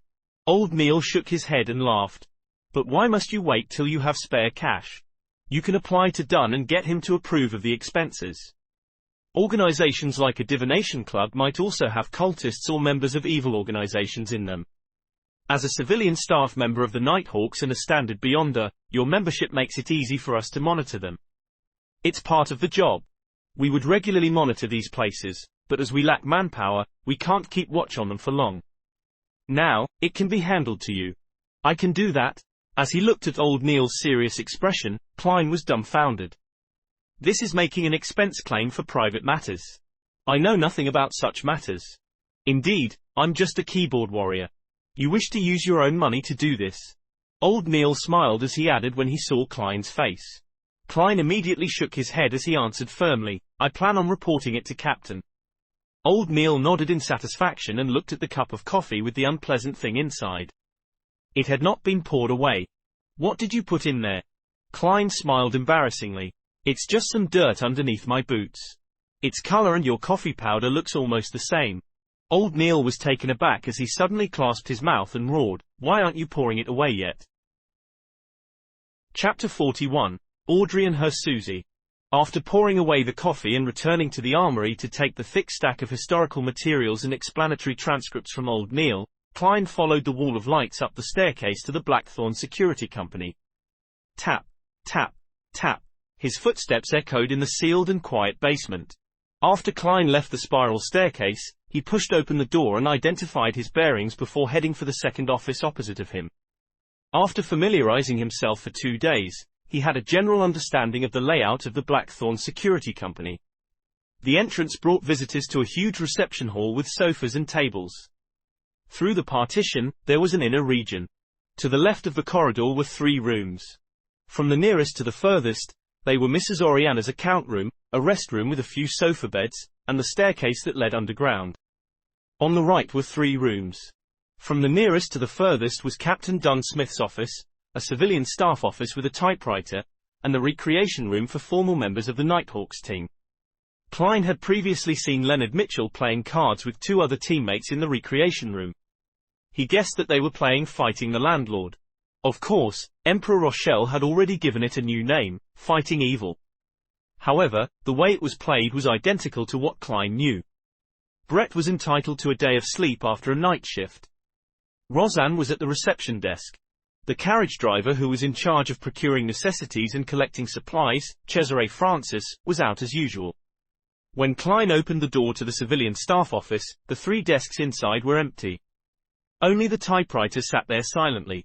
Ackes & Company's Model 1346 typewriter. Klein, who had seen similar objects in his mentor's office and Welch's place, muttered. He felt that the complicated mechanisms inside were filled with the beauty of machinery. He walked to the desk with the typewriter. After preparing himself, he attempted to type something on air. In the beginning, he often converted the local language to Chinese, pinyin instinctively.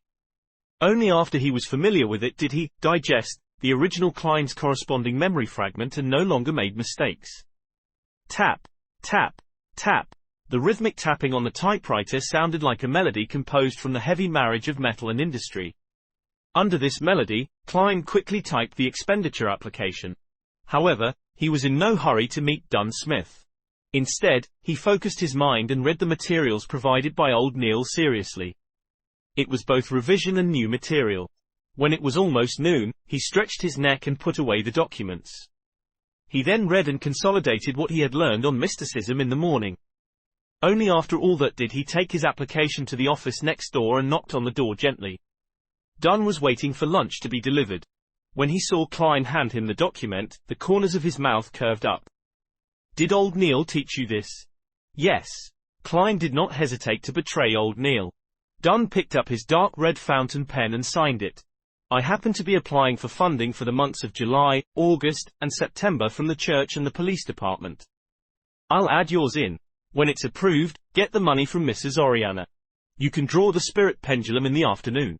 "All right," Klein answered simply and vigorously. His tone and eyes were obviously filled with joy. Before bidding Dunn farewell, he asked casually, "Shouldn't the budget for July, August, and September be applied for by June?" "Why are you applying for July's budget only in July?" Dunn fell silent for a few seconds before sipping his coffee.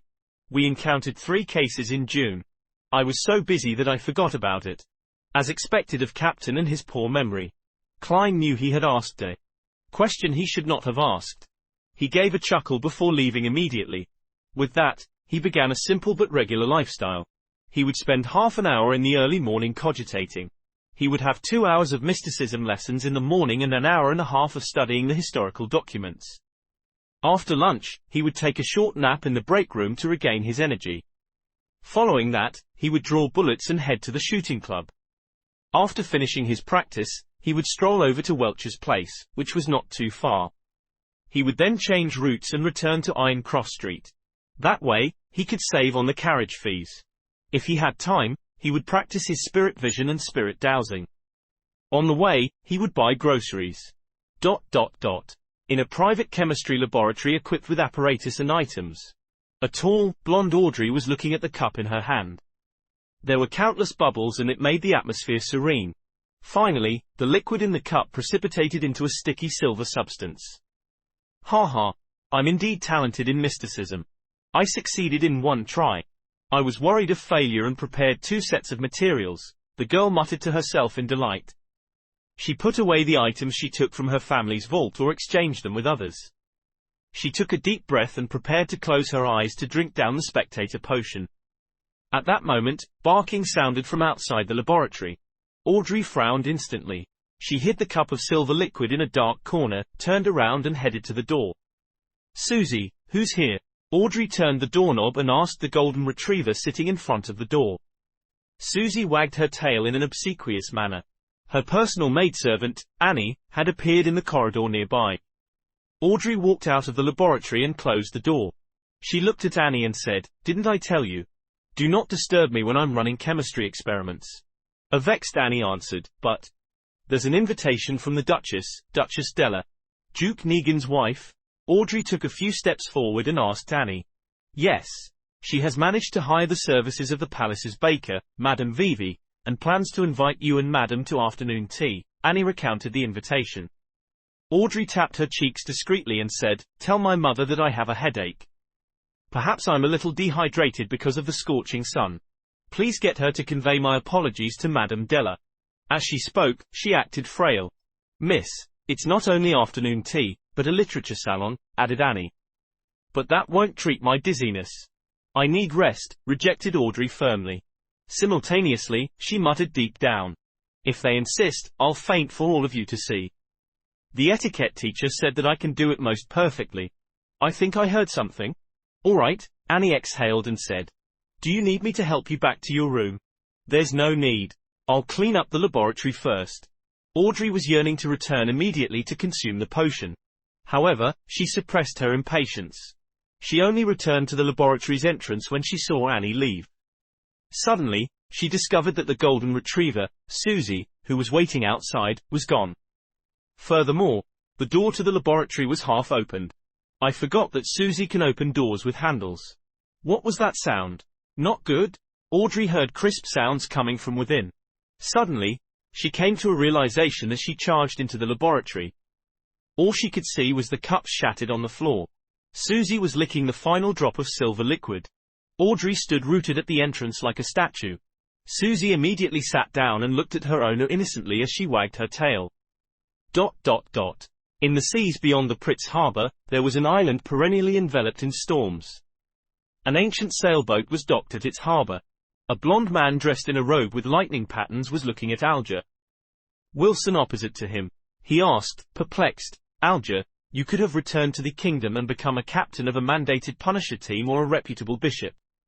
Why did you choose to voyage out into sea and become the captain of the Blue Avenger? Alger wore a stoic expression on his rough face. He replied solemnly, the sea belongs to the storm. This is the Lord's kingdom. I'm willing to abide by the Lord's will and monitor this area of his kingdom. All right. The blonde-haired man clenched his fist and struck his chest. May the storm be with you.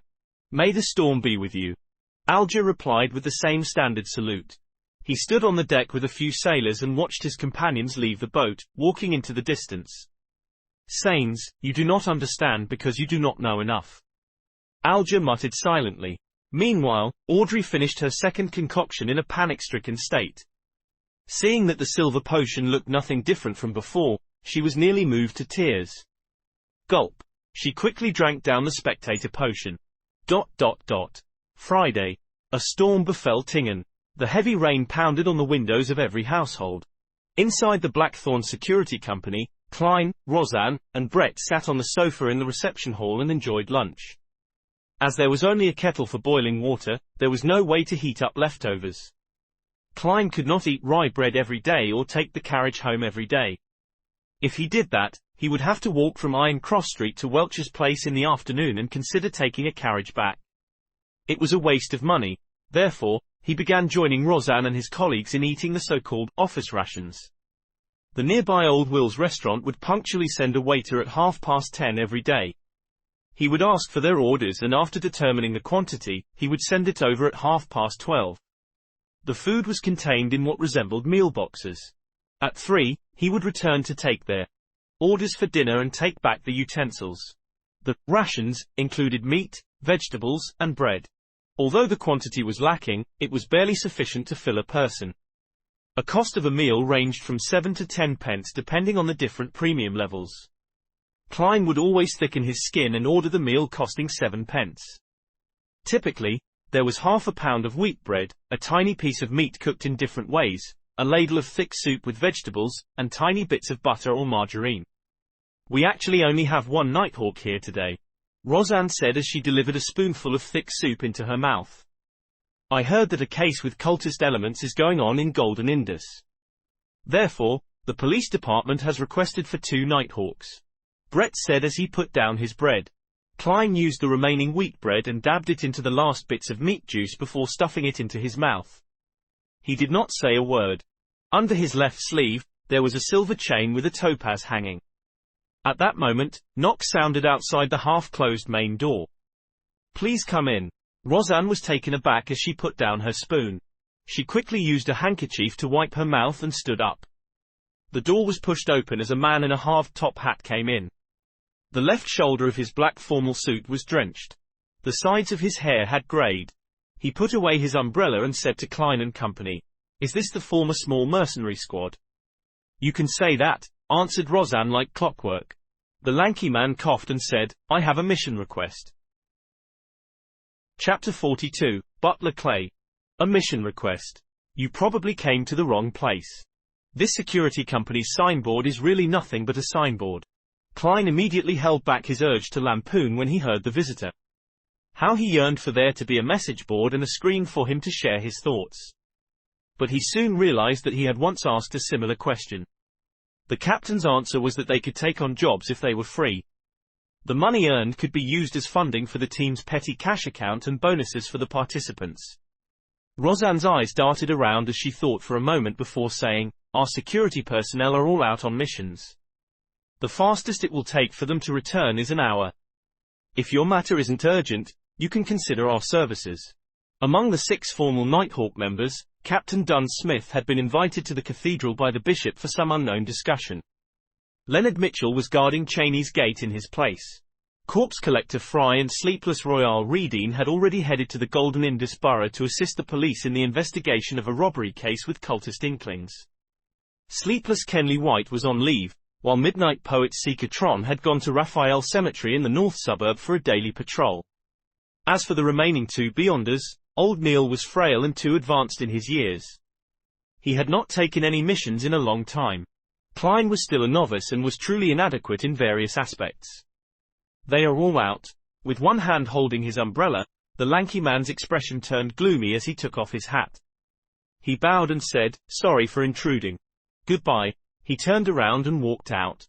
He went down the stairs and left 36 Zoutelan Street amid the spattering rain and howling winds. What a bloody pity. Roseanne watched the man left and sighed regretfully. Although she would not have gotten any share of the commission, she definitely would have been able to partake in a sumptuous meal. There's nothing we can do about it. Cheney's gate needs someone watching it all the time. Klein put down his cutlery in satisfaction. Even though he did not like the soup mixture of turnips and vegetables, he still drank it clean. Don't tell me you want Brett to take the mission. Or yourself? Roseanne rolled her eyes and giggled. Brett won't do, but you can. Ah, Mr. Sear. The moment she finished her sentence, she immediately realized what she had just said. She covered her mouth in shock because the door had not been fully closed. If someone walked past outside or heard anything about Beyonders, it would be considered a leak. Thankfully Captain isn't around.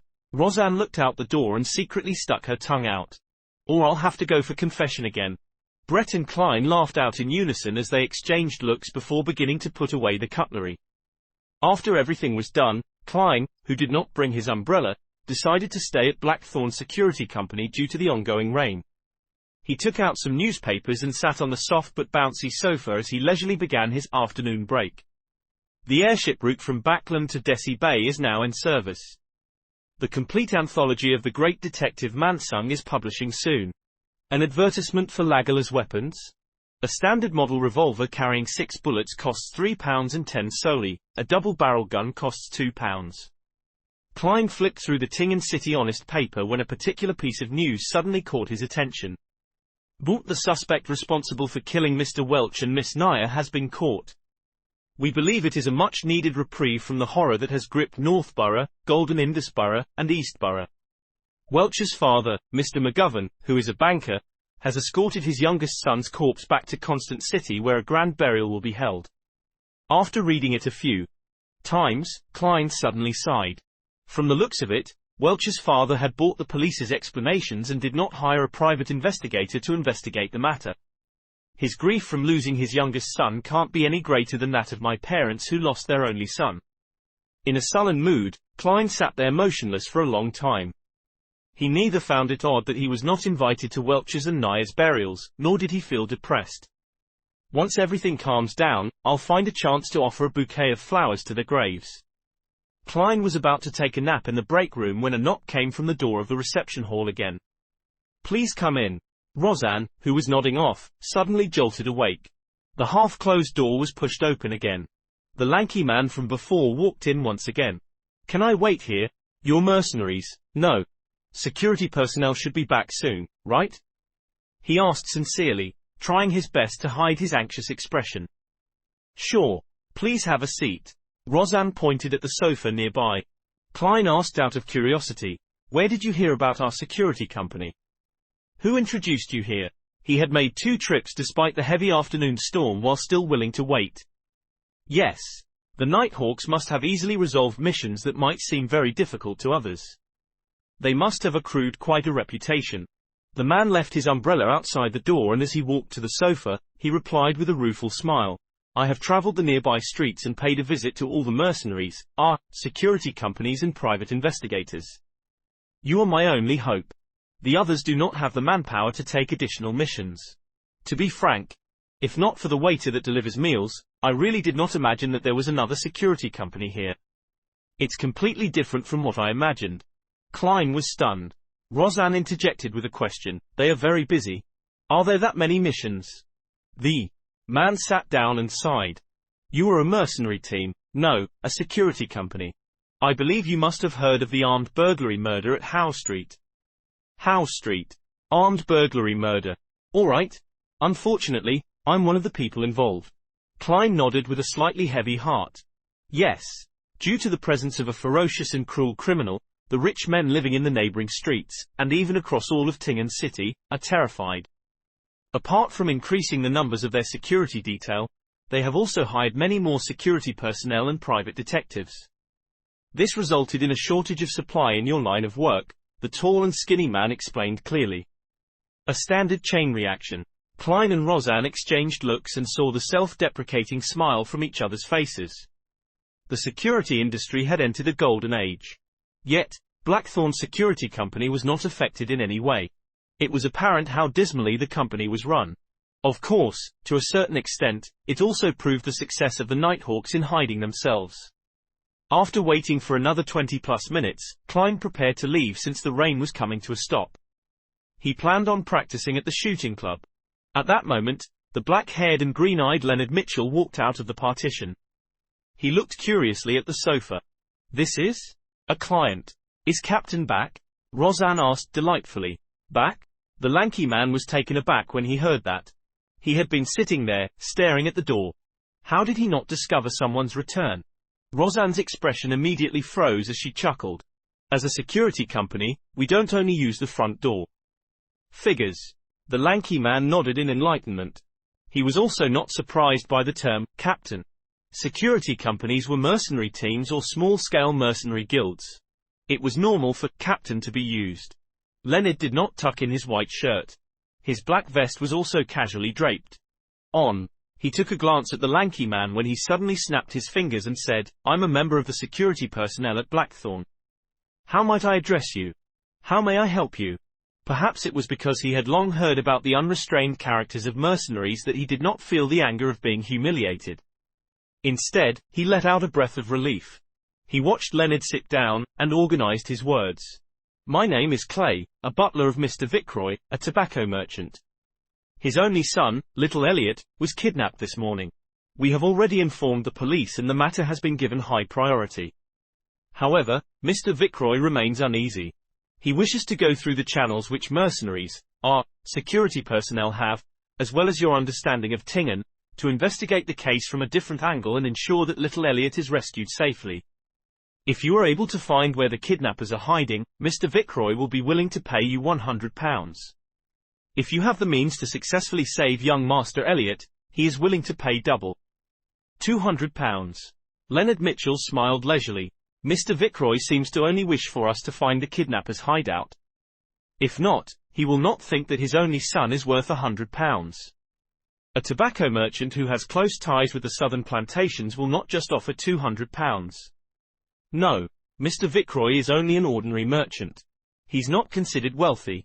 Besides, he believes the police will be more professional when it comes to rescuing his son, Clay answered frankly. All right, no problem. Leonard snapped his fingers again. His green eyes turned their gaze on Roseanne. My beautiful lady, please write up a contract. Don't always act like a poet. In fact, all you do is recite the works of others. Having forgotten the presence of the client, Roseanne quipped. She was used to exchanging snipes with Leonard. Of course, the Blackthorn Security Company did not really care about its clients. It was great to have them, but it was also fine not having them. Roseanne left the reception counter and entered the staff office. Soon, there were sounds of typing coming out from the office. The corners of Klein's mouth twitched a little. He found them too unprofessional. There was no standard template for a contract. This sure is tragic. And more saddening is the fact that I'm working at such an unprofessional company. The moment these thoughts arose in him, Roseanne completed a simple contract that had only a few clauses. Then, Clay and Leonard Mitchell signed it.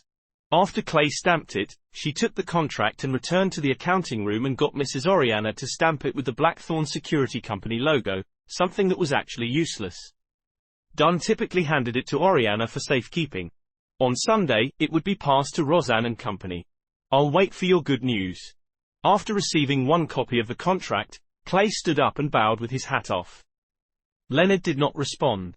He seemed to be in deep thought. He suddenly turned his head toward Klein and revealed a smile. "I need your help." "Ah?"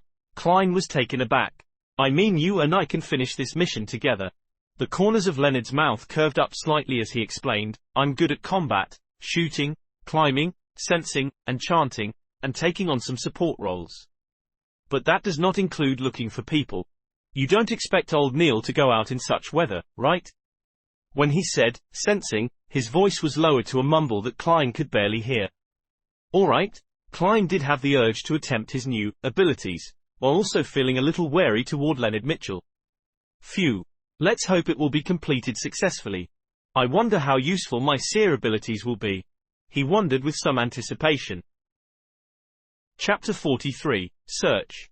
While looking at Klein, Leonard smiled and nodded. Then, "Do you need anything from them?"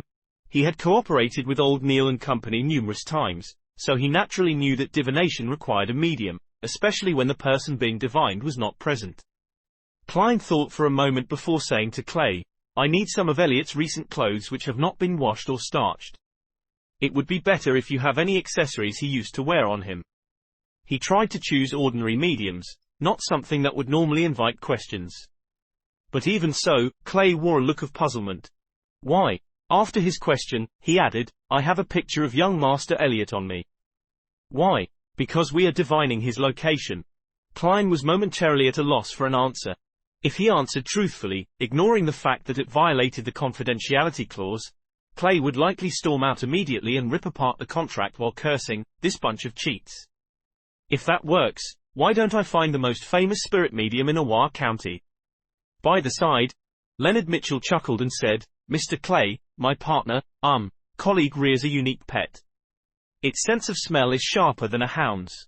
That's why we need clothes that little Elliot wore and items he used to wear on him to aid us in finding him. As you know, clues typically bring you to a general region. As for the picture, we would need it too. Both of us need to know what little Elliot looks like." Clay accepted the reason by nodding slowly. "Will you be waiting here, or will you be going with me to Mr. Vicroy's residence in the city?" "Let's go together. It saves time," replied Klein simply. Not only was he eager to try out his abilities as a beyonder, but he also wanted to save the child. "All right. The carriage is downstairs." As Clay spoke, he took out a black and white photograph and handed it to Leonard.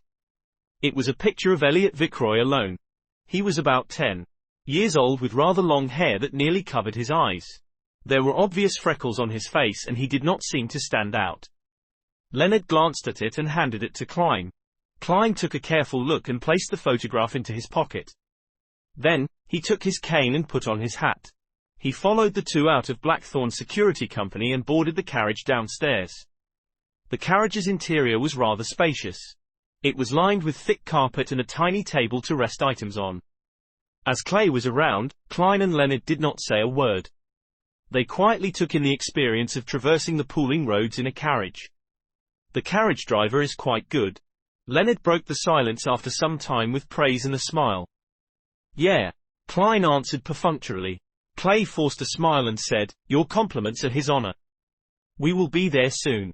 As they were afraid of alerting the kidnappers, the carriage did not stop at the Vicroy's residence.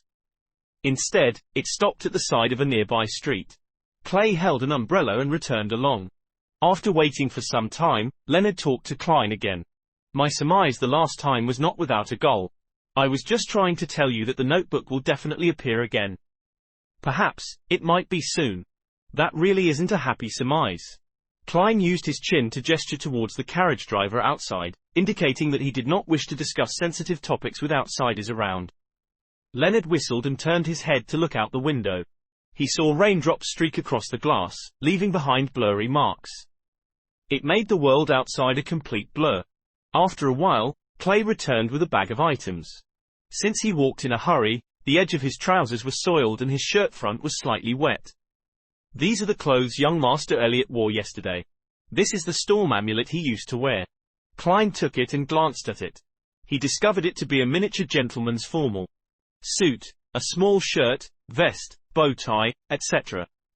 And the storm amulet was made of bronze. It was carved with symbols representing gales and sea waves, but they did not trigger Klein's perception. "I'll recount in detail the incidents leading up to young Master Elliot's kidnapping. Hopefully, it will let you find him easier. Clay sat down and described the nightmare that happened in the morning, hoping that the helpers he went through great trouble to hire would be of help.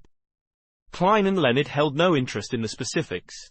All they cared about was the number of kidnappers, if anything unusual had happened, or if they had any weapons. 3. Normal, armed with firearms.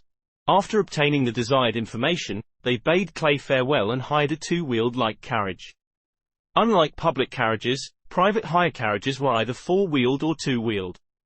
They were charged either by time or distance. The latter was at 4 pence a kilometre in the city and 8 pence a kilometre outside. The former cost 2 soldi per hour or part thereof. After the first hour, there were additional charges of 6 pence every 15 minutes. In inclement weather or if the customer needed to go faster, the fare could even be higher. Klein had heard from Isaac that in the capital, Backland, these carriage drivers were famous for quoting outrageous prices.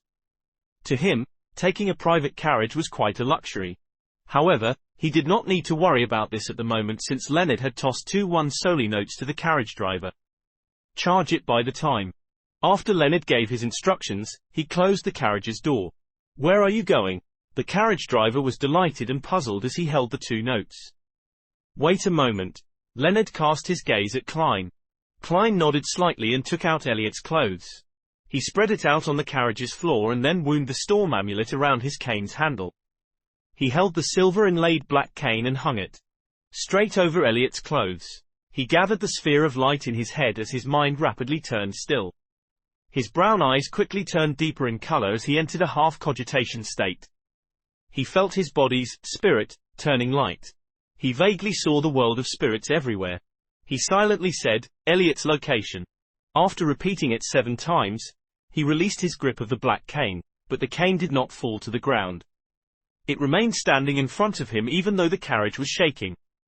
Minute but invisible stirrings happened around Klein and he felt as if pairs of eyes were looking at him. Over the past few days, Klein had felt this sensation occasionally when he was in the state of cogitation or spiritual vision.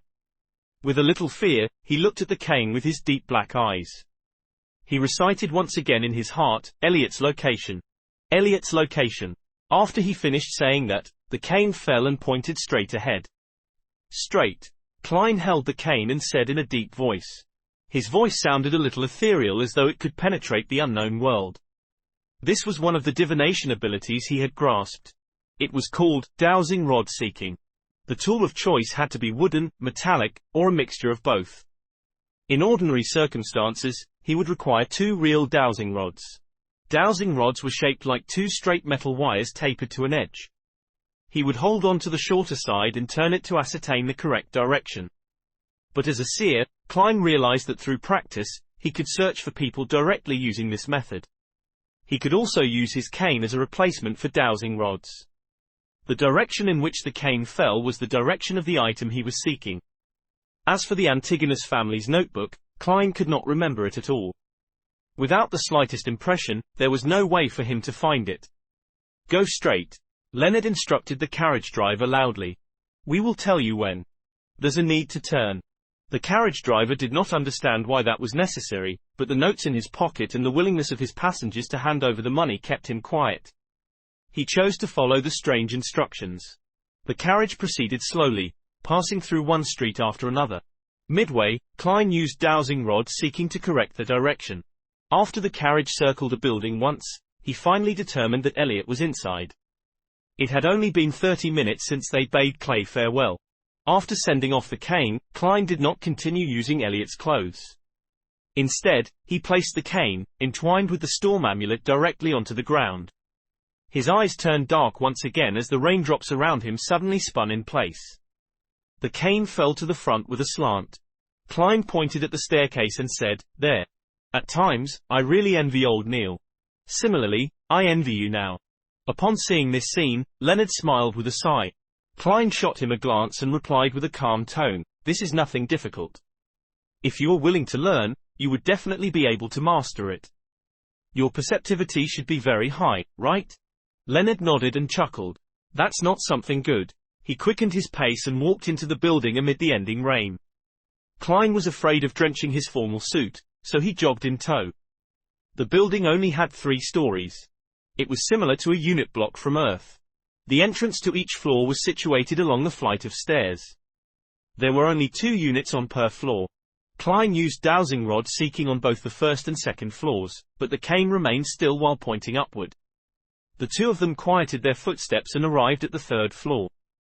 Klein once again placed the black cane on the floor. Whoosh! A breeze blew across the stairs as his pupils changed colors. The darkness seemed like it could suck the souls of people. Whoosh! Whoosh! Whoosh! Sobs seemed to sound out around them. Klein relaxed his palm as the cane with the entwined storm amulet magically stood erect. He silently read Elliot's location again. He watched his black cane drop silently as it pointed to the right room. They should be in there. While Klein picked up his cane, he tapped his glabella twice. Various colors saturated as he looked at the right room. He saw all sorts of auras inside. 1, 2, 3, 4. 3 kidnappers and 1 hostage. The numbers match. One of their auras is short. It's likely Elliot. Mr. Clay said that they have 2 hunting rifles and a revolver. Klein whispered. Leonard chuckled. Let me recite a poem for them. Why be a kidnapper? Why can't you happily be civilized person? He put down the bag with Elliot's clothes and took 2 steps forward. His expression suddenly turned serene and melancholic. His magnetic and deep voice gradually sounded. Oh, the threat of horror, the hope of crimson cries. One thing at least is certain, that this life flies. One thing is certain, and the rest is lies. The flower that once has bloomed forever dies. Chapter 44, Fate. Leonard's singing sounded like a lullaby as it lightly resounded through the doors and into the winding wooden stairwell. Klein's mind immediately turned torpid. He felt like he saw a silent moonlight and serene rippling lake. His eyelids rapidly turned heavy as if he were about to fall asleep standing. Amid these indistinct sensations, he also felt a strange, formless, and indifferent focus on his back. It felt like he was wandering the spirit world himself. A baffling sense of déjà vu suffused as Klein suddenly found his train of thought once again. With his strong spiritual perception and extreme familiarity with cogitation, he barely escaped the influence of the midnight poem. However, he remained serene and could hardly evoke any emotions. Soon, Leonard stopped singing as he turned his head with a smile. I'm considering asking Captain's permission to apply for a finer pot of lute. How can there not be an accompaniment when singing? Hey, I'm just kidding. I can hear them asleep. The black-haired, green-eyed Nighthawk with his poetic vibe took a stride forward and walked to the door that separated them from the kidnappers and hostage. He suddenly moved his shoulder and threw a punch at the door's lock. Crack! The wooden board around the lock shattered in a muffled manner. This requires precise control. Leonard turned his head and smiled. He then reached his hand into the hole and opened the door. Klein, who had regained consciousness, was not as confident as him. He reached under his armpit, drew his revolver, and turned the cylinder, making sure that he could shoot at a moment's notice. As the door swung back, he saw a man sleeping on a table with a gun by his feet. Another man was rubbing his eyes in a daze while trying to stand up. Bam! Leonard slid forward and struck the awakening kidnapper unconscious. Klein planned to enter as well when he suddenly sensed something. He turned around abruptly and faced the stairwell. Tap, tap, tap. Footsteps were approaching from below. It became clear that something was a hatless man in a brown coat circling the stairwell in his progression toward the 3rd floor while hugging a paper bag of bread. Suddenly, he stopped. He saw a gun's barrel aiming at him with a metallic luster. His pupils reflected a young man dressed in a halved top hat, black formal suit with a bow tie of the same color. It also reflected the cane which rested along the rail and the dangerous revolver. Do not move. Raise your hands. 3, 2, 1. Klein's tone was deep but relaxed. He held the revolver with both hands as he tried to imagine the man as a target from his practice. Amid the tense atmosphere, the man in the brown coat threw the bag of bread and slowly raised his hands. Sir, is this a kind of a joke? Has there been a misunderstanding? He stared intently at the finger that Klein had placed on the trigger as he forced a smile. Klein was temporarily unable to determine if he was an accomplice or a neighbor, but he did not reveal any abnormalities. He said in a deep voice, do not attempt to resist. Someone will determine if it's a misunderstanding in a while. At that moment, Leonard, who had finished handling the kidnappers, walked out and noticed the man in the stairwell. he said leisurely. So the kidnappers have another accomplice responsible for buying and delivering food? Upon hearing this, the man's pupils constricted as he suddenly raised his foot and kicked the bag of bread up in an attempt to block Klein's vision. Seemingly unaffected, Klein coldly pulled the trigger like his usual training. Bang! Blood burst out from the man's left shoulder. He tumbled to the ground and attempted to escape from the second floor. However, Leonard had already reached his hand towards the handrail before leveraging himself to jump over. With a dull thud, Leonard landed on the man from above. The man fainted as Leonard swatted away some of the blood that had splattered on him. He looked up at Klein and chuckled. Nice shooting. I was trying to hit his legs. The corner of Klein's mouth twitched in an indiscernible manner as he caught a whiff of the smell of blood. He discovered that despite not having any enhancements to his visual, auditory, or tactile senses after consuming the seer potion, he could still see obstructed objects and hear faint footsteps, allowing him to take preemptive judgment. Was this in the scope of spiritual perception? Klein nodded in thought as he watched Leonard find a sharp dagger in the accomplice's possession and drag him into the room. With a gun and cane in each hand, Klein entered the kidnapper's room. They saw Elliot Vickroy jolt awake from the gunshot as he straightened his body and sat up slowly from a huddled position. Leonard had securely tied up the three kidnappers with the rope they used against Elliot.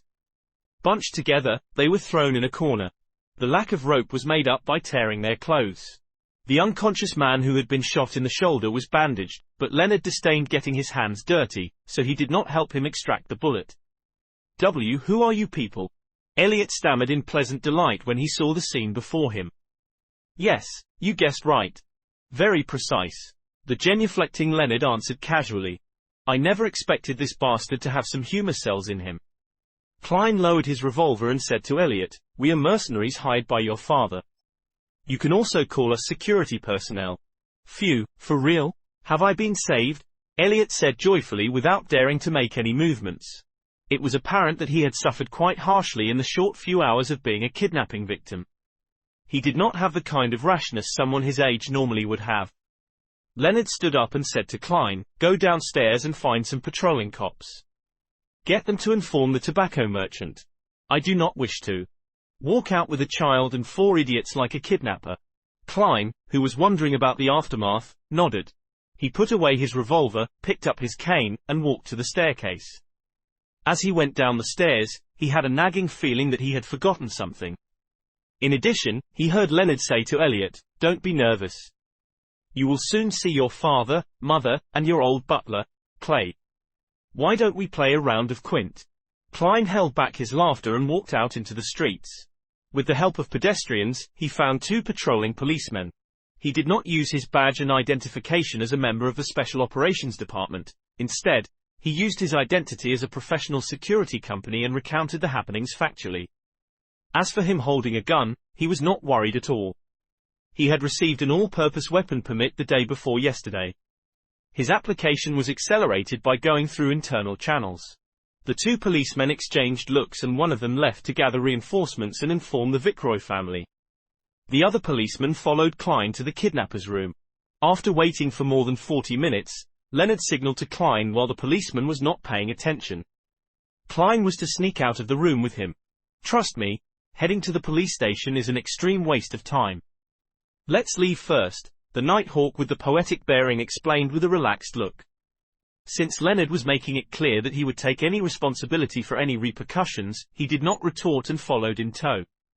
Almost 5 minutes later, a few carriages rushed to the building where the kidnappers were. The old butler, Clay, disembarked with his portly master, Vickroy. Up to this moment in time, he was still in a daze. He found it incredulous that news would come so fast. It felt like a dream. Suddenly, he heard a crisp snap as he turned around. A 2-wheeled carriage drove past with its windows open. The black-haired and green-eyed Leonard had snapped his fingers again. After passing by Vickroy's carriage, Leonard closed the window, turned around, and looked at Klein. He extended his right hand and smiled. It was a pleasure working with you. I don't think we are on that good terms. Klein politely shook his head. He did not expect the kidnapping case to be resolved so quickly. All he could do was marvel at the capabilities of Beyonders. Even though he was just a half-assed Sequence 9 Beyonder, he was able to do many inconceivable things. This is a celebratory gesture of peace among aristocrats after a clash of swords, explained Leonard with a smile. I know. Klein had many aristocratic classmates. He looked outside the window and said with a frown, shouldn't we confirm with Mr. Clay? If he believes that the police rescued Elliot, our commission will be halved. A total of £100. There was no doubt about their providing of the kidnapper's location from the meeting from before. Don't mind it. To us, money isn't that important, said Leonard with a shrug. It's very important to me. Klein forced a polite smile and said, many poets died early from poverty. Leonard chuckled. I believe Elliot would not lie on this matter. I can tell that he still has some of his innocence left in him. However, you will not get much of the £200 commission either. How much would I get? Asked Klein immediately. As the unspoken rule has always been, half of the commission would be handed to Mrs. Oriana as additional funding for the team. The remaining would be split among members. A pity you aren't a formal member. You will only get about 10% of the remaining half. £10? That isn't bad either. Klein pretended to feel the pinch as he asked, aren't you worried that the kidnappers will realize that they were under the influence of a Beyonder's powers after they wake up? They will not suspect anything. They will only believe that the weather was good and very conducive for sleeping, leading to them dozing off. They will even believe that the song existed only in their dreams. This is something we have verified before, answered Leonard very confidently. Instead, it's your demon-hunting bullets that might arouse suspicion. Of course, you being a queer who enjoys mysticism would be a perfectly reasonable explanation. I see. Klein was relieved. He just kept feeling like he had forgotten or overlooked something. After returning to Zutelen Street, Klein did not wait for Clay's arrival. He strolled to Welch's place and took a different route home. On the way, he bought some beef and olives for dinner. The meal was enjoyable as always, with the same three siblings chatting idly. However, there was an additional visitor. He was a worker responsible for collecting 1 penny for the gas meter. The evening grew dark as the siblings bade each other good night and returned to their rooms. Klein was sleeping soundly when he was suddenly awoken by something familiar outside. He opened the door in puzzlement and arrived outside the bedroom that no one stayed in. He pushed open the mottled door and saw a grey desk. There was a notebook on the table and its cover was made of hard paper. It was completely black in color. A baffling sense of déjà vu arose in him as he walked over and opened the notebook. The page he flipped open to was of a picture of someone dressed in gorgeous clothes and splendid headdress, the Fool. Beneath the Fool was a line in Hermes. Everyone will die, including me. Horror gripped Klein's heart as he suddenly realized that the corner of the Fool's mouth was curving up. FFFFFFFF. He sat up in shock as he saw crimson moonlight penetrate his curtains. He saw his bookshelf and desk and the silhouette of his own bedroom.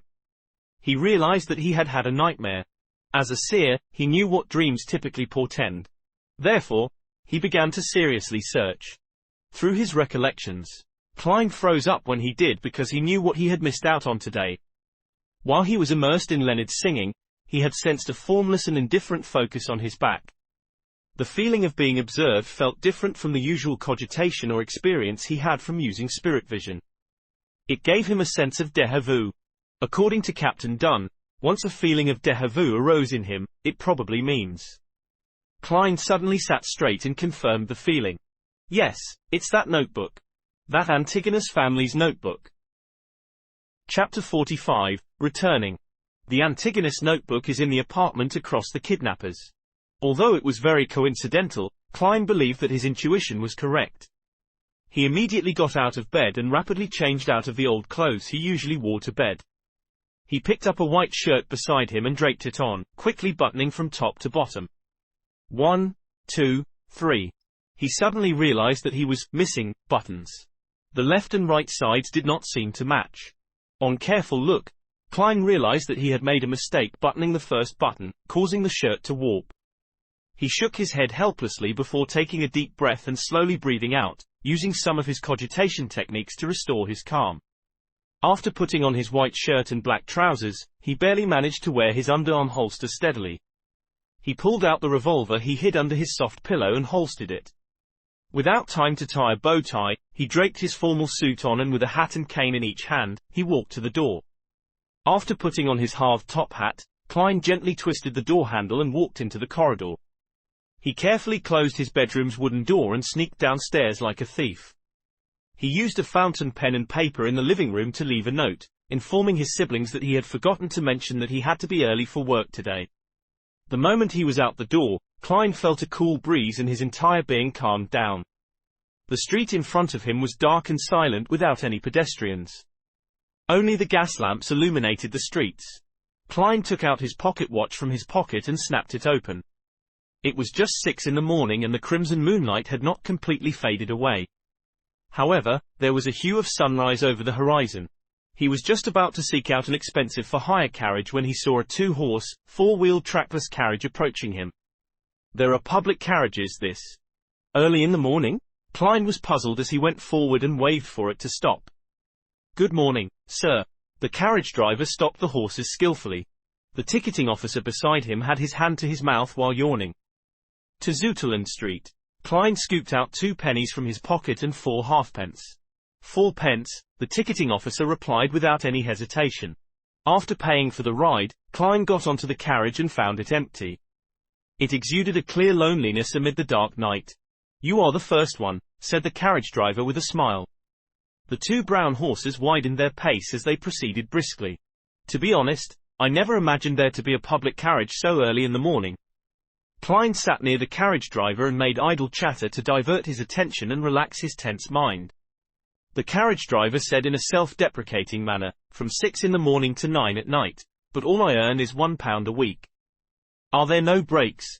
Inquired Klein in bafflement. We take shifts to rest once a week. The carriage driver's tone turned heavy. The ticketing officer beside him added, we are in charge of plying the streets from 6 to 11 in the morning. Following that, we have lunch and an afternoon break. Near dinner time, which is 6 in the evening, we replace our colleagues. Even if we do not need rest, the 2 horses will need it. It wasn't anything like that in the past. There was an accident that should not have happened. Due to fatigue, a carriage driver lost control of his carriage and it toppled. It resulted in us having shifts. Those bloodsuckers would never become this kind so suddenly otherwise. The carriage driver scoffed. Under the illumination of dawn, the carriage drove towards Zouteland Street and picked up 7 to 8 passengers on the way.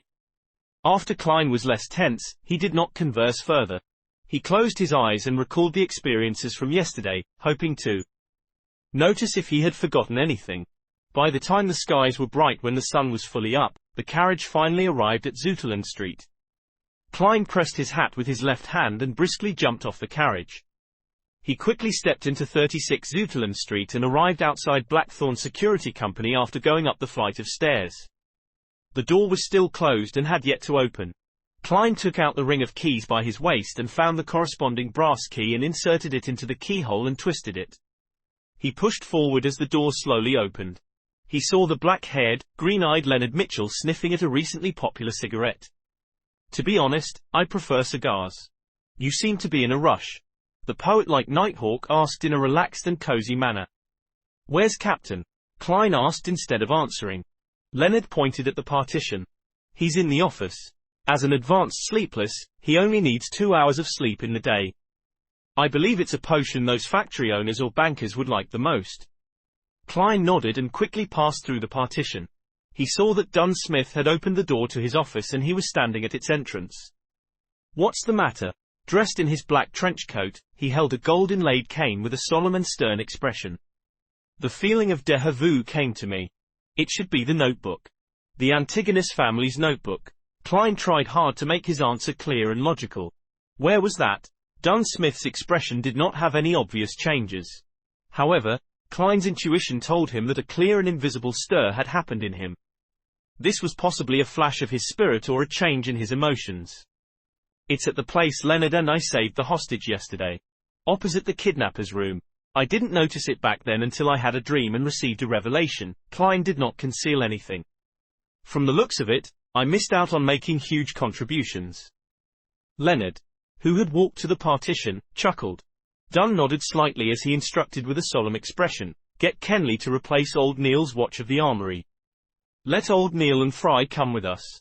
Leonard stopped acting frivolous as he immediately informed Kenley and Fry who were in the Nighthawk's recreation room. One of them was a sleepless and the other was a corpse collector. 5 minutes later, the two-wheeled carriage that came under the jurisdiction of the Nighthawks began driving down the sparse streets in the morning. Leonard wore a feather hat, a shirt and a vest. He stood in as the carriage driver, lashing out a whip from time to time, sending out a crisp crack. Inside the carriage, Klein and old Neil sat on one side. Facing them were Dunn, Smith and Fry. The corpse collector's skin was so white it looked like it either had not been under the sun in a very long while or he had a severe blood deficiency. He looked to be in his 30s with black hair and blue eyes. He had a high nose bridge and his lips were very thin. He had a cold and dark demeanor and had a faint smell from often touching corpses. Repeat the situation again in detail. Dunn adjusted the collar of his black trench coat. Klein stroked the hanging topaz in his sleeve as he began from their mission commissioning until the dream. By the side, old Neil chuckled. Your fate seems to be entwined with that Antigonus family's notebook. I never expected you to meet it in such a manner. That's right. Isn't this too much of a coincidence? Thankfully, Leonard just mentioned that there was no indication of hidden factions of mysterious powers at play from the preliminary investigations of Elliot's kidnapping. It was solely a crime motivated by money. Otherwise, I would really suspect if someone had deliberately arranged for this to happen. Klein found the situation rather curious. It was too coincidental. Dunn did not express his ideas as he was in deep thought. Likewise, corpse collector Fry maintained his silence in his black trench coat. Only when the carriage stopped at the building mentioned by Klein was the silence broken. Let's go up. Klein, you and old Neil walk behind. Be careful, very careful. Dunn got off the carriage and pulled out a strange revolver with a clearly long and thick barrel. He stuffed it into his right pocket. All right. Klein did not dare take point. After Leonard found someone to watch the carriage, the five beyonders walked orderly into the building. With very light footsteps, they arrived at the third floor. Is this the place? Leonard pointed at the apartment opposite the kidnappers. Klein tapped his glabella twice and activated his spirit vision. In this state, his spiritual perception was enhanced again. He found the door familiar as if he had once entered it before. Yes. He nodded in affirmation. Old Neil also activated his spiritual perception and after observing carefully, he said, There's no one inside, nor are there any spiritual glows of magic. Corpse collector Fry added with his hoarse voice, There aren't any evil spirits. He could see many spiritual bodies, including evil spirits and restless wraiths, even without activating his spirit vision. Leonard took a step forward and, like yesterday, punched the door's lock. This time not only did the surrounding wood shatter, even the door lock flew and fell noisily to the ground. Klein seemed to feel an invisible seal instantly vanish. Immediately following that, he caught a whiff of an intense stench. Corpse, a rotting corpse, Fry described coldly. He did not appear to suffer from nausea. Dunn reached out his black-gloved right hand and pushed open the door slowly. The first thing that they saw was a chimney. For early July, there was an abnormal heat emanating the room. In front of the chimney was a rocking chair. Sitting on it was an old woman dressed in black and white. Her head hung low. Her body was abnormally large. Her skin was blackish green and swollen. It felt like she would explode from a simple prod, spewing a foul rotting stench from within. As maggots and other parasites squirmed between her flesh, blood, and rotting juices, or clothes and wrinkles, they appeared like points of light in spirit vision. They seemed to cling close to an extinguished darkness. Pa! Pa! The old woman's eyeballs dropped to the floor and rolled a few times, leaving behind a yellowish-brown streak. Klein felt disgusted and being unable to tolerate the putrid stench any longer, he bent over and puked. Chapter 46, Portrait. You! Klein squatted there, vomiting involuntarily. He was soon done with his puking since he did not eat breakfast. At that moment, a tin-colored square flask that looked like a cigar box appeared in front of him. The mouth which had lost its stopper emitted a mixture of smells akin to tobacco, disinfectant, and mint leaves. It cleared up Klein's nose and rejuvenated him. The pungent smell continued to linger, but Klein no longer felt nauseous. He soon stopped vomiting. He traced the tiny flask up and saw a pale hand that did not seem to belong to a member of the living. He saw the mouth of a black trench coat sleeve and saw corpse collector Fry with his cold and dark bearing. Thank you. Klein recovered completely and with his hands on his knees, he stood back up.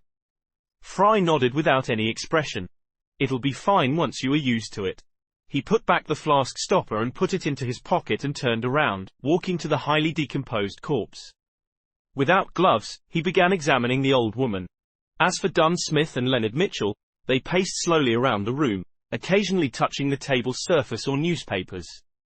Old Neil pinched his nose and stood outside the door, grumbling in a muffled voice, seriously gross. I'm going to request for additional pay this month. Dunn turned his head over and touched the wall beside the chimney with his gloved right hand. While doing so, he asked Klein, does this place look familiar? Klein held his breath and constructed the silver pocket watch in his mind to calm down. With him already in his spirit vision state, he immediately felt different. A scene that came from the deepest recesses of his memories flashed past his eyes. Chimney, rocking chair, table, newspapers, the rusty nails on the door, the tin cans inlaid with silver. The scenes were dark and dull, like a documentary from Earth. However, it was even more blurry and illusory. The scene quickly stacked against what Klein was seeing. The feelings of déjà vu and having been here before presented themselves clearly. An illusory and ethereal scream seemed to pass through invisible walls. Hornesis. Phlegrea. Hornesis. Phlegrea. Hornesis. Phlegrea. It feels a little familiar. Klein answered honestly while his brain felt a stabbing pain. Thankfully, he quickly tapped his glabella twice. Hornesis. The Hornesis mountain range that appeared in original Klein's diary. That is content that was deciphered from the Antigonus family's notebook. The murmurs were very similar to one of the previous ones. It involved the word, Hornesis. Is this a form of enticement? Klein was gripped by shock as he did not dare think deeper, afraid that he would place himself on the trajectory of losing control. Dunn nodded slightly and walked to a cupboard. He suddenly reached out his hand and pulled open its wooden door. The bread inside was moldy and there were about 7 grey, stiff dead rats. Leonard, go downstairs to get patrolling cops and explain the situation here, instructed Dunn. All right. Leonard turned and left the apartment. Following that, Dunn opened the door to 2 other bedrooms and did a careful search. After being certain that there were no clues as well as any sign of the Antigonus family's notebook, Fry also stood up. He wiped his hands with a white handkerchief he brought along with him and said, the time of death was more than 5 days ago. There are no external injuries nor are there any clear signs that it was a result of beyonder powers. The exact cause of death will require a post-mortem. Did you discover anything? Dunn turned to look at old Neil and Klein. The two who were no longer in spirit vision state shook their heads in unison. Apart from the corpse, everything else is normal. Actually, no. There was an invisible energy sealing the apartment in the beginning. As you know, there will usually be similar processes. When we use ritualistic magic, old Neil thought for a few seconds before adding. Dunn was just about to say something when he looked outside the door. A few seconds later, Klein and old Neil sensed something and turned to look at the stairwell. A few seconds later, faint footsteps grew louder as Leonard walked up with a policeman. The policeman's expression changed once he caught the noxious smell. He immediately cooperated with his colleague from the Special Operations Department and began knocking on the doors of the residents on the 2nd floor to gain an understanding of the situation on the 3rd floor. Moments later, the corporal with his 2 silver chevrons looked at the corpse on the rocking chair. Katie Stefania Bieber, between 55 and 60 years old. Widow. Has rented this apartment with her son, Ray Bieber, for more than 10 years. Her husband was formerly a gem artisan. Her son is about 30 years old and is single. He inherited his father's trade and earns about £1.15 solely a week. According to their neighbors, they have not seen them in more than a week. Before the policeman continued, Klein already knew the critical point that followed. Missing. To be more precise, it was unknown where Ray Bieber had gone to. The ancient notebook could very well be on him. Do you have a picture of Ray Bieber? Dunn looked at the police officer. He was acting as the role of a high-ranking inspector. However, it was not really acting since he was indeed a high-ranking inspector on the police department's roster. His salary and various allowances were also paid according to his rank. Of course, it did not include his salary from the church. The police officer shook his head nervously and said, I'm not sure. I'll have to return to the station to search for it. It's not typical for us to have pictures of every single person. Got it. Continue questioning the residents on the 1st floor. Ask them in detail. Dunn gave the order. As he watched the police officer leave, He closed the door and turned to old Neil. "I'll leave the rest to you. If not, we will have to make all the residents sleep and obtain Ray Bieber's looks." "Yay. I don't really trust sketches based on verbal descriptions." Old Neil nodded. He took out a few thumb-sized bottles from a pocket in his black classic robe and scattered the liquids in a particular order. Immediately following that, he pulled out a clump of powder and scattered it in a circle around him. Strangely, a biting smell spread and was not influenced by the nauseating smells in the room. Klein also suddenly noticed that there was an invisible force field around him. It separated him from the environment and everyone else. It was like the room in its previous state. Old Neil half closed his eyes as his lips mumbled a soft and indiscernible incantation. Without being prepared, Klein vaguely heard the words, "Goddess, give me strength. We look forward to the protection of the night." Hum! A sudden wind tore through the windows and blew up the powder. Klein's heart quaked suddenly as he felt goosebumps all over him. He found it difficult to describe. A terrifying smell that made him afraid of looking directly spread rapidly. He was confused as he tensed up, unable to relax. It felt as though he had plunged into a state similar to what one would have after working on a highly advanced mathematical problem. Suddenly, old Neil's eyes opened, his eyes pitch black. He took out a fountain pen from his pocket and began drawing on a piece of scrap paper on the table. He was so fast that his entire body was trembling. Klein focused his gaze and saw a face with recessed eyes and a tall nose bridge rapidly appear. When the natural curly short hair was done, old Neil wrote a single line beneath the portrait. Black hair, deep blue eyes. Left of his mouth is a fully ceramic tooth implant. Pardon. The fountain pen in old Neil's hand fell onto the paper as his body convulsed a few times. This is the image of Ray Bieber according to what's left in the room. Old Neil whispered as the color of his eyes restored rapidly. Then, he turned back to his original spot and slowly circled it. The invisible force field that isolated things immediately dissipated in the form of a breeze. Praise the lady. Old Neil tapped his chest in 4 spots, forming the shape of the crimson moon. Klein's taut nerves relaxed as he made more acute observations. He discovered that there was nothing special about Ray Bieber's facial features. He had a relatively mild bearing. The only thing was that his philtrum sagged clearly. "I'll try using dowsing rod seeking." He picked up the portrait and found male clothes in the bedroom and spread them onto the ground. Dunn, Leonard, and old Neil did not stop him as they watched him place the black cane above the clothes and portrait. Fry was as silent as always. Klein's eyes turned from brown to black as he finished his recitation, only to release his grip. The black cane stood silently like it was embedded in the ground. Ray Bieber's location, Klein silently repeated to himself again. With the sound of humming wind, the cane fell down but kept changing directions while falling. Finally, it began spinning in slight circles. Without any external help, the black cane stood stably again. Klein repeated a few times with the same outcome. All he could do was shake his head at Dunn and old Neil. A strange power was interfering with his divination. Dunn took off his black glove and said to Leonard and Klein, "Take Ray Bieber's portrait and inquire the residents for a final confirmation. Following that, we will issue a warrant of arrest against him for the murder of his mother." "All right." Klein held his cane and bent down to pick the portrait.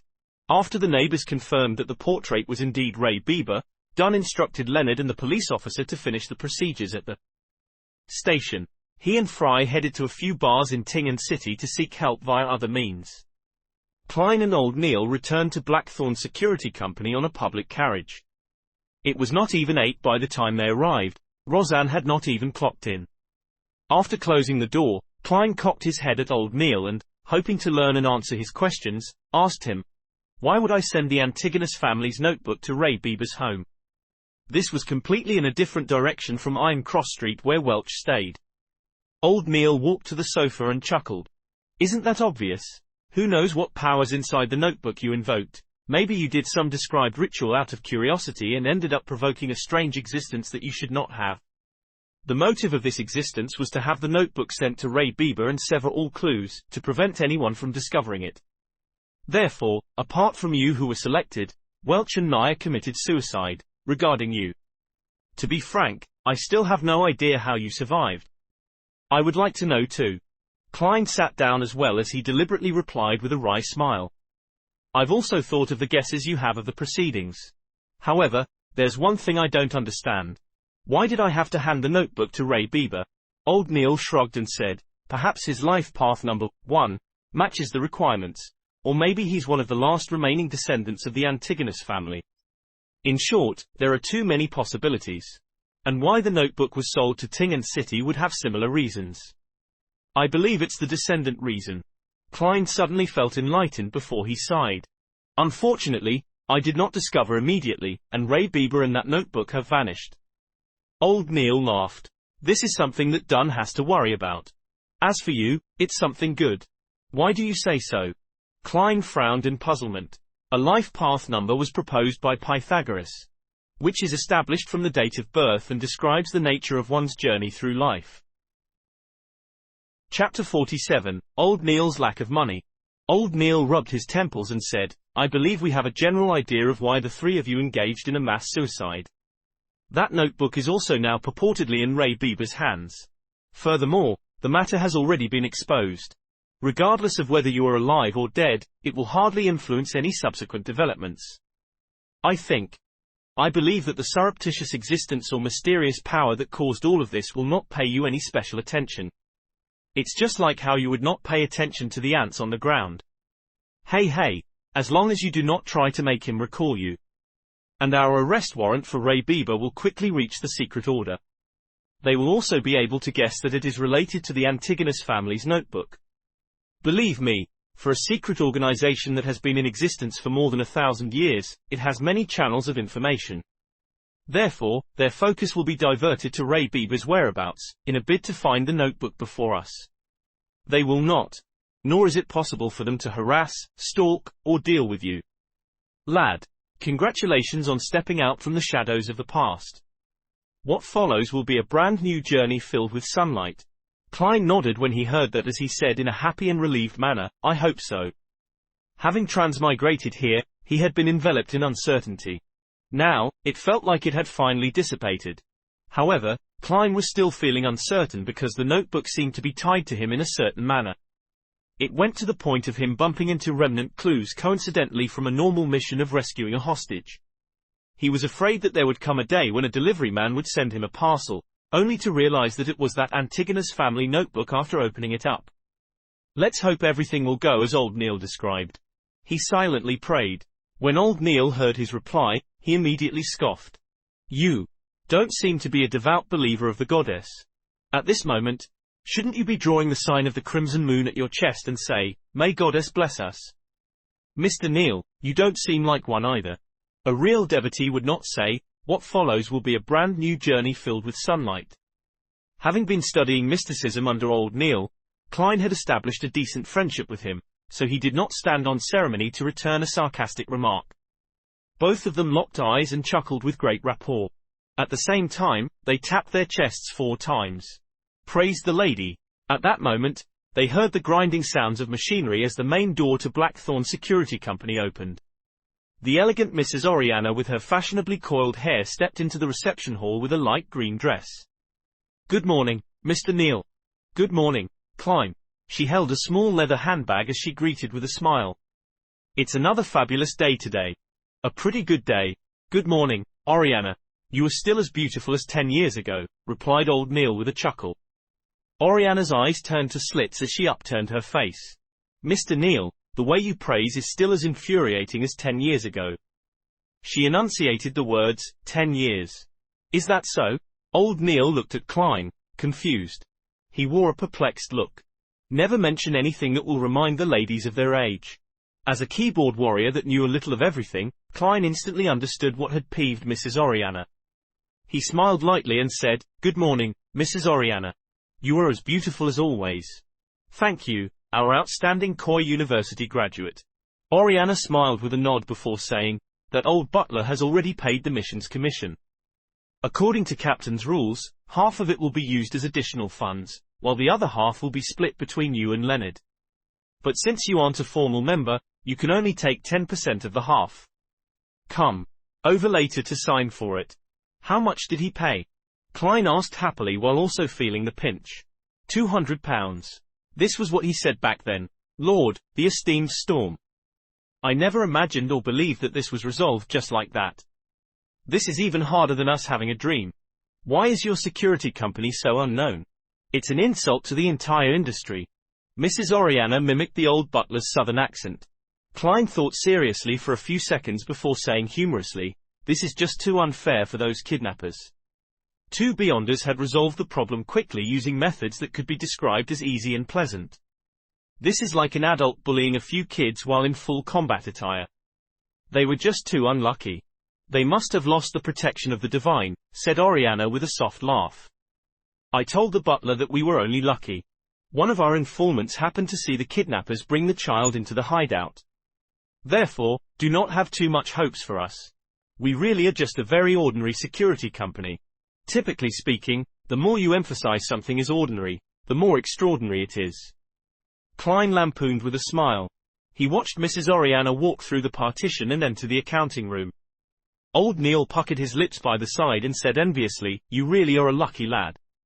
You haven't joined us for long and you've encountered a job worth £200. Is that very rare?" Klein asked in puzzlement. Prior to this, he was either studying history or mysticism, or wandering aimlessly outside, hoping to find clues with his spiritual perception. According to Oriana's accounts, we might not encounter a single job an entire week. And most jobs are worth less than £20. Old Neil rubbed the moonstone by his wrist and sighed. Following that, he looked at Klein with anticipation. If you encounter any similar jobs in the future, remember to inform me. Upon hearing old Neil's words, Klein suddenly felt a strange feeling arise in him. Therefore, he asked directly, "Mr. Neil, you seem to be lacking in money. How much do you get paid a week? If you aren't comfortable telling me, just ignore my question." Old Neil leaned back into the sofa and chuckled. "This isn't something that needs hiding. I've been here for so many years. At present, I will obtain salaries from both the church and the police department every week, a total of £12. A weekly salary of £12? Klein blurted out in surprise.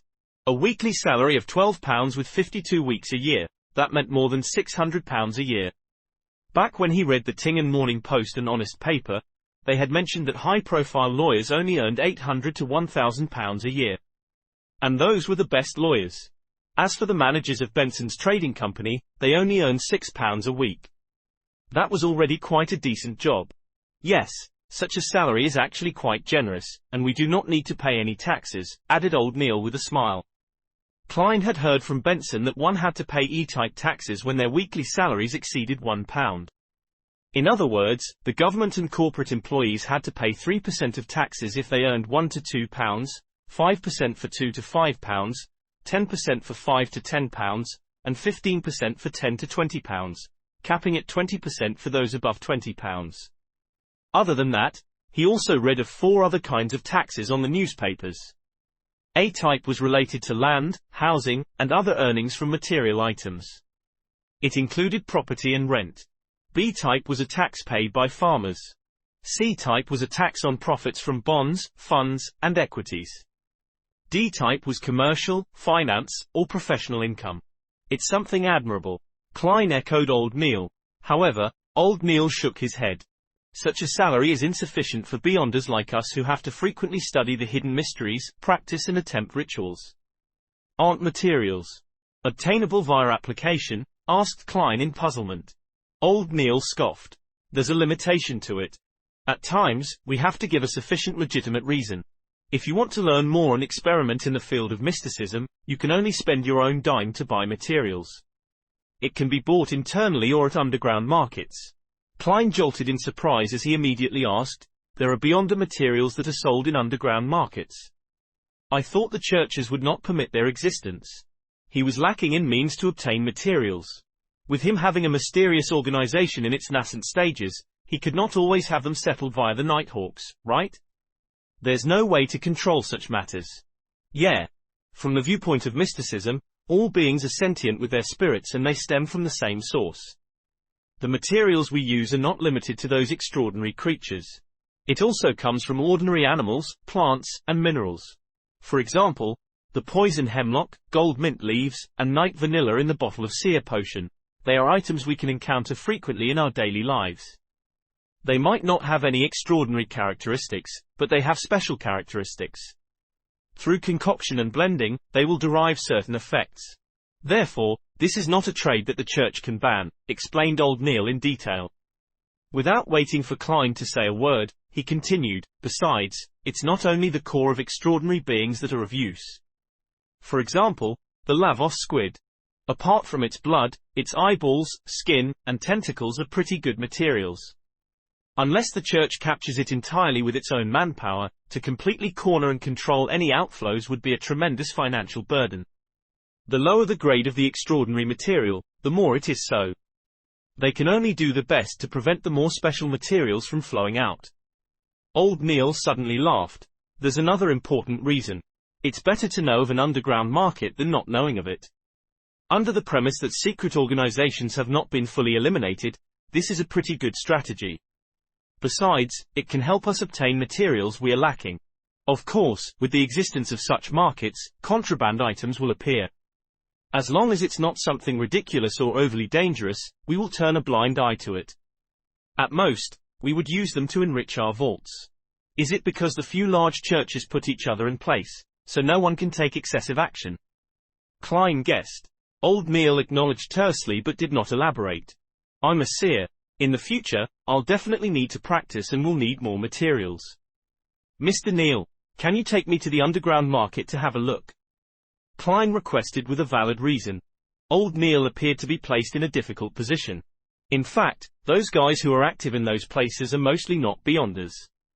Some of them might be aristocrats that like mystery or rich people who have inclinations towards mysticism. Oh, alright. I have a £30 bill that needs paying soon.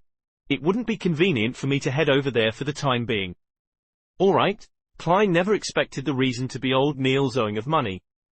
Moments later, he said with deliberation, Mr. Neil, do you need me to lend you money? I just earned a commission of £10. Ha ha, there's no need. I'll be able to settle it. Old Neil patted the sofa and slowly stood up. Sigh. Age is truly an enemy that biological creatures can't fight. I'm exhausted from last night's watch. Yeah, revise what I've taught you later this morning. Read more documents. Tomorrow, I'll teach you the foundations of ritualistic magic. Alright. Klein got up and bade him farewell by taking off his hat. When Captain Dunn did not return at noon, Klein pretended that he was still searching for the notebook as he roamed the streets again.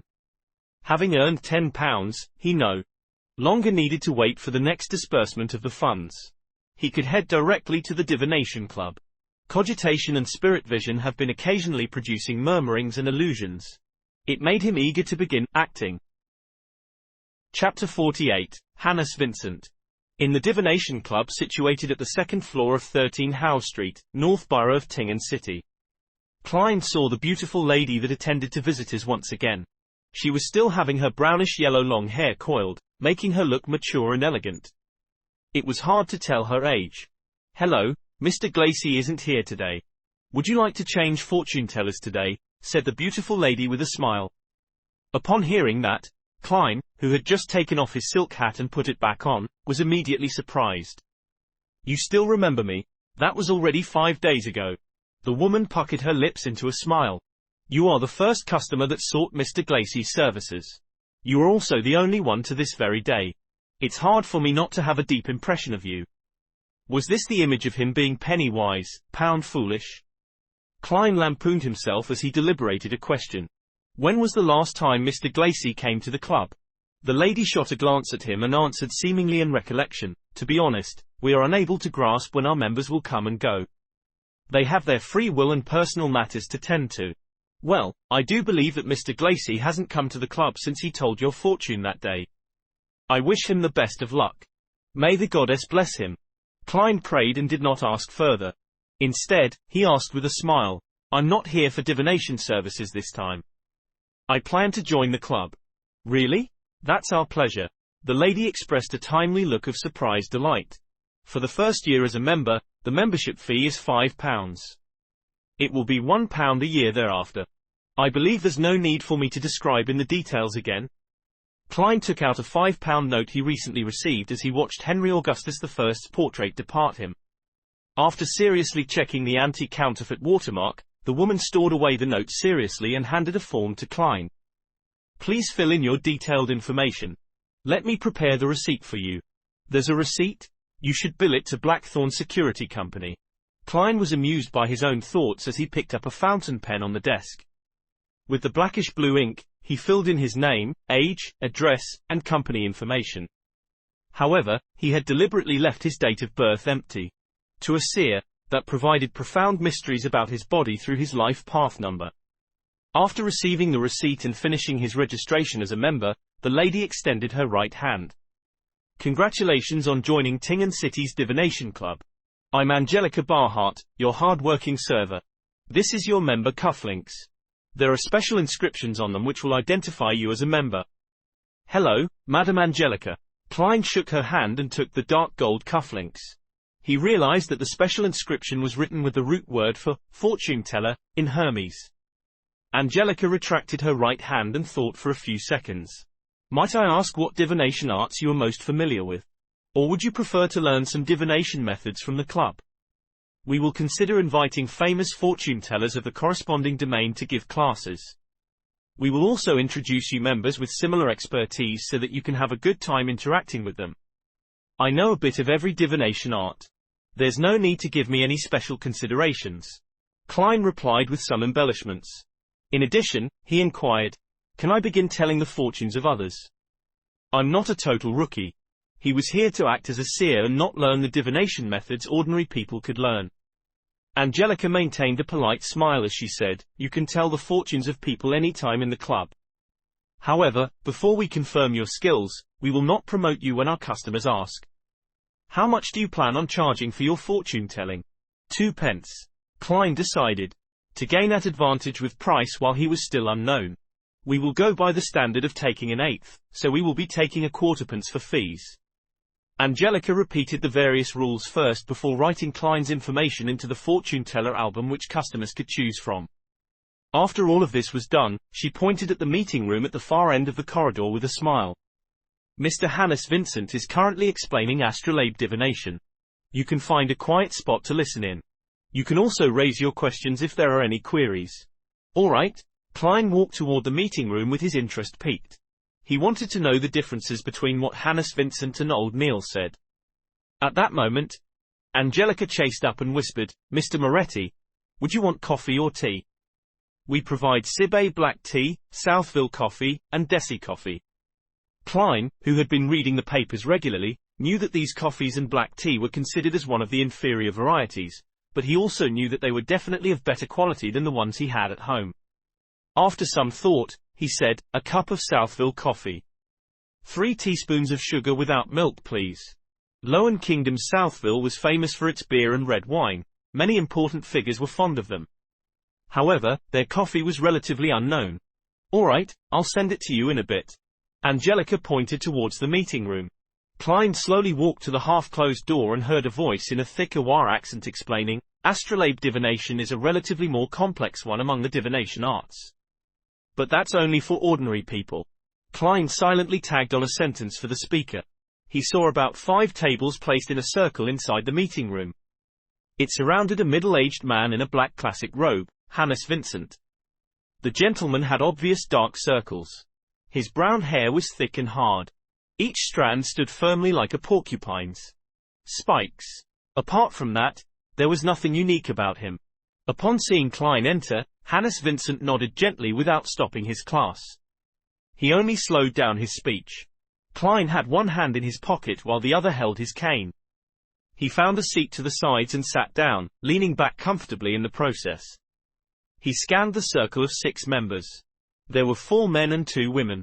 Some of them were attentively taking notes, whispering, or returning Klein a rueful smile. After placing his cane down, Klein adjusted his half top hat and tapped his glabella twice in the process. He cast his gaze at Hannes and saw the different colors, brightness, and thickness of his aura. Dark red. He's a little worried. Actually, every other part of his body is healthy except that part. I wonder what's wrong. Klein listened to the class while muttering to himself. At that moment, he clasped his right hand and covered his mouth to prevent his laughter from sounding. He suddenly felt like he was a quack. He was rather pleased with his spirit vision ability. Although he could only make a general judgment and not the details, it was enough to gain him much useful information. After surveying his surroundings, he tapped his glabella twice again as though he was pondering over what Hannes had just said. Astrolabe divination was one of the astromancy divination methods. However, ordinary people could also attempt to interpret things. For instance, the most basic birth horoscope was to determine the inquirer's fate by determining the positions of the Sun, Moon, Blue Planet, and Scarlet Planet at their birth, the corresponding spots in the sky, matching the representative symbols to the astrolabe, and the corresponding situations of the different constellations. This required the fortune teller to be able to calculate the states of the planets and constellations, which was rather complicated. Of course, there were publications that aided people to look up the values. Some even simplified it by making a vague read with just the constellations. Klein listened silently without interjecting or asking any questions. From time to time, he would caress the hanging topaz at his sleeve or take a sip of the Southville coffee which Angelica had brought in. After some time, Hannes rubbed his glabella and said, "Perhaps you will need to attempt at creating your own astrolabe. Ask me if you have any questions. I will be in Moonstone." After he left, a young man in a white shirt and black vest got up with a smile and walked to Klein's side. "Nice to meet you. I'm Edward Steve." "My pleasure. I'm Klein Moretti." Klein stood up and returned the bow. "Astrolabes are too complicated. Every time I hear about it, I can't help but doze off," said Edward self-deprecatingly. Klein grinned and said, "That's because Mr. Vincent can't help but pass the knowledge he grasps to us. It's like giving us an Intis feast. It's just indigestible. I'd be able to finish the Intis feast. They usually use a huge plate to serve tiny bits of food." Edward chuckled and sat up. He asked out of curiosity, "Are you new?" "I've not seen you in the 2 years I was here. I just joined the club today," answered Klein frankly. "What are you good at?" "I'm best at tarot and poker divination," Edward casually asked. "I know a little of everything, but just a little." Klein gave a description he used to give himself. He was not being modest since there was just too much mysterious knowledge he had not grasped in the domain of divination. Just as the other members were thinking of talking about horoscope divination, Angelica walked into the meeting room. "Mr. Steve, someone wants you to tell their fortunes." "All right." Edward stood up with a smile. "I can tell you are an excellent fortune teller," said Klein as he looked at him. "No, it's because my price is most suitable," said Edward with a soft chortle. "When ordinary people come to have their fortunes told, they will absolutely not choose the most expensive ones. And unless they had their heads kicked by asses, they would definitely not be choosing the cheapest few. It's easiest to gain opportunities if you are in the middle. I'm one of those that had their heads kicked by asses." When he saw Edward leave, Klein suddenly shook his head with a wry smile. "It seems the price I set is problematic." He stood up, picked up his cane, and left the meeting room. He found Angelica again.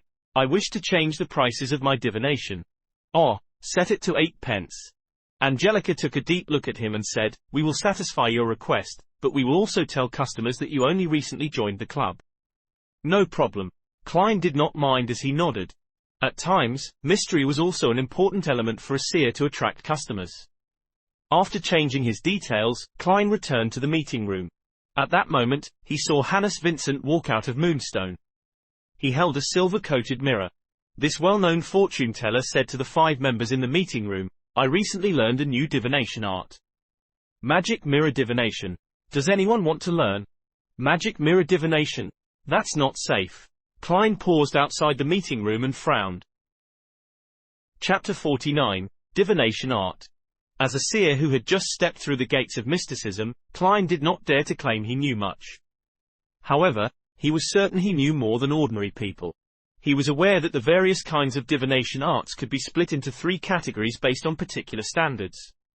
And that standard was based on the source of the revelation. The first category of divination included tarot, poker, pendulums, dowsing canes, and dreams. By using the inquirer's own spirituality and its communication with the spirit world to gain a revelation, it could be interpreted for an answer. However, spirit pendulums and dowsing canes had very high requirements of one's spirituality, soul body, and astral projection.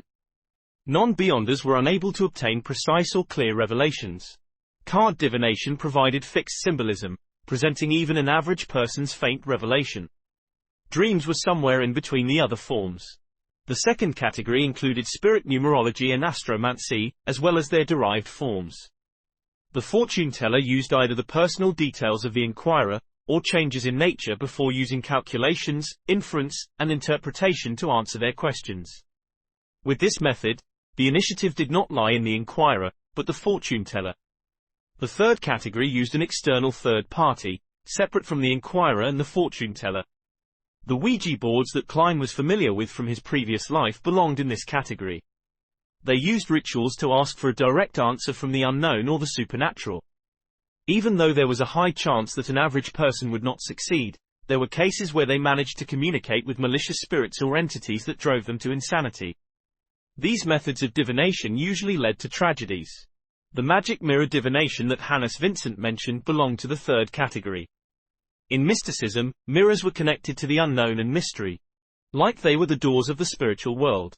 Thus, Klein stopped outside the meeting room, intending to learn how the famous fortune teller would explain the divination. Klein wanted to ascertain if he needed to inform the captain or not, raiding him at night. Of course, there was a safe way to do the magic mirror divination. One could ask for answers from the 7 orthodox divinities. Even if it was very difficult for an ordinary person to receive any real revelations, they would not be in any danger or suffer any after effects. The magic mirror divinations that were strictly controlled by the Nighthawks and mandated punishers were those that asked evil gods or mysterious existences for help. Furthermore, the fortune teller couldn't randomly fabricate things. Some phrases or qualities had the potential to invite the attention of unknown entities. In the world where the powers of the Beyonders exist, such divinations would often lead to tragedy. Klein even suspected that the original Klein, Welch, and Nyer had committed such a forbidden divination by following the instructions of the Antigonus family's diary. At that moment, Hannes also explained the principle behind magic mirror divination and described the actual process. First, you choose a suitable time and date according to the divinity you believe in. You can decide this using the astromancy manual. For example, we all know that Sundays symbolize the Ebonite goddess, for Sunday is the embodiment of rest. 2 to 3 in the early morning, 9 to 10 in the morning, 4 to 5 in the evening, and 11 to midnight are all related to the moon. Thus, they are controlled by the Ebonite goddess. Thus, fortune tellers that pray to the Ebonite goddess can use magic mirror divination during these times on a Sunday. Quite a good foundation. Klein nodded slightly while using the half-closed door to the meeting room to conceal himself. It had to be said that with the 7 major churches keeping each other in check, some mysticism knowledge had indeed leaked. For example, many of the meanings behind the symbolism could be found in the astromancy manual. However, without the potions or beyonder powers, ordinary people were unable to obtain the desired effects. Second, we must scrutinize the mirror carefully. It must be a mirror coated with silver. You place the mirror at the position representing the moon. Hannes demonstrated with the prop in his hand. No. What he needs now is spirit dowsing. First, choose a position and recite the phrase. This place is suitable for magic mirror divination. 7 times in your head. Then see which direction the pendulum turns. Clockwise for true, counterclockwise for false. Of course, if you are asking for answers from a malicious supernatural entity, the position would not matter. Rather, it would depend on whether the entity is interested in answering your questions. Klein silently corrected him.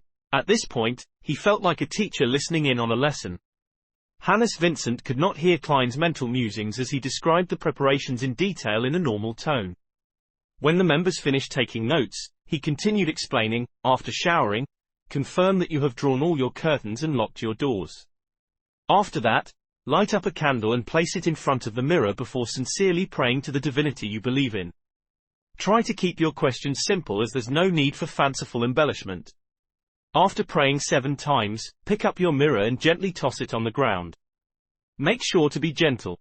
Remember the way it shatters as that is a revelation from the gods. I will tell you the main symbolisms in a second. Phew, this is orthodox magic mirror divination. Klein heaved a sigh of relief as he walked into the meeting room and sat back down in his previous seat. He finished the rest of his Southville coffee in one gulp. So-called orthodox divination meant that it was possible to obtain revelations, but it was impossible to truly interpret it. And for Beyonders who reached this step, they could look straight into the mirror to obtain clear information if they received a response.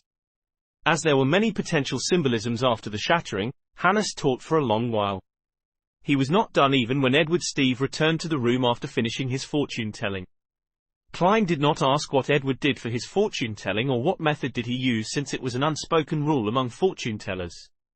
While acting as a seer, he naturally had to abide by it strictly unless the other party mentioned it.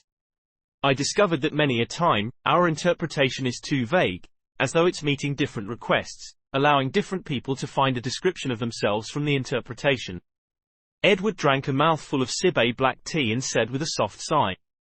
For example, those that encounter adversities and calamities will eventually see the light of hope. Hey, but no one knows when the light of hope will come. For example, a journey might not be very smooth sailing, but you will definitely arrive alive. The dead will not retort me. As he did not listen from the beginning, he ignored Hannes's magic mirror divination class. Survival bias, added Klein with a smile. Survival bias generally meant that a lot of statistics would only include those who were alive and lucky. The data would ignore the dead. Therefore, the results would be clearly biased. Right. Emperor Roselle was really a philosopher, marveled Edward. Speechless, Klein raised his empty cup and pretended to take a sip. The members were fully immersed in the study of horoscopes and magic mirror divination the entire afternoon. Occasionally, they would also discuss with Klein and Edward. And when that happened, Klein would try his best to meet his duty as an informal member of the Nighthawks. He would try hard to steer the topic away from anything related to beyonders or dangerous ideas. However, he failed at the thing he wanted to do the most. A few inquirers came, but none of them picked him to do their fortune-telling. Perhaps I have to be more proactive in entertaining them. Should I use a few phrases like, "You are plagued with bad luck," "You have been unlucky recently," or, "Nothing you do will happen smoothly"? No, that's nothing like a seer. With this in mind, Klein could not help but shake his head in self-deprecation. He picked up his cane, stood up, and left after bidding everyone farewell.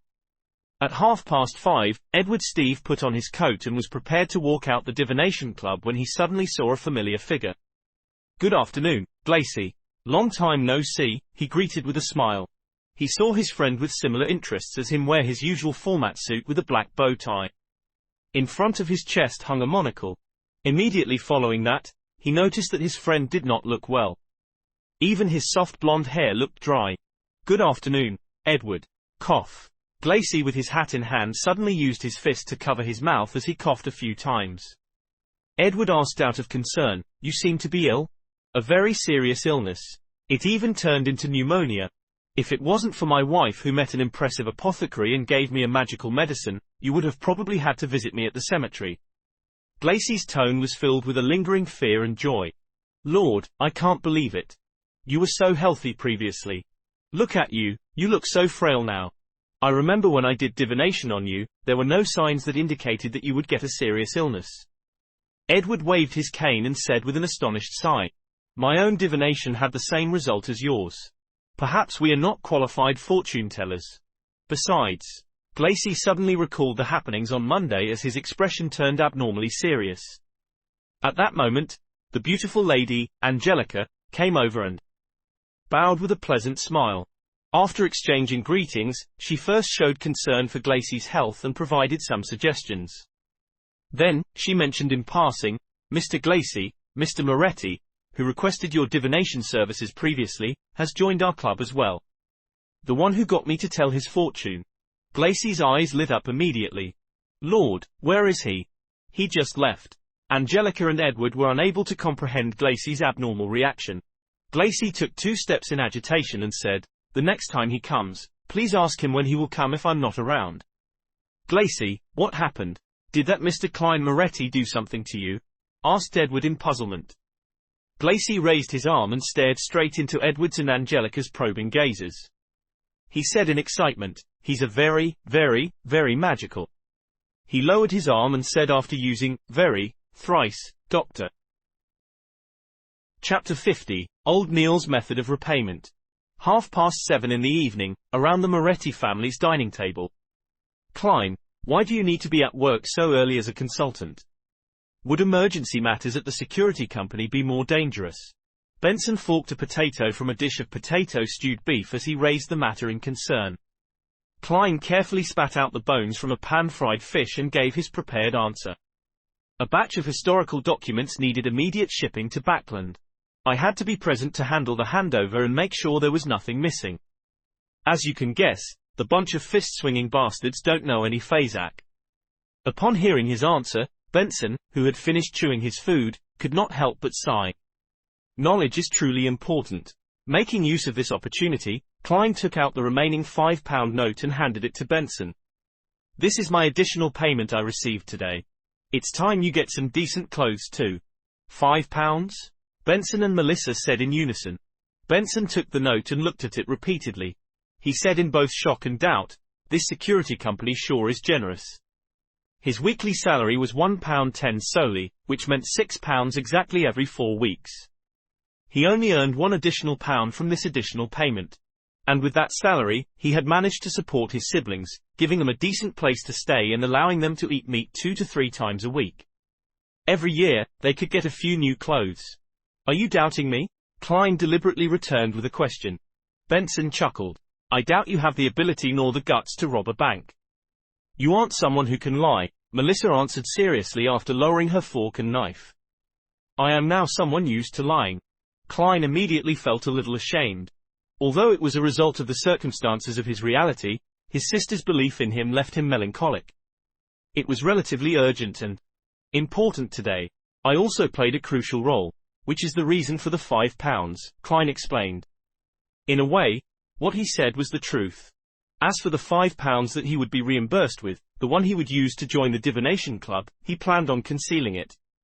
Firstly, if he brought £5 home again, he would truly scare his siblings, making them suspect he was doing something illegal. Secondly, he had to save to buy additional materials to practice being a seer and to grasp more mysticism knowledge. Benson bit off a mouthful of wheat bread in satisfaction and thought for more than 10 seconds. "The work I'm at doesn't need any decent clothes. Well, to be precise, the clothes at home are sufficient." Without waiting for Klein to persuade him, he suggested, "With this additional income, we would truly have savings. I plan on buying a few books on accountancy and studying." Klein, Melissa, "I do not wish that my weekly salary remain below £2 in 5 years. Hey, as you know, my boss and manager have shit for brains. Their mouths stink the moment they open them." "Excellent idea," agreed Klein. He also took the opportunity to steer the conversation. "Why don't you read some of the grammar books in my room? To be truly dignified and to earn a handsome pay, that's something rather critical. Perhaps, in the times to come, the civil servant examinations will appear in Lowen Kingdom. Preparing ahead of time would give him the advantage." Benson's eyes lit up when he heard that. "I've indeed forgotten about that. Here, let's toast to a beautiful future." He did not drink rye beer. Instead, he poured clear oyster soup into 3 cups and clinked his cup with his siblings. After drinking the clear soup, he looked at his sister who was wrestling with the pan-fried fish. He chuckled and said, "Aside from Benson's books, I think Melissa needs a new dress too." Melissa looked up and shook her head incessantly. "No, I think it's best to save it up." Klein finished the sentence for her. "Yeah." Melissa nodded in agreement. "In fact, if you do not seek the best fabrics and the newest designs, it would not be too expensive. We can save up the remaining money," said Klein in a manner which did not allow for disagreement. Benson added, "Melissa, are you planning on wearing the old dress again to Selena's 16th birthday bash?" Selena Wood was Melissa's classmate and good friend. She came from quite a good family background. Her elder brother was a practicing solicitor and her father was a senior employee of Backland Bank's Tingen branch. However, the so-called bash was only a dinner invitation to friends where they chatted and played cards. "All right." Melissa lowered her head and mumbled a response. Then, she ruthlessly forked a piece of stewed beef. After a short silence, she suddenly recalled something and looked up abruptly. Mrs. Show from next door got her maidservant to send a calling card over. She wishes to make a formal visit on Sunday, at 4 in the afternoon tomorrow. She wants to get to know her new neighbors. "Mrs. Show?" Klein looked at his siblings, confounded. Benson rapped the side of the table with his fingers and appeared to be thinking. "Mrs. Show from 4 Daffodil Street? I met her husband before. He's a senior solicitor." "Senior solicitor. Perhaps he knows Selena's brother," said Melissa with some hints of delight.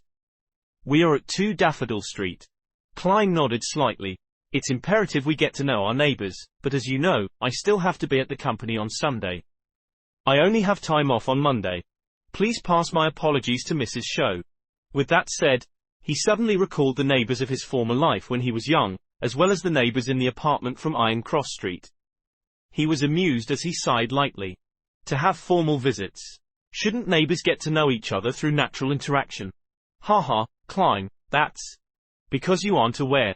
You have read a lot of newspapers recently, but you have not broached the magazines catered towards families and middle-aged women. They placed families with an annual income of £100 to £1,000 as middle class. They promoted it as the framework of the entire kingdom and praised how the middle class doesn't have the arrogance of the aristocrats and the wealthy, nor are they as crass as the low-income brackets.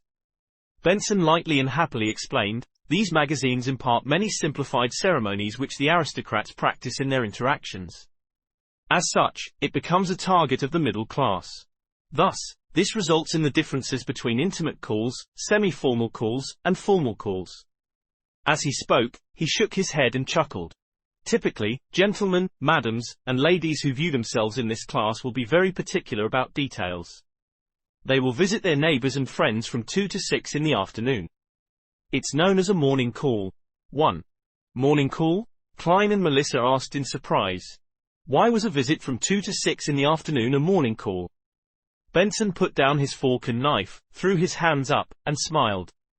I do not know why either. All I did was read the magazines my female colleague brought. Yeah, perhaps it's because they wear their morning gowns to make the call. Morning gowns were a form of formal attire worn during mass or gatherings. Later, it was considered as formal attire for the day, different from the formal attire for evening functions. Alright, remember to buy some good coffee powder and tea leaves in the afternoon. Buy some muffins and lemon egg tarts from Mrs. Smurran. We must not ill-treat our neighbors. Klein chuckled as he dipped his remaining bread into the meat sauces, grabbed some potato and put it into his mouth. The next morning was a Sunday morning. Klein finished the last mouthful of inferior tea, put down the newspapers, and wore his halved top hat. Picking up his silver-inlaid black cane, he sauntered out the door and took a public carriage to Zoutelin Street. He greeted Roseanne, who was planning to sleep in the break room after finishing her night duty. After which, he went all the way down to the basement. After turning a corner, he met a Nighthawk member, sleepless Royale Reading. She looked like a cold lady. Her brows were long and slender, sitting atop large eyes. Her hair was a silky smooth black. Good morning, Madame Reading, Klein greeted with a smile. Royale used her deep blue eyes to glance at him and nodded indiscernibly in return. The two quickly passed by each other when Royale stopped and said with her eyes trained forward, ritualistic magic is a very dangerous thing. Ah. Klein was taken aback. By the time he turned around, all he saw was her departing back. Thank you. He frowned and shouted at Royale Reading's back. After taking a left band, he quickly met old Neil inside the armory, as well as Brett, who should not have been there. Let's go to my place. I've already received the corresponding materials. Brett has agreed to watch the armory for me, said old Neil with a chuckle. Klein was immediately surprised. We aren't doing it here. Old Neil held a silver chest and tutted. There's no space here to practice ritualistic magic. Klein did not ask further. He followed old Neil up to the streets and took a public carriage to the North Borough's suburbs. Old Neil's place was a bungalow. The garden in front of it was filled with roses, gold mint, and other materials. The moment he entered, there was a carpeted foyer. There were 2 high-backed chairs and an umbrella rack. Through the foyer was an expansive living room. The walls were plastered with light-colored wallpaper. The floors were a dark brown color. In the middle of the room was a tiny carpet with floral imprints, and placed above it was a heavy round table. Surrounding the table were comfortable long benches, single-seaters, and a piano. My deceased wife loved music. Old Neil pointed at the piano and mentioned in passing, the sofa and coffee table are in the bedrooms. Let's do the ritualistic magic in the living room. All right, Klein replied cautiously. After old Neil put down the silver chest, he laughed and said, let me demonstrate to you ritualistic magic. Make sure to observe and remember the ritual. As he spoke, he took out a fake goatskin parchment from the chest. It was specially made and it had strange pictures drawn on it with black ink that exuded a serene fragrance. Klein kept watching and finally discovered that old Neil was seemingly, likely, possibly drawing an IOU. When old Neil filled in the corresponding field with the number 30 and the corresponding pound symbol, Klein could not help but ask out of puzzlement and confusion, "Mr. Neil, what kind of ritualistic magic are you doing?" Old Neil coughed and answered very seriously, "I'll be using magic to settle that debt of £30 today." "You can do that?" Klein's eyes widened as his mouth gaped. The descriptions of calling cards and morning calls are facts regarding socializing in the Victorian era.